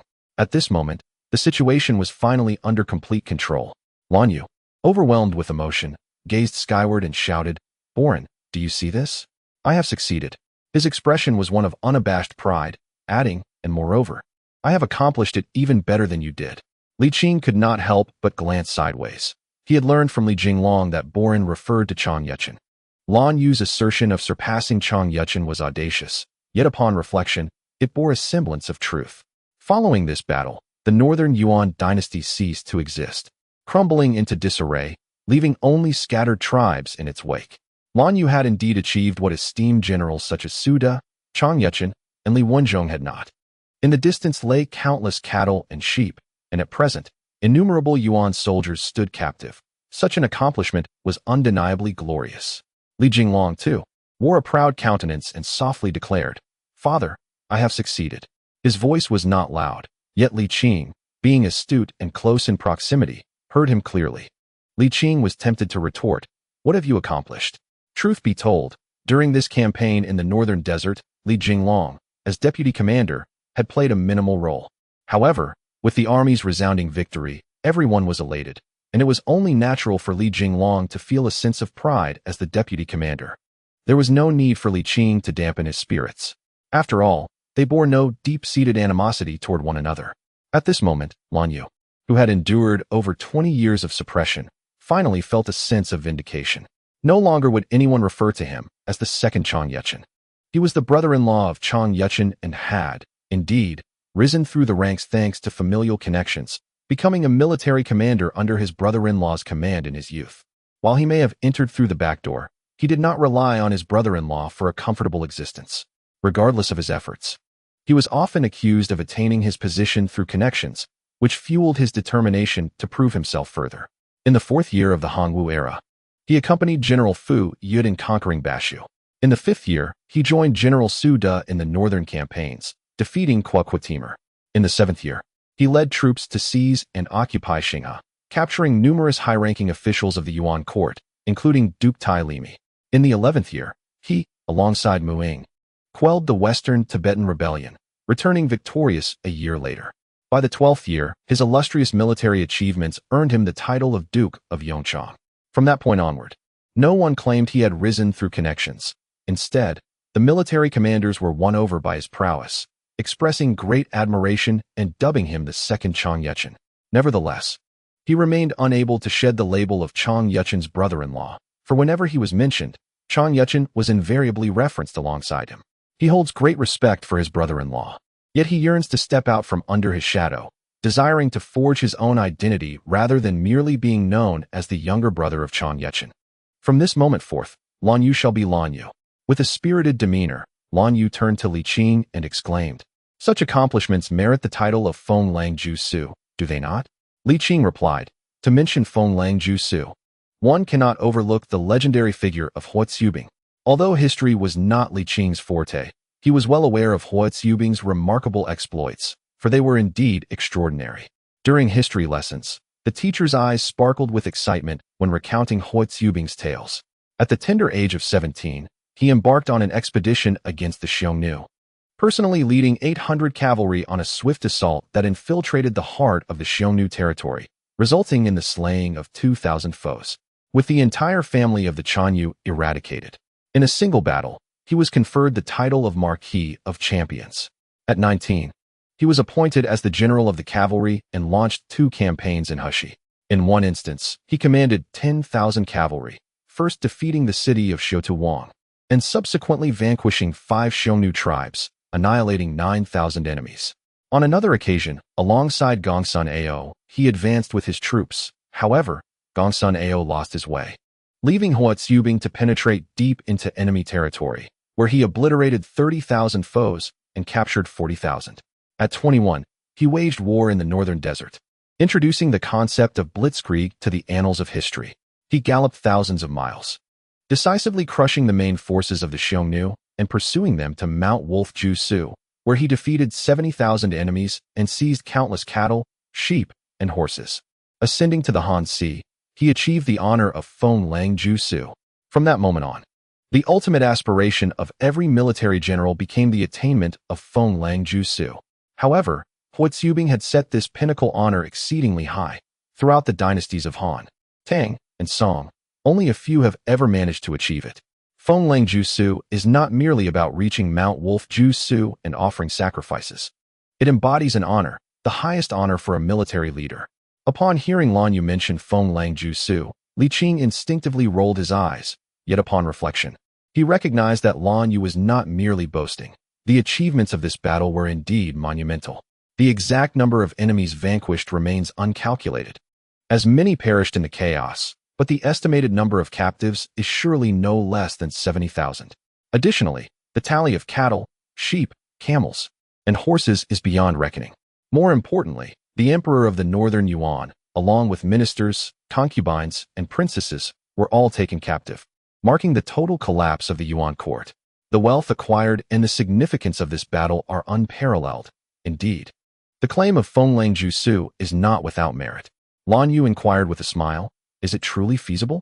Li Qing could not tolerate Lan Yu's demeanor and chose to ignore his question, instead clasping his fists and stating, "Commander, the immediate priority is to secure control over the emperor of the northern Yuan. You need not worry. Future generations will surely acknowledge it," Lan Yu muttered, then turned to his personal guards, commanding, "Go to their imperial palace and bring the emperor of the northern Yuan here." Li Qing furrowed his brow and cautioned, "Commander, it would be wise to exercise restraint. Humiliating their emperor in front of the Yuan people could incite a rebellion among the surrendered troops, and the consequences would be dire. Li Jinglong nodded, adopting a tone of warning. The emperor has decreed that the emperor of the Yuan court must not be insulted. Do you intend to defy the imperial order, commander? At this juncture, Li Qing would no longer indulge Lan Yu's whims, and Li Jinglong harbored a certain disdain for his behavior of favoring those who served him while disregarding those who did not. Very well, Lan Yu's expression darkened slightly, and he replied, then let us invite him here. The battle has concluded, yet the friendship among the three has crumbled unexpectedly. Chapter 117, Significant Victories. The trio fell silent, and an air of gloom enveloped them. However, this somber atmosphere was soon shattered. A cavalry unit, numbering over 100, surged forth with astonishing speed, emerging from an unexpected angle that exploited a gap in the Ming army's defenses. The Ming forces, having achieved a complete victory, saw the Yuan soldiers abandon their weapons and surrender, their fighting spirit utterly extinguished. Everyone relaxed, caught off guard by this sudden twist of fate. It was the emperor of northern Yuan. Li Qing was the first to react, witnessing the cavalry break through the encirclement in an instant. Without a moment's hesitation, he leapt from his horse and mounted Li Jinglong's steed. Vice Commander Li, I need to borrow your horse. Before Li Jinglong could respond, he felt disoriented, and by the time he regained his senses, Li Qing had already turned the horse and was galloping away. Damn it! That despicable emperor of northern Yuan truly knows how to endure. Lan Yu snapped back to reality, cursing, if we let this prisoner escape, I might as well resign as commander. With that, he raised his whip, ready to lead his personal guards in pursuit of Li Qing. You cannot leave. Li Jinglong grasped the reins of his horse and shouted urgently. The immediate priority is to stabilize the situation. If you, as commander, abandon your post, the consequences of a Yuan army mutiny would be dire. Lan Yu, irritated by Li Jinglong's insistence, momentarily calmed down upon hearing his words. Indeed, at this critical juncture, he, as the commander, must maintain control, otherwise, this favorable position could be easily squandered. The northern Yuan emperor was undoubtedly important, yet it paled in comparison to the broader situation. Gritting his teeth, Lan Yu thundered, your emperor has fled. He has forsaken you. Abandon any thoughts of resistance and remain where you are. Anyone who dares to move will face execution. He commanded his personal guards to shout. The guards complied immediately, and soon, tens of thousands of troops echoed his declaration, their voices resounding like thunder. Your emperor has fled. He has forsaken you. Upon hearing that their emperor had deserted them, the Yuan soldiers were enveloped in despair, their faces ashen, some even weeping. After a brief interval, the situation was finally stabilized once more. Lan Yu issued a firm command, instructing the troops to form a geese formation. If there are any more oversights, the one whose lines are breached shall face execution. Be discreet. Li Jinglong added. We must not allow the Yuan army to misinterpret our actions. Pausing, he turned to Lan Yu. Commander, quickly send a unit to support Li Qing. He cannot face over 100 iron cavalrymen alone. Should anything happen to him, the emperor will undoubtedly be furious. Lan Yu nodded and immediately ordered his personal guards to find his adopted son and dispatch a light cavalry unit to assist Li Qing. Riding swiftly, Li Qing finally caught up with the Yuan light cavalry, thanks to Li Jinglong's superior steed. Li Qing's horse was merely a random selection from the army, while Li Jinglong's was a well-bred gift from a high-ranking officer to Li Wenzhong, making it far superior in quality. This was why Li Qing had chosen to ride Li Jinglong's horse. Furthermore, Li Jinglong, somewhat ostentatious, had adorned his saddle with an exquisite deer-hide longbow and a flask of high-quality arrows, all of which Li Qing now possessed. As the distance diminished, Li Qing swiftly reached shooting range, his hesitation dissipating. He knocked an arrow and drew his bowstring, aiming directly at the majestic steed of the distinguished middle-aged man at the center. Whoosh!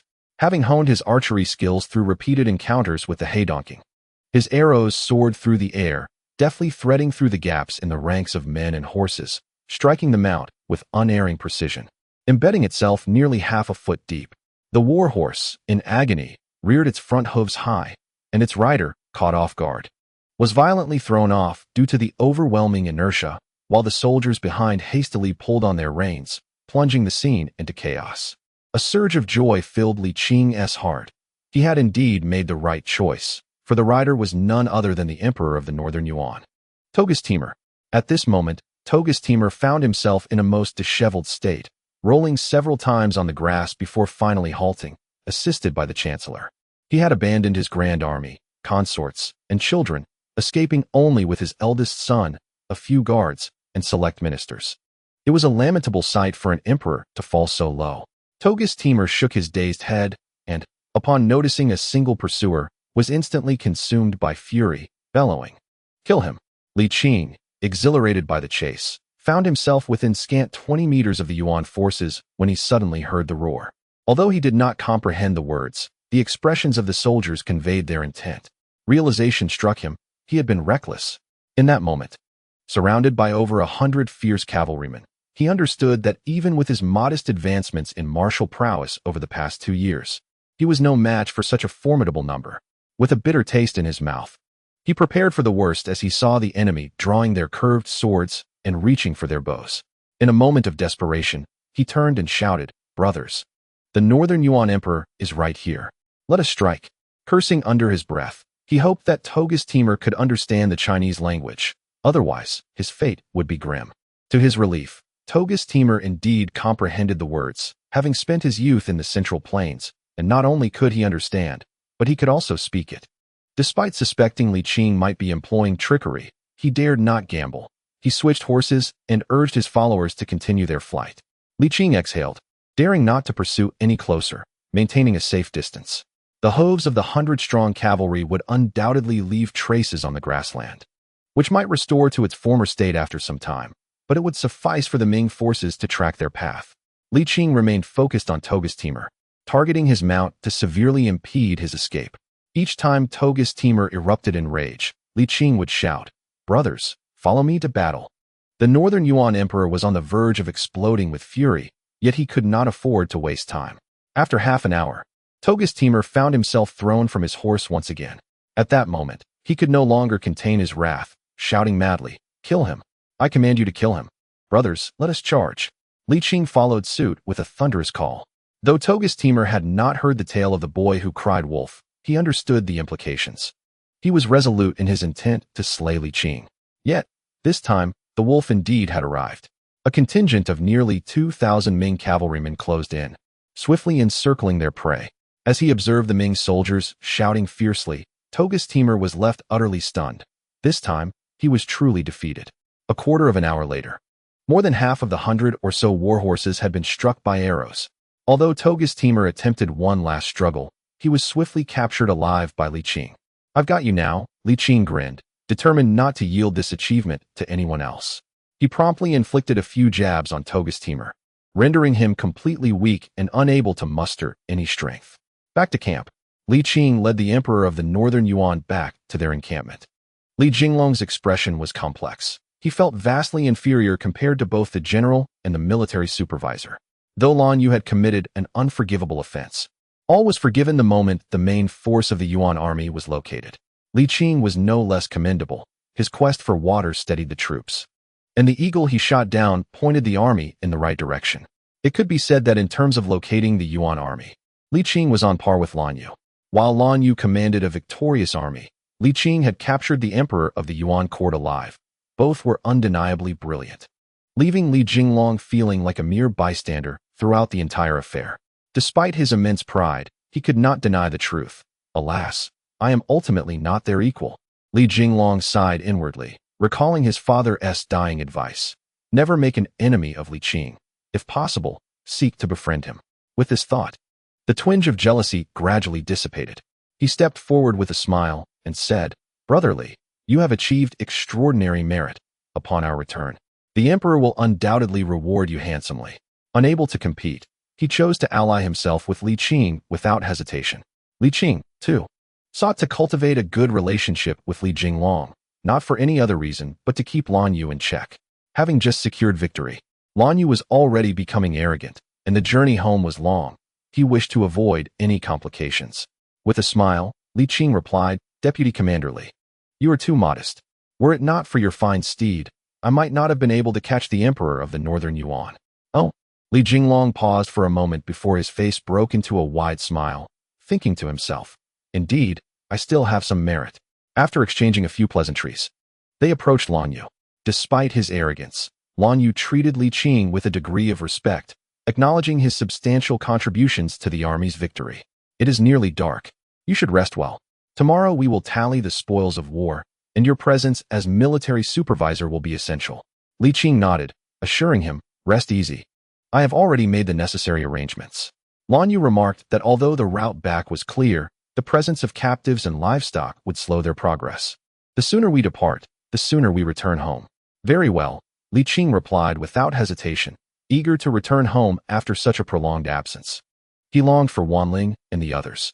The thought of the three maidens in their chambers ignited a fire within him.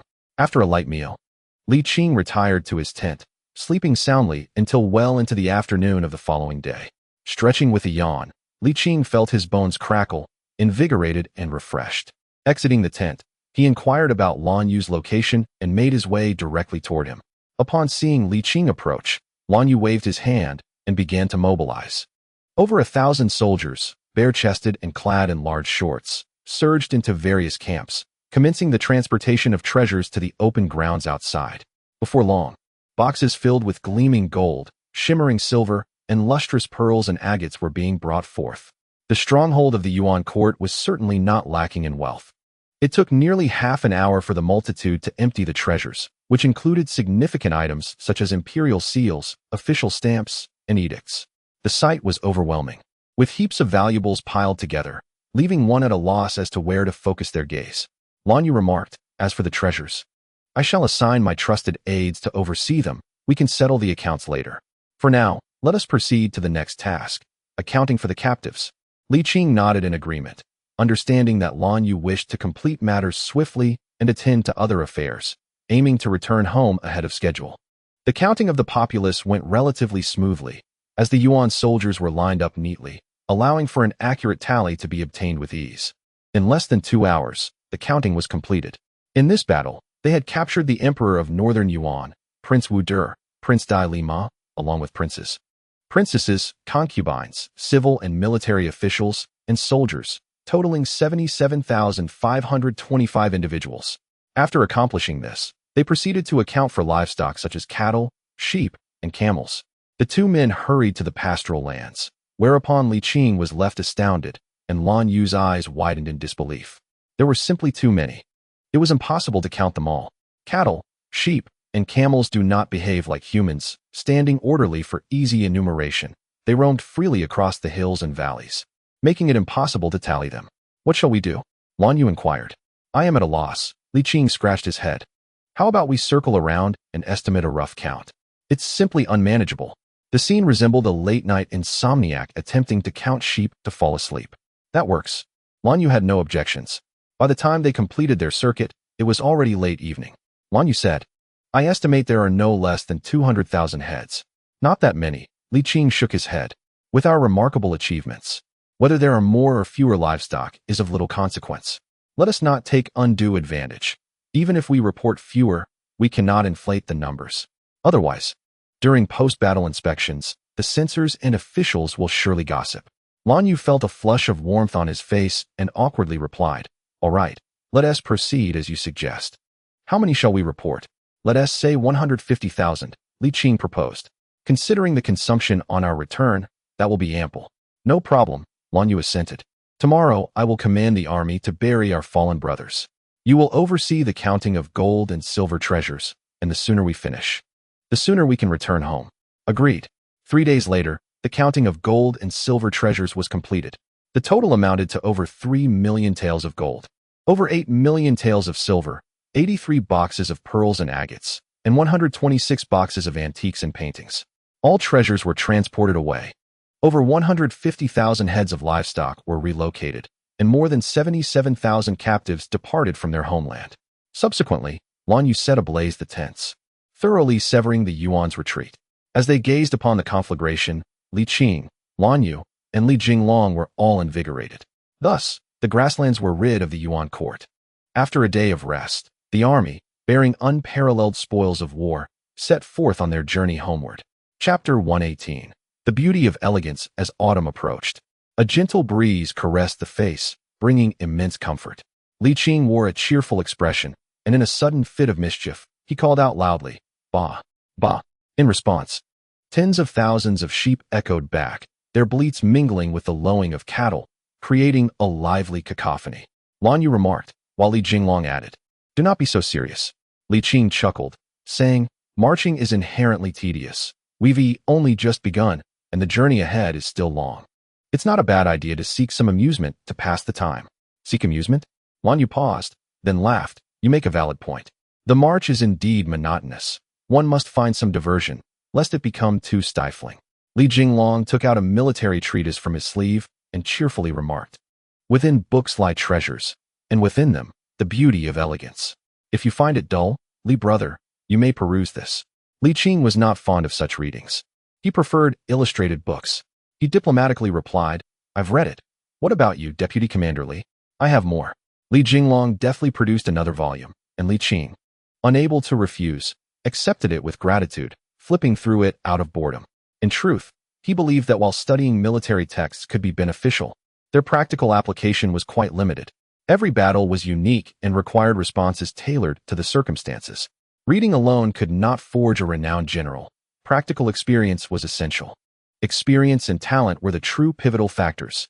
Su De, Chang Yuchen, Li Wenzhong, and even old Zhu possessed limited scholarly knowledge, yet when it came to warfare, they surpassed 100 men who could recite military texts flawlessly. Observing the diligent Li Jinglong, Li Qing was tempted to voice, "To trust books completely is less wise than to read none at all." Yet he refrained, realizing the boy was merely 16, and his desire to strive was commendable. There was no need to dampen his enthusiasm. Indeed, this Li Jinglong was far improved from the lad he had met 2 years prior at the drunken Immortal Pavilion. After a day of marching, Li Qing returned to the encampment and filled a small basin with water to wash himself. The camels, capable of carrying substantial supplies, had brought ample water when they left the fishing sea, sufficient to sustain them until they exited the desert. After cleansing himself, Li Qing felt invigorated, stretched lazily, and lay down to peruse the military treatise gifted by Li Jinglong. Uncertain of the origins of this military text, he found the prose exceedingly obscure, laden with rare characters that left him bewildered. His master, Zhang Lada, though a rogue, was not illiterate. Having studied for so long, Li Qing could easily comprehend traditional characters and classical Chinese, but the rare characters posed a significant challenge. He seriously doubted that such obscure terms had survived into later generations. "This treatise is quite overwhelming." Li Qing sighed in resignation, setting the book aside as he prepared to sleep. At that moment, a voice called from outside the tent. "Master Li, it is Deputy General Liu. Are you asleep? Call me Supervisor Li." Li Qing groaned internally, already imagining how tales of Master Li would spread throughout the court and beyond upon their return. With so many mouths to silence, it would be impossible. He would have to provide a thorough explanation to old Zhu, though he wondered if Zhu would grasp the principles of steam condensing into liquid. Oh, what a troublesome predicament. Li Qing let out a sigh, pondering the matter at hand. "What is it?" he asked, addressing Li Xian, the military supervisor. "The commander has a beauty, Yin Ruyu, to present to you." Li Qing was at a loss for words. The military treatise appeared overwhelmingly complex, beyond his comprehension. "All right, send it over," he conceded. Although Lan Yu was arrogant, he was indeed formidable in battle. Besides, if he could understand it, surely Li Qing could as well. After a brief moment, the tent flap was lifted, and a girl of about 17 or 18 entered. Li Qing was taken aback. Was this truly Yin Ryu? After a while, he snapped back to reality and called out, "Deputy Liu." However, no one responded. Scratching his head, he awkwardly asked, "Who are you? Do you understand Chinese?" The girl nodded, and Li Qing felt a slight relief. "Return whence you came. Are all Han people so hypocritical?" The girl inquired, her accent somewhat peculiar yet intelligible. "Pardon?" Li Qing furrowed his brow. "Hypocritical?" With a mocking expression, she retorted, "If it weren't for your request, would I have been sent here?" "I thought I told you to leave," Li Qing remarked, puzzled. "Stop pretending. Can I really go back?" She said bitterly, "You have triumphed, and you can do as you please. But the tides of fortune will turn, and one day, we shall invade the Central Plains again, slaying your civil and military officials and capturing your emperor to serve as a doorkeeper." Li Qing's gaze sharpened, and he replied coldly, "If you were to remain peacefully on the grasslands, the Ming court would not need to expend vast resources to wage war against you in the northern deserts. You view plunder as a rightful act, having invaded the Central Plains over a century ago. Even after being driven back to the grasslands, your thieving heart remains unquenched, repeatedly trespassing upon our borders. This war was instigated by you, and now you find yourself in this predicament, a fitting retribution. Meeting her gaze, Li Qing remarked, "Your eyes resemble those of the sea eagle, filled with wildness and aggression, mirroring the essence of your people." "Thank you for the compliment," she said with a smirk, clearly taking pride in the comparison to a sea eagle. "Just a mere beast, suitable only for roasting." Li Qing chuckled, shaking his head. "What is there to be proud of? You." The girl seethed with rage, a murderous glint flashing across her face. Instinctively, she reached for her waist, only to feel the sorrowful absence of her knife. After a moment, she sighed and laid down by the bed. "Enjoy yourself." Li Qing gently shook his head. "You are not charming in the slightest. In fact, you are quite detestable. I have no interest in you." Suddenly, he realized something, and disinterested in the girl any longer. He hurriedly exited the tent. "Li Xianshi, please stay. The commander is resting," a guard urged. "Get out of my way." Li Qing forcefully shoved aside the guard's arm and strode directly inside. "Lan Yu," he bellowed, entering the tent in a fury, but it was too late. The girl was scantily clad, her expression vacant, while Lan Yu lounged against the head of the bed, wearing a look of delight. "You're here so soon?" Lan Yu exclaimed, then chuckled. "And what of the princess?" Li Qing's face twitched with rage as he advanced and seized Lan Yu, delivering a punch that sent him staggering back several meters. Disbelief etched on his face, soon replaced by fury. "Li Qing, I have been more than courteous to you. Last time, I made a mistake. I allowed you to strike me, but I am not made of clay."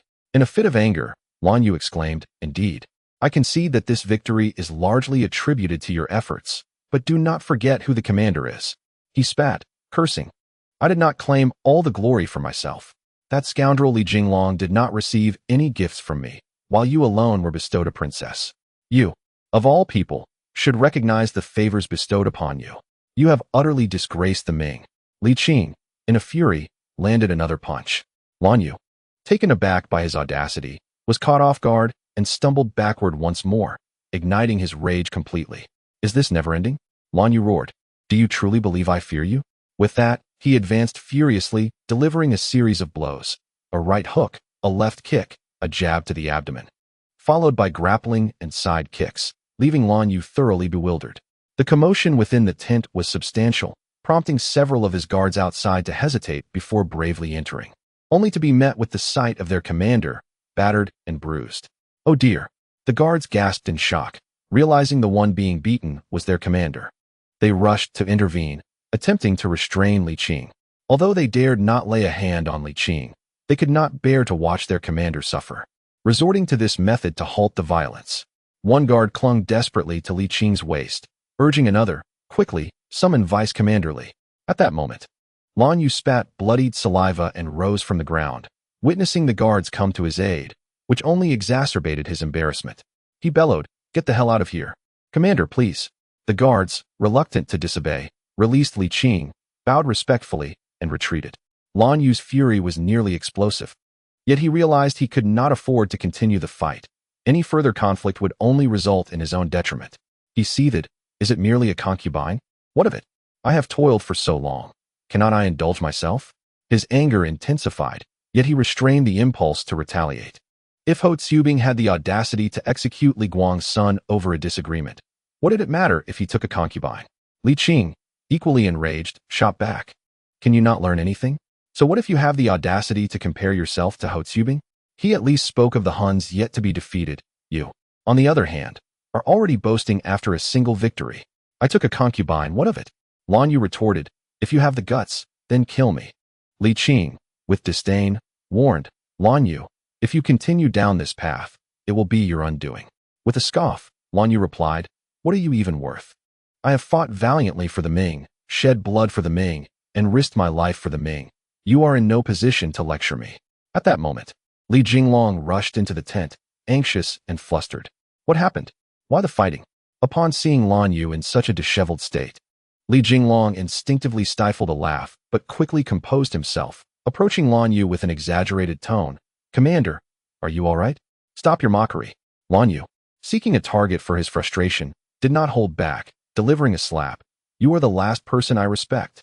Li Jinglong, bewildered, stammered, "What is happening? Who am I? Where am I?" It took him a moment to realize he had entered to mediate the conflict. Upon this realization, he was instantly consumed by fury.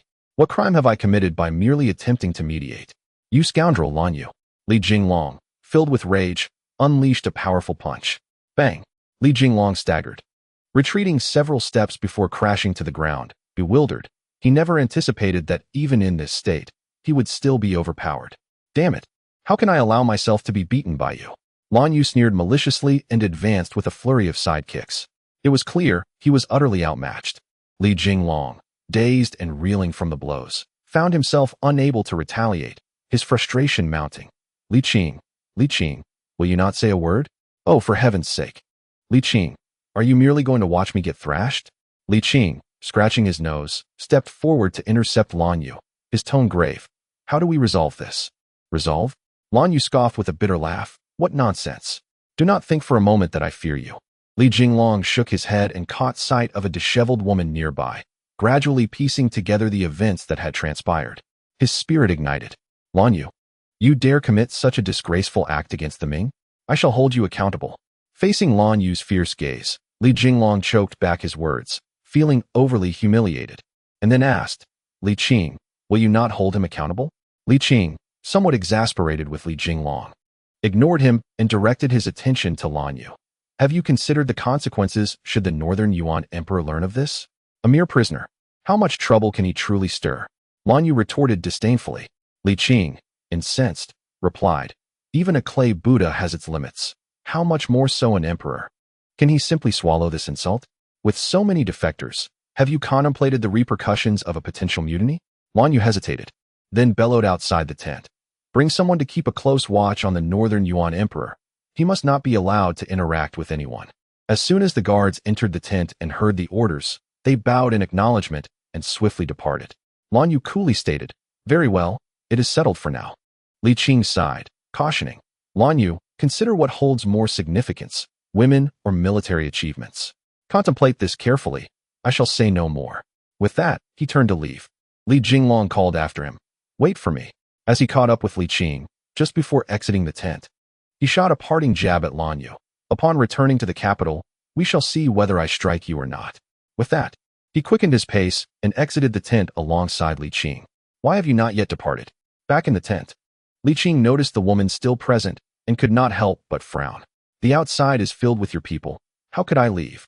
The woman spat, her voice laced with contempt. If you wish to proceed, then do so. Spare me the pretense. Li Qing pondered for a moment. I shall escort you home.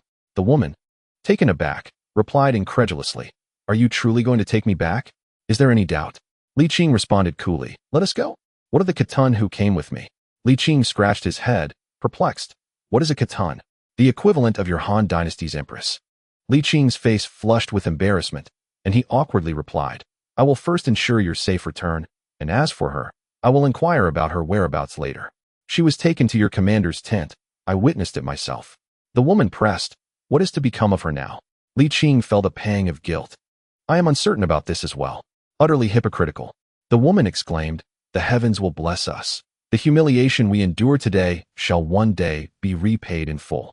She spoke with profound resentment, declaring that their people were heroes of the vast steppes, and that once this generation of battle-hardened leaders perished, they would rise again. Li Qing chuckled softly. I shall keep watch over you. For how long can you observe? She retorted. Li Qing sighed and replied, until the true era of prosperity dawns.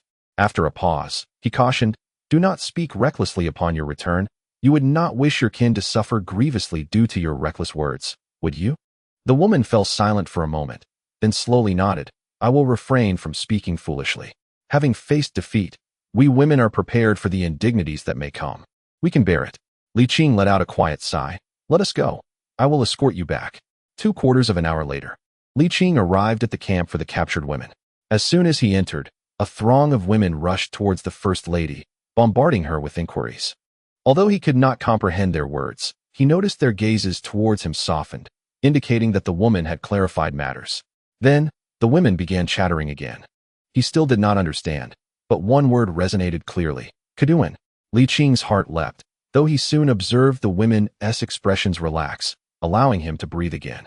The woman calmed the crowd and approached Li Qing, softly stating, I informed them that the Kaduan has been sent to accompany the emperor. I hope you will refrain from causing further trouble. Rest assured, I shall keep watch, Li Qing assured her.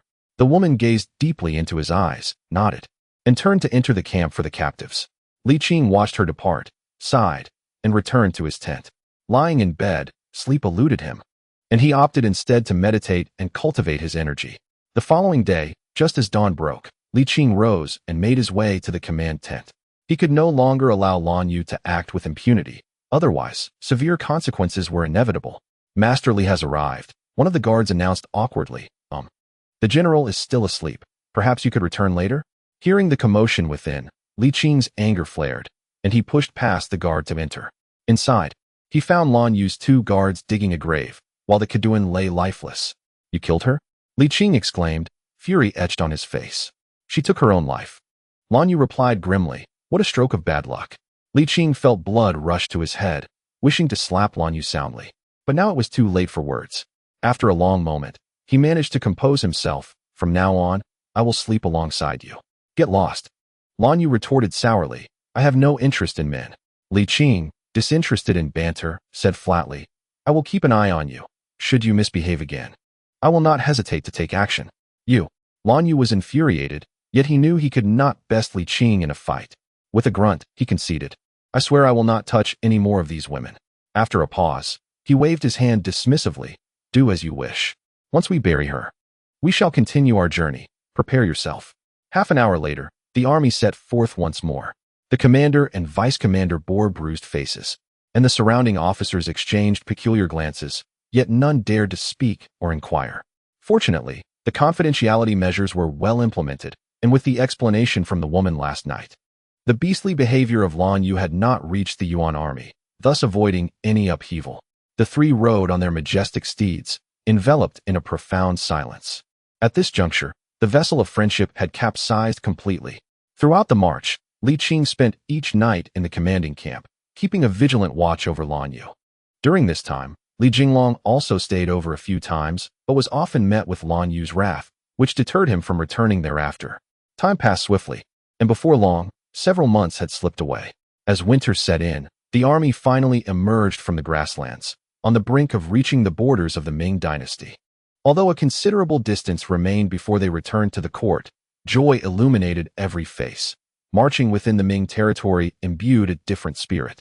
Over a month prior, Lan Yu had dispatched a light cavalry unit back to report their triumph, and to request the court to send emissaries to receive the surrendered troops and livestock. While the multitude of livestock caused little concern on the grasslands, its presence within the Ming territory would complicate the march. Not to mention the grievances likely to arise from the excrement left in their wake. As night fell, the army settled down. Inside the tent, the succulent lambs simmered in the pot, filling the air with an irresistible aroma. A warm jug of wine graced the table as the 3 men gathered around. Though the atmosphere was somewhat somber, after a moment, Lan Yu spoke. I estimate that in another 5 or 6 days, the court officials will arrive. Everyone is weary from the march. We shall rest here until they come before continuing our journey. Li Qing remained silent, and Li Jinglong offered no response either. Lan Yu, feeling somewhat awkward, contemplated the potential grievances the 2 might lodge against him upon their return, and thus stifled his discomfort, forcing a smile. Little Li, you have performed admirably on this expedition. The 2 remained mute, primarily confused about whom he referred to as Little Li. Li Jinglong, startled and instinctively raising his hand to shield his face, waited for a considerable time, expecting a blow that never came, only then to realize the situation. It was indeed said that fortunes shift like the tides, and now the advantage lay with him, invigorating his spirit. Unable to retract his raised hand, he casually tossed his long hair back, exuding an air of confidence. You flatter me, esteemed commander. It is but a minor achievement, hardly worth mention. Lan Yu, utterly speechless, thought to himself, what minor achievement? You have no merit at all. Yet, he dared not chastise Li Jinglong further, chuckling instead. Levi's commander, you are too modest. Come, let us drink. In a gesture of camaraderie, they raised their cups in toast, although none truly absorbed Lan Yu's words. They had witnessed his duality in leadership. Understanding that his politeness stemmed from a fear of complaints, the 2 indulged in their meal and drink, resolutely deciding to report any grievances upon their return. Externally, The three maintained a facade of harmony, yet beneath the surface lay the complexities of human relationships. 7 days later, the inspector of the North Capital and the commander of Ming arrived successively, accompanied by the Prince of Yan, Zhu. Subsequently, the handover of prisoners and livestock commenced, a process that consumed over half a month. However, by the end of this transaction, the count of cattle and sheep had been tallied, revealing a staggering total of over 157,000 heads, a considerable number indeed. At last, the Grand Army, laden with gold and treasures, accompanied by the Emperor of Northern Yuan, Wu Wang Duoer, Dai Wang Dalama, direct descendants of the royal lineage, and esteemed civil and military officials, commenced their journey. 3 days later, in the evening, the army arrived at the front of Zifengku. Chapter 120. Watch me shoot him down. They had finally returned. After a grueling 6-month journey, the sense of joy welled up within Li Qing. It was not just him. Everyone bore smiles of happiness. Their arduous trek into the northern deserts, enduring hardships and bloodshed on the battlefield, had not been easy. To return alive was indeed a rare blessing. As winter descended, darkness fell swiftly. Before long, the light vanished completely, and the army gradually came to a halt. Lan Yu commanded his personal guards to summon the city gate. A quarter of an hour later, the guards returned, their faces grim, reporting, "Commander, the city's defense officer states that the time has passed, and we must endure the night. We may enter the city tomorrow." "How dare they?" Lan Yu exclaimed in fury. His brothers had fought valiantly on the battlefield, risking their lives, and it was outrageous that they were denied entry into the city. "Calm down, Commander," Li Qing interjected calmly. Li Jinglong scrutinized him. "What do you intend to do?" Seeing the defiant expressions of his companions, Lan Yu gradually regained his composure and replied darkly, "I will speak to him myself." With that, he urged his horse forward. Worried that Lan Yu would cause further trouble, Li Qing hastily followed, and after a moment's hesitation, Li Jinglong joined them as well. Soon, the three arrived at the base of the city walls. Lan Yu shouted upwards, "Open your eyes and see who I am." "Ah, it is indeed the Marquis of Yongchang." The city's defense officer hurriedly saluted from a distance. "This humble officer greets the Marquis. Enough with the pleasantries. Open the city gates at once." The officer chuckled awkwardly. "My lord, I beg your pardon, but the time has indeed passed, and I truly have no authority to open the gates. You seek death, do you?" Lan Yu seized a bow from his guard, preparing to shoot at the city wall. Li Qing, quick-witted and agile, snatched the arrow away. "Let us discuss this.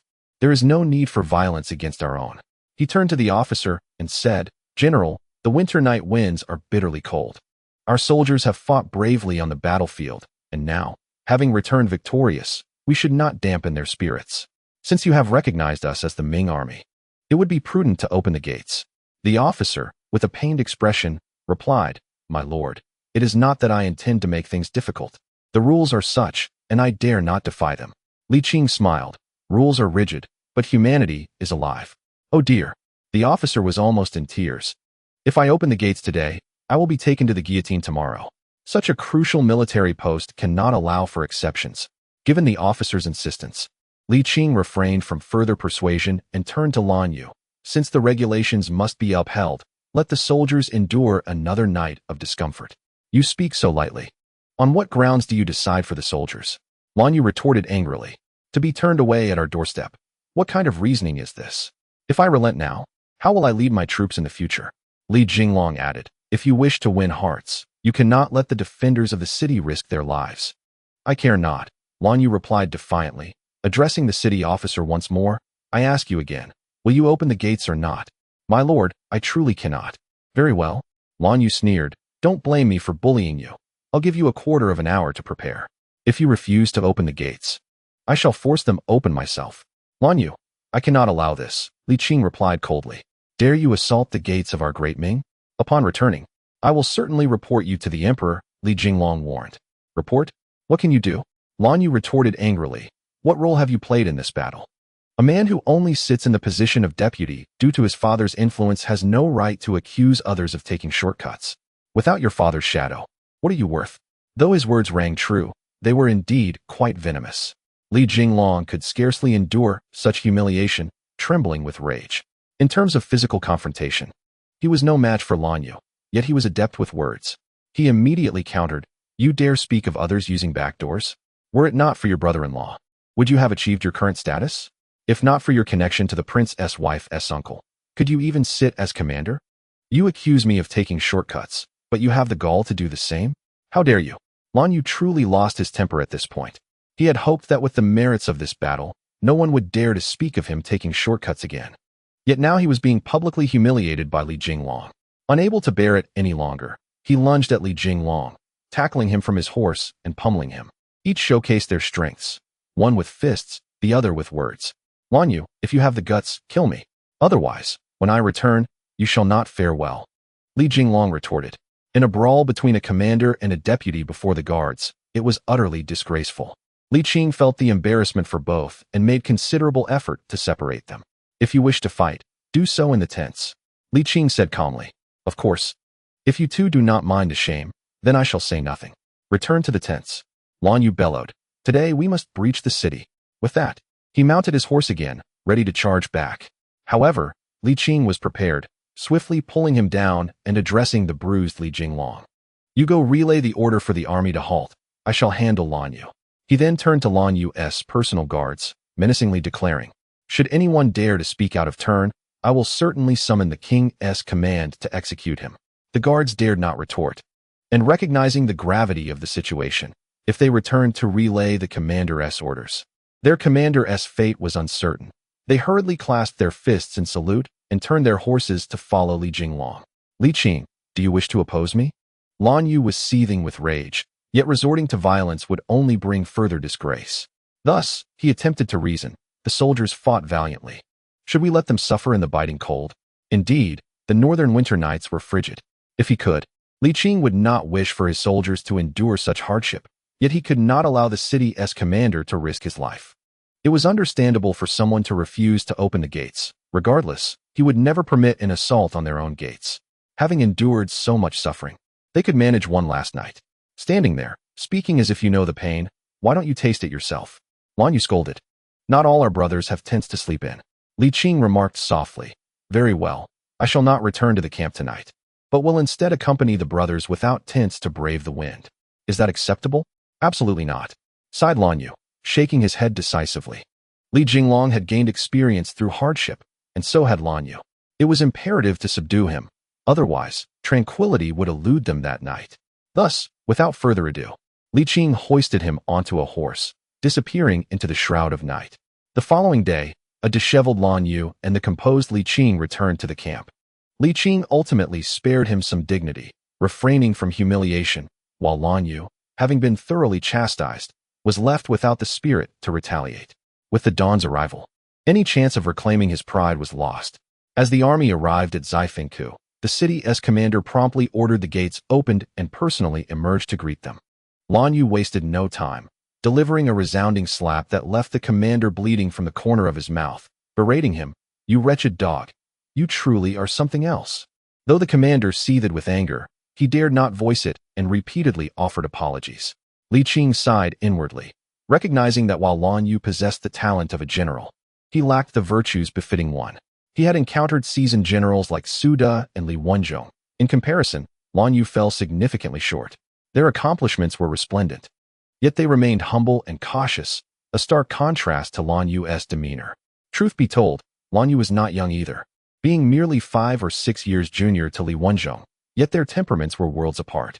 Good advice is wasted on the incorrigible, Li Qing sighed, deciding not to concern himself further with Lan Yu, for he knew he had no power over him.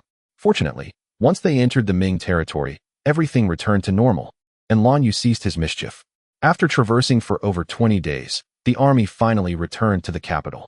They did not enter the imperial city all at once. Instead, they were escorted in batches by officers of various ranks. Simultaneously, Lan Yu's military insignia was confiscated by the arriving envoys. Marquis Yongchang, Duke of Chao, Marquis Yongqing. The small attendant bowed, stating, "The emperor has prepared a banquet to celebrate the achievements of the 3 esteemed gentlemen. Please, allow us to proceed to the palace promptly, lest we keep his majesty waiting." At this moment, the small attendant, now an envoy, referred to himself as we instead of the servant, as an envoy representing the emperor. Even the arrogant Lan Yu dared not show too much disdain, cupping his fists and managing a smile. Li Jinglong discreetly tugged at Li Qing's sleeve and whispered, "Li brother, Will you censure him? What do you think? Li Qing countered. Li Jinglong chuckled. Watch me bring him down a peg. Chapter 121. Murder and heartfelt retribution in the palace. Within the central hall, the three men entered alongside the small attendant, bowing in respect. We humbly greet your majesty. Long live the emperor. Long live the emperor. May he live for eternity. We greet the crown prince. May he live for 1,000 years. Rise, all of you. Zhu Yuanzhang proclaimed, laughing heartily and offering praise. You have all performed admirably, exceeding even my expectations. His joy was palpable, after decades of formidable adversaries. Their downfall in a single day was indeed cause for celebration. Thank you, your majesty. The three replied, gradually standing. Zhu Biao smiled gently. You have all toiled greatly. Do not remain standing. Please take a seat. Little attendant, inform the kitchen to serve the dishes. Yes, I shall do so immediately. The small attendant bowed and exited the hall. Zhu Yuanzhang was genuinely pleased, his smile unwavering as he pulled Lan Yu close, his face beaming with admiration. Lan Yu, you are indeed our loyal minister. You flatter me, your majesty. Lan Yu, rarely one to exhibit restraint, paused momentarily. The reason for his remarkable triumph this time was largely due to Li Qing's assistance. Is that so? Zhu Yuanzhang inquired, casting a smile at Li Qing and nodding. Indeed. We have not misjudged the character of this individual.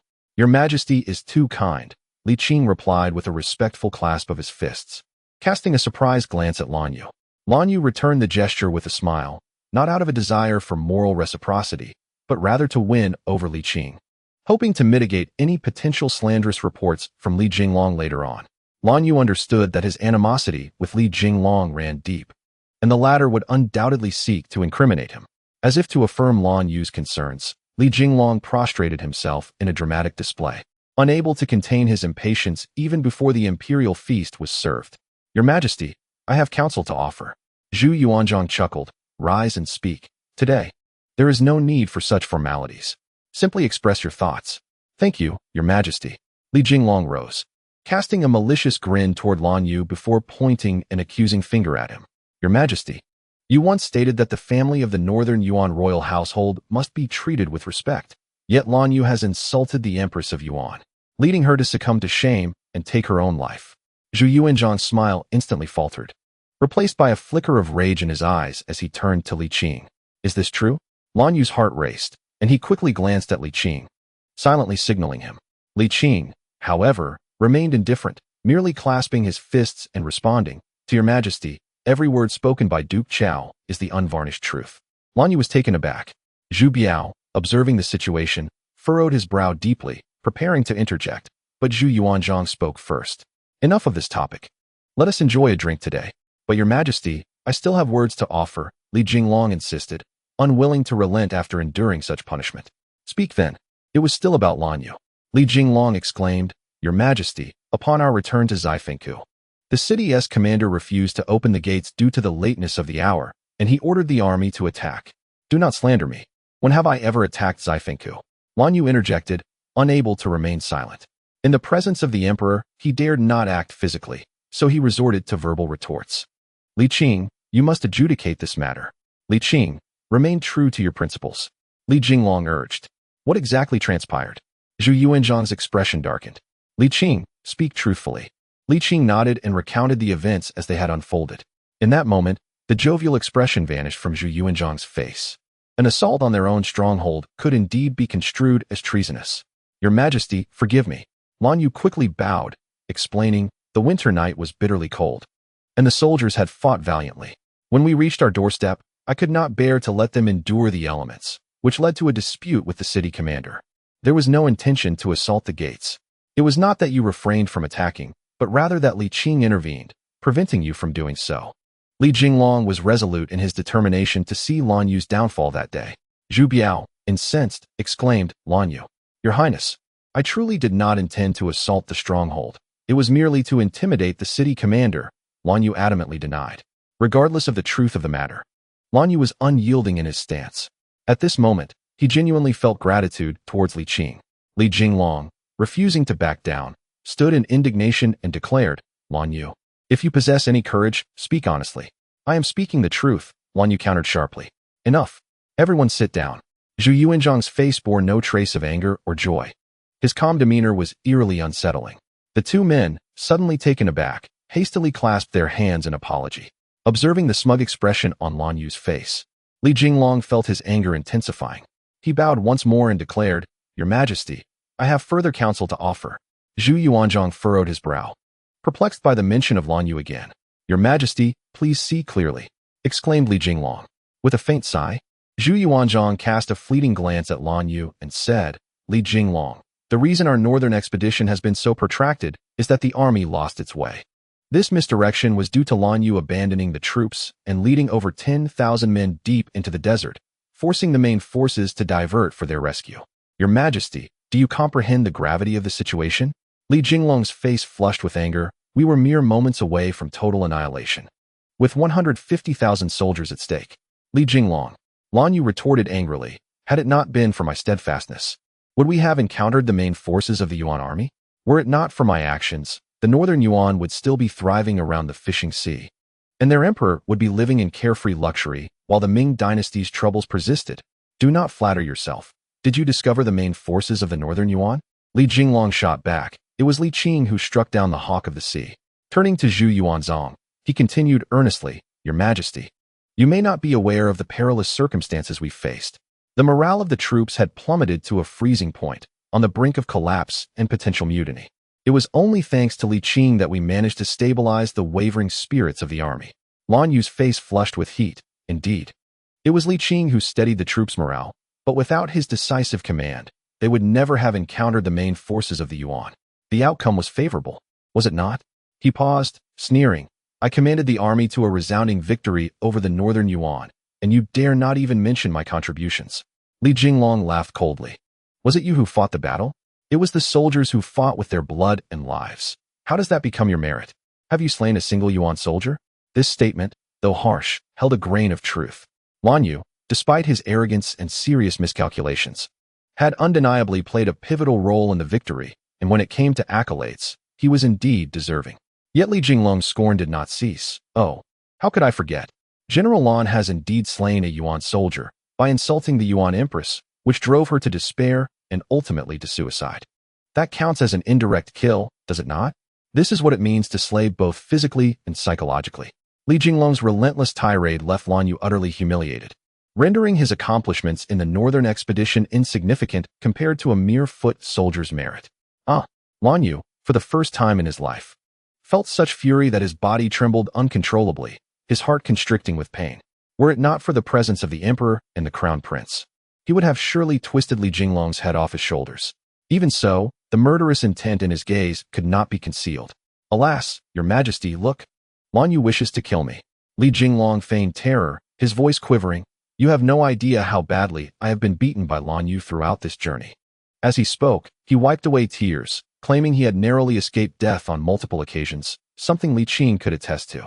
This time, Li Qing remained silent, his gaze fixed intently on Lan Yu, whose dark complexion was visibly reddening at an alarming rate, resembling an overinflated balloon poised to burst at any moment. Li Qing urgently called out, "Quick, your Majesty, send someone to fetch the silver needles for acupuncture." As the words fell, the trembling Lan Yu suddenly stiffened, and then, with a violent spurt, blood erupted 5 feet away. Lan Yu expelled a mouthful of blood. His face, once flushed, turned ashen in an instant. His eyes rolled back, and he collapsed from the chair. Zhu Yuanzhang, quick as lightning, grasped him, shouting, "Lan Yu! Lan Yu!" He called out several times, but Lan Yu showed no response. His eyes glazed over, his breath faint. The phrase "to die of anger" is not merely a metaphor. A person can indeed perish from extreme rage that cannot be expressed. At this moment, Lan Yu was in such a state. "Someone, hurry and get the silver needles." Zhu Yuanzhang grew anxious. Although Lan Yu was known for his arrogance, he possessed genuine talent and was a crucial aid for his son. Zhu Yuanzhang did not wish for Lan Yu to perish just like that. "Li Qing, come and take a look." Li Qing, not daring to delay, quickly approached and felt Lan Yu's pulse, then promptly lifted him and laid him upon the long table. Even in his unconscious state, Lan Yu continued to tremble, revealing the extent of his fury. "How is he?" Zhu Biao asked anxiously. "Is Lan Yu in a perilous condition?" "It is very dangerous," Li Qing replied gravely. "If he can be saved, a period of recuperation will suffice. Otherwise, it may be the end." Chapter 122. The emperor must paint a cake. Humanity can be broadly categorized into two types: the compliant mediocrity and the audacious genius, with Lan Yu firmly belonging to the latter. For an emperor, the latter is infinitely more valuable than the former. Particularly, Lan Yu, despite his arrogance, is undeniably part of the crown prince's faction, and the crown prince Zhu Biao can keep Lan Yu firmly in check. Zhu Yuanzhang genuinely held affection for Lan Yu and sincerely hoped for his well-being. Every person has their flaws. There are indeed those who are both geniuses and compliant, but they are exceedingly rare. Especially in this era, as the old generals begin to fade, Lan Yu has become the apple of Zhu Yuanzhang's eye. As the saying goes, it is easy to find 1,000 soldiers, but hard to find a single general. Talents like Lan Yu cannot be mass-produced like those from the imperial examinations. To reach Lan Yu's caliber, one must first possess strong military aptitude, endure numerous battles, and survive the chaos of warfare. Such talents are exceedingly rare. Zhu Yuanzhang would readily trade several ministers for him. Lan Yu must not come to harm, Zhu Yuanzhang declared solemnly. No matter the method or cost, he must live. Li Qing nodded. Although he disapproved of Lan Yu's demeanor, he did not wish for his demise either, for Lan Yu excelled in warfare.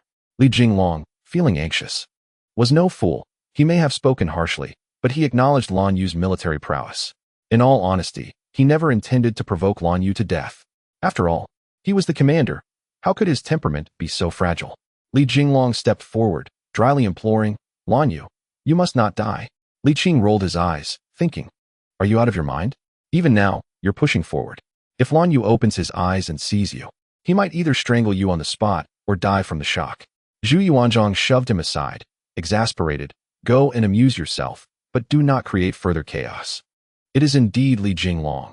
Had it been another, they would likely have found themselves at the marketplace by now. At this moment, Xiao Gizi cheerfully beckoned the palace maids to bring the dishes, only to find the main guests sprawled across the dining table, eyes shut tight. The emperor, the crown prince, the marquis, and the duke appeared visibly anxious, leaving them momentarily dumbfounded. Was the commander of the three armies reduced to a mere dish? Withdraw. Zhu Biao waved his hand, his usually amiable demeanor overshadowed by a grim countenance. Given the state of the celebration, it was no surprise he wore such a frown. Observing the nearly lifeless Lan Yu, he lamented, what a predicament this is. The group of palace maids retreated, and shortly thereafter, the anxious Xiao Huangmen hurriedly fetched a box of needles. Li Qing took it, quickly neutralized the poison, and proceeded to administer several swift acupuncture treatments, secretly channeling his vital energy to massage Lan Yu. After approximately a quarter of an hour of frantic effort, Lan Yu erupted into a violent fit of coughing, expelling the remnants of blood from his mouth, and gradually, his eyes fluttered open. Li Jinglong, here.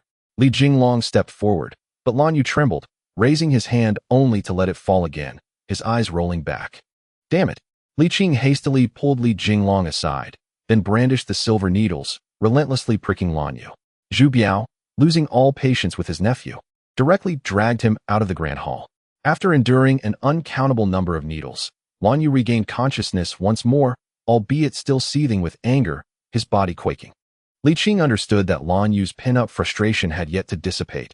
Thus, he continued to massage him while discreetly signaling Zhu Yuanzhang. The implication was clear, Your Majesty, please placate him. Zhu, not one to miss such an opportunity, swiftly responded, this remarkable victory is largely due to your efforts, Lan Yu. Although there were imperfections, they do not overshadow your contributions. Do not heed that fool's reckless words. We are well aware of the truth, and rest assured, the rewards you deserve will not be lacking. Thank you, Your Majesty, for your discernment.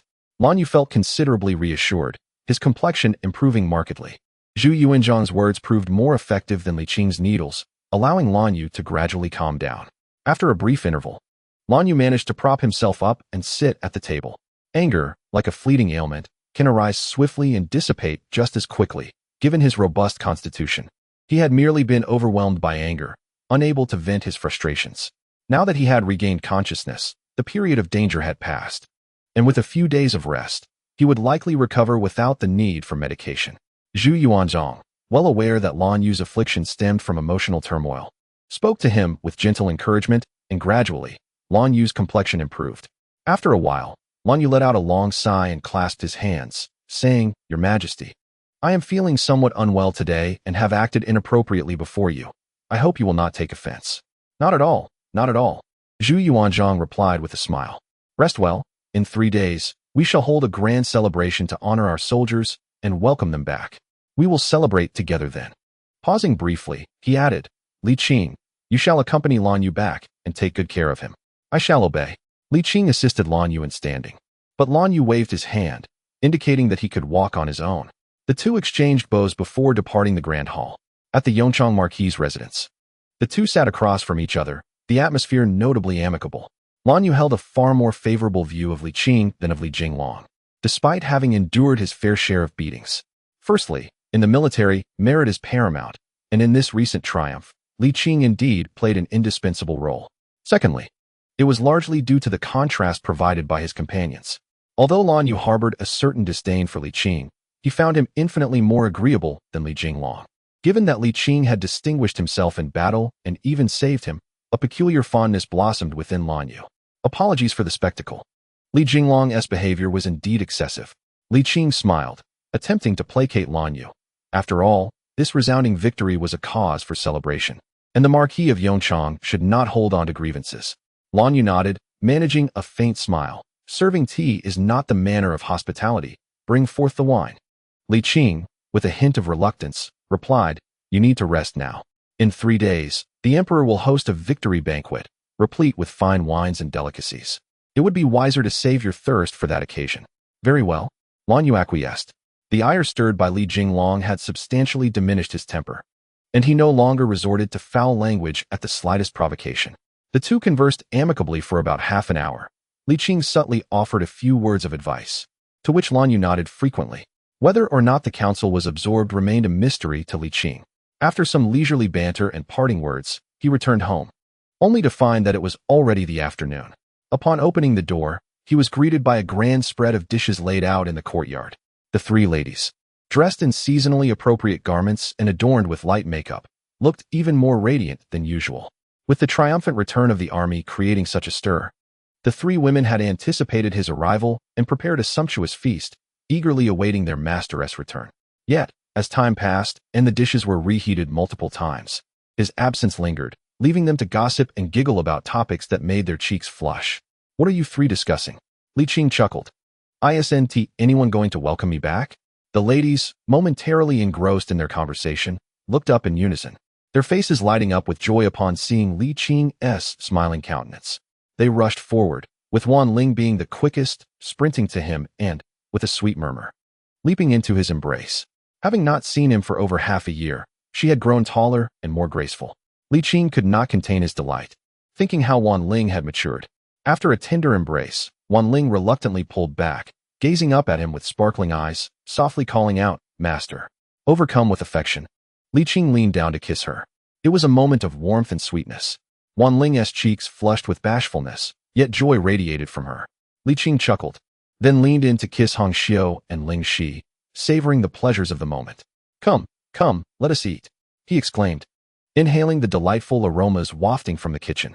There's nothing quite like a home-cooked meal. The three ladies beamed, surrounding him at the table and eagerly serving him, stacking his small bowl high with food. Li Qing laughed. That's enough. I can hardly eat with such a mountain of food. You must partake as well. The servants delighted in watching their master enjoy his meal, and the three ladies exchanged knowing smiles, their faces aglow with warmth. Very well. Li Qing shook his head with a chuckle, then devoured his meal with fervor. Having not eaten since morning, he was genuinely famished, consuming 3 bowls of rice before finally slowing down. Master, now that you've returned, will you be able to rest at home for a long time? Wan Ling inquired. Indeed, Li Qing nodded. Barring any unforeseen circumstances, I do not intend to venture out again. After all, with the Yuan court fallen, those minor tribes are hardly worth the frequent expeditions of the Ming army. Surveillance of the feudal lords is best left to subordinates. There is no need for him to personally oversee every detail. Upon hearing his words, the three ladies were filled with joy and eagerly served him dishes. The climate in Jinling is delightful. Although it is winter, the temperature remains mild, and the sun's warmth is incredibly comforting. There's truly no place like home. Li Qing reclined in a chair, a look of sheer contentment on his face. Wan Ling brought out a zither, playing gentle melodies, while Lian Xiang massaged his shoulders. Life was nothing short of blissful. In the evening, Hong Xiu prepared several pots of hot water, and after bathing, Li Qing felt even more relaxed. Leaning against the headboard with a scripture written by his master in hand, he experienced a profound tranquility. Half an hour later, the three ladies entered, each one a vision of charm.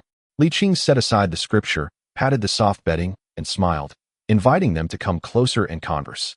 The ladies were delighted to see him, and of course, offering a few small tokens of appreciation made them even happier. Now, regarding updates, with the year-end approaching, maintaining a stable update schedule is indeed challenging.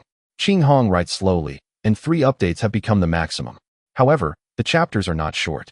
Each contains over 2,500 words, sometimes reaching 3,000 or more. The ladies can easily calculate the average length of a chapter by dividing the total word count by the number of chapters. Chapter 123. Zhu Yuanzhang is indeed an extraordinary figure. The joys of intimacy are the greatest pleasures bestowed upon humanity by the heavens. For several consecutive days, aside from necessary social interactions, Li Qing spent his time either sleeping or resting. In the early morning, sunlight streamed through the window, warm enough to rival the embrace of Wan Ling. "Sir, you're awake." Wan Ling smiled sweetly, nuzzling closer, her face filled with affection. "Sir, it's time to rise. Did you not say the Emperor is hosting a celebration today?" "No rush. The banquet begins at noon," Li Qing replied, toying with her soft hair. "Let us sleep a little longer." "Oh." Wan Ling tightened her embrace, but after a moment, timidly said, "Sir, there are some matters I am unsure whether I should discuss." "What is there that you cannot share with me?" After a brief pause, Wan Ling whispered, "Sir, you are skilled in medicine. Could you perhaps examine me?" "Examine what?" Li Qing asked, bewildered. "You are not ill." Wan Ling's cheeks flushed crimson as she stammered, "Despite our many moments together, I have remained unchanged." She paused, adding, "Please do not misunderstand. I have no ulterior motives, it's just nothing." Li Qing chuckled lightly, "You are not ill. The inability to conceive is not your fault. Rather, it is my choice not to." Wan Ling exclaimed in surprise. "Is it fair to blame a man for a lack of children?" Li Qing laughed. "In matters concerning 2 people, who do you think is to blame?" "Oh." Wan Ling nodded in dismay, hesitantly asking, "Why do you not wish for children?" Li Qing sighed, then smiled. "Isn't our current situation quite wonderful? We should focus on enjoying each day to the fullest. Do not dwell on such thoughts." After a moment, he added, "My reluctance to have children is not a slight against your status. Lin Xiang and Hong Xiu feel similarly. You may inform them that I hold no disdain for anyone." "Understood." Wan Ling was profoundly touched and leaned in to plant a gentle kiss on his lips. Just then, a knock echoed from outside, followed by a loud voice. "Li Qing, are you home?" "It's me, Jing Long." "Sir, come, guests have arrived." Wan Ling gasped, pushing aside his mischievous hand. There were pressing matters at hand. Li Qing, with a hint of exasperation, called out, "I will be there shortly." With that, he rose to don his attire. In the guest hall, warm wash water and clean loofah sponges were prepared. Li Qing hastily freshened up before proceeding to the door. "Brotherly, it has been a few days. I trust you are well." Lord Chao greeted politely. Li Qing smiled and invited him in. The two took their seats at a long table beneath the fruit trees, where Hong Xiu served a pot of hot tea, bowing gracefully before retreating. Li Jinglong remarked, "Brotherly, you are fortunate to have such a delightful maidservant. Such finds are rare." Li Qing rolled his eyes. "Lord Chao, at your age, do you not intend to marry?" "That can wait," Li Jinglong chuckled, then added, "Do not stand on ceremony. Call me Li Laodi, or simply Jinglong." A man traditionally receives a title upon reaching the age of 20, while women receive theirs at 15. Li Jinglong, being only 16, had yet to receive a title. Even if he had, introductions would typically use one's given name rather than the title. Among acquaintances, titles are often used. In this era, addressing someone by their full name often precedes an insult. Of course, emperors are exempt from such conventions and may be addressed as they please. Having spent considerable time in the Ming dynasty, Li Qing was well aware of the myriad ways in which people were addressed in antiquity, including names, titles, and even nicknames. With many possessing more than one, complicating matters. "I am a few years your senior, so I hope you do not mind if I call you Li Laodi," Li Qing said with a smile. Indeed, Li Jinglong replied, clearly pleased.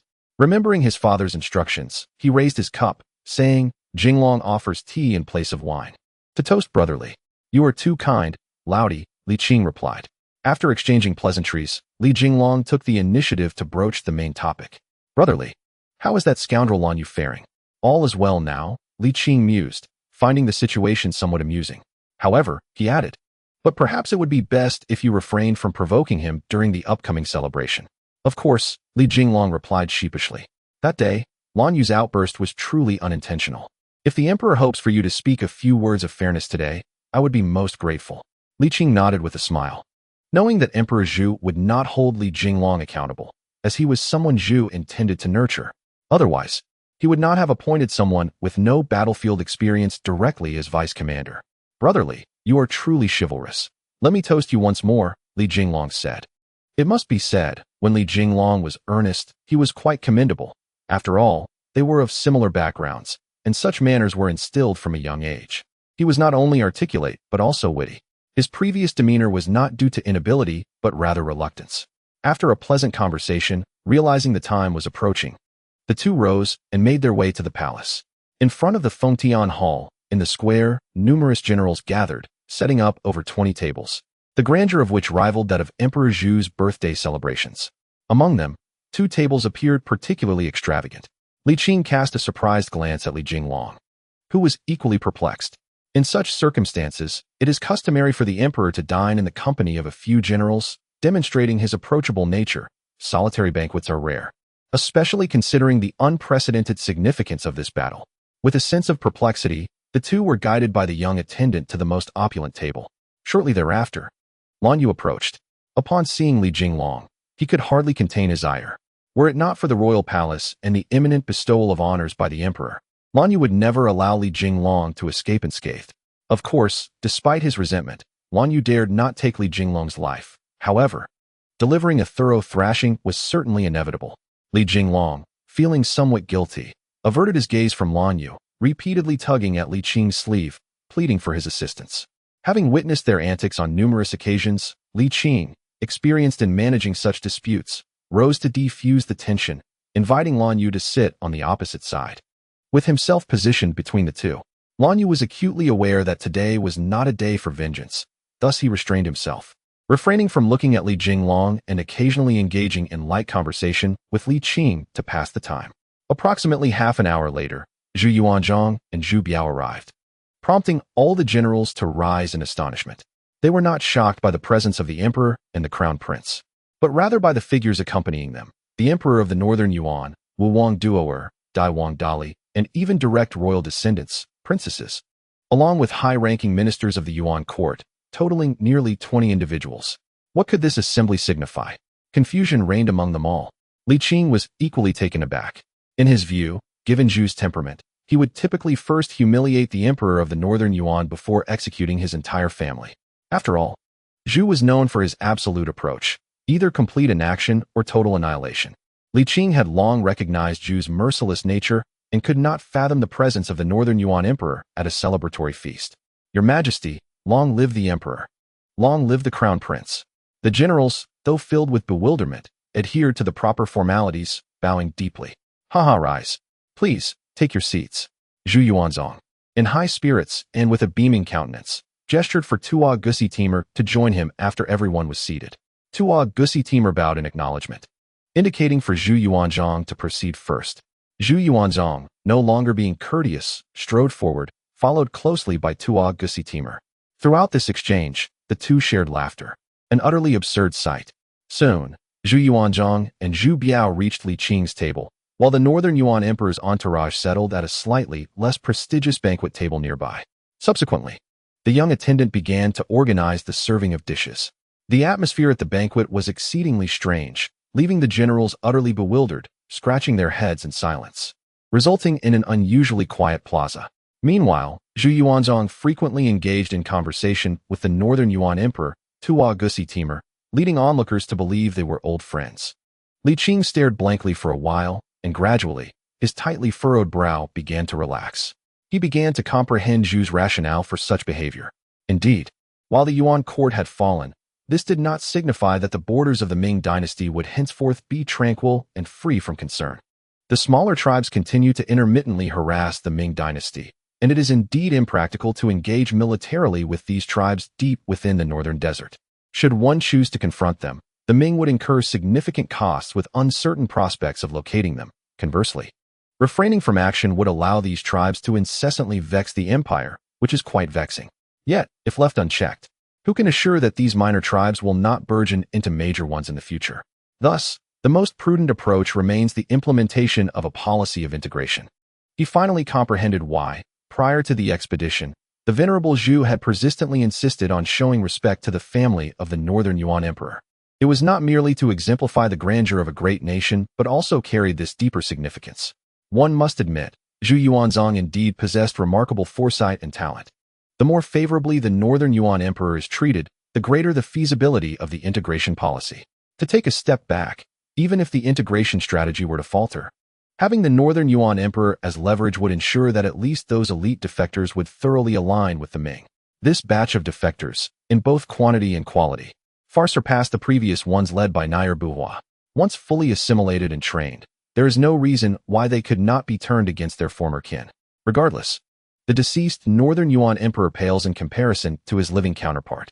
Upon contemplating this, Li Qing could not help but silently commend such magnanimity, such poise. With a vision so far-reaching and insight so extraordinary, it is no wonder he could ascend from the lowest echelons to the highest. Zhu Yuanzhang is indeed an extraordinary individual. Chapter 124.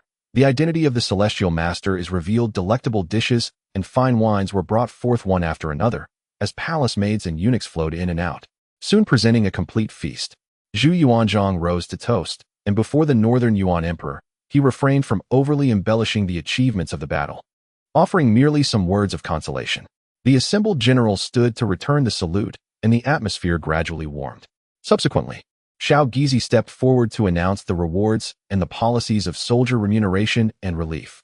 The generals expressed their gratitude upon receiving the imperial edict, and then Zhu Yuanzhang conferred rewards upon Li Qing and Li Jinglong. Li Jinglong inherited his father Li Wenzhong's position as the left deputy of the Grand Directorate. Li Qing was bestowed with a lavish mansion, 1,000 taels of gold, an elevation to the rank of noble, and granted the right to participate in governance. Among these rewards, Li Qing had a preference for the gold. The title of noble made little difference to him. He had no desire for governmental responsibilities. And although the luxurious mansion was appealing, he still favored a modest residence located 300 meters from the music office. Finally, there was Lan Yu. Zhu understood well that, given their complete victory, Lan Yu was the foremost contributor, and thus his rewards were undeniably generous. First, he was promoted and appointed as the Grand Tutor to the Crown Prince. This is a position of first rank in the Ming dynasty. It is worth noting that there are no official first-rank positions within the Ming's bureaucratic structure. Certainly, if one were to argue, there are first-rank titles. But those are reserved for princely lords, making the title of second rank the utmost attainable. Although the prince consort also holds a second-rank title, the nuances are well understood among the Ming courtiers. In truth, this second-rank title is somewhat nominal, yet it does not detract from Lan Yu's elevated status. But the accolades did not end there. Zhu Yuanzhang further ennobled him, conferring upon him the title of Duke of Liang, a direct elevation to nobility. Lan Yu's face flushed with excitement. How could he not rejoice at such a lofty honor as the Duke of Liang, a pillar of the nation? Observing his exuberance, Li Qing nearly transformed into a figure of reproach, ready to administer a few sharp words. Yet, one cannot fault Lan Yu for his elation. Promotion and ennoblement are indeed momentous occasions. Such glory is typically witnessed only upon the stage. And even certain ephemeral dynasties have never bestowed this honor upon anyone throughout their reign. I shall not betray the emperor's trust. Lan Yu bowed deeply several times, almost as if swearing an oath. Rise quickly. Zhu Yuanzhang feigned displeasure. Let us enjoy the banquet and not engage in such theatrics. Indeed, I obey your majesty. Lan Yu replied, grinning foolishly as he observed the young eunuch carrying a wooden tray laden with imperial edicts, longing to seize them immediately. Zhu Yuanzhang, noticing his eagerness, chuckled. What is the haste? After the feast, you may peruse them at your leisure. No rush, your majesty. I am not in a hurry, Lan Yu replied, appearing quite simple-minded. Li Jinglong, equally enthusiastic, pledged his loyalty. Your majesty, I shall serve with the same dedication as my father, if not surpass him. Good. Excellent.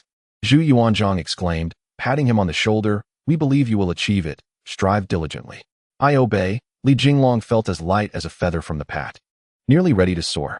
And you? Zhu Yuanzhang turned to Li Qing, seemingly displeased by his lack of a pledge. Li Qing silently lamented. Must I paint you a picture? In response, your majesty, I shall devote myself wholeheartedly, willing to face fire and water for the glory of the Ming. Ah, splendid. Zhu Yuanzhang laughed heartily. As the saying goes, it is impolite to receive without giving in return. He reciprocated by offering Li Qing a vision of grandeur. Li Qing quickly feigned appreciation, his heart racing with excitement. All were in high spirits, and soon, Zhu Yuanzhang lifted his chopsticks, beckoning everyone to partake in the feast. The banquet commenced in earnest, with the generals toasting the emperor, gradually loosening up thereafter. Zhu Yuanzhang frequently interacted with the Yuan emperor, creating a lively and harmonious atmosphere. Li Qing, however, was indifferent to the surrounding festivities. While others drank, he focused on the dishes, and when others feasted, he hastened to join them. After all, one must indulge at a banquet and not hoard the food. He had already been most generous. Li brother, Li Jinglong tugged at his sleeve. Why is that young lady from the Yuan table always looking at me? Does she perhaps take an interest in me? Li Qing, spitting out a bone, glanced up to find it was indeed Yan Ruyu, the beauty Lan Yu had presented to him that day. Upon hearing Li Jinglong's words, Lan Yu also glanced over, and with a knowing smile, nudged Li Qing with his shoulder, exchanging knowing glances. The implication was clear: you are rather ungracious. After all, you have also shared her company. Li Qing shook his head, signaling that he had not. Li Jinglong, unable to decipher their silent exchange and eager to ease the tension, asked Lan Yu, "What are you two discussing?" Having received such generous rewards, Lan Yu felt less animosity towards Li Jinglong and teased, "Is it not possible that she is looking at Li Qing? Is that so?" Li Jinglong scratched his head. "I could have sworn she was gazing at me." After a pause, he continued, "Li brother, you have come of age, yet you do not have a courtesy name, do you? Would you like the crown prince to bestow one upon you?" Zhu Biao, upon hearing this, set down his cup and smiled. "Certainly, Li Qing. What type do you prefer?" Li Qing chuckled awkwardly. "Your Highness, I am inherently a follower of the Tao. Taoists do not place great importance on such matters." His name was the only tie he had to the Ming, and he was reluctant to adopt another appellation. Having borne the name Li Qing for so long, he was unaccustomed to a new title and thus found an excuse to decline. "Is that so?" Zhu nodded, then shifted the conversation toward Li Jinglong. And I too sensed that the young lady was observing Li Qing. With a chuckle, he remarked, "Father wishes to mediate the discord between the Han and the Yuan.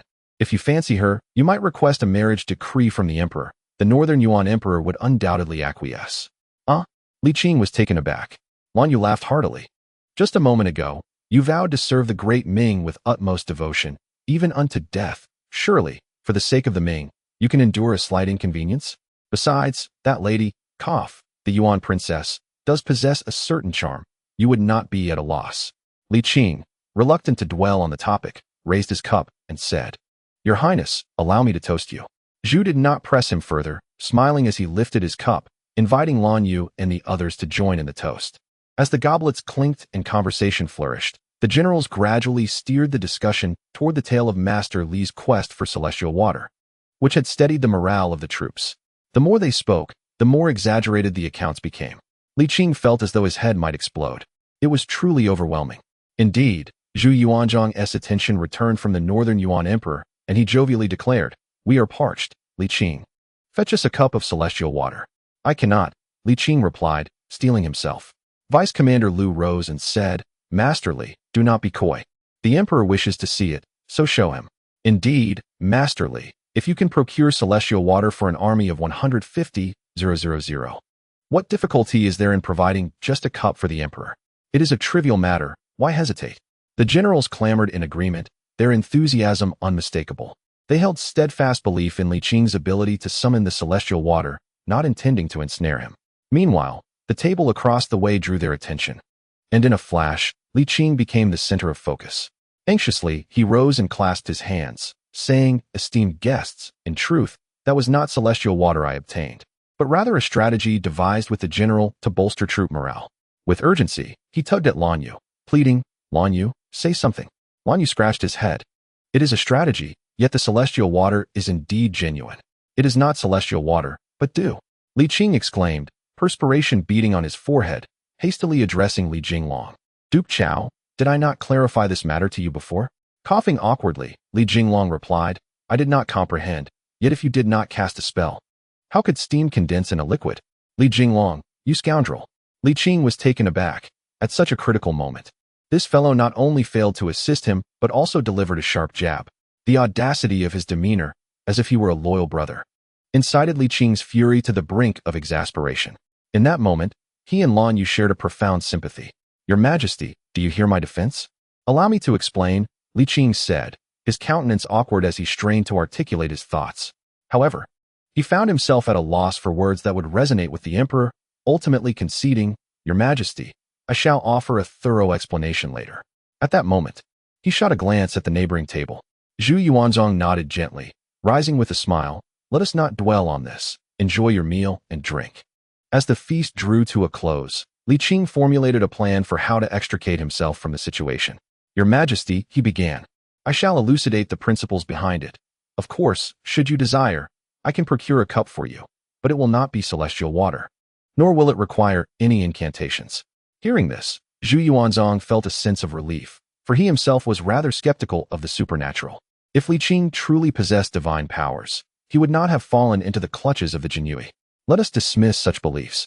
You have indulged in quite a bit of wine today, so let us defer explanations to another time, Zhu Yuanzhong declared. However, the authority I bestow upon you in governance does not entail your presence in court. After a brief pause, he continued, "Starting tomorrow, you shall come to the palace every afternoon to assist the crown prince in managing state affairs. Your previous proposals regarding tax reforms and insights on inflation have resonated with me profoundly, and I hope you will continue in this vein." Having consumed a considerable amount of wine, his face was flushed yet bore a hint of fatigue. "In due course, I shall gradually entrust national matters to my son, and you must assist him diligently." Zhu Yuanzhong could have permitted Li Qing to attend court directly, yet he preferred to reserve such privileges for his son, allowing him to bestow favor upon his ministers. "Otherwise, I would have elevated your position," he added. "This subject understands, and I shall comply with your wishes." Li Qing sighed with relief, feeling fortunate that he would not have to rise before dawn. "Your Majesty, I take my leave." "Yes, return and rest." Li Qing clasped his hands in respect and turned to depart.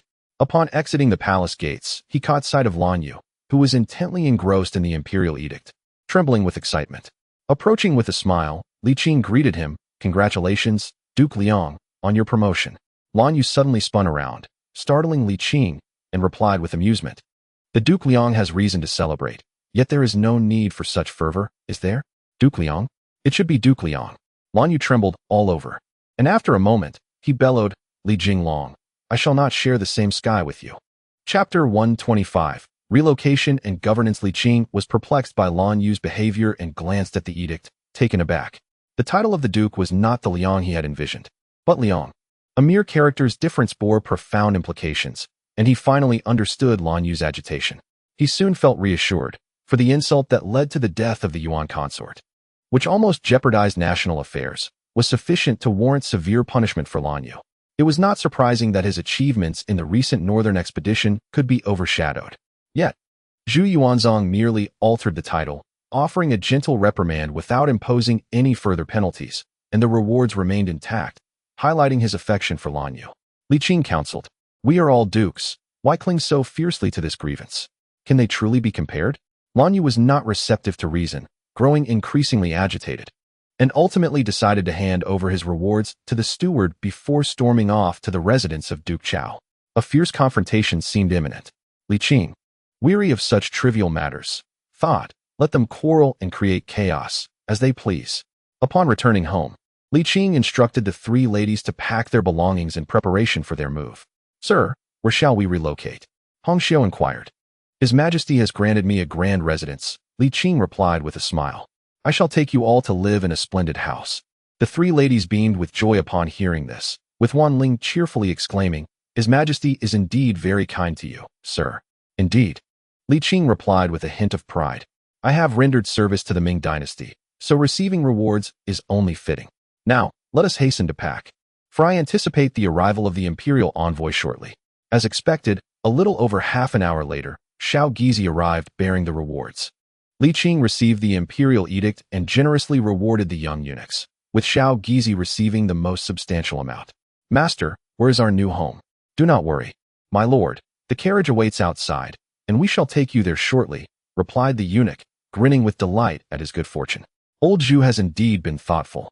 Even arranging for the laborers to assist with our move," Li Qing nodded with a smile. With few possessions to pack, they quickly prepared.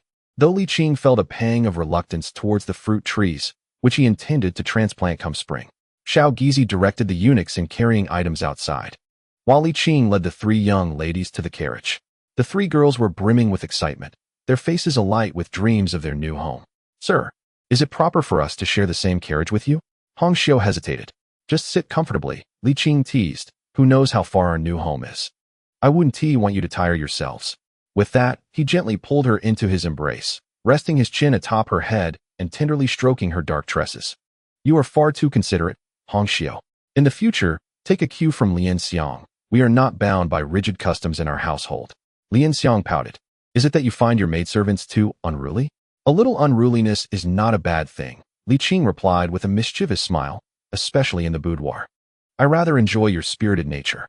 Within the confines of the chamber, each of the three women exhibited unique characteristics. Wan Ling was gentle, though she hailed from a brothel. Her innocence rendered her somewhat reserved. Hong Xiu was more open, primarily desiring to please him, while Lian Xiang was the boldest, unafraid to explore and indulge in various delights, even managing to enlighten Li Qing, who had studied film theory in a later era. As they chatted and laughed, they arrived at their new home after a little over half an hour. Stepping down from the carriage, they beheld the imposing characters Yongqing Hofu. The three ladies gasped in admiration. How grand! It's even larger within, Xiao Gizi flattered. My lord, construction of the residence commenced after your departure for the battlefield and was only completed last month. It has been meticulously crafted by artisans from the Ministry of Works to meet the standards of a marquis' estate. It spans 20 acres, with 3 courtyards, a pond, a pavilion, a reception hall, and guest rooms, all fully equipped. Old Zhu is quite generous, Li Qing acknowledged, leading the three ladies into the residence. Their exclamations of awe echoed. It's truly vast. Indeed, this estate could rival half a neighborhood in later times. Xiao Gizi instructed the eunuchs to arrange their belongings, then took his leave. Li Qing and the three ladies explored their new home until evening fell. It's so spacious. Li Qing lay upon the grand bed, rolling over a few times, murmuring to himself, with such a large bed, I can frolic freely with the young ladies in the future. That night, the three women prepared a sumptuous feast, their faces radiant with joy, save for Hong Xiu, who seemed hesitant. Li Qing set down his utensils and said, Speak your mind. There is no need for hesitation. Yes, sir, Hong Xiu nodded, contemplating her words. Sir, should we not consider hiring some additional servants? Upon hearing this, Wan Ling and Lian Xiang's expressions dimmed slightly. After a moment, Wan Ling spoke, Hong Xiu is right. As a marquis, you must embody the stature befitting your position. We should have attendants to assist with daily matters. 3 maidservants alone are indeed rather meager. Lian Xiang remarked that indeed, it was time to hire some servants for the household. Li Qing pondered for a moment and gently nodded. After all, with such a vast estate, 3 young ladies could hardly manage the cleaning alone. This is easily resolved. Tomorrow I shall post a recruitment notice at the entrance of the estate. The 3 ladies nodded, yet their expressions became less joyful. They too were maidservants. Having originated from the brothel, and in this era, it was not uncommon for maidservants to ascend to the status of concubines. They feared that if other alluring maidens were to arrive, their master might lose interest in them. Noticing the change in the expressions of the 3 young ladies, Li Qing chuckled and said, Focus on your meal and do not let your thoughts wander. Our master is not one to be fickle. The following morning, Li Qing affixed the recruitment notice, seeking 10 men and 10 women, eagerly awaiting applicants. With provisions and accommodation provided, along with a monthly salary of 1 tael. Such generous terms naturally attracted many. Soon, a throng gathered at the gates. Li Qing selected a number of young men and women who appeared pleasant enough and distributed them between the front and back courtyards. He then explained the household rules, arranged their accommodations, and provided each with some money to procure daily necessities. After a busy morning, he finally settled the matter of the servants. After a light lunch, Li Qing set off for the palace. Given the generosity of the old Zhu, he felt compelled to adopt a diligent work ethic. Although their new home was far from the music bureau, it was conveniently closer to the palace, merely 2.5 li away. In the imperial study, upon his arrival, Li Qing found Zhu Biao already engrossed in reviewing memorials. Noticing Li Qing's presence, Zhu Biao gestured towards the chair opposite him, saying, No need for formalities. Please, take a seat. After a brief pause, he added, To your left are the memorials I have already reviewed. Since you are still unfamiliar with state affairs, it would be wise to study these as a means of gaining experience. Li Qing respectfully clasped his hands and sat down to peruse the documents. However, it was not long before he began to lose patience. The content was exceedingly tedious. The memorials from military officials were somewhat more bearable, albeit poorly written, as they were articulated in plain language that was straightforward and comprehensible. The civil officials, on the other hand, presented a different challenge. Their lengthy discourses often consisted of excessive praise for the emperor, taking up more than half of the text. In some cases, matters that could be succinctly expressed in a few sentences were elaborated upon in 1,000 or even several thousand words, which was indeed exasperating. Observing Zhu Biao silently, Li Qing noted that his brow was habitually furrowed as he meticulously read each word of the memorials. After finishing, his frown deepened further, and he pondered for a considerable time before writing down his directives. He then picked up another volume, and the cycle continued. Being a crown prince is truly burdensome, Li Qing lamented, reflecting on the subsequent reigns of Zhengde, Jiajing, Wanli, and Tianqi, each more indulgent and pleasure-seeking than the last. In contrast, this historically esteemed crown prince seemed to lead a life less joyful than that of an ordinary citizen. Li Qing rarely witnessed Zhu Biao smile. His brow appeared perpetually knitted with the weight of unresolved concerns. In that moment, Li Qing felt a pang of sympathy. "What troubles you?" Zhu Biao inquired, lifting his gaze with a gentle tone. "Is there something you do not understand?" Li Qing collected his thoughts, clasped his hands again, and said, "Your Highness, I wish to inquire about a matter." Since the old Zhu had allowed him to participate in governance, he felt entitled to address state affairs.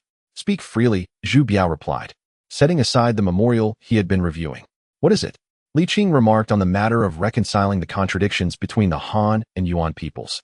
Lan Yu paused, acknowledging that although the empress had been insulted and the confidentiality measures were thorough, the princess was well aware of the details. With the loss of lives, the northern Yuan emperor was bound to harbor resentment, which could pose significant challenges. Zhu Biao, rarely displaying a smile, noted that the Yuan people were distinct from the Han, especially after returning to the steppes, where they reverted to their original customs. To the northern Yuan emperor, having multiple consorts was commonplace, rendering an additional concubine of little consequence. "Is that so?" Li Qing felt somewhat reassured. "How does the emperor intend to arrange matters for him?" "A residence will be constructed for him in the capital, granting him the status of a noble.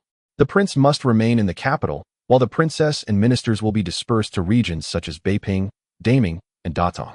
They will engage with the Yuan people under the assistance of Ming officials to facilitate reconciliation." Zhu Biao's face brightened. "Once the Yuan people begin to speak our language and don our attire, after several generations, they will be indistinguishable from us Han." Chapter 126. The arrival of female guest Zhu Yuanzhang's strategy was undeniably astute. By keeping the northern Yuan emperor and princes under close surveillance, the Yuan could no longer stir up trouble. Moreover, having the Yuan princess and ministers serve as peace ambassadors proved far simpler and more efficient than the arduous negotiations conducted by Ming officials. "Your Majesty's wisdom is unparalleled." Li Qing felt genuine admiration this time. In truth, ancient people were not less intelligent than their modern counterparts. They were merely constrained by the feudal system. If one were to assess intelligence, the ancients might even surpass the later generations. They lacked the distractions of modern entertainment, rising with the dawn and retiring at dusk, dedicating vast amounts of time and energy to scholarly pursuits. Particularly within the halls of power, each individual was astute, executing plans with finesse and employing a plethora of cunning schemes. Li Qing, however, had not followed the conventional path. Had he adhered to the standard civil service examinations, given his temperament, he might have either languished in obscurity or been expelled from the political arena, with the worst-case scenario being his life at stake. The depths of political intrigue could not merely be encapsulated by a single word. Li Qing's success was not due to cunning or superior intellect, but rather the unrivaled authority of the emperor. Otherwise, he would have been relegated to obscurity, foraging for wild vegetables in the mountains. After conversing for a while, the two returned to the weighty matters of state. Li Qing, restless by nature, soon began to drift off again. Noticing Zhu Biao's weary expression, he initiated a light-hearted conversation. Zhu Biao had not felt this relaxed during governance in quite some time, particularly as his father increasingly delegated power this year, resulting in a heavier workload and greater pressure. Li Qing's jesting provided a much-needed levity to the otherwise burdensome affairs of state. Yet, he secretly lamented Zhu Biao's toil, thinking to himself how unfortunate it was for the crown prince to find himself in such a predicament. As evening approached, Zhu Biao stretched and smiled at Li Qing. It is getting late. You should return and rest. I shall obey, Li Qing sighed with relief, finally having endured until the end of the workday. Noticing that a third of the memorials remained, he inquired, "What about these memorials?" Zhu Biao smiled wryly. "After dinner, I shall review them." He seemed accustomed to the workload, showing no signs of dissatisfaction aside from the fatigue evident on his face. "Your Highness, your health is paramount. It is essential to take appropriate rest," Li Qing advised. "National affairs cannot be neglected." Zhu Biao shook his head resolutely, asserting that matters of today must be concluded today. Tomorrow brings its own concerns. If one were to think as you suggest, the affairs of state would only accumulate further. Your Highness speaks wisely. My understanding is indeed shallow, Li Qing sighed inwardly, clasped his hands in respect, and turned to leave. Zhu Biao was not ill, yet under the immense weight of his responsibilities and the intense pressure he faced, even the strongest of individuals could succumb to fatigue. The expectations placed upon him by Zhu Yuanzhang further compelled Zhu Biao to eschew any semblance of relaxation, fearing the disappointment of his father.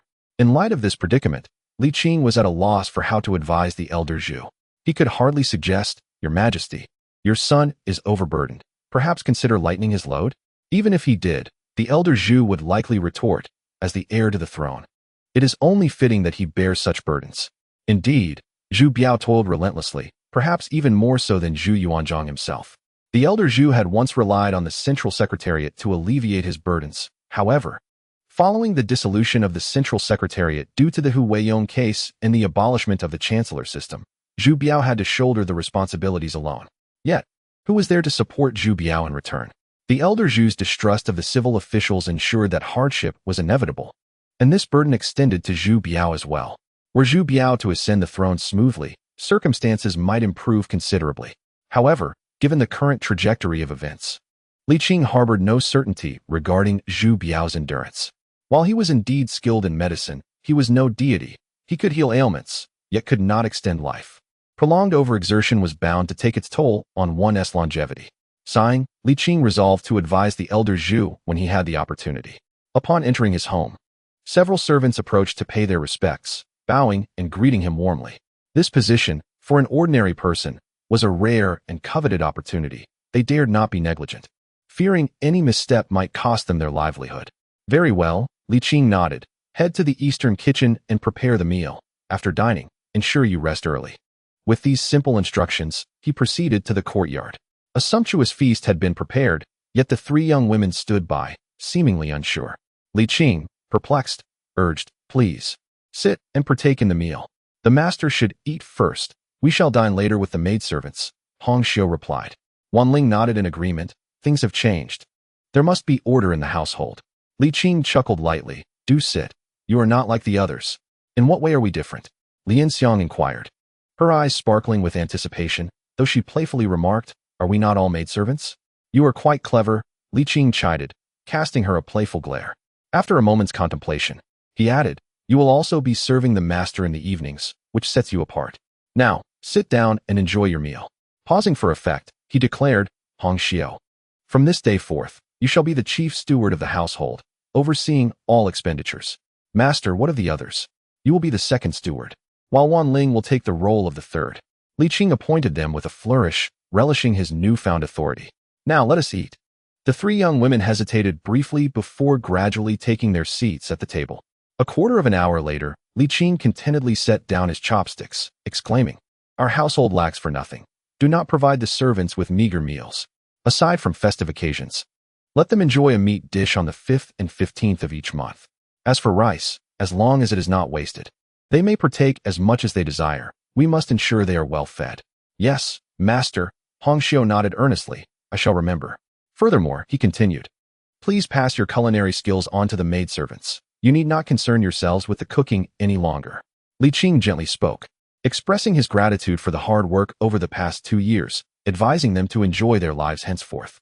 His heartfelt words brought tears to the eyes of the three ladies. Lian Xiang tugged at Li Qing's sleeve, her voice quivering with emotion as she urged him to come inside. Life settled into a tranquil rhythm, allowing Li Qing to embrace the leisurely pace he had longed for. In the mornings, he would savor a cup of hot tea while reading, listening to Wan Ling play the piano, and indulging in massages. Afternoons were spent in the palace, reviewing memorials and engaging in light-hearted banter with Zhu Biao. Evenings were reserved for intimate gatherings, sometimes sharing sentiments with Wan Ling, Lian Xiang, or Hong Xiu, and occasionally indulging in the luxury of all four sharing emotions together. Of course, there were instances when he would involve his colleagues in social affairs, visiting the music bureau for some entertainment. The rift between Lan Yu and Li Jinglong had become irreparable. Every encounter led to a confrontation. Consequently, Li Jinglong began to take a servant for protection whenever he ventured out. The new residence was in close proximity to the Duke of Chao's mansion, and Li Jinglong often came to complain, vehemently denouncing Lan Yu's reckless behavior. However, Li Qing merely listened, without any intention of mediating their discord. While Lan Yu's actions were indeed excessive, Li Jinglong was not entirely deserving of sympathy. A single confrontation nearly sent Lan Yu to the netherworld, and the Duke of Liang had become a mere shadow of his former self. Given the magnitude of their feud and Lan Yu's fiery temperament, it would have been unusual if he had not retaliated. The Jinyui, who had been mapping the northern deserts, gradually returned, and Li Qing fulfilled his earlier promise, rewarding them handsomely.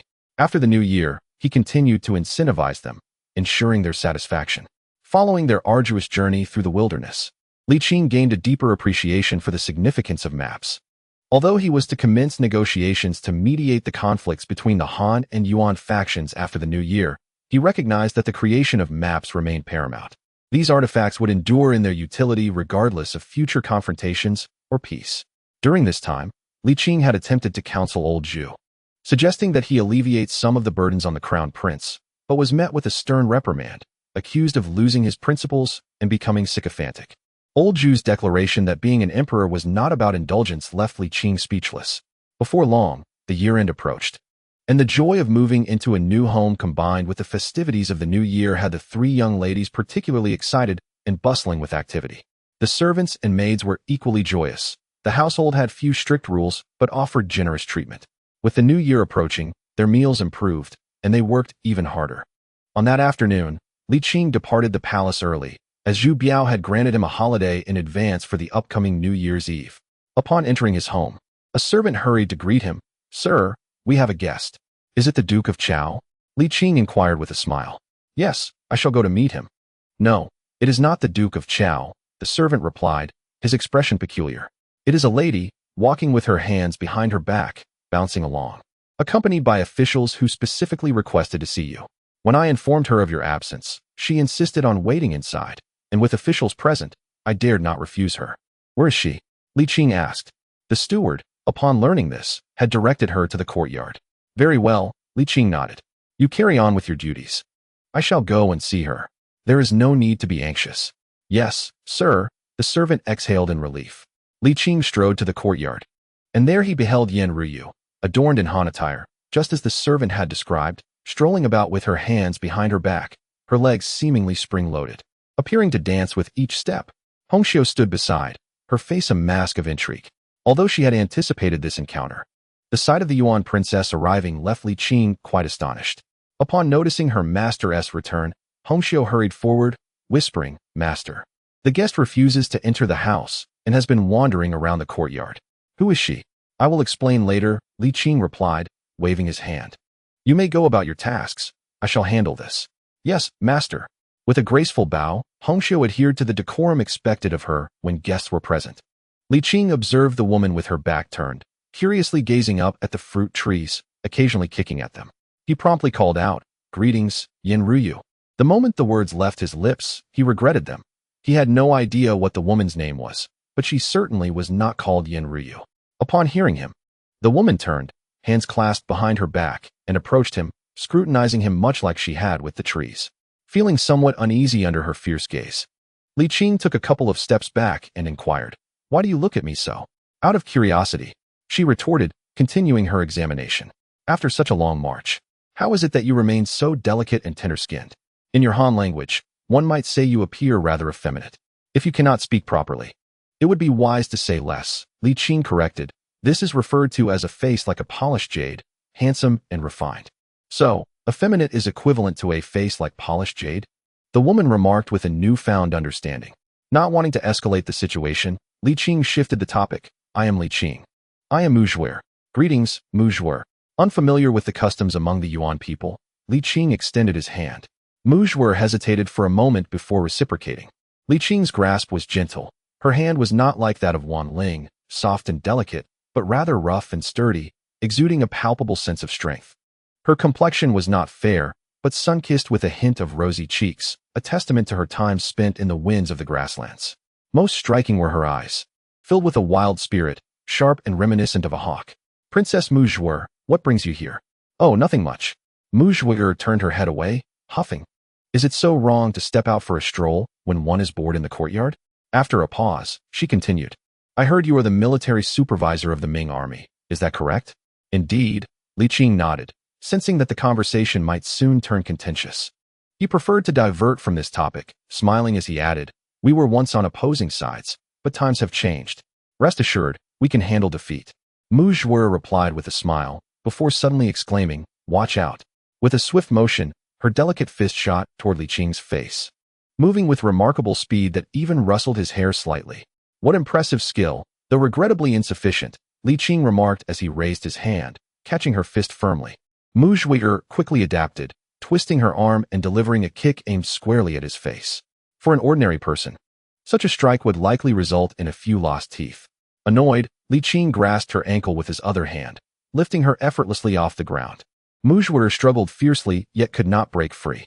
After a moment, she sighed in defeat, saying, "Your Han clothing is too cumbersome. Put me down, I concede. Unlike you, our Han women do not resort to violence at the slightest disagreement."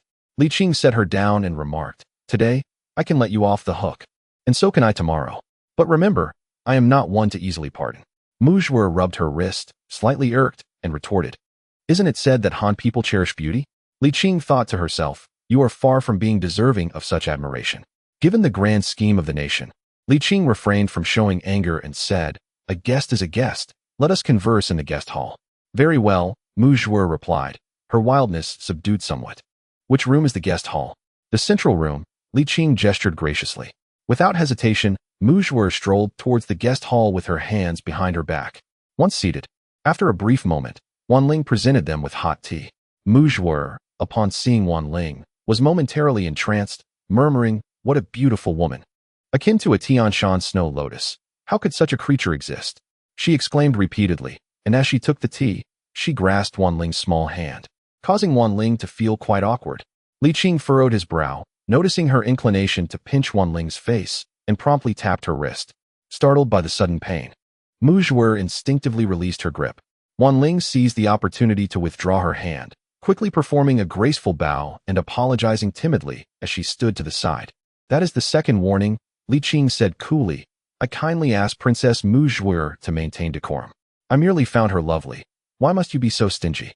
Mu Zhuo replied, somewhat vexed. "Is she not just a maid? Can't I even look at her?" Faced with such a person, especially a woman, Li Qing felt a genuine headache. Were it not for the greater good of the nation, he would have certainly dismissed her. Suppressing his irritation, he thought, "She is a maid, but she is also mine. She may be gazed upon, but not touched." "Your woman?" Mu Zhuo paused, her gaze shifting back to Wan Ling. After a moment, she raised her teacup and scoffed, "You Han people pride yourselves on your etiquette. Is this how you treat your guests? In our land, we receive guests with fine wine and sumptuous feasts." Li Qing was rendered speechless and turned to Wan Ling, instructing, "Please prepare a lavish array of food and drink." "As you wish, sir," Wan Ling replied, visibly relieved, and bowed as she exited the guest hall. "How many women do you have?" Mu Zhuo suddenly inquired. "3, he answered. "Oh," she replied, followed by an extended silence, as she was, after all, a guest with important matters to address in the coming year. Li Qing felt it inappropriate to be overly dismissive and redirected the conversation towards the unification plan.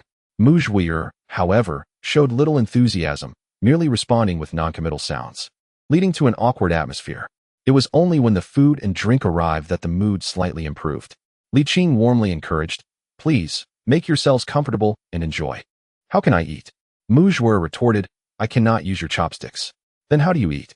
"With a knife." Li Qing instructed Wan Ling, "Fetch me a knife. But not a cleaver. I need one suitable for fruits." Wan Ling nodded and quickly returned with a fruit knife. The ensuing scene was quite comical. While Li Qing adeptly used chopsticks, Mu Zhuo stabbed at her food with a knife, rendering the dining experience quite absurd. It was Li Qing's first genuine attempt at drinking with a woman, and he felt quite uneasy. Had he known it would be like this, he would have preferred to remain in the palace, accompanying Zhu Biao in reading memorials. Princess Mu Zhuer, please drink this cup to the fullest, Li Qing urged. A cup is insufficient. I shall use this, Mu Zhuer declared, flipping her rice onto the vegetable platter, tapping her rice bowl, and pouring it towards him. Sir, let me partake. Wanling took the wine pot and poured a drink for Mu Zhuer. The bowl was quite generous, holding nearly half of the pot. Li Qing, unwilling to let a woman of the Yuan dynasty outshine him, also switched his bowl and said to Wanling, no need for the pot, just pour directly from the jar. How refreshing. Mu Zhuer's wild eyes sparkled. Now this was a true man. After a while, Mu Zhuer's cheeks flushed crimson, having been thoroughly intoxicated by Li Qing, her speech becoming slurred and her wildness fading. She had indeed consumed a fair amount. Between the two of them, they had drunk 3 jars, each taking their share without Li Qing gaining any advantage. As evening approached, Li Qing stood and said, Princess Mu Zhuer, the sky is darkening. Shall we save the drinking for another day? Yes, that sounds good. Mu Zhuer swayed as she stood, declaring, you are a true hero. I cannot match you in strength or drink. That is too kind of you, Li Qing replied. No, it is not flattery. I genuinely see you as a hero. Do I need the acknowledgement of a woman? Li Qing chuckled. Can you still walk? Of course. Mu Zhuer stepped outside, no longer holding on to anything, managing to walk in a straight line. Li Qing secretly sighed with relief. Though she was not well liked, her drinking manners were commendable.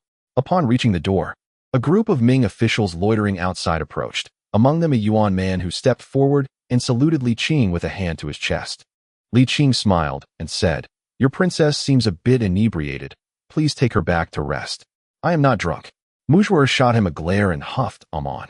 Let us go. Finally, they departed.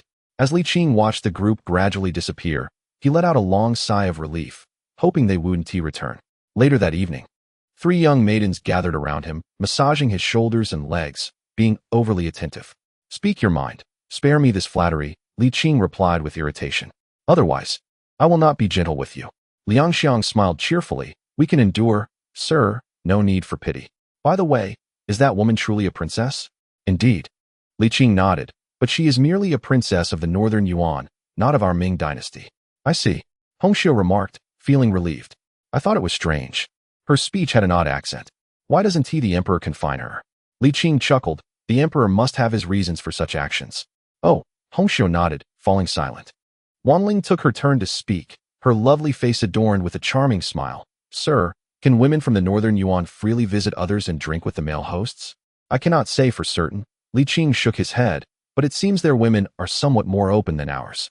Then he suddenly laughed. What? Are you afraid I might marry a Yuan princess? As long as you are happy, I have no grounds to object. Wanling shook her head. I merely wish to inquire, so I might be mentally prepared. Li Qing laughed and said, you are overthinking it. Her visit here is likely to express gratitude for my previous leniency. The customs and aesthetics of the Yuan differ greatly from ours. Take appearances, for example. You may be seen as a paragon of elegance in your eyes, yet to her, you might appear rather effeminate. Li Qing pondered this and found himself somewhat speechless. Regardless of appearance or demeanor, I bear no resemblance to the modern youth who adorn themselves with eye makeup and smoky eyes. I am merely less rugged and possess a fair complexion. Why then? Am I likened to a delicate woman? The gentleman is indeed masculine, and the maid can attest to that. I swear by the heavens. Li Qing rolled her eyes, remarking on your penchant for jest.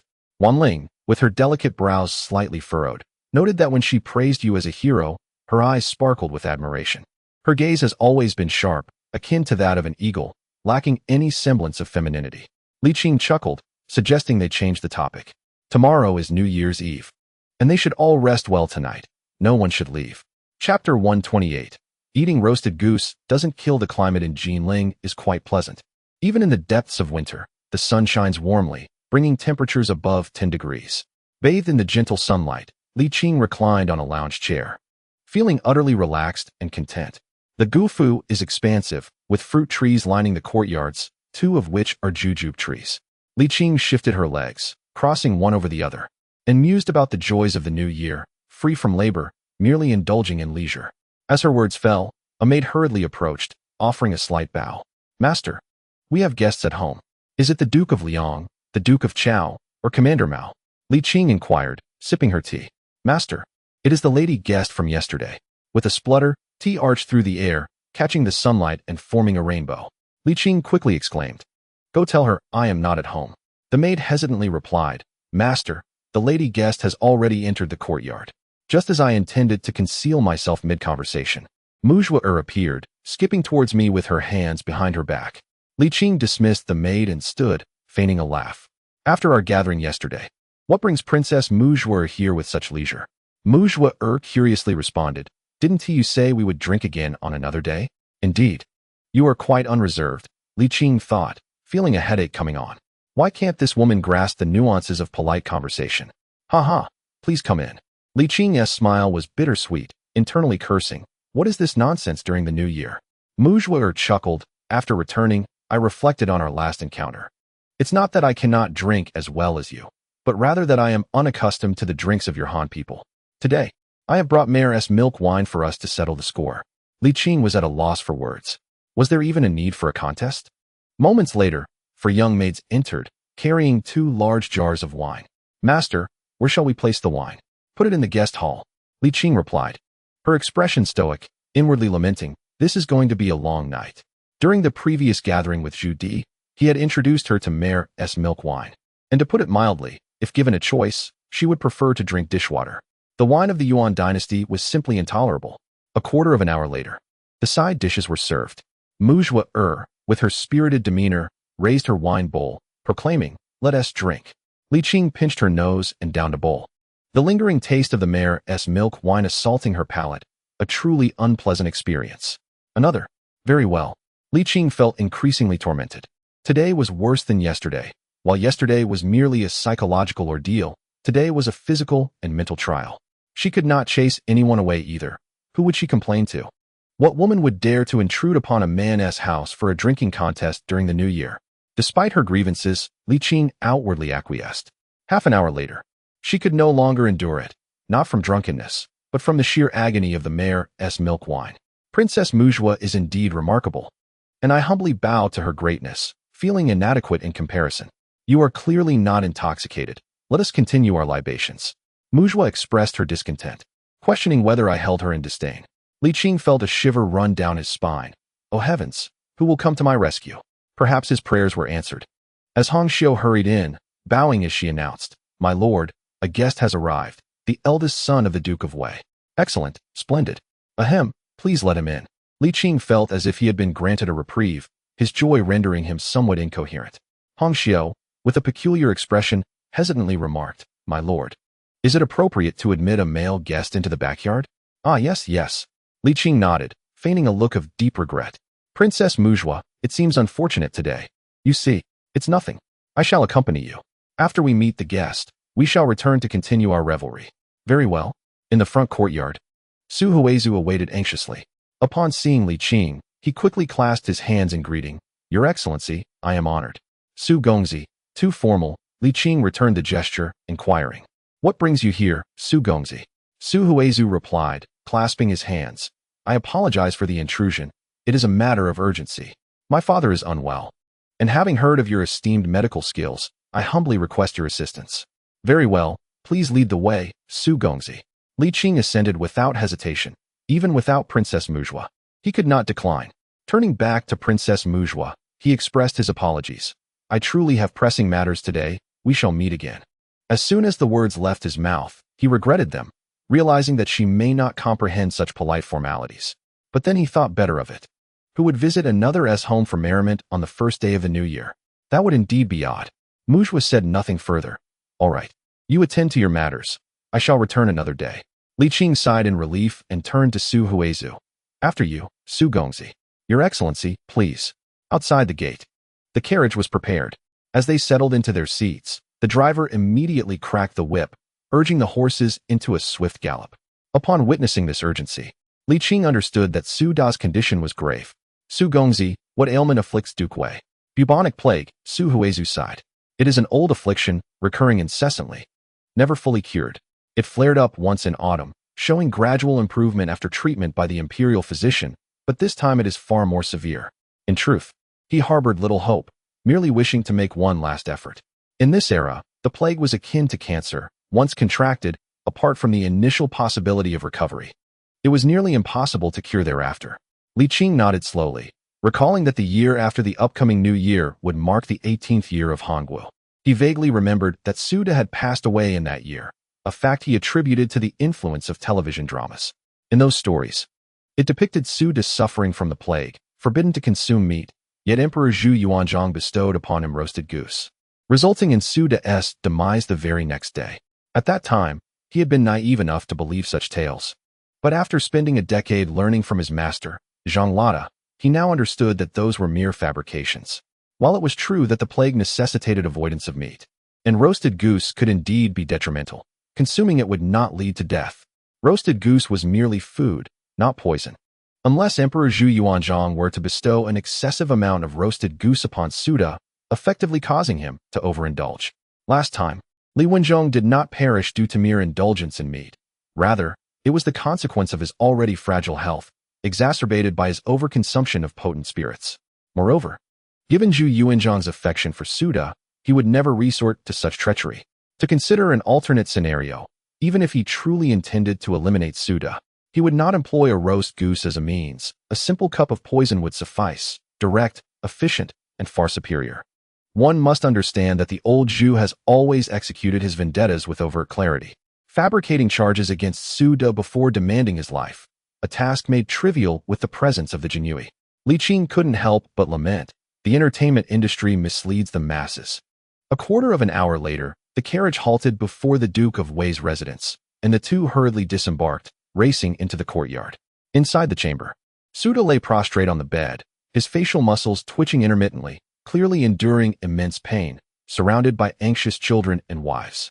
Su Huizhu parted the crowd, declaring, "The Marquis of Yongqing has arrived, make way." Li Qing clasped his fists in greeting and approached, saying, "I greet the Duke of Wei." Su De, appearing enfeebled, weakly replied, "I apologize for troubling you during the new year." "The Duke is too courteous," Li Qing responded with a smile, taking Su De's wrist to pulse diagnose him, then lifting the covers to examine the condition of his carbuncle. The carbuncle had progressed significantly. Its shape was sunken, the base swollen, its color darkened, the flesh putrid, and the pus clear and watery. However, this was merely the surface. Li Qing understood that the viscous pus beneath the skin was the root of the ailment. Without extracting it, the carbuncle would never heal. To completely eradicate the pus, not only exquisite medical skill was required, but also exceptional technique. Fortunately, these were not daunting tasks for Li Qing, and Su De's condition was far better than that of Li Wenzhou. With proper treatment, recovery was not a formidable challenge. "Do you have silver needles?" "Yes." Su Huizhu quickly retrieved a box of needles from a nearby cupboard and handed it to Li Qing, inquiring, "You will need clean cotton cloth as well, right?" Having observed the imperial physician's treatment previously, Su Huizhu had garnered some experience. "Yes, prepare plenty." Li Qing responded as he began the sterilization process, addressing the onlookers, "Please step back for a moment." The group offered their well wishes for a swift recovery before departing. Shortly thereafter, Su Huizhu returned with a large stack of neatly cut cotton cloth, bowed, and exited. Su De sighed, "Young man, do you think I still have a chance? If not, there's no need for treatment. Damn it, I might as well enjoy a hearty meal. Growing old brings such suffering. I can neither eat this nor that. Living becomes meaningless." Observing his demeanor, Li Qing found it somewhat amusing and reassured him, "Duke, do not fret. The carbuncle is not beyond cure. With your cooperation and treatment, recovery is indeed possible." A glimmer of surprise flickered in Su De's eyes as he hesitated. "I am not well read. Do not deceive me." "How could I possibly deceive the Duke?" Li Qing replied, preparing the silver needle. "I kindly ask the Duke to endure a moment. Use whatever means necessary." Su De responded nonchalantly, "Since contracting this illness, I have not known a single day of comfort. How much worse can the pain possibly get?" "Indeed, it hurts quite a bit." Su De's face reddened. "Can you still endure?" "I have faced mountains of blades and seas of fire. This is nothing. Continue." Su De retorted defiantly. With no further words, Li Qing resumed his needling. Approximately a quarter of an hour later, the thick fluid on the surface was thoroughly cleared away. After a careful cleansing with a cotton cloth, Su De let out a long sigh of relief and murmured, "Indeed, young one, you possess remarkable skills. I feel much better now." Li Qing replied, "We are not finished yet." Pausing for a moment, he added with seriousness, "Your Grace, the next part will be more painful." "Is it not over yet?" Suda exclaimed in astonishment, yet a flicker of hope ignited within him. Even with the needles, I can endure. Li Qing nodded, setting down the silver needle and channeling his vital energy to commence the massage. Suda let out a groan, cursing, "Damn it, that hurts." Li Qing remained silent, continuing the massage, and Suda could not bring himself to utter a stop. He could only endure. After another quarter of an hour, Li Qing applied the needle once more, and the thick pus gradually emerged. While wiping it away, he continued the massage, working diligently for quite some time before finally pausing. Suda felt nearly exhausted, yet what followed was an unparalleled sense of comfort. It had been a long time since he experienced such relief.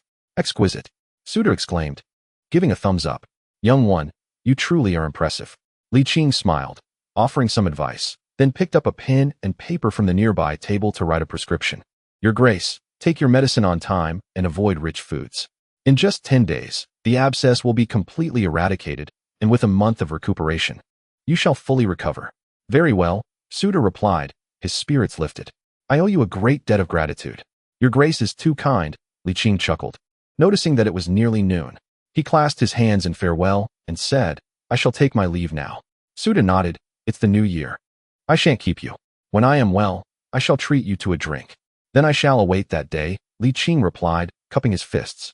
Just as he was about to depart, they heard cheers of "Long live" from outside, causing him to pause in surprise. Suda, too, was taken aback before saying, "Young one, do not leave just yet. Please fetch the robe from the cabinet for me." "Ah, of course." Li Qing retrieved the robe and assisted Suda to his feet, just as Zhu Yuanzhang entered the room.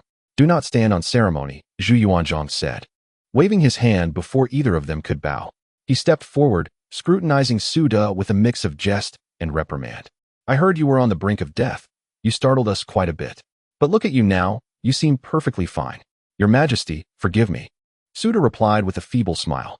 "I was indeed quite unwell, but I owe my recovery to Li Qing's exceptional skills."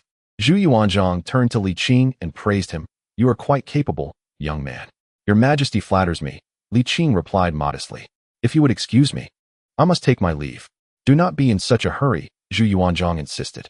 "Please wait outside for a moment. There is something I wish to discuss with you." Li Qing, feeling perplexed, thought, on this festive occasion, what could possibly be the matter? Zhu Yuanzhang, with a hint of annoyance, remarked, "Do not wear such a sour expression. It is indeed good news." Chapter 129. Revel in your joy, Lord Yongqing. How is your father? As soon as they stepped outside, a crowd gathered around them, faces filled with urgency. Li Qing smiled reassuringly. "Rest assured, everyone, the Duke's condition has stabilized. With proper treatment, he will recover." "Can the carbuncle be completely cured?" The crowd gasped in astonishment and delight. Su Huizhu bowed deeply, expressing gratitude. "Thank you, Lord Yongqing, for your miraculous assistance." The others followed suit, bowing respectfully. Li Qing returned the gesture, humbly replying, "It was but a small effort, hardly worth mentioning." After a while, Zhu Yuanzhang emerged from the room, prompting everyone to bow once more.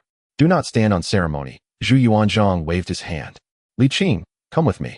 Once outside the Duke's residence, Zhu Yuanzhang remarked, "I heard that the princess of the Yuan dynasty visited your home yesterday. Is that correct?" Li Qing nodded, a sense of foreboding stirring within him. "Indeed." Zhu Yuanzhang's subsequent words confirmed his suspicions. "What of that girl?" he inquired. "Not much," Li Qing replied, at a loss for words. "Your Majesty, if you have something to say, please speak plainly." "Very well, I shall be direct," Zhu Yuanzhang declared. "It appears that the girl has some interest in you. This morning, I sent someone to negotiate with the Shunming king, and he has agreed." "The Shunming king? We have just conferred him this title. How can a nation have two emperors?"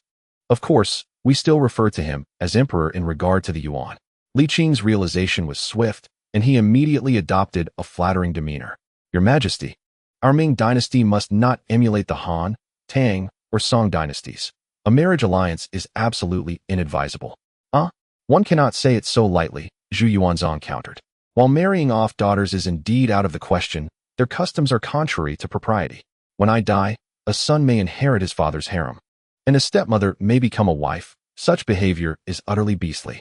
He paused for a moment before continuing. "However, taking a wife is permissible. After all, we shall adhere to the customs of our Han people. It is not as if I am suggesting you move in with her family, so what is there to fear?"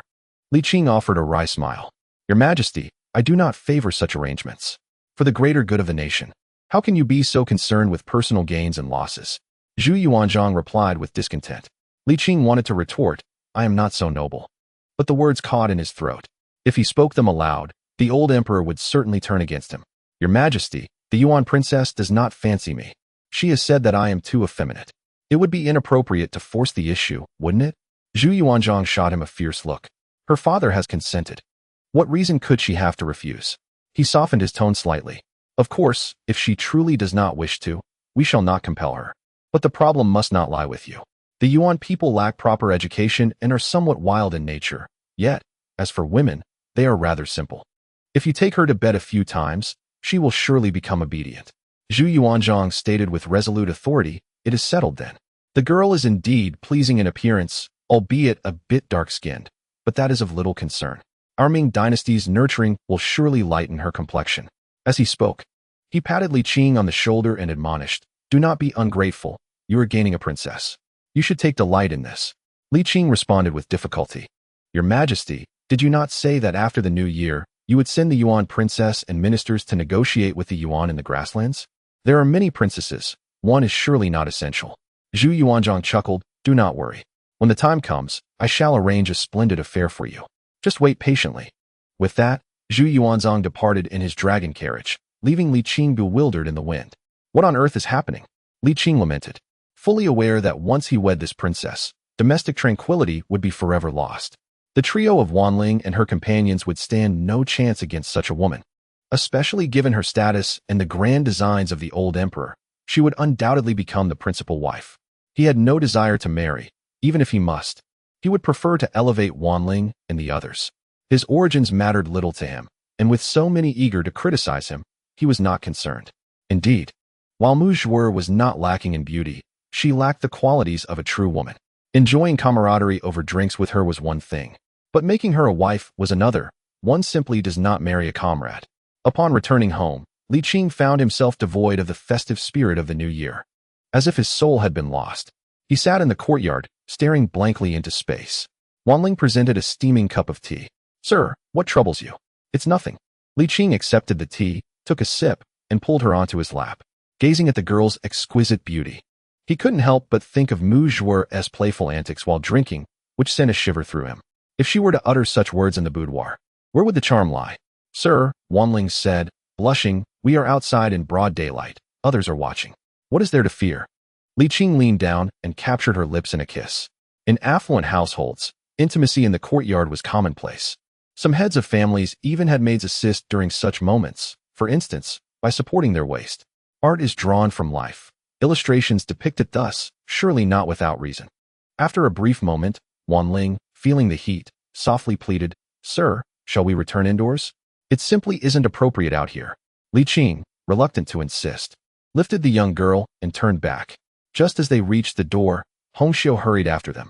Sir, the princess is coming again. Li Qing reluctantly set Wanling down and rubbed his forehead. Is this never-ending? Wanling adjusted her attire and whispered, After we keep the vigil tonight, I'll attend to you, sir. Li Qing chuckled and nodded, then addressed Hongxiu. There's little to do this afternoon. You all should take a nap to be refreshed for the vigil tonight. All right. Hongxiu smiled brightly, mustering her courage to plant a kiss on Li Qing. She remembered his last words about being a little more audacious. The maid went to prepare food and drink. Yes, go ahead. Moments later, Mu Zhuer approached with her hands behind her back, her expression serious. Li Qing, did you know the emperor has sought my father's hand for me? I am aware. Seeing her seemingly displeased demeanor, Li Qing felt a surge of joy. Princess Mu Zhuer, please, let us discuss this matter in detail. Very well. They took their seats, and Li Qing expressed his thoughts first. I believe this is unwise. Do you think so little of me? Li Qing, feeling awkward, stammered. Oh, that is certainly not the case. However, Princess Mu Zhuer favors robust, rugged men, while I, alas, am far too delicate. Mu Zhuer cast him a sidelong glance and nodded slightly. Indeed, you lack the manliness of our prairie warriors, who instill a sense of security. Oh, yes, you're absolutely right, Li Qing eagerly concurred. A smirk danced on Mu Zhuer's lips, but then her brow furrowed. I detect disdain in your words. Li Qing was taken aback, thinking to himself, have I been that obvious? Not at all. I have no issues. I merely do not wish to pressure you. A dignified princess like Zhu should not marry an unknown commoner. It would be akin to placing a beautiful flower in cow dung. Zhu chuckled softly. Well, at least you possess self-awareness. Although my father has consented, I will not acquiesce. He cannot force me. Seeing her demeanor as if she were a woman forever beyond his reach, Li Qing felt a sense of relief and readily agreed. Zhu did not linger, rising with pride. This is a matter of great importance. I shall ponder it thoroughly. Await my decision. With that, she turned and left. The princess should indeed deliberate carefully and proceed with caution. Li Qing called after her retreating figure. Zhu did not respond, walking away without a backward glance. Li Qing felt a slight sense of relief, yet his heart was soon filled with trepidation. Could Zhu's arms truly surpass the strength of his father's thighs? On New Year's Eve, the four of them gathered around the table, cracking sunflower seeds and engaging in light-hearted conversation, enveloped in a warm atmosphere. Wanling had matured into an 18-year-old young lady, noticeably taller and more voluptuous than when they first met, her beauty ever more enchanting. Lian Xiang, at 24, and Hongxiu, now 25, lamented their fleeting youth, bemoaning their approach to becoming old and faded. Their complaints elicited a hearty laugh from Li Qing. Sir, you still find this amusing? Lian Xiang pouted. In just 2 years, you might grow weary of us and seek someone else. Am I such a person? Li Qing rolled his eyes, noticing the expressions of insecurity on the two young women. He comforted them. A woman is at her most resplendent at 30 and retains her charm at 40. With proper care, your youth will endure. Hongxiu sighed. At 30, one is already a faded beauty. Where is the resplendence? Then, timidly, she asked, Sir, if I grow old, would you let me go? Go. Li Qing was taken aback. Where would you go? Anywhere. I just do not wish for you to witness my decline. A somber mood suddenly enveloped the group as Lian Xiang sniffled. I too do not want you to see my unappealing self. Li Qing felt an inexplicable pang in his heart. The affection these young women held for him was far deeper than he had imagined. Despite his efforts to suppress his emotions, one cannot be devoid of feelings. And after such prolonged companionship, how could he remain untouched? Although he understood that certain matters were inevitable, he had always perceived them as distant concerns. Now, they lay starkly before him, causing him genuine distress. None shall depart. No one will leave, he reassured them, his heart racing. I do not find you any less appealing as you age. All is well. The two women exchanged bittersweet smiles, lowering their heads in silence. Wanling, too, felt the weight of the melancholy atmosphere, acutely aware that one day, her beauty would fade. Gazing dreamily at Li Qing, she suddenly realized something and exclaimed, Sir, after all this time, how is it that you have not changed at all? In a hushed tone, she added, 2 chapters, over 6,000 words, isn't too few, right? Indeed, sir, you truly have not changed at all, Lian Xiang marveled, observing his youthful visage, unmarred, and his distinguished demeanor, with features as striking as jade. His nose elegantly defined, and his eyes bright like stars. The young lady, with her silver tongue, was quite adept at flattery, her sweet words flowing effortlessly. Yet, Hongxiu furrowed her brow, as the most mature among the trio, known for her prudence. Sir, may I ask a rather disrespectful question? Are your father and mother still alive? Li Qing scratched his head, considering that there were still over 600 years until the future. It was not uncommon for individuals in ancient times to marry and bear children by the age of 16 or 17, even according to the generational cycle of 30 years. His ancestors had yet to be born. They are not, he replied. Not. Hongxiu queried, puzzled by his choice of words. After a moment of reflection, she continued. Since you have passed the age of maturity, and your parents are already, perhaps you should grow a beard. Hongxiu suggested, her tone shifting somewhat. Li Qing paused. Grow a beard? In ancient culture, filial piety was of utmost importance. It was said that one should not grow facial hair while their father was alive, nor celebrate birthdays while their mother was. Yet, upon reaching a certain age, growing a beard became customary. Those who do not grow facial hair are either eunuchs, suffering from physiological issues, or simply cannot fulfill their masculine duties. Li Qing was somewhat aware of this, yet he had never contemplated the notion of growing a beard, primarily due to the inconvenience and discomfort it entailed. However, the discovery made by the women served as a wake-up call for him. If they could discern such details today, tomorrow old Zhu might not be oblivious either.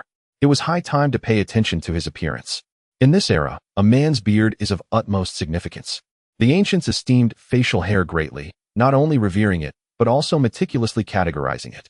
For instance, the hair on the upper lip is referred to as Z. The hair on the lower lip as Qiao, the hair on the cheeks as Ran, and the hair on the chin as Pai. This demonstrates the ancients' profound affection for beards. The saying women are no less than men is quite familiar. Here, women refers to those in ancient times who wore headscarves, while men signifies masculinity. Women can achieve just as much as men. Lacking a beard could even render one not a true man, which is why Mu Zhuo remarked on his effeminate demeanor. The reverence ancient men held for their beards far surpassed that for hair ornaments, as hair was typically bound up, and those of higher status would don hats, leading to a uniform appearance. In contrast, beards are entirely exposed, unable to be styled or braided, making them the true points of enhancement for one's appearance. Anyone sporting a 3-foot-long beard would undoubtedly be the most striking figure on the street. Li Qing stroked his smooth chin, nodding with a light chuckle. All right. As long as you're not afraid of the prickliness. Lian Xiang laughed. Once it grows, it won't prick. Wanling gazed at her handsome teacher and suddenly recalled a poem he had composed at the drunken immortal pavilion. What remains in the world cannot be held. As rosy faces bid farewell to mirrors and flowers bid farewell to trees. Coupled with the bittersweet expression on his face at that time, and his demeanor toward them over the years, she experienced a moment of clarity. He clearly did not disdain her in the slightest. Nor did he look down upon her two sisters of Red Lantern origin. His kindness toward them knew no bounds, yet his attitude remained tepid, as if he were deliberately suppressing his emotions and avoiding something. Then she remembered that he was the direct disciple of the immortal Zhang Lada. In that moment, everything seemed to fall into place, yet she still found it hard to believe. Could it be that in this world, there are indeed immortals, and individuals who do not age? Wanling's thoughts were tangled, her lips parted slightly, yet ultimately, she said nothing. On New Year's Eve, the atmosphere grew somewhat subdued due to this small incident, and Li Qing found himself lost in contemplation, lacking enthusiasm. In the latter part of the night, the four of them shared the same bed, and rather than engaging in flirtation, Li Qing conversed and boasted with the three young ladies, exchanging laughter until the fourth watch of the night. After lulling a few of the girls to sleep, he quietly donned his clothes and stepped into the courtyard to enjoy the breeze and the night scenery. The sky was adorned with brilliant stars, heralding yet another beautiful day. But Li Qing's spirits remained low as he leaned back in a chair, lost in thought. After a long while, he sighed softly. "Master, where are you? I miss you so much." No sooner had he spoken than a voice echoed back. "On the festive occasion of the new year, why are you not sleeping inside, but out here catching the wind? Who is it?" Li Qing was startled and quickly leapt from his chair, only to see the disheveled old man approaching. Upon recognizing the visitor, Li Qing exclaimed joyfully, "Master, where have you been? I have missed you dearly." "Enough of this sentimental nonsense," Zhang Lata scolded, pushing him aside and retrieving a wooden box from his robe. "Take these 2 heavenly master pills." "Thank you, master." Li Qing accepted the gift and pulled Zhang Lata to a recliner, massaging his legs while ingratiatingly saying, "Master, your disciple has found success. You should enjoy your well-deserved peace. Allow me this opportunity to repay your kindness. Please, do not leave again." Zhang Lata shook his head. "Life thrives on movement. I cannot remain idle. The grand landscapes of the world are far more enticing than your noble residence. But the vast landscapes have a disciple, don't they?" Li Qing replied with a grin. "Of course they do." Zhang Lata retorted, "You are too heartless." Li Qing feigned injury. "Your words pierce my heart like a dagger. Spare me the theatrics." Zhang Lata rolled his eyes. Having lived as a rogue for over a century, his heart had grown as cold as steel. Kind words foster good relations, while harsh words wound the spirit. Li Qing protested vehemently, "Master, after a century of roguery, your tongue remains sharp. It's a wonder you've not been struck down. A dog's mouth cannot produce ivory. Away with you." With a swift motion, Zhang Lata sent Li Qing sprawling. "Take care of the pills. They will benefit you. I must take my leave." "Please, master." Li Qing rose with a bitter smile. "On such a festive occasion, can you really just depart like this? Am I still human?" Pausing for a moment, he continued earnestly, "Master, let me fulfill my filial duties properly." Zhang Lata chuckled. "Filial piety is about compliance. A practitioner must cultivate their disposition, while you indulge me with comforts. My thoughts remain unfulfilled. Will you not stay for even a day?" Li Qing asked, disappointment evident in his voice. Zhang Lata furrowed his brow. "What troubles you? You were never like this before." Li Qing, with a heavy heart, murmured, "Master, one day, you too will leave me, will you not?" At this, Zhang Lata fell silent. After a long pause, he placed a hand on Li Qing's shoulder and sighed. "I regret your suffering, but I am truly powerless. Remember to keep an open heart, Some things are beyond your control. Do not attempt to force change or get caught in a mire of stubbornness. If one day you grow weary, learn from me and wander freely. One day, you will return to your own world. It must be a splendid place. Do not despair. After a moment's reflection on the rise and fall of history, he added, its ascendance is vibrant, yet its demise is swift. You owe it nothing and are not bound to bear its burdens. With downcast eyes, Li Qing took a long while before responding, I shall heed your counsel. In silence, Zhang Lata had already departed, his demeanor as carefree as ever. Li Qing stood alone, a solitary figure in the quietude. As he regained his senses, dawn had broken. The pale blue sky was adorned with scattered remnants of stars. Birds chirped merrily atop the juju branches. Soon, the horizon brightened with the first light of dawn, casting a soft glow as the sun began to rise, warming the air and harmonizing with the cheerful songs of the birds. It was yet another year, another day anew. Li Qing basked in the morning light, feeling the icy heart within him gradually warming. Can nothing truly be changed? Li Qing murmured to himself. No, change is indeed possible. I have already transformed in many ways. The newer Guo Huan has been pacified. The victory at the Battle of Buzhurai came years ahead of time, and the precious currency of the Ming dynasty remains untainted by excessive printing.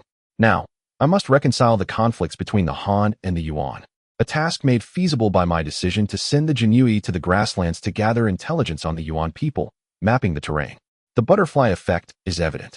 As Zhu Biao once remarked, in a few generations, when the Yuan don Han attire and speak our language, they will be indistinguishable from us. I shall watch over this transformation, witnessing it gradually grow better. Master, you claim that the tide of fate is irreversible, yet I shall defy it for you. Li Qing's gaze grew resolute. He refused to accept destiny, convinced that he could achieve his aspirations. In that moment, he found purpose, his eyes radiating a fierce brilliance. His spirit rejuvenated. Chapter 131. Taking a concubine in the square of the Fengtian Palace, the annual year-end summary of the Ming Company unfolded once more. Zhu Yuanzhang eagerly sketched out grand plans, and soon began distributing red envelopes, more generous this year than in the past. Thanks to the gratifying results of the complete victory at Buzhurai, which had filled the national treasury with abundant riches, including countless treasures and over 150,000 livestock. With the upcoming efforts to reconcile the Han-Yuan conflicts requiring extensive cooperation from officials, the typically frugal old Zhu displayed an unexpected generosity. The officials expressed their gratitude and joyfully returned home to celebrate the new year. Upon exiting the palace, Li Qing did not return home, but instead proceeded to the residence of the Duke of Wei. He was confident in his ability to cure Su Da's ailments. Li Qing mused. Historically, Su Da passed away in the 18th year of Han Wu, but with my intervention, he will undoubtedly live several more years. History can be altered. At the Duke of Wei's residence, Li Qing began his usual acupuncture and then performed a massage, diligently working for half an hour to clear away significant amounts of thick pus. Su Da felt a refreshing relief. The torment from his ailment had lessened considerably, instilling him with greater confidence in his recovery. Li Qing, I truly thank you, Su Da said, touched, as he clapped Li Qing on the shoulder. I had lost all hope of living with this affliction. I thought I would have to take it to my grave. I owe you a great debt. Your grace is too kind, Li Qing replied with a light smile. You have fought valiantly for the Ming dynasty, accumulating countless merits. I hold you in the highest regard and would never dream of withholding my assistance. Su Da laughed heartily, his fondness for Li Qing growing with each passing moment. Once I recover, we shall not return until we are thoroughly intoxicated. Su Huizhu and the family members of Su Da expressed their immense gratitude towards Li Qing and prepared a substantial gift for him, which he graciously declined. Li Qing was not in need of money. Although Zhu was typically stingy, his rewards for Li Qing had never ceased, and he had recently bestowed upon him an additional 10,000 taels, far more than he could ever spend. Moreover, when combined with the income from his marquisate and his role as a pacification commissioner, his earnings amounted to what would be considered an annual salary in excess of 1 million in future currency. He had no need to worry about finances. Your noble character is truly admirable, Lord Yongqing, Su Huizhu remarked with a clasped fist. Today is the first day of the new year. I shall not keep you any longer. Tomorrow, we shall prepare a fine feast. I hope you will not decline again. Li Qing nodded with a smile. Upon returning home, he noticed that Mu Zhuer had not come by again, and he breathed a slight sigh of relief. During the festive season, he distributed red envelopes to the servants of the manor, bestowing each one with a silver tael, which delighted them immensely. After enjoying a hearty lunch, Li Qing reclined in his chair for a brief respite before retrieving a bamboo pole to fish in the pond, remaining there for the entire afternoon. However, he caught not a single scale, and in frustration, he ordered someone to procure 3 large carts of live fish to release into the pond, which indeed proved to be effective. Time passed swiftly in such comfortable moments, and before long, the brief holiday came to an end, signaling a return to work. Following the training sessions conducted by Zhu Biao over these days, Li Qing gradually became acquainted with state affairs. Zhu Biao delegated a small portion of authority to him, allowing him to handle minor matters. Naturally, after his review, Zhu Biao would still need to approve them before they took effect. Suda's festering wound had been thoroughly cleansed of its toxic pus, and with just over a month of recuperation, he would be completely healed. This favorable connection with the Su family was immensely beneficial for Li Qing. Understanding the perils of the court, Li Qing was acutely aware of the value of such relationships and did not hesitate to embrace them. He was transparent with old Zhu about Su Huizu's frequent visits, reporting truthfully to him. Zhu Yuanzhang merely nodded in acknowledgement, neither voicing his thoughts nor displaying any displeasure. After the Lantern Festival, officials from the 6 ministries became increasingly occupied, while simultaneously, officials from Beiping, Daming, Datong, and other regions were diligently preparing and laying the groundwork. The situation appeared exceedingly promising. On this day, Mu Zhuo, who had not visited in over half a month, arrived. Li Qing graciously welcomed her into the guest hall and instructed Hong Xiu, prepare a sumptuous feast. No need. Mu Zhuo waved her hand. I did not come here to drink. Not to drink. Li Qing responded, astonished. Then what brings you, Princess Mu Zhuo? She cast him a sidelong glance. After half a month apart, Li Qing's stubble had grown, and his masculine aura had intensified. The youthfulness of his age belied a maturity not typically found in one so young. Today, clad in a dark robe, he appeared even more striking, with sword-like brows and starry eyes, exuding an effortless elegance. The tailored robe accentuated his tall, slender figure, which, though not imposing, was harmoniously proportioned, avoiding any semblance of frailty. Mu Zhuo felt her cheeks flush and her heart race. Reflecting upon a man's demeanor, she suddenly recognized that her previous aesthetic judgments had been somewhat flawed. Li Qing. Mu Zhuo cleared her throat. Since you call me Princess Mu Zhuo, you acknowledge my royal status, correct? Li Qing nodded gently. After all, old Zhu had recognized it. And with the impending need to reconcile both parties, it was wise to consider her feelings. Well, that's good. Mu Zhuo turned her head away, huffing. I have inquired and learned that as a Han prince consort, once married to a princess, you cannot take other women, not even indulge in courtesans. Li Qing's brow furrowed suddenly, a sense of foreboding washing over him. He cautiously probed, what is it that Princess Mu Zhuo wishes to convey? With a slight blush, Mu Zhuo asserted, I am not unreasonable. I will not hold past grievances against you, but after our marriage, you must not engage with other women. Pausing, she added, of course, considering they have accompanied you for so long, you should provide them with a substantial sum to disperse them. Rest assured, I will not cause you any trouble regarding them. Li Qing silently scoffed. Does she truly see herself as a princess? I shall not marry any princess of the Ming dynasty. So what superiority do you, a princess of the Yuan, possess? To speak frankly, I have encountered several daughters of the esteemed Zhu, each possessing remarkable beauty. After all, the great Zhu himself is quite handsome, and none of his consorts are lacking in charm. Thus their daughters are invariably lovely. Yet, how could Li Qing abandon an entire forest for a mere leaf? Furthermore, those 3 young ladies are exceptionally endearing, deeply devoted to him. Li Qing could never forsake them. Even if a Ming princess were to arrive, it would be the same. Princess Mu Zhuo, you are indeed a good person. Li Qing suppressed his ire and spoke gently. I appreciate your affection, but we are simply not suited for one another. Not suited? Mu Zhuo was momentarily taken aback, quickly realizing the implication, feeling a mix of embarrassment and anger. Could it be that this princess is inferior to a few handmaidens? Different strokes for different folks, Li Qing replied calmly. Your generous affection is beyond my humble means to accept. You. Mu Zhuo cried out in frustration. Have you truly considered this? Li Qing nodded. You are unaware of your own fortune, Mu Zhuo exclaimed. How could I, Mu Zhuo, a princess of the Yuan, share a husband with another? Tears welled in her wild eyes. Li Qing, you are being excessively harsh. Li Qing, too, felt a swell of frustration. What is so remarkable about a mere princess? Especially one from a fallen dynasty? Yet, with pressing matters at hand, he refrained from showing anger and instead attempted to console her with insincere compliments. belittling himself while elevating Muzhuir. Muzhuir, however, was not in the mood to listen and challenged him. I shall ask you this once. Will you choose me or them? Them. Li Qing replied succinctly. Very well. You believe yourself to be superior, so high and mighty. Muzhuir cried, her tears flowing freely. I, Muzhuir, am not without suitors. What are you in comparison? With that, she wiped her tears and stormed out. Adhering to the etiquette befitting his status, Li Qing escorted her to the door. Watching her retreating figure and muttered to himself, a mere princess should not disrupt the larger scheme of things. After all, the Emperor of the Northern Yuan has already consented. What storm could she possibly stir? Upon returning home, Li Qing's unease grew. What if Zhu insisted he marry this woman? He realized he must take action. Someone. Master. A maid named Ying stepped forward, bowing respectfully. What are your commands? Summon the steward and the 3 ladies. I have urgent matters to discuss with them. The maid acknowledged and hurried away. Shortly, the 3 women arrived, visibly unsettled. Hongxiu had been nearby when Muzhuir spoke, and she relayed the conversation to Wanling and Lianxiang, preparing them for the impending news. Sir.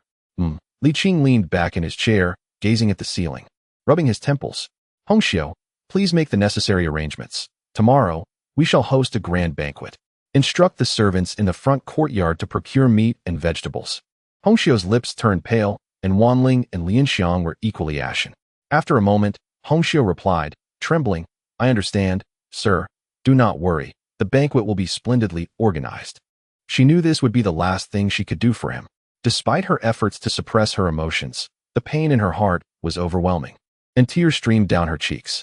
Wanling and Lianxiang felt similarly. They had once been unaware of what happiness truly meant, but since following their master, they had come to know its essence. And now, the days of happiness have come to an end. They do not harbor resentment towards Li Qing, only lament their own misfortune. Alas! Li Qing sighed and continued to gaze at the ceiling, his tone gentle. In the past, it was the master's fault for being overly cautious and lacking in spontaneity. Upon reflection, it seems rather absurd. Master, the maid does not blame you. Truly does not blame you. Wanling shook her head, tears cascading down her cheeks. Having spent so long in the master's company, she felt immensely grateful. Li Qing straightened up, looking towards Wanling, only to discover that she was not alone. Lianxiang and Hongxiu had also become teary-eyed, their faces awash with affection and reluctance. What is this? He realized, both amused and pained. Do not cry, you have misunderstood. The master does not wish to send you away. This feast is prepared for you. Tomorrow, the master will take you as concubines. He spoke tenderly. Having accompanied me for so long without a formal title is my fault. I have wronged you. Li Qing had come to a realization. Since he could no longer suppress his feelings, he might as well seize the moment and allow the 3 young ladies a measure of happiness. Regrets would ultimately be faced alone, and he was not a heartless man. The 3 young ladies had laid their hearts bare before him. How could he remain oblivious? Last night's master's counsel, combined with the incident with Muzhuir, solidified his resolve. A title holds immense significance for a woman. Of course, the reason for taking concubines rather than a wife was not due to Li Qing's disdain for them, but rather the laws of the Ming dynasty, which explicitly state that officials are forbidden from marrying women of the brothel. Even taking a courtesan as a concubine would invite censure. Yet this posed little concern for Li Qing. There were many who disapproved of him, as long as he did not commit a fundamental error. Such criticism could not harm him. Who amongst them was not a beloved child of the Zhu clan? The 3 women, eyes glistening with tears, stared at him in bewilderment. Wanling timidly spoke. Master just said you wish to take us as concubines, and there will be a banquet tomorrow. Li Qing spoke softly. From now on, you shall no longer be servants. You are my women, the Li ladies. Li ladies, the 3 murmured dreamily, their eyes sparkling. After a while, they emerged from their profound sorrow, transforming it into overwhelming joy, their small faces radiating with newfound happiness. Hongxiu expressed her concern, but master, that woman is a princess of the Yuan. What if? Rest assured, you shall be my Li ladies. Li Qing replied dismissively. What does she amount to? To the emperor, a Yuan princess pales in comparison to a duke of Yongqing. Chapter 132. The imperial envoy the following evening, at the Duke of Yongqing's residence. Esteemed colleagues like Mao Xiang, Zhang Heng, and Lu Ming were all present, alongside Su Huizhu from the Duke of Wei's household, and Li Jinglong from the Duke of Chao's household, as well as Lan Yu from the Duke of Liang's household. Though the gathering was not large, each individual held significant power and influence. The banquet was modest, comprising only 6 tables, yet the feast was exceptionally lavish. All present were individuals of stature, and the gifts exchanged were of considerable value. The presents from the Duke of Wei were particularly precious, a genuine manuscript of Li Bai's Song of the Wine, the worth of which is immeasurable even in this era. Lan Yu, too, was exceedingly generous, for Li Qing had saved his life. However, being a man of simple tastes without an appreciation for art, he opted to commission a gold statue of Taishang Laojun overnight. Such a hefty chunk of gold was no small feat to move, weighing no less than 80 pounds. Li Jinglong presented an exquisitely refined gift, a remarkable set of the 4 treasures of the study. The brush handle was crafted from the finest Wangwali wood, and the bristles were made from the fur of a wolf king, a trophy from his father's conquests in the northern desert. Even the brush holder was intricately carved from exquisite jade. The ink was sourced from the most renowned oil soot ink of the Song dynasty, while the paper was of the same imperial Xian paper used by Emperor Huizong, as light as a cicada's wing and as white as snow, a true rarity among rarities. The inkstone was one of the 4 great inkstones of the Song era, the unparalleled Taoha inkstone. The brush pot was also made from top-grade rosewood, meticulously crafted. This set of the 4 treasures of the study was indeed priceless, and Li Qing could hardly bear to write with it. Mao Chang and others could not compare. Yet Li Qing often extended kindness to them, and their gifts were also extraordinary, reflecting their sincere intentions. Among them was Longjing Ti, a pillow of sorts, and a painting by the illustrious Zhao Mingfu from a previous dynasty, which resonated deeply with Li Qing. After a joyous banquet, he found himself profiting handsomely. In ancient times, the process of marriage was quite intricate, involving rituals such as proposal, inquiry of names, auspicious signs, and setting dates, whereas taking a concubine was far simpler, merely requiring the woman to be carried home without the need for elaborate ceremonies. The 3 maidens had only to prepare the new chamber, don their resplendent red wedding garments, and await their husbands seated upon a beautifully adorned couch. The banquet continued until nightfall, guests departing in high spirits. After bidding farewell to his visitors, Li Qing returned to the courtyard. Although he had consumed a fair amount of wine, he remained remarkably clear-headed, his inner vitality keeping him sober unless he desired otherwise. 3 guest rooms were positioned in a row. After a brief hesitation, he chose to visit the room of Hongxiu first, according to her seniority. Lifting the red veil, he was greeted by a meticulously adorned visage. Today, Hongxiu appeared particularly radiant, her joy illuminating her features, enhanced by the flickering candlelight, rendering her breathtakingly beautiful. "Sir," Hongxiu called sweetly, a hint of shyness in her demeanor despite their many shared experiences.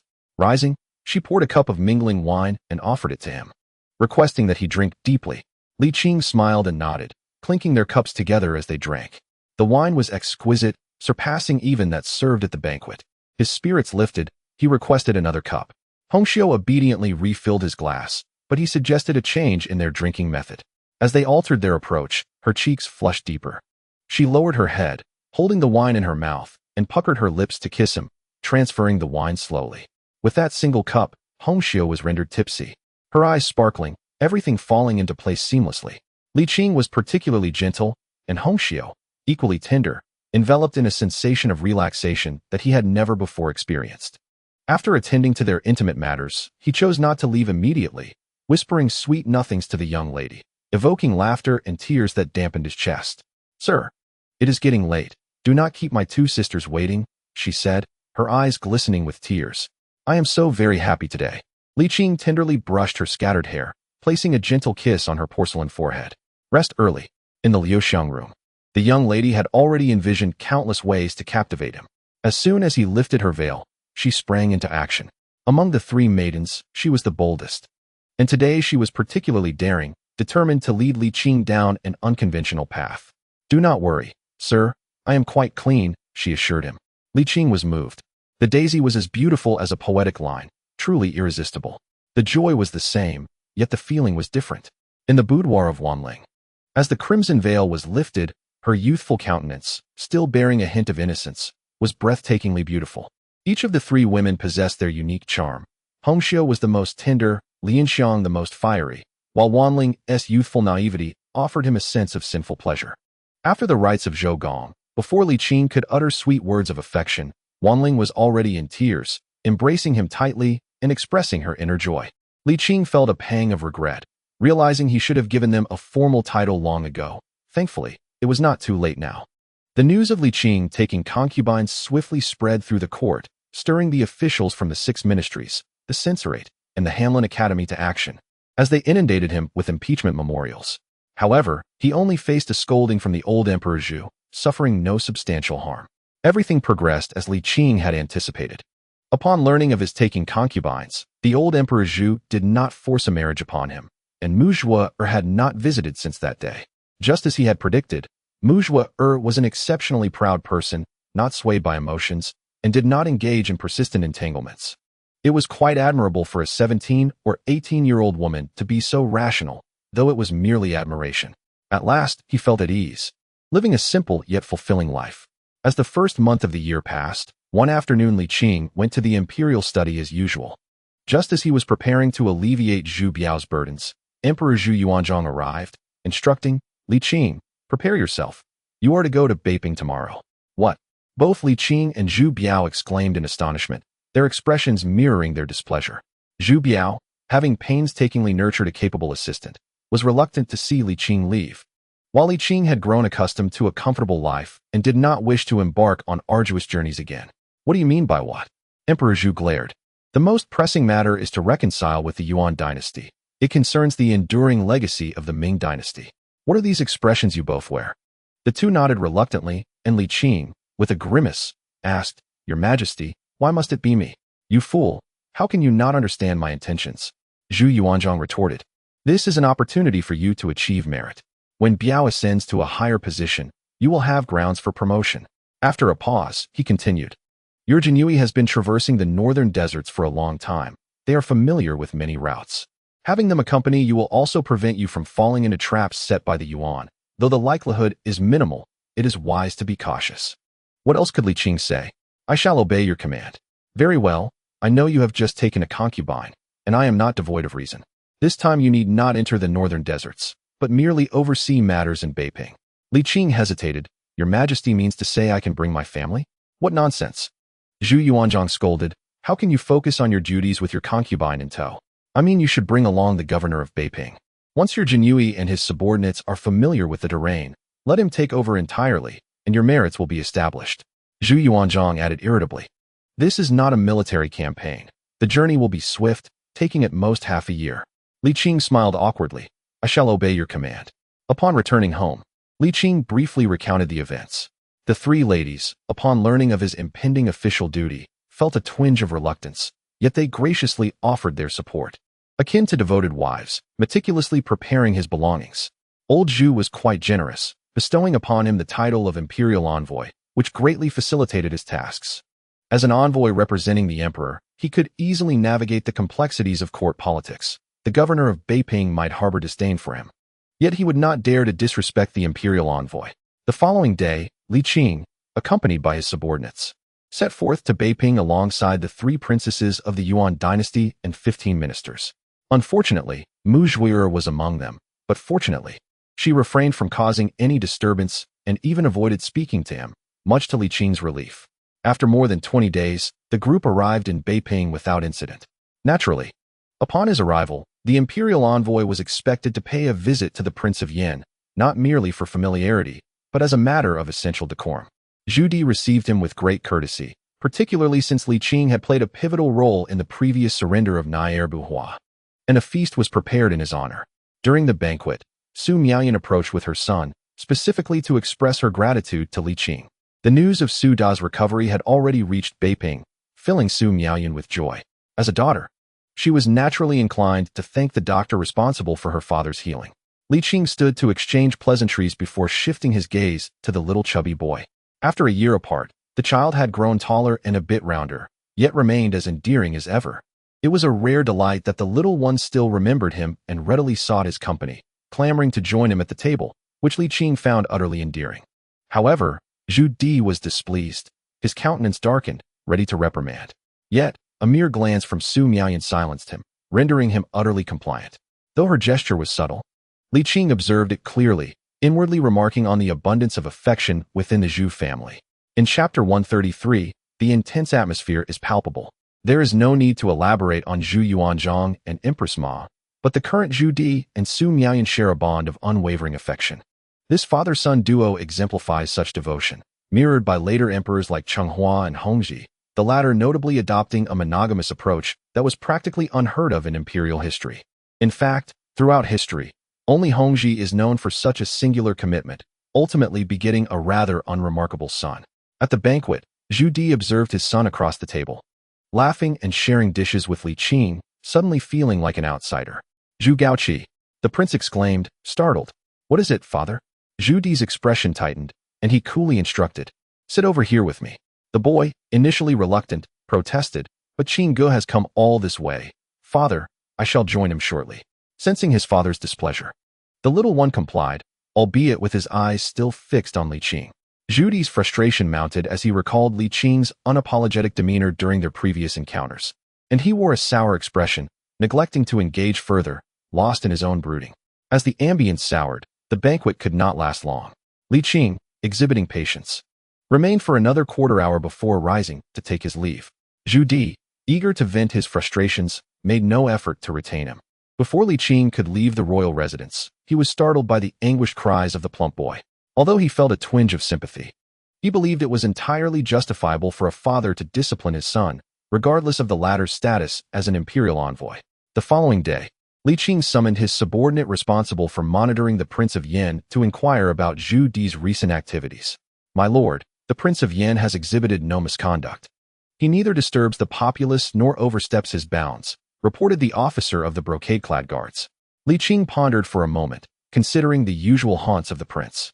Zhu Di was a devout Buddhist, frequently visiting the Qingshu temple, and at times, he would invite the abbot to the royal palace. The officer continued, noting that the prince spent much of his time training the surrendered troops of the Ming dynasty, occasionally galloping across the grasslands, yet little else occupied his hours. Li Qing nodded. "Very well, continue your surveillance. You may resume your duties." The officer bowed and departed. Beiping served as a crucial gateway for the Yuan people entering the Central Plains, and it was reasonable for Zhu Di, as a border-defending prince, to possess some military authority, albeit minor. In truth, not only Zhu Di but also several other princes held military power, and Li Qing felt unable to contest this. Old Zhu harbored a profound sense of kinship, trusting his sons implicitly. After all, if one could not trust their own offspring, who in the world would be deemed trustworthy? Shaking his head to dispel such inconsequential thoughts, Li Qing turned his focus to the pressing matter of reconciling the Han-Yuan discord. Should he succeed in this endeavor, the benefits to the Ming dynasty would be incalculable. The cessation of war would spare countless lives, allowing the population and economy of the Ming to flourish. Moreover, a significant number of Yuan people would eventually assimilate into the Han culture, and more importantly, the lands beyond the borders would become part of the Ming territory. How monumental that would be. Though Old Zhu harbored a deep animosity towards the Yuan dynasty, frequently referring to them as barbarians, he had always acknowledged the legitimacy of their rule from a political standpoint. During a casual conversation with Zhu Biao, Li Qing recalled hearing about the imperial edict proclaiming Old Zhu's ascension, particularly a phrase that resonated with him. Heaven's mandate has bestowed a true sovereign upon the desert. This was tantamount to announcing to the world that he, Zhu Yuanzong, recognized the Yuan as the rightful dynasty. The concept of dynastic legitimacy pertains to a dynasty's theoretical claim to sovereign rule. Zhu Yuanzhong's acknowledgement of the Yuan's legitimacy was rooted in profound considerations. The Yuan had ruled for nearly a century, and there were countless individuals of mixed Han and Yuan heritage. How could they find their place if the Yuan were not recognized? Disregarding the Yuan would effectively abandon a significant portion of the population, potentially leading to internal strife within the Ming. However, an even more critical reason loomed larger. The Song dynasty had been too diminutive. If one were to emulate Han Liner or Lu Fucheng, waving the banner of anti-Yuan sentiment to deny the Yuan's legitimacy, the Ming would only inherit the territories of the Song, implicitly recognizing all lands beyond as belonging to the Yuan. Should that occur, in this era that revered propriety and law, any future aspirations for expansion would lack justification. In contrast, acknowledging the Yuan's legitimacy proved far more advantageous. It not only addressed internal conflicts, but also legally permitted the Ming to inherit the vast territories of the Yuan. This logic is readily comprehensible. You are legitimate. I am also legitimate. Should you fall, I inherit what is yours, thus your domain becomes mine. It may sound somewhat unscrupulous, yet such is the nature of the matter. Acknowledging the legitimacy of the Yuan dynasty, engaging in conflict with a justified cause. and fostering acceptance among the Yuan people demonstrates remarkable astuteness on the part of Zhu Yuanzhang. His efforts to comprehensively inherit the Yuan dynasty's legacy are commendable. The decision to bestow the title of Shunming Wang upon the northern Yuan emperor, while still recognizing his imperial status, was not born out of magnanimity, but rather a strategic move to mitigate the Yuan people's resistance. After several decades of cultural assimilation, the Yuan populace had largely transformed, and by then, the northern Yuan royal family would have faced significant decline. Zhu's calculations are likely to be discussed by historians for centuries to come. Li Qing worked diligently for 5 consecutive days, finally completing all necessary preparations. Outside the city of Beiping, a gathering of Yuan princesses, ministers, and Ming Jinhui officials assembled. Li Qing, the Beiping governor, was there to send off the delegation. This envoy was laden with much-needed goods for the Yuan people, such as tea, iron pots, and salt, reminiscent of a festive visit among relatives during the new year.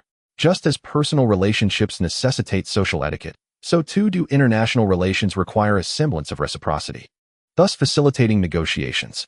With pleasantries exchanged, the envoy was ready to depart when, unexpectedly, the previously silent Mu Zhuoyer stepped forward, directly approaching Li Qing. The princess of Mu Zhuoyer caught Li Qing off guard, and despite his instinctive urge to reprimand her, he ultimately restrained himself. Recognizing that such a reaction could jeopardize the mission, reluctantly, he decided to allow her to express herself. However, instead of a sharp reprimand, he was met with the soft touch of her lips. Both he and the onlookers were taken aback. Such a display in a public setting, particularly one as formal as this, was utterly shocking. The Beiping governor stared in disbelief, internally chastising the scene as a disgrace to decorum. Yet he understood the significance of the situation and remained silent, though his expression darkened.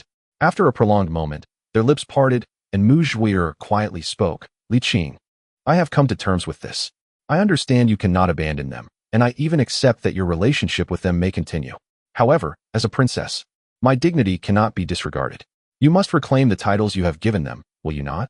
Despite her rationality and pride, the emotional tempest proved overwhelming for the 17 or 18-year-old girl. She had reached a resolution, yet Li Qing was taken aback by her unexpected declaration. He shook his head, softly uttering the words of a cad.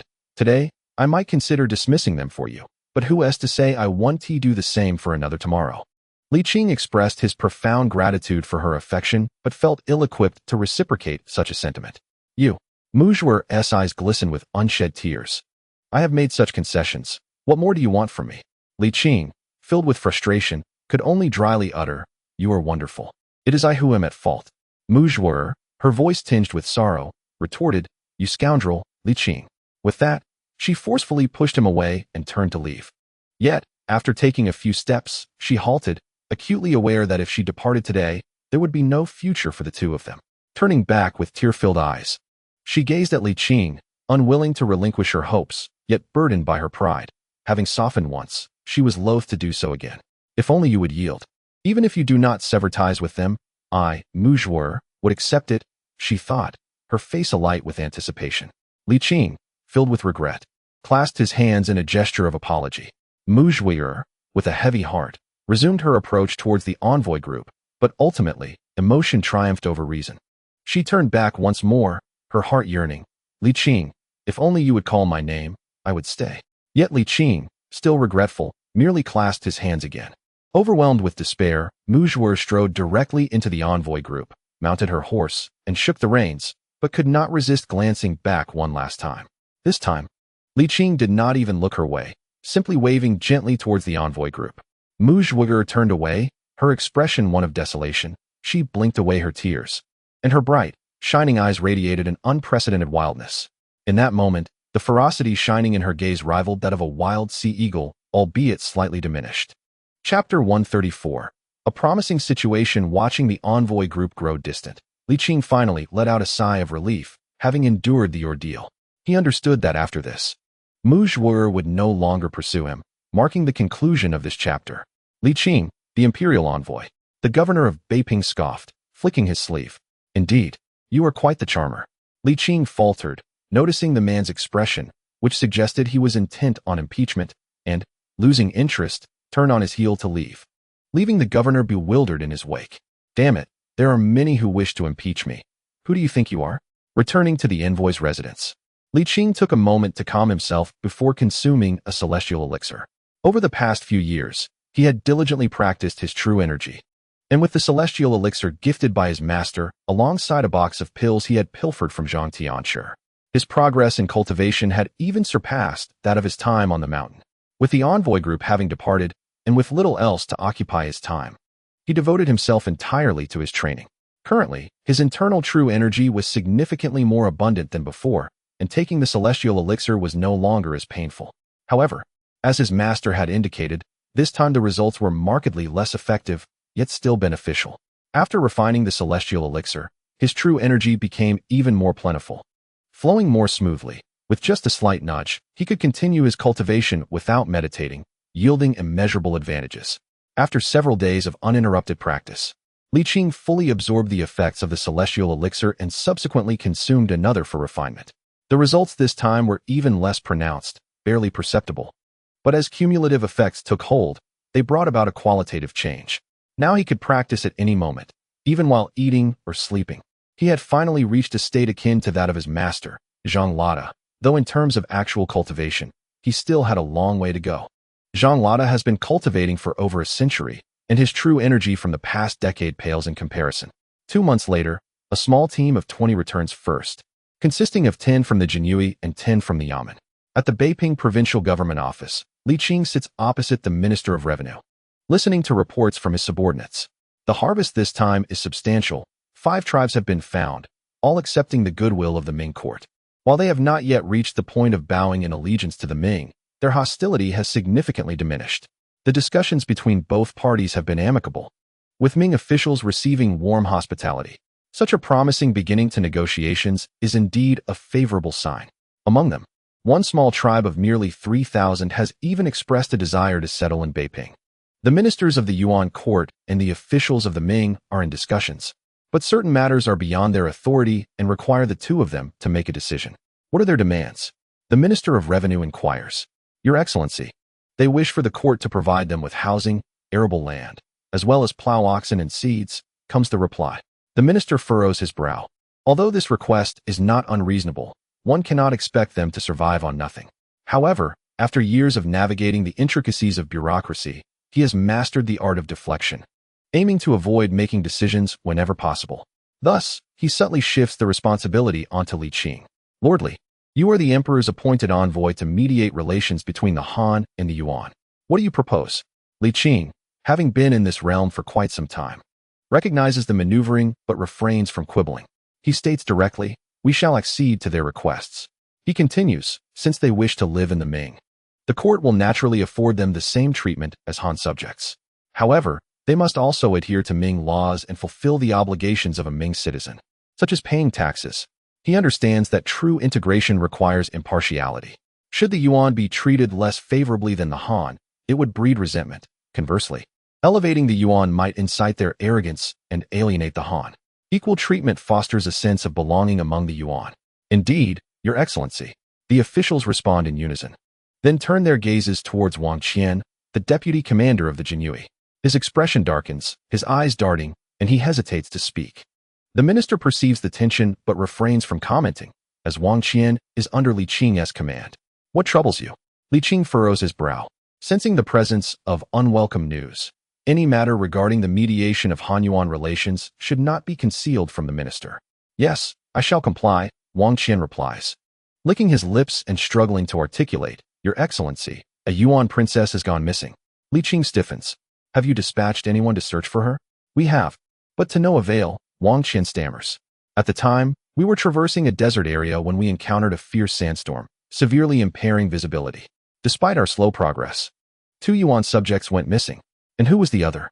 Li Qing inquires. It was the servant of the Yuan princess. The Minister of Revenue privately contemplates the gravity of the situation, remarking, this is no trivial matter. The Jinyui deployed nearly 1,000 personnel. If we cannot locate even 1 Yuan princess, the news reaching the court will surely incite the emperor's wrath. Minister, Wang Qian retorts angrily, you dispatched numerous officials as well. How can all the blame rest solely on the Jinyui? The Jinyui operates independently of any governmental authority, and their leader is not to be underestimated. Not only does he dare to confront the governor of Beiping, but even the ministers of the 6 ministries must tread carefully in his presence. The governor's expression stiffened in disbelief at the audacity of a mere deputy commander of the Jinui speaking to him in such a manner. However, he was powerless to intervene with the Jinui and had no choice but to salvage his dignity. Humph. You Jinui have been wandering the vast northern deserts for quite some time, and with your lack of familiarity with the terrain, the responsibility lies solely with you. After all this time, you have yet to locate a single person. What have you been doing? Wang Qian scoffed amidst the swirling yellow sands. The wind has erased all traces, leaving no hoofprints behind. Where do you expect us to search? Excuses, mere excuses. The governor slammed his hand on the table in frustration, then turned to Li Qing, clasping his fists in respect. Your Excellency, it is not that I speak harshly. Rather, it is your subordinate who lacks discipline. The disappearance of the Yuan princess is indeed a matter of your Jinyui's responsibility. Li Qing, already vexed, felt a surge of disdain upon witnessing the governor's demeanor. Without engaging in further dialogue, he rose and said, Wang Qian, accompany me back to the envoy's residence for a detailed discussion. Yes, my lord, Wang Qian replied, bowing his hands in acknowledgement. As Li Qing walked ahead, he turned back to the governor and mouthed, wait for it. The governor seethed with anger but dared not retaliate further. The Jinyui held the power to supervise all officials, and despite his cautious approach, being targeted by them was far from favorable. He regretted his earlier actions, realizing that his attempts to shift blame had been all too conspicuous. The missing person is Mu Zhuo. Li Qing exclaimed in disbelief. My lord, I assure you I have done my utmost, Wang Qian admitted, feeling a sense of unease. After all, the kiss had been witnessed by the entire envoy. Losing the leader's beloved was a burden he could scarcely bear. The envoy had halted for 2 days, and nearly 1,000 Jinyui had scoured the area, yet they still had not found her trace. He spoke the truth. He had indeed exerted himself, but that could not conceal the reality of her disappearance. Li Qing remained silent for a long while before slowly asking, do you believe she is alive or dead? Noticing that Li Qing did not display anger or despair, Wang Qian felt a slight relief and whispered, in the desolate wilderness, the likelihood of survival is nearly non-existent. I surmise. He raised his gaze once more to Li Qing, observing his calm demeanor, before continuing, she must have encountered quicksand and been buried alive. Li Qing fell silent again, contemplating for an extended period before sighing, I understand. You shall rest for a day, and tomorrow depart with the officials to swiftly convey the imperial edict to the Yuan tribe. Yes, I shall obey, Wang Qian replied, relieved. By the way, my lord, should we investigate this governor? Not for now. The matter at hand is of greater importance. Li Qing was also exasperated with the governor's blame shifting, but at this critical juncture, a hasty investigation would undoubtedly complicate matters. I understand, Wang Qian said, bowing as he departed. Li Qing rubbed his temples and began to document the incident of Mu Zhuo's disappearance, instructing his subordinates to expedite the message to the capital. The death of a princess should not disrupt the larger scheme, he murmured to himself, for the emperor of the northern Yuan had more than one daughter.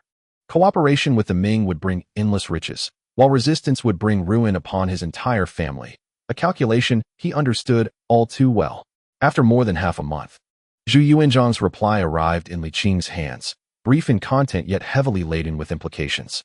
However, as Li Qing had anticipated, the demise of Mu Zhuo did not alter the overall situation. Everything continued to progress positively. 2 months later, a tribe of 3,000 entered the city of Beiping, where Li Qing, the Minister of Revenue, received the tribal chief. Their meeting was marked by feasting and conviviality, and the arrangements were largely finalized. Following this, the process became smoother. They organized accommodations, distributed farming tools and seeds, and imparted agricultural techniques. The residences of the Mongols were situated close to those of the Han, though they did not intermingle, as time was needed for this initial contact to evolve. Zhu, being a perceptive leader, understood the necessity of a gentle approach at the outset.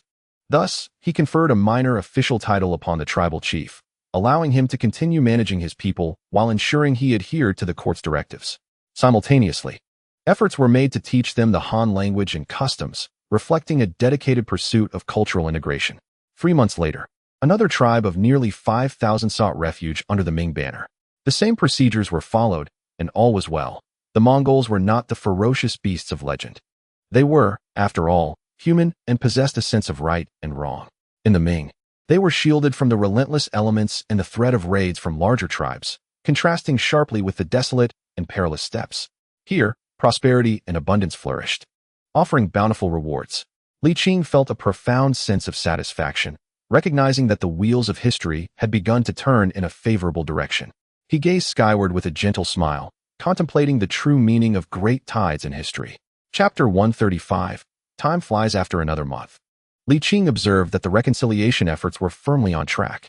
He instructed Wang Qian and his subordinates to cooperate closely with the local officials and engaged in a lengthy discussion with the Minister of Revenue in Beiping. Following Wang Qian's intimidation, the minister had undergone a complete transformation in his attitude toward Li Qing, as being under the scrutiny of the Jinyui was indeed an undesirable predicament. Not only that, but his diligence in work had notably increased. Li Qing knew that should a thorough investigation be undertaken, very few officials in the Ming were beyond reproach. By Zhu's standards, which demanded execution for corruption exceeding 50 taels, this official would likely face dire consequences. In an era steeped in human complexities, it was rare to find officials who remained steadfast in their principles without seeking personal gain. As long as the work was executed commendably, minor flaws could be overlooked. The Minister of Revenue had indeed achieved notable results. He was capable and did not engage in acts detrimental to the populace, though his penchant for shifting blame was somewhat irksome. After giving him a gentle admonition, Li Qing made his customary visit to Prince Yan, bid farewell to the chubby companion, and then returned to the capital. Upon arriving in Jinling, autumn had set in, allowing him to evade the oppressive heat of Jiangnan.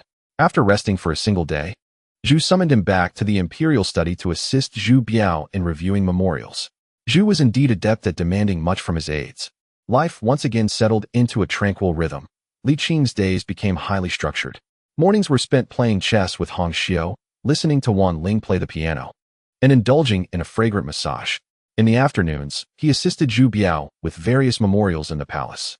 Evenings were lively, occasionally shared with the three women, or entertaining visits from Lan, Li, and Su for drinks, along with socializing with colleagues. In summary, life was quite enjoyable. After Li Qing treated Su Da's ailment, his health gradually improved, and he no longer walked hunched over, his physique becoming increasingly robust.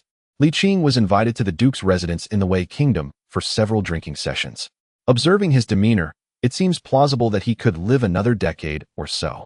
Li Jinglong has completely shed his former debauched image. He carries military texts wherever he goes and interacts with others with grace and poise. Coupled with his delicate features and dignified presence, he is only slightly inferior to Li Qing in terms of attractiveness, and there is no one else who can rival him. His reputation is quite commendable, and the old Emperor Zhu holds a fondness for this nephew. However, the old Emperor Zhu harbored some reservations about another individual he was keen to nurture. Lan Yu's adopted son led a group of unruly companions to a tavern, indulging in excessive revelry. Afterward, not only did they refuse to pay, but they also severely injured the tavern owner and ultimately vandalized the establishment. This incident became quite notorious, and the bureaucratic faction seized the opportunity to launch a barrage of impeachment motions against Lan Yu. Upon hearing the news, Zhu Yuanzhang was infuriated and summoned Lan Yu to the palace, where he received a thorough reprimand, both verbally and physically. Subsequently, he was ordered to finance the repairs of the tavern and to compensate the owner for medical expenses and lost wages. As for Lan Yu's adopted son, he was summarily executed at the marketplace. Lan Yu, filled with resentment, sought solace in drink with Li Qing that evening, lamenting the emperor's lack of compassion. My adopted son has rendered numerous services to the Ming, and though he injured someone, he did not take a life. I am willing to compensate for the damages to the tavern. There was no need to execute him. Li Qing, with a bitter smile and a shake of his head, replied, if he is spared this time, he may be emboldened to take a life next. Your other adopted sons will become increasingly unruly. After a pause, he added, I have a piece of advice for you. Would you care to hear it? Go ahead, Lan Yu replied sullenly. Do not adopt any more sons. If possible, consider dismissing your current ones. Otherwise, you may one day find yourself ensnared by them. How can that be? They have fought alongside me in life and death. Am I not the kind of person who abandons them? Lan Yu retorted, his eyes widening. You know well from the Battle of Beer Lake that if it were not for my adopted son's valiant defense, we would not have returned victorious. Li Qing found himself at a loss for words, as Lan Yu was indeed correct about that battle. Lan Yu continued to express his indignation, stating that it was a tacit understanding among military generals to adopt sons, just as civil officials take on disciples. Everyone engages in this practice. Why must the emperor single him out? He grew even more agitated, pointing out the ineptitude of Li Jinglong, who, aside from his silver tongue and handsome appearance, possessed no real capability. Yet the emperor praised him endlessly, while Lan Yu felt overlooked despite his accomplishments. Speak fairly. Can my merits truly be compared to those of Li Jinglong? Lan Yu's frustration was justified, as his achievements were evident, yet since being conferred the title of duke, he had faced neglect, while the less capable Li Jinglong seemed to thrive, leaving Lan Yu feeling a sense of disparity. Li Qing understood Lan Yu's sentiments, but could not overlook his arrogance, thinking to himself that with such hubris, had it not been for the connection to the crown prince's wife, the old emperor would have either executed him or reclaimed all rewards bestowed upon him. Though Lan Yu was indeed formidable in battle, he was undeniably arrogant. Li Qing pondered, "Tell me, how many sons do others adopt?" 3 or 4, perhaps, Lan Yu replied. "And how many have you adopted?" Lan Yu hesitated, as the number of his adopted sons had grown far beyond that, so much so that he could not keep track. After a moment of silence, he muttered, "In the past, the emperor adopted many sons as well." The words of Lan Yu may appear ordinary. Yet if overheard by someone with ulterior motives, it could spell disaster for him. Li Qing's gaze sharpened as he spoke solemnly. "What? Do you wish to emulate the emperor?" Lan Yu's expression shifted abruptly, his irritation forgotten. "Li Qing, surely you cannot betray me like this. Is that truly my intention?" Li Qing offered a wry smile and shook his head. "Rest assured, I shall not speak recklessly. However, Lan Yu," he continued earnestly, "do you now comprehend why the emperor has been neglecting you? Is it because you have taken too many adopted sons?" Lan Yu paused, realization dawning upon him. "You mean to say that no emperor would favor a subject who mimics his own ministers? I adopted those sons for the sake of warfare." Lan Yu finally grasped the gravity of the situation and hastily clarified, "I harbor no disloyal intentions. Thus, you remain the Duke of Liang. Otherwise, you would have long since met your demise," Li Qing replied. "Yet, even aside from this reason, your adopted sons, wielding your title of Duke of Liang to intimidate others, would also provoke the emperor's disdain." Li Qing sighed. "Having known you, I do not wish to see you in distress. I have said all I can. Whether you heed my words is entirely up to you." Lan Yu fell silent, contemplating for a long while before rising to clasp his fists in gratitude. "Thank you, brotherly, for your wise counsel." Li Qing continued to lead a leisurely life, while soon after Lan Yu returned, he severed ties with a multitude of his adopted sons, retaining no more than a handful, and tempered his actions significantly, no longer so brazen. The Ming dynasty continued to prosper, with individuals from the northern Yuan seeking refuge in regions such as Beiping, Daming, and Datong. Though their numbers were not substantial, the situation remained favorable. Yet, with good news inevitably came ill tidings. Mao Shang, dissatisfied with the prevailing circumstances, sought to elevate the influence of the Jinhui once more, resurrecting the nearly concluded Hu Weiyong case. In an instant, the court, which had gradually settled into tranquility, was stirred anew. Li Qing made several attempts to dissuade him, but to no avail. Mao Shang insisted that with his elevated status, he had no further desires. Li Qing, exasperated, turned to Zhu Yuanzhang for counsel. To his surprise, Zhu Yuanzhang remarked, "Mark is overly benevolent. If we do not assist him in eliminating these unlawful nobles, rebellious generals, and corrupt officials before his death, he will find his path to the throne fraught with challenges." Li Qing remained silent, lost in thought. Time flew by swiftly, as if arrows were shot, and days passed like a fleeting shadow. In the 21st year of Hongwu, despite Li Qing's relentless efforts, he could not save Togusi Timer's life. Thus, the northern Yuan came to a definitive end. With the death of this emperor, the integration efforts faced significant hindrances. After the 21st year of Hongwu, no individuals from the Yuan sought the embrace of the Ming. However, the investments made by the Ming during these years were not in vain. Although the Yuan felt estranged due to their emperor's demise, they refrained from invading the borders of the Ming. Zhu Yuanzhang provided a grand burial for the northern Yuan emperor and subsequently revised policies to enhance trade in tea and horses, acquire ginseng, snow lotus, and other medicinal herbs, and procure furs, measures that greatly eased relations between the two parties. After all, raiding the Ming came with a high cost and with legitimate business opportunities. They were reluctant to risk their lives for mere survival. The peace brought immense benefits to the Ming, leading to an increasing prosperity among the populace and a flourishing economy. While the lives of the people improved, the atmosphere within the court was rife with turmoil and bloodshed. The officials, filled with trepidation, exhibited a marked decline in their efficiency in handling state affairs. Zhu Biao's burden grew heavier, and he began to show signs of premature aging. Li Qing, unwilling to be negligent, resorted to acupuncture, medicinal concoctions, and even discreetly employed his true energy to treat him. After much effort, he finally managed to restore Zhu Biao's physical condition. However, while Li Qing could remedy the physical ailments, he found himself powerless against the psychological ones. Due to Zhu Yuanzhang's ruthless actions, the father and son frequently quarreled, with Zhu Biao invariably at a disadvantage. Li Qing offered counsel on numerous occasions, but the elder Zhu remained impervious to his advice. He often proclaimed, if the heir apparent cannot withstand such trivial pressures, then he is unworthy of the throne. Zhu Biao, resolute in his stance, would retort, if being the crown prince means enduring this, then I shall forego the title. This defiance only earned him a barrage of reprimands from Zhu Yuanzhang. As Zhu Yuanzhang aged and recognized that his time was limited, he was acutely aware of his son's character and feared that his compassion might jeopardize significant matters. He believed that if he did not pave a smooth path for his son before his demise, he would not rest in peace. This was a father's profound love. Yet he failed to realize the weight of this affection. Zhu Biao struggled under the mounting psychological strain. Li Qing could no longer remain passive and warned the elder Zhu that if matters continued as they were, the crown prince's life would be endangered. Zhu Yuanzhang, concerned, summoned all the physicians from the Imperial Medical Bureau to examine Zhu Biao. However, the physicians concluded that the crown prince was in good health, resulting in Li Qing being punished with a beating and confined for a month. Meanwhile, Zhu Yuanzhang persisted in his grand scheme. And from the 18th to the 23rd year of the Hongwu era, a mere 5 years, numerous loyal officials found themselves embroiled in the Hu Weiyong case. With 1 duke and 20 marquises implicated, facing execution or exile, amounting to thousands. The court's civil officials were entirely replaced, with not a single familiar face remaining. Among the founding heroes, the venerable Li Shanchong, aged 77, was not spared and was executed in the 23rd year of Hongwu.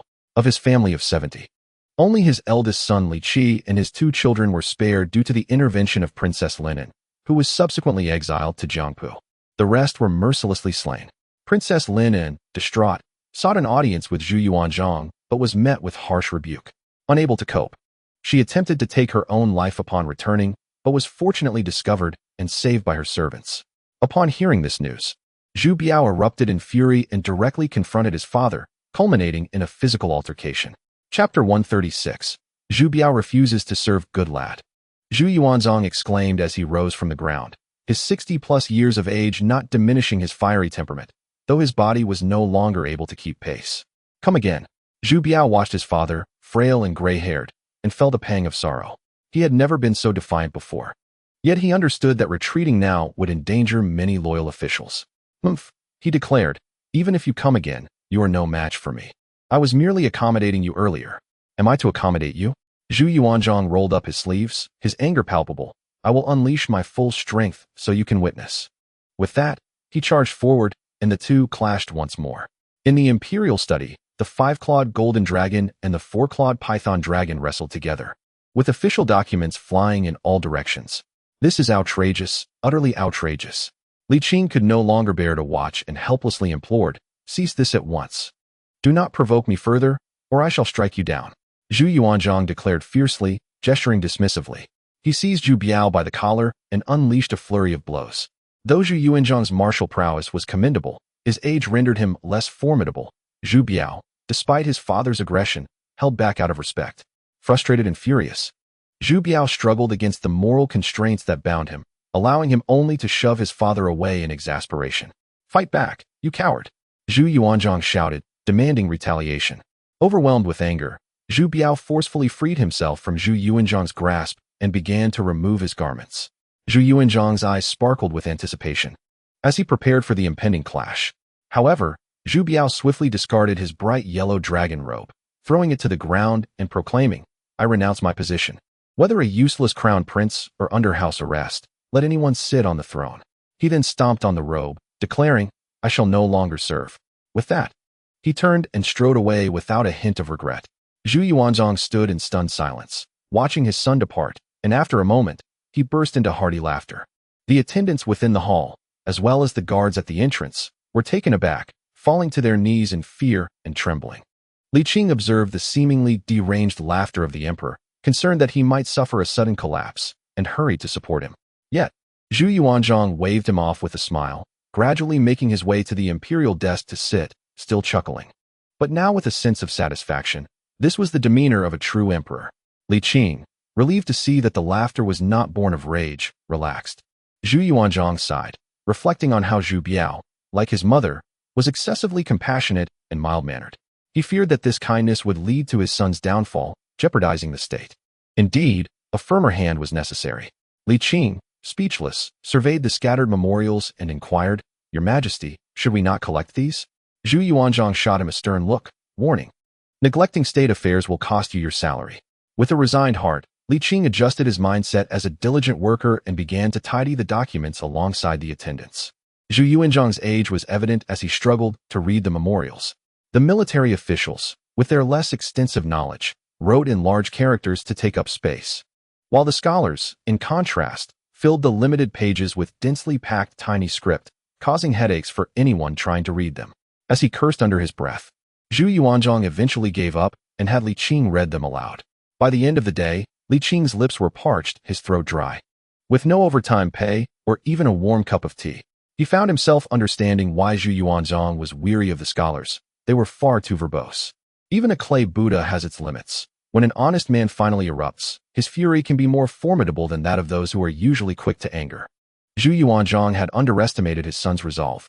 Zhu Biao spent but one night in the palace before leaving with his younger brother Zhu Xiang. Reports indicated that he departed with a bold declaration. "This palace is no place for me." Initially, Zhu Yuanzhang thought little of it, believing his son would return in a few days, but as time passed, he began to feel a sense of unease.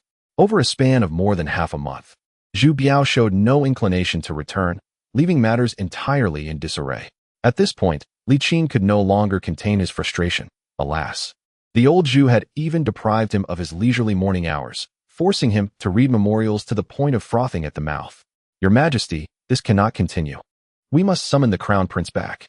On the 18th day of Zhu Biao's absence, he found himself missing him. "Indeed, it is time to bring that rascal back," Zhu Yuanzhang mused, rubbing his aching back. The relentless governance had taken its toll on him. After enjoying such a long period of ease, it was time for him to return to work. "Go fetch him." Sighing, Li Qing hurriedly left the palace for the Wang residence, only to discover that Zhu Biao was nowhere to be found. Ultimately, it was only by invoking the emperor's decree that Zhu Biao finally agreed to meet with him. "Your Highness, please return," Li Qing implored earnestly. "The emperor misses you dearly. The affairs of state weigh heavily upon him, and he is indeed growing weary." Zhu Biao felt a twinge of compassion, but quickly regained his composure, replying coolly, "If he is exhausted, let the officials of the 6 ministries assist him. If that is insufficient, he can cultivate a successor anew." He stated earnestly, "You may inform my father that I truly do not wish to be the crown prince any longer. He should appoint another at his earliest convenience." Li Qing chuckled bitterly. "How can one simply depose a crown prince without cause? The emperor has invested much care in you. No need to elaborate. I shall not return," Zhu Biao declared resolutely. "As for the justification for my deposition, I have already devised one: disobedience to the sovereign." Li Qing found himself at a loss. Zhu Biao's unwillingness to return left him no choice but to pass the matter on to the old Zhu. Upon hearing this, Zhu Yuanzhang was enraged, proclaiming, "Let him come back or not, I care not." Another month slipped by, and Zhu Yuanzhang could no longer remain idle. While the toil was secondary, the crown prince was the foundation of the nation.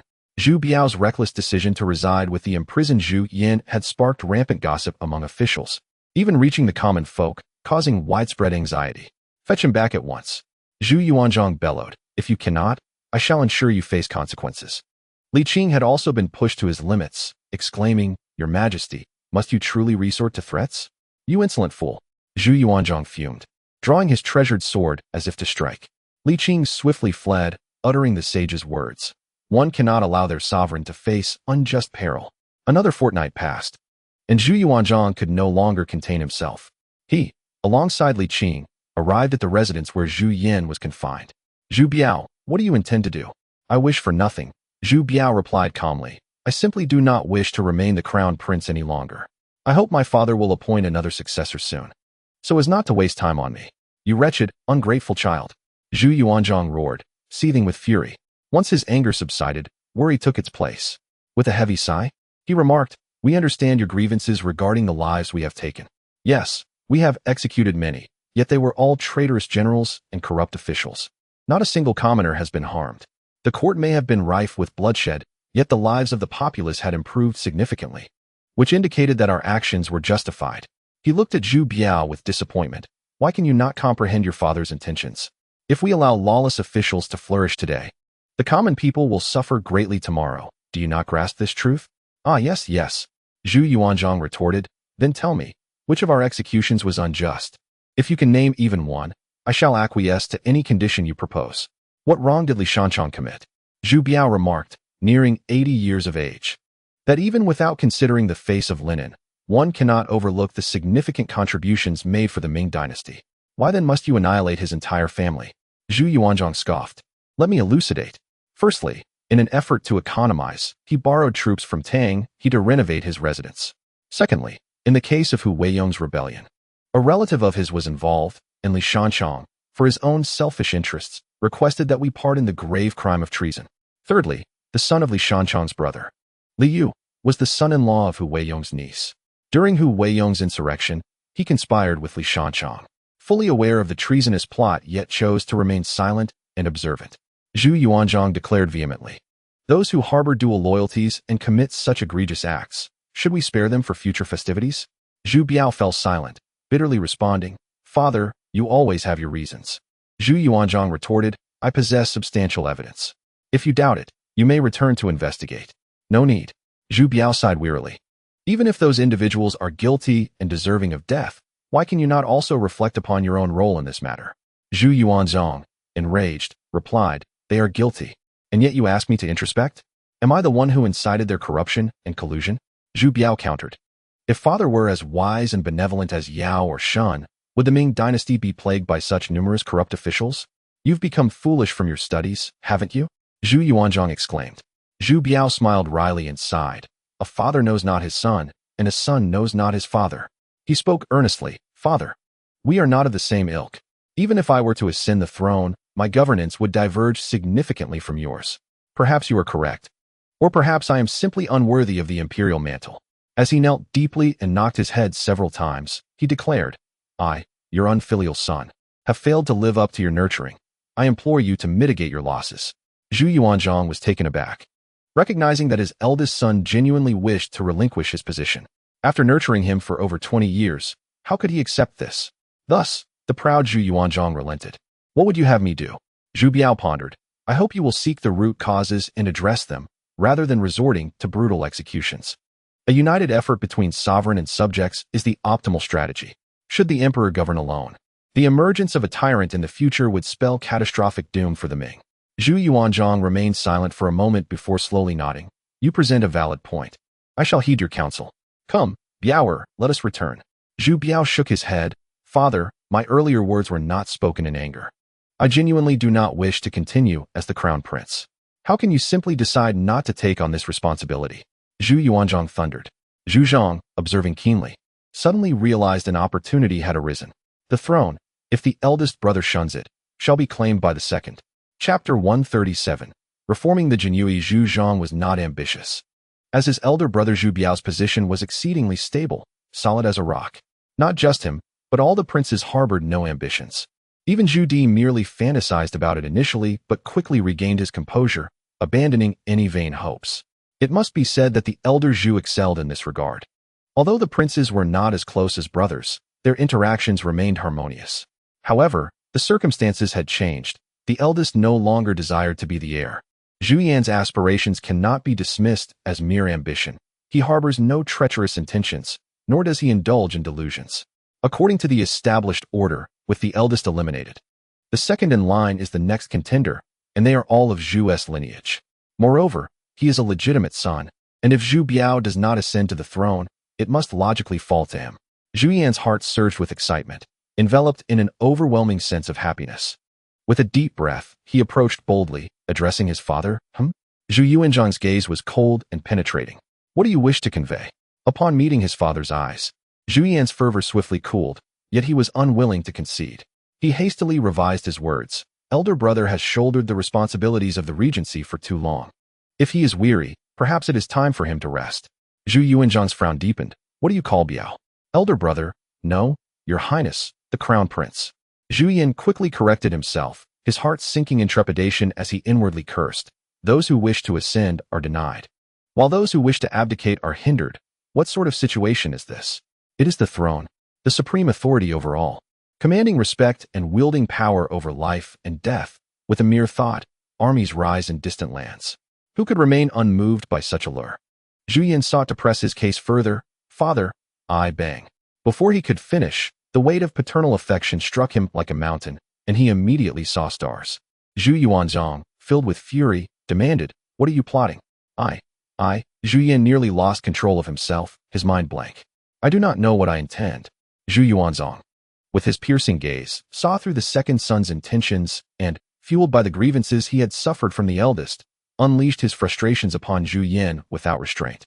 After a thorough beating, Zhu Yan lay on the ground, wailing in agony. Once Zhu Yuanzhang had vented his anger, he straightened his robe and, with a softened demeanor, said, "Biao, come back to your father. They are all born of the same father and mother, yet the treatment is starkly different." Even Li Qing, an outsider who harbored disdain for Zhu Yan, felt that Zhu Yuanzhang was excessively biased. Little did he know, the populace favors the younger, while emperors cherish their firstborns, a truth as old as time. Zhu Biao remained silent, shaking his head. Zhu Yuanzhang, frustrated, exclaimed, "You are forcing my hand." With that, he resumed his assault on the second son. "The crown prince, my elder brother, please, I implore you." Zhu Yan cried out, despair evident in his voice. "You must return with father. I beg you." Zhu Biao, weary of the turmoil, interposed himself between his father and Zhu Yan, asserting, "Father, I will return. But I have conditions." "Speak." Zhu Yuanzhang retracted his foot, ready to hear his son's demands. "From now on, there must be no more indiscriminate executions," Zhu Biao stated earnestly. "Moreover, the Jinui must be reformed. Their brutal tactics have led to numerous wrongful convictions among the officials they have executed." With a gentle sigh, Zhu Biao continued, "At present, the mere mention of the Jinui instills fear in the hearts of officials. Even in the capital, parents frighten their children by invoking their name. How can this not signify the severity of the situation? Father, the power of the Jinui has escalated to a point bordering on uncontrollable." Zhu Biao's heart was heavy with concern. "Indeed, they answer only to you. But have you considered the possibility of their misdeeds in your absence?" Zhu Yuanzhang opened his mouth, rendered speechless by his son's profound insights. Zhu Biao remarked, "Father, you often speak of balancing various factions, yet is there balance now? Your reasoning is sound." Zhu Yuanzhang nodded lightly. "I shall promise you this. Is there anything else?" "To foster harmonious relations with the ministers," Zhu Biao replied. "I maintain that the state requires joint governance by the monarch and his ministers, rather than autocratic rule. While you, father, are wise and valiant, can we expect that all future descendants will possess the same virtues?" Taking a deep breath, Zhu Yuanzhang responded, "Very well. I shall agree to this as well. Now, let us return together. I have one more condition." Zhu Biao insisted. Zhu Yuanzhang gritted his teeth and said, "What is it?" "I ask that you issue an edict of self-criticism," Zhu Biao stated. "What?" Zhu Yuanzhang was furious. "You wish for me to issue an edict of self-criticism?" Zhu Biao replied calmly, "With so many executed, exiled, or punished, is it not possible that some were wronged? Even if there were none, under your reign, such treachery has arisen. Do you bear no responsibility? Let me make it clear, my son, an emperor cannot and must not acknowledge mistakes. Errors may be corrected, yet they must never be admitted," Zhu Yuanzhang said sternly. "When you become emperor, you must uphold this as well." Zhu Biao sighed. "Then there is nothing more to discuss." "Do not push your luck, Biao," Zhu Yuanzhang said, genuinely angered this time, suppressing his fury.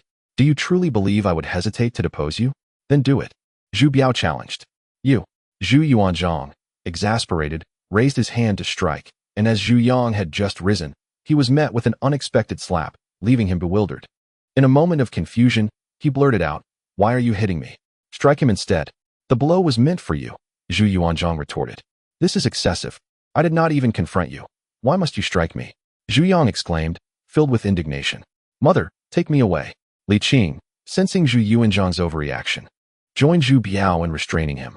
Zhu Biao helped Zhu Yang to his feet and said coolly, "If father is unwilling, then let us appoint another." With that, he supported his younger brother as they turned to leave. "Come back here." Zhu Yuanzhang inhaled deeply, dejectedly conceding, "Fine, I shall agree to your terms."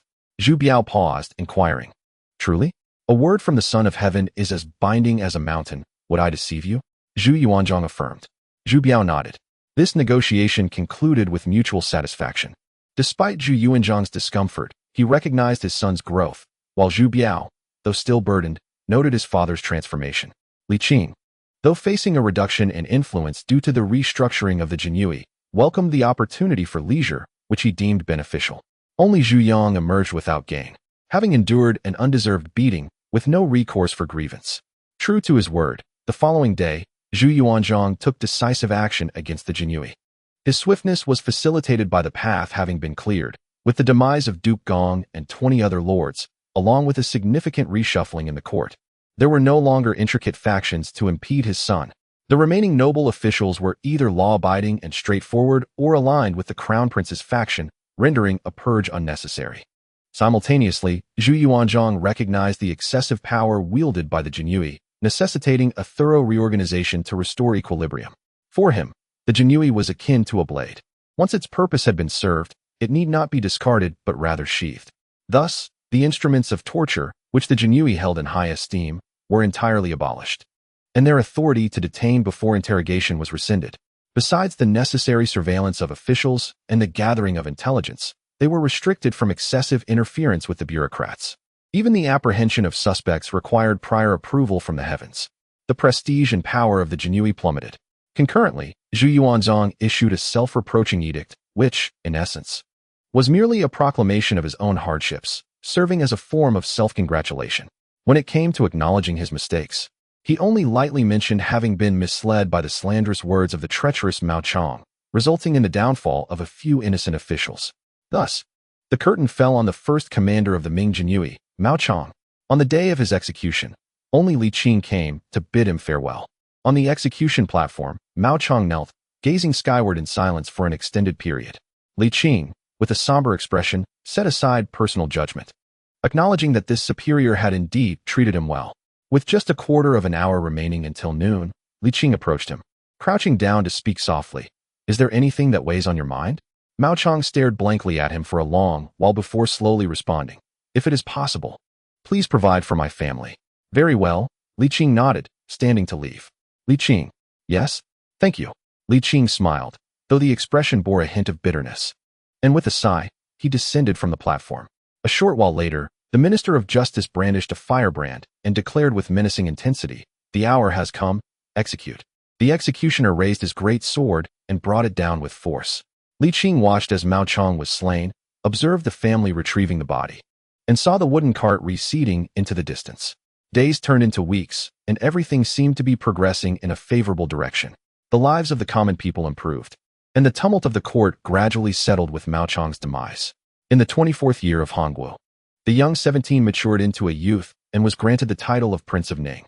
Reflecting on the time of his first attendance at old Zhu's birthday banquet, when he was merely a child, tormented by a few unscrupulous brothers, he had swiftly grown into a prince responsible for guarding a territory. To ease relations, Zhu Yuanzhang hosted a grand conferment banquet in the Feng Tian Hall courtyard, specifically inviting all officials from the capital. The atmosphere was harmonious as the monarch and ministers raised their cups in unison. Yet, there are always those who, upon gaining power, become reckless, and those who, after a few drinks, lose their sense. An inconsequential censor from the censorate, emboldened by alcohol, approached the emperor and advised against excessive feudal allocations. Passionately discussing the dangers of such actions, Zhu Yuanzhang seethed with anger, but his son continually interceded, arguing that the words of the censors bore no malice and should not warrant execution. On this joyous occasion, the elder Zhu restrained his wrath. However, the censor remained oblivious to the gravity of his words, becoming increasingly fervent. Ultimately, he proclaimed, if the feudal divisions are not promptly curtailed and the princes are not strictly monitored, their powers diminished, one day. A calamity more dreadful than the 7 Kings rebellion of the Han dynasty will surely arise. Li Qing sighed inwardly. What are you playing at with a few hundred coins a month? Indeed, the elder Zhu could no longer tolerate this and, under the pretense of sowing discord between father and son, ordered the censor to be dragged out and executed. Following this banquet, the previously thawing relationship between the monarch and his ministers began to grow distant once more, and Zhu Biao became increasingly disillusioned with his father, leading their bond to deteriorate further. Li Qing gazed at Zhu Biao, who was physically and psychologically tormented, his spirit waning under relentless strain and immense pressure. Seizing a rare moment of solitude, he finally voiced the long-buried and audacious thought that had plagued him. Your Highness, why not allow another to occupy the throne of the crown prince? Zhu Biao's vitality had deteriorated significantly. The ongoing, intense fatigue and dual burdens were beyond the remedy of medicine. Even with the use of his internal energy, Li Qing found it impossible to reverse Zhu Biao's condition. At present, Zhu Biao resembled a bowstring drawn to its utmost limit, with no indication of when it might snap. Should imperial physicians be summoned, they would only discern that Zhu Biao's health was lacking, utterly failing to comprehend the gravity of his plight. Li Qing had repeatedly urged old Zhu, but after several examinations by the court physicians, who declared Zhu Biao to be in good health, old Zhu had become impervious to his counsel. I hope your Highness will pardon my bold words, Li Qing said, bowing respectfully. It is not my intention to alarm you, but your body can no longer endure this strain. If this continues, your life may be at risk. Recovering from his astonishment, Zhu Biao recognized the sincerity in Li Qing's words. He exhaled softly and smiled bitterly, saying, Do you think I am unaware?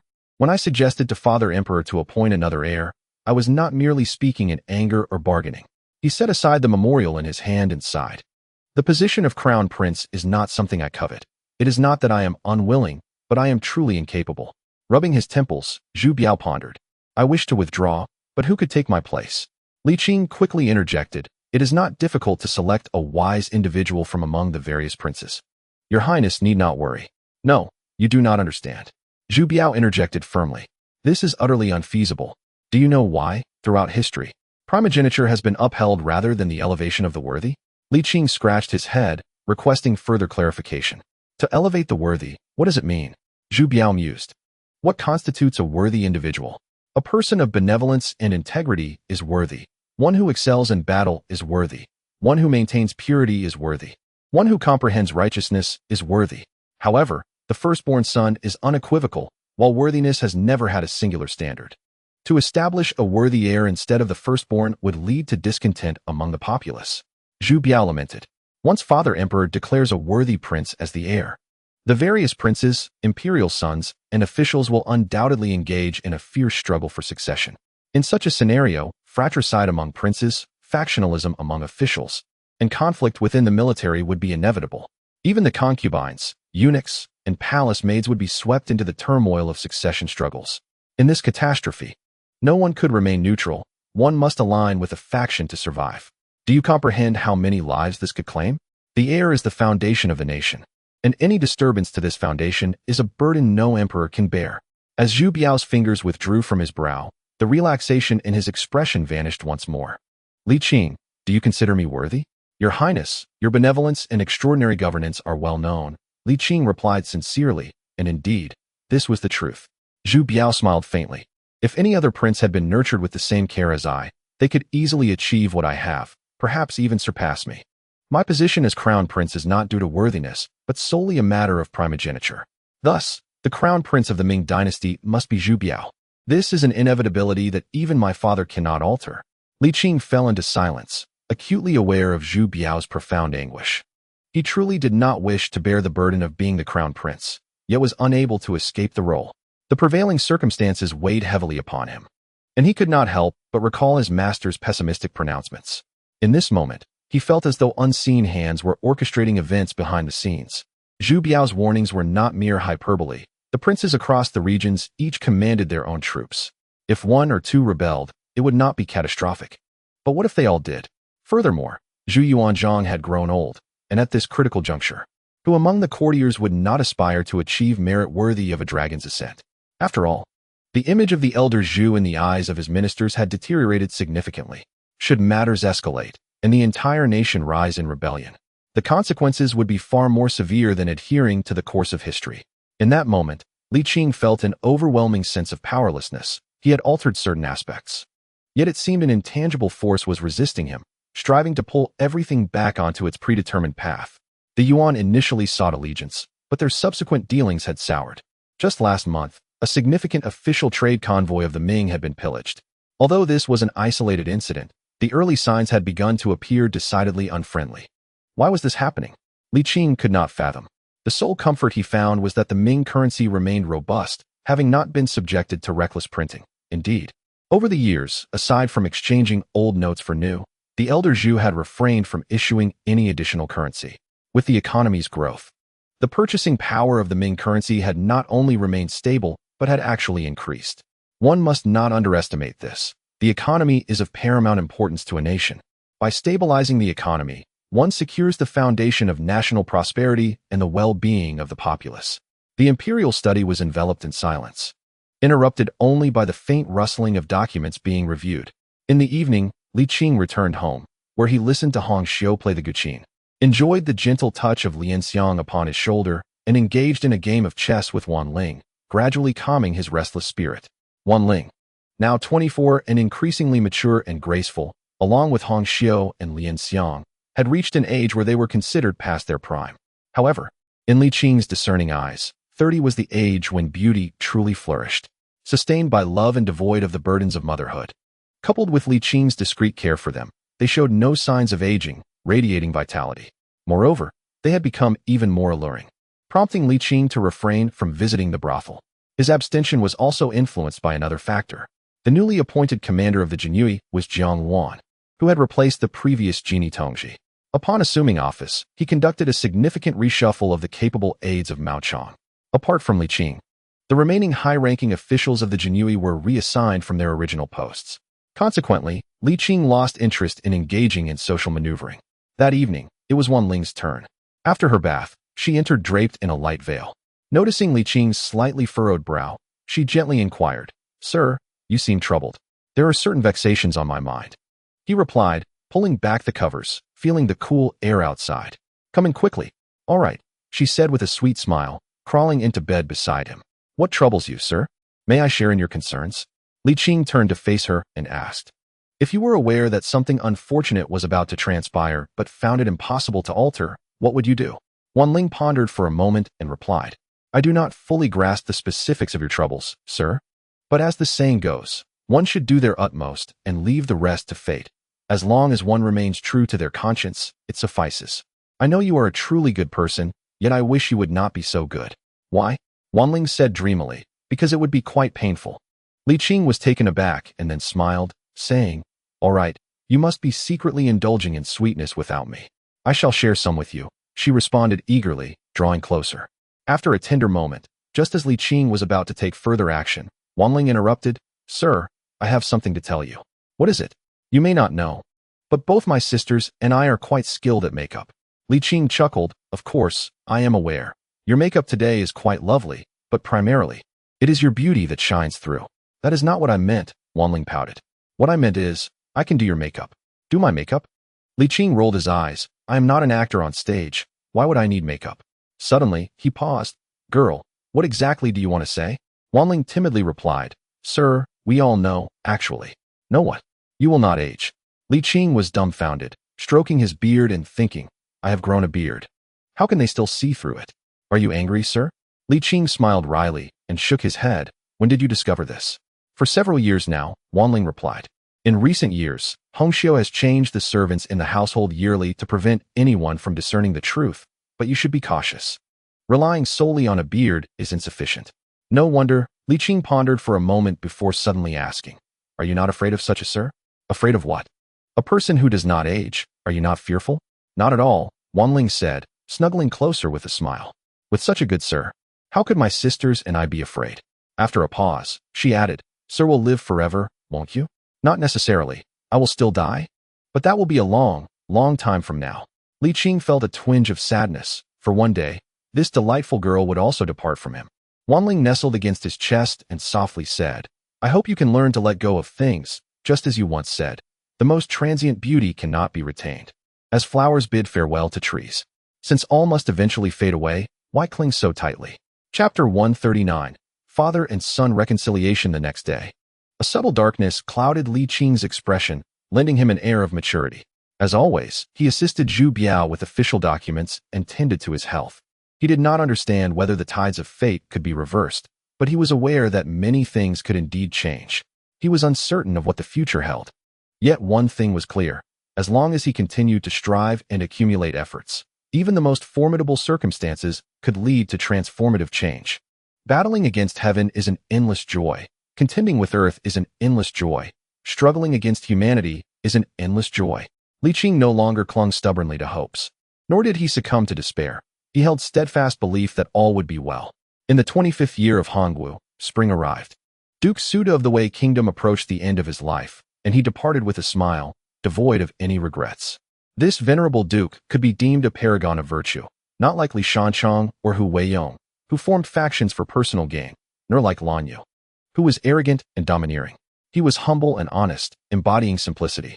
Even the notoriously stringent Zhu Yuanzhang has always spoken highly of Suda. The death of Suda plunged Zhu Yuanzhang into profound sorrow. In a rare display of grief, he refrained from attending court for 3 days as a sign of mourning. He posthumously honored Suda with the title of King of Zhongshan, bestowed upon him the epithet Wu Ning, granted the rank of nobility to 3 generations, and arranged for his burial in the shadows of Zhongshan. A memorial stele with imperial inscriptions was erected, and he was to be venerated in the ancestral temple alongside other meritorious figures, ranked foremost among them. Truly, the title of the greatest martial general of the Ming dynasty is well-deserved. During the funeral rites, Li Qing encountered the now teenage Xiao Peng, who had grown considerably taller and rounder, appearing quite robust. He also met San Bao, who had matured into a young man, yet retained an innocent heart, always wearing a gentle smile and radiating positivity, filled with aspirations for life. After a prolonged absence, the 3 were no longer as close. Yet each remembered the delightful times they had shared. Ultimately, they had matured. After exchanging a few pleasantries, they returned to their respective pursuits. Life continued on, and Zhu Yuanzhang, having relinquished his responsibilities, entrusted the morning court sessions to Zhu Biao, effectively stepping back from governance while still holding the imperial title. On the 18th of September, the emperor's birthday banquet took place. This year's celebration was notably modest. None of the princes attended, not out of desire, but because Zhu Yuanzhang forbade their presence, deeming it excessively extravagant. As the banquet unfolded, the officials exchanged toasts, maintaining a harmonious atmosphere.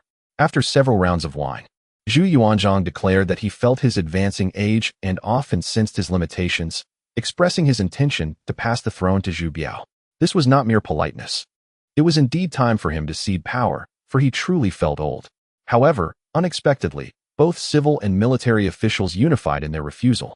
The military leader's rationale was straightforward. They feared that Zhu Biao's close ties to the scholarly realm might diminish the status of the military. The civil officials had more complex thoughts. While they genuinely wished for Zhu Biao to ascend, in this era that revered propriety, the throne could not be easily relinquished. The proper succession dictated that the son inherits upon the father's death. Indeed, history had seen the existence of retired emperors, but figures like Li Shimin had forced Li Yuan from power, and Li Longji had similarly deposed Li Dan, only to later himself become a retired emperor, albeit with historical records embellishing the accounts. Nonetheless, the implications of establishing such a precedent could be dire, likely leading to future palace coups within the Ming dynasty.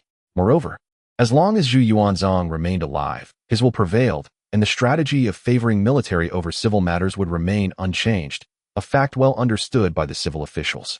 Allowing Zhu Biao to ascend prematurely would offer them no advantage. If any discord arose between father and son, leading to a change in the crown prince, it would be a loss outweighing any potential gain. The last time Zhu Biao moved to the prince's residence, many civil officials had wept through the night, feeling as though the heavens themselves were collapsing. With a sigh, Li Qing joined the wave of opposition, not driven by intricate motives, but solely out of concern for Zhu Biao. He could not burden Zhu Biao further. The young man was nearing his breaking point. Recognizing the unanimous dissent, Zhu Yuanzhang understood that his insistence might bring negative repercussions for the Ming dynasty, and thus he chose not to persist. Turning to his son, he smiled and said, "Biao, bear with it for a few more years." Zhu Biao, weary and wryly smiling, wished to express his inadequacy for such a heavy responsibility, but the words faltered on his lips. He had no choice. After the banquet, Li Qing found Zhu Yuanzhang and said solemnly, "Your Majesty, I must speak a word that has lodged in my throat. I cannot bear to keep it in." Zhu Yuanzhang furrowed his brow and replied, "You wish to say that the crown prince's health is poor, correct? Spare me this line of reasoning."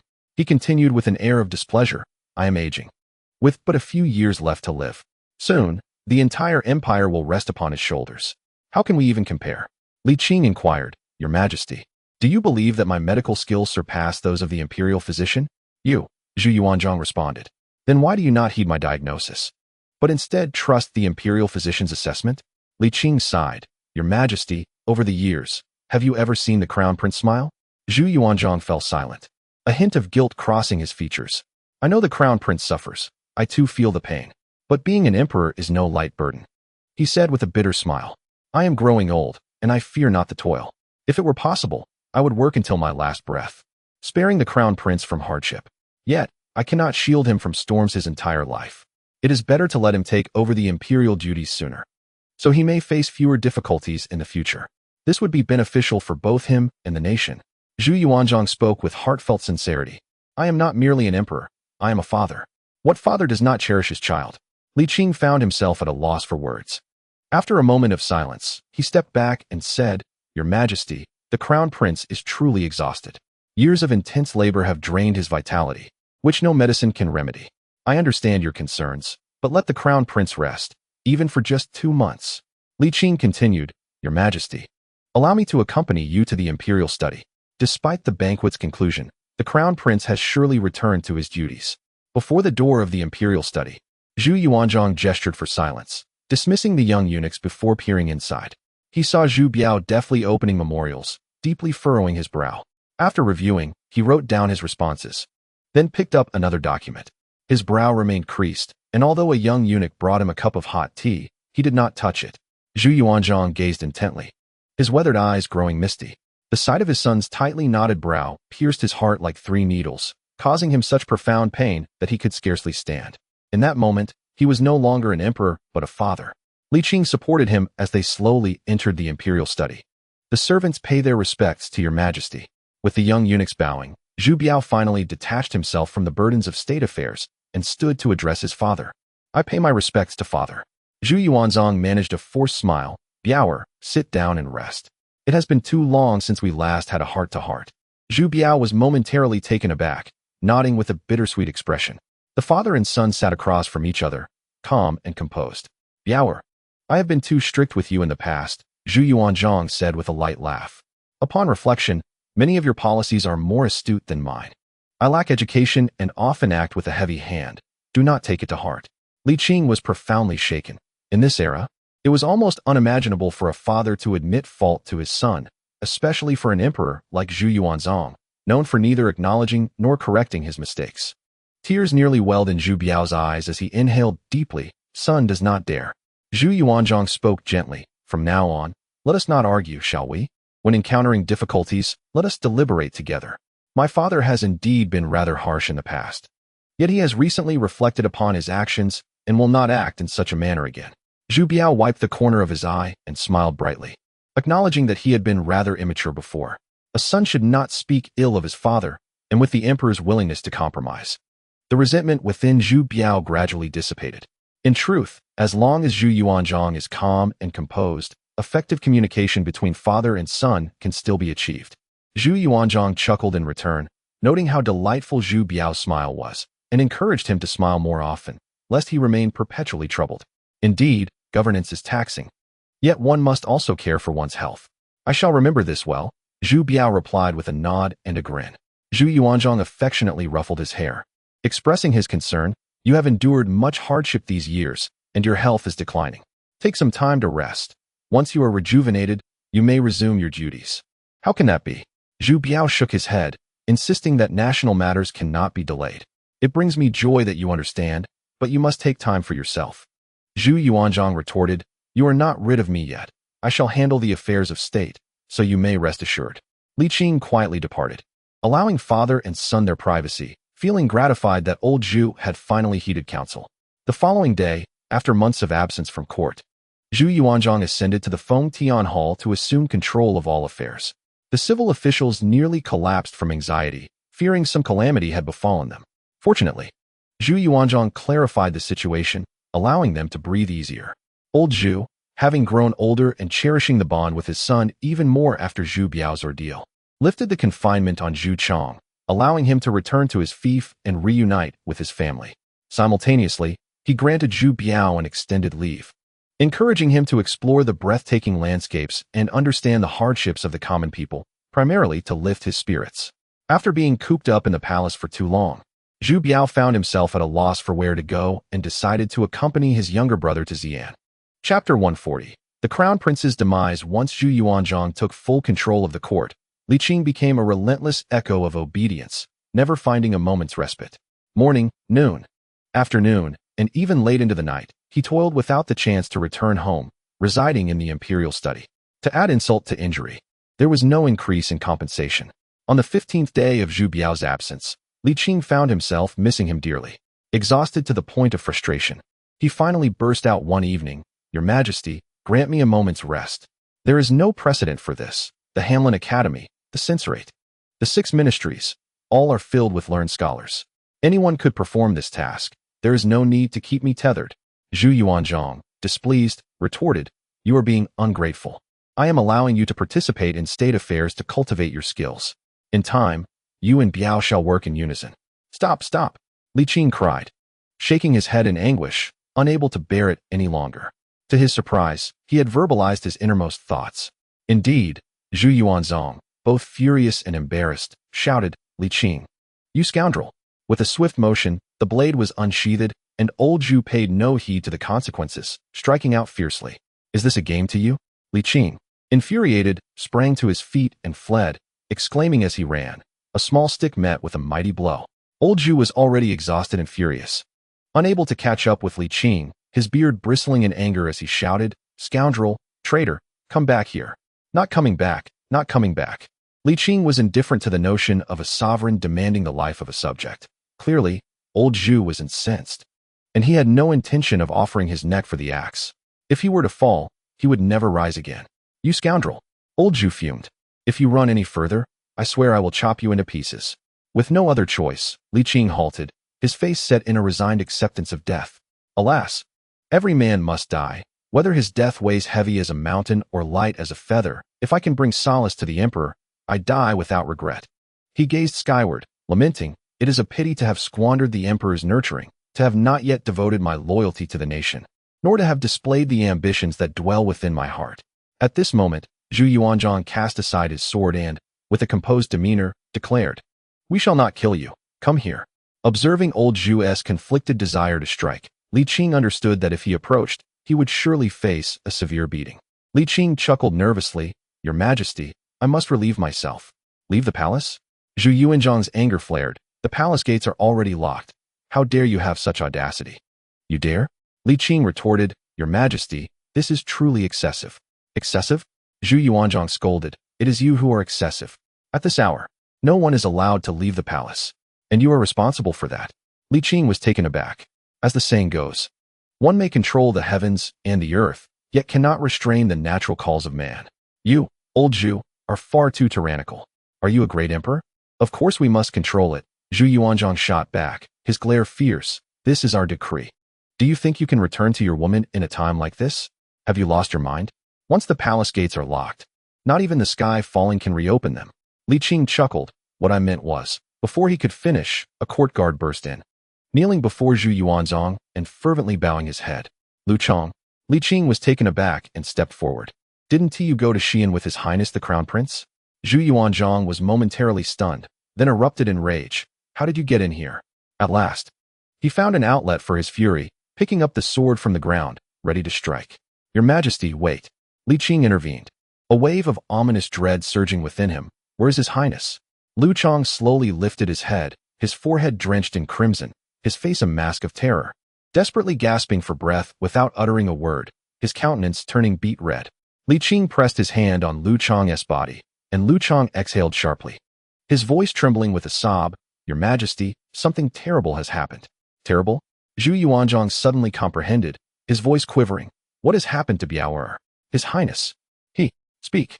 Li Qing urged anxiously. "What has happened to His Highness?" Lu Chong wept. "His Highness has passed away." Li Qing trembled all over, while Zhu Yuanzhang's vision darkened, and he began to topple backward. Quick as a flash, Li Qing caught him, pressing firmly on his acupoint. After a lengthy moment, Zhu Yuanzhang opened his eyes faintly, murmuring, "Impossible, Biao is not yet 40. How can this be?" Supporting the dazed Zhu Yuanzhang, Li Qing turned to Lu Chong. "Where's the Crown Prince now?" "He has already been carried into the palace," Lu Chong replied with difficulty. "He will be here shortly." Li Qing clung to the last shred of hope and asked, "Is the crown prince truly ill or merely feigning?" Lord Luchang choked. How could a humble servant dare to speak carelessly? Zhu Yuanzhang rolled his eyes and fell into complete unconsciousness. With a heavy heart, Li Qing supported the elderly Zhu, quietly channeling a stream of vital energy to safeguard his heart's pulse. "My lord, what shall we do now?" Lu Chang, noticing the emperor's fainting, felt a slight relief, his mind sharpening momentarily. "Where shall we carry the crown prince, and how shall we arrange this?" Li Qing felt an immense burden but knew he could not decide such matters alone. He must hasten Zhu Yuanzhang's awakening to seek his counsel. "Let us first proceed to the Qinqing palace," Li Qing declared, lifting the elderly Zhu in his arms and addressing the nearby young eunuchs.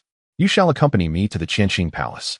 The young eunuchs, faces filled with reluctance, understood that even a minor misstep at this critical juncture could cost them their lives. With a quavering voice, one of them pleaded, "My lord, we are mere attendants. Please show us mercy. Enough of your prattle. If you are indeed attendants, why can you not serve the emperor?" Li Qing replied coldly, "Follow me." With that, he strode towards the Qinqing palace. The young eunuchs exchanged glances, weighing the risks, and ultimately trailed behind Li Qing, understanding that going along might save them, while staying behind would surely lead to their demise, regardless of the emperor's fate. Upon reaching the Qinqing palace, Li Qing laid the elderly Zhu upon the bed and hastily retrieved his acupuncture kit. The young eunuchs brought hot water, prepared towels, and brewed tea, standing nervously in the corners, trembling with anxiety. One young eunuch, voice quaking, asked, "My lord, should we notify the consorts of the harem?" "Indeed, such a significant matter cannot remain hidden." The others eagerly nodded, hoping to seize the opportunity to escape. "Remain silent and do not speak recklessly," Li Qing admonished sternly. 15 minutes later, Zhu Biao was carried in, and simultaneously, Zhu Yuanzhang awoke. "Your Majesty," Li Qing pressed him down gently, whispering, "You must not succumb again." Zhu Yuanzhang stared blankly for a moment before slowly nodding. "I understand. I truly understand." He wrapped himself tightly in the quilt, warming himself for a while before rising to place the crown prince upon the bed. The young eunuchs, not daring to delay, hurriedly approached, cautiously laying Zhu Biao on the bed and covering him with blankets before retreating a few paces, bowing their heads and weeping softly. Their cries were neither loud nor disruptive, yet they resonated with a poignant clarity. The guards of the genie Wei, who had brought the crown prince, knelt on the ground, faces etched with sorrow. Zhu Biao lay quietly on the bed, his countenance serene as though asleep, yet devoid of color. His lips were pale, and his body cold, a consequence of having been restrained by ice. Zhu Yuanzhang sat by the bed, gazing intently for a long time before gently taking his son's hand into his palm. His son's hand was frigid, chilling him to the core. He leaned closer, breathing warmth onto it and gently rubbing, yet his son's hand remained icy. He loosened his robe, placing his son's hand against his chest to warm it, but to no avail. "You've returned home. Biao has returned home," Zhu Yuanzhang murmured softly, as if a parent calling back a frightened child. He sat there, holding on, murmuring those words for a long, long time. Unbeknownst to him, dawn broke. The morning light streamed through the doors and windows, illuminating the great hall and casting its glow upon the frail figure of Zhu Yuanzhang. His hair, once a mottled gray, now gleamed a stark white in the sunlight, devoid of any dark strands. Despite the warmth of the night, his son's hand remained cold. He placed his son's hand back beneath the covers, tucked in the edges, and gently arranged the disheveled hair on his forehead before speaking slowly. "How did Zhao Biao die? What were his last words? Begin from the moment we left the capital and recount every detail." Lu Chang trembled slightly, his voice barely above a whisper. "Your Majesty." Since departing the capital, the prince has maintained an exceptionally good mood and showed no signs of illness. As we journeyed further from the capital, the prince's smiles became more frequent, and his appetite and sleep remained undisturbed. 5 days ago, at noon, under the bright sun, after finishing his meal, he gazed longingly at the lush green fields beside the road, brimming with enthusiasm. He then abandoned his carriage and rode off at a gallop. Lu Chang took a deep breath and continued. The prince rode too swiftly for the royal entourage to keep up.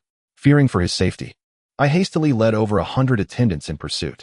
We followed closely, as the prince was an adept rider and his steed was obedient.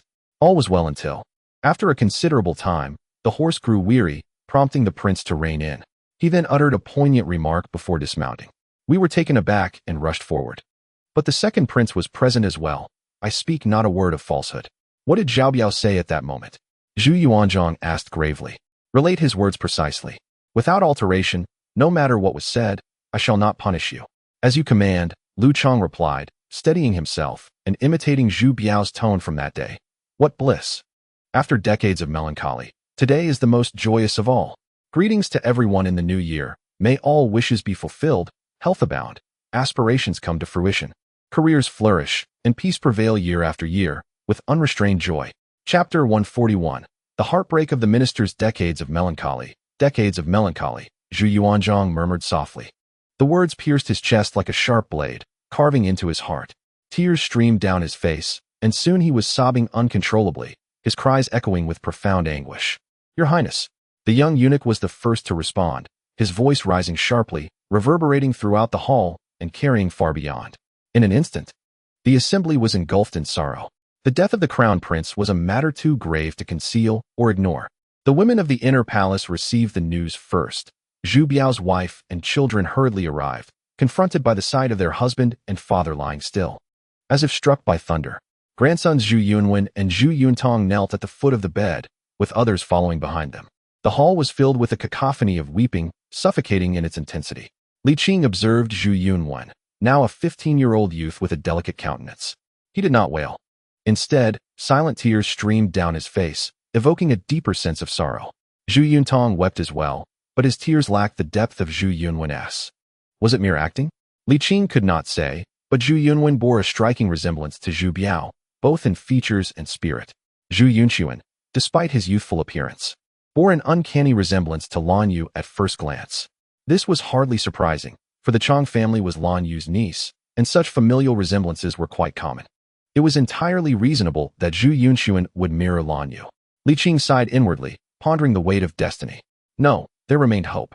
As long as Zhu Yunwen was prevented from ascending to the position of crown prince, all could be salvaged. The second son, Zhu Xiang, was tyrannical and cruel, while the third son, Zhu Jian, was notorious for his misdeeds.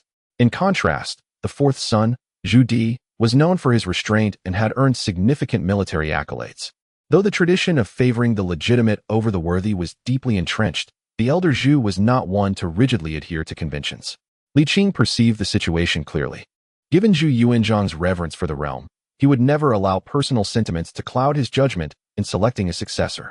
He was unaware of how Zhu Yunwen had historically ascended to the throne, but the present circumstances were different, and with his presence, change was indeed possible. Although Zhu Yuanzhang frequently set lofty expectations and exerted pressure upon him, Li Qing was acutely aware of the elder's profound regard and trust in him. Outside the Qinqing palace, the assembled ministers knelt in anguish, their sorrow palpable, with some fainting in grief, carried away by young eunuchs. The formidable Lan Yu knelt, tears brimming in his fierce eyes. While Li Jinglong beside him wept bitterly, both were consumed by their grief, oblivious to each other's presence. Zhu Biao, the crown prince, was a figure universally admired, and even those who were at odds with him had come to respect him. His sudden demise left an indelible mark of sorrow upon the court. The ministers, both civil and military, wept openly, their tears genuine and heartfelt.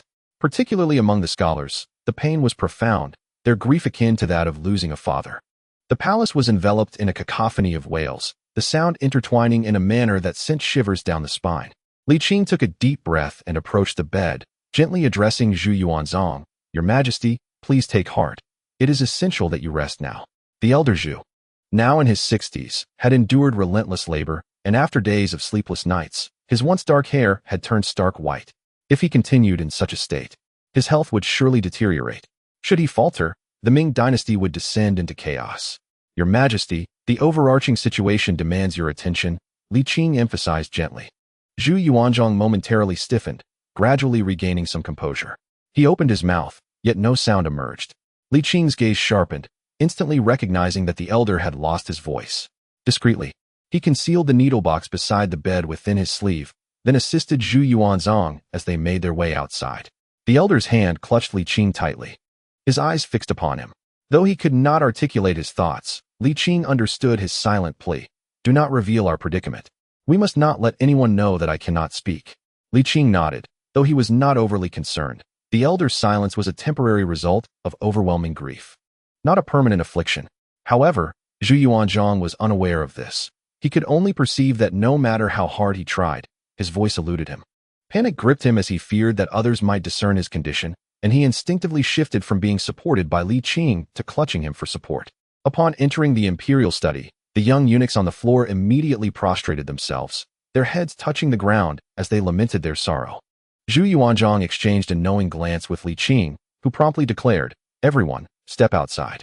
No one is permitted to enter without the emperor's command, lest they disturb his majesty's peace." The young eunuchs, as if granted a reprieve from punishment, bowed to Zhu Yuanzhang and swiftly exited the grand hall. Li Qing assisted the emperor to lie down on the bed in the side chamber, where Zhu Yuanzhang grasped his hand tightly, silently conveying, "You must ensure my recovery. Rest assured, your majesty, I shall certainly restore you to health."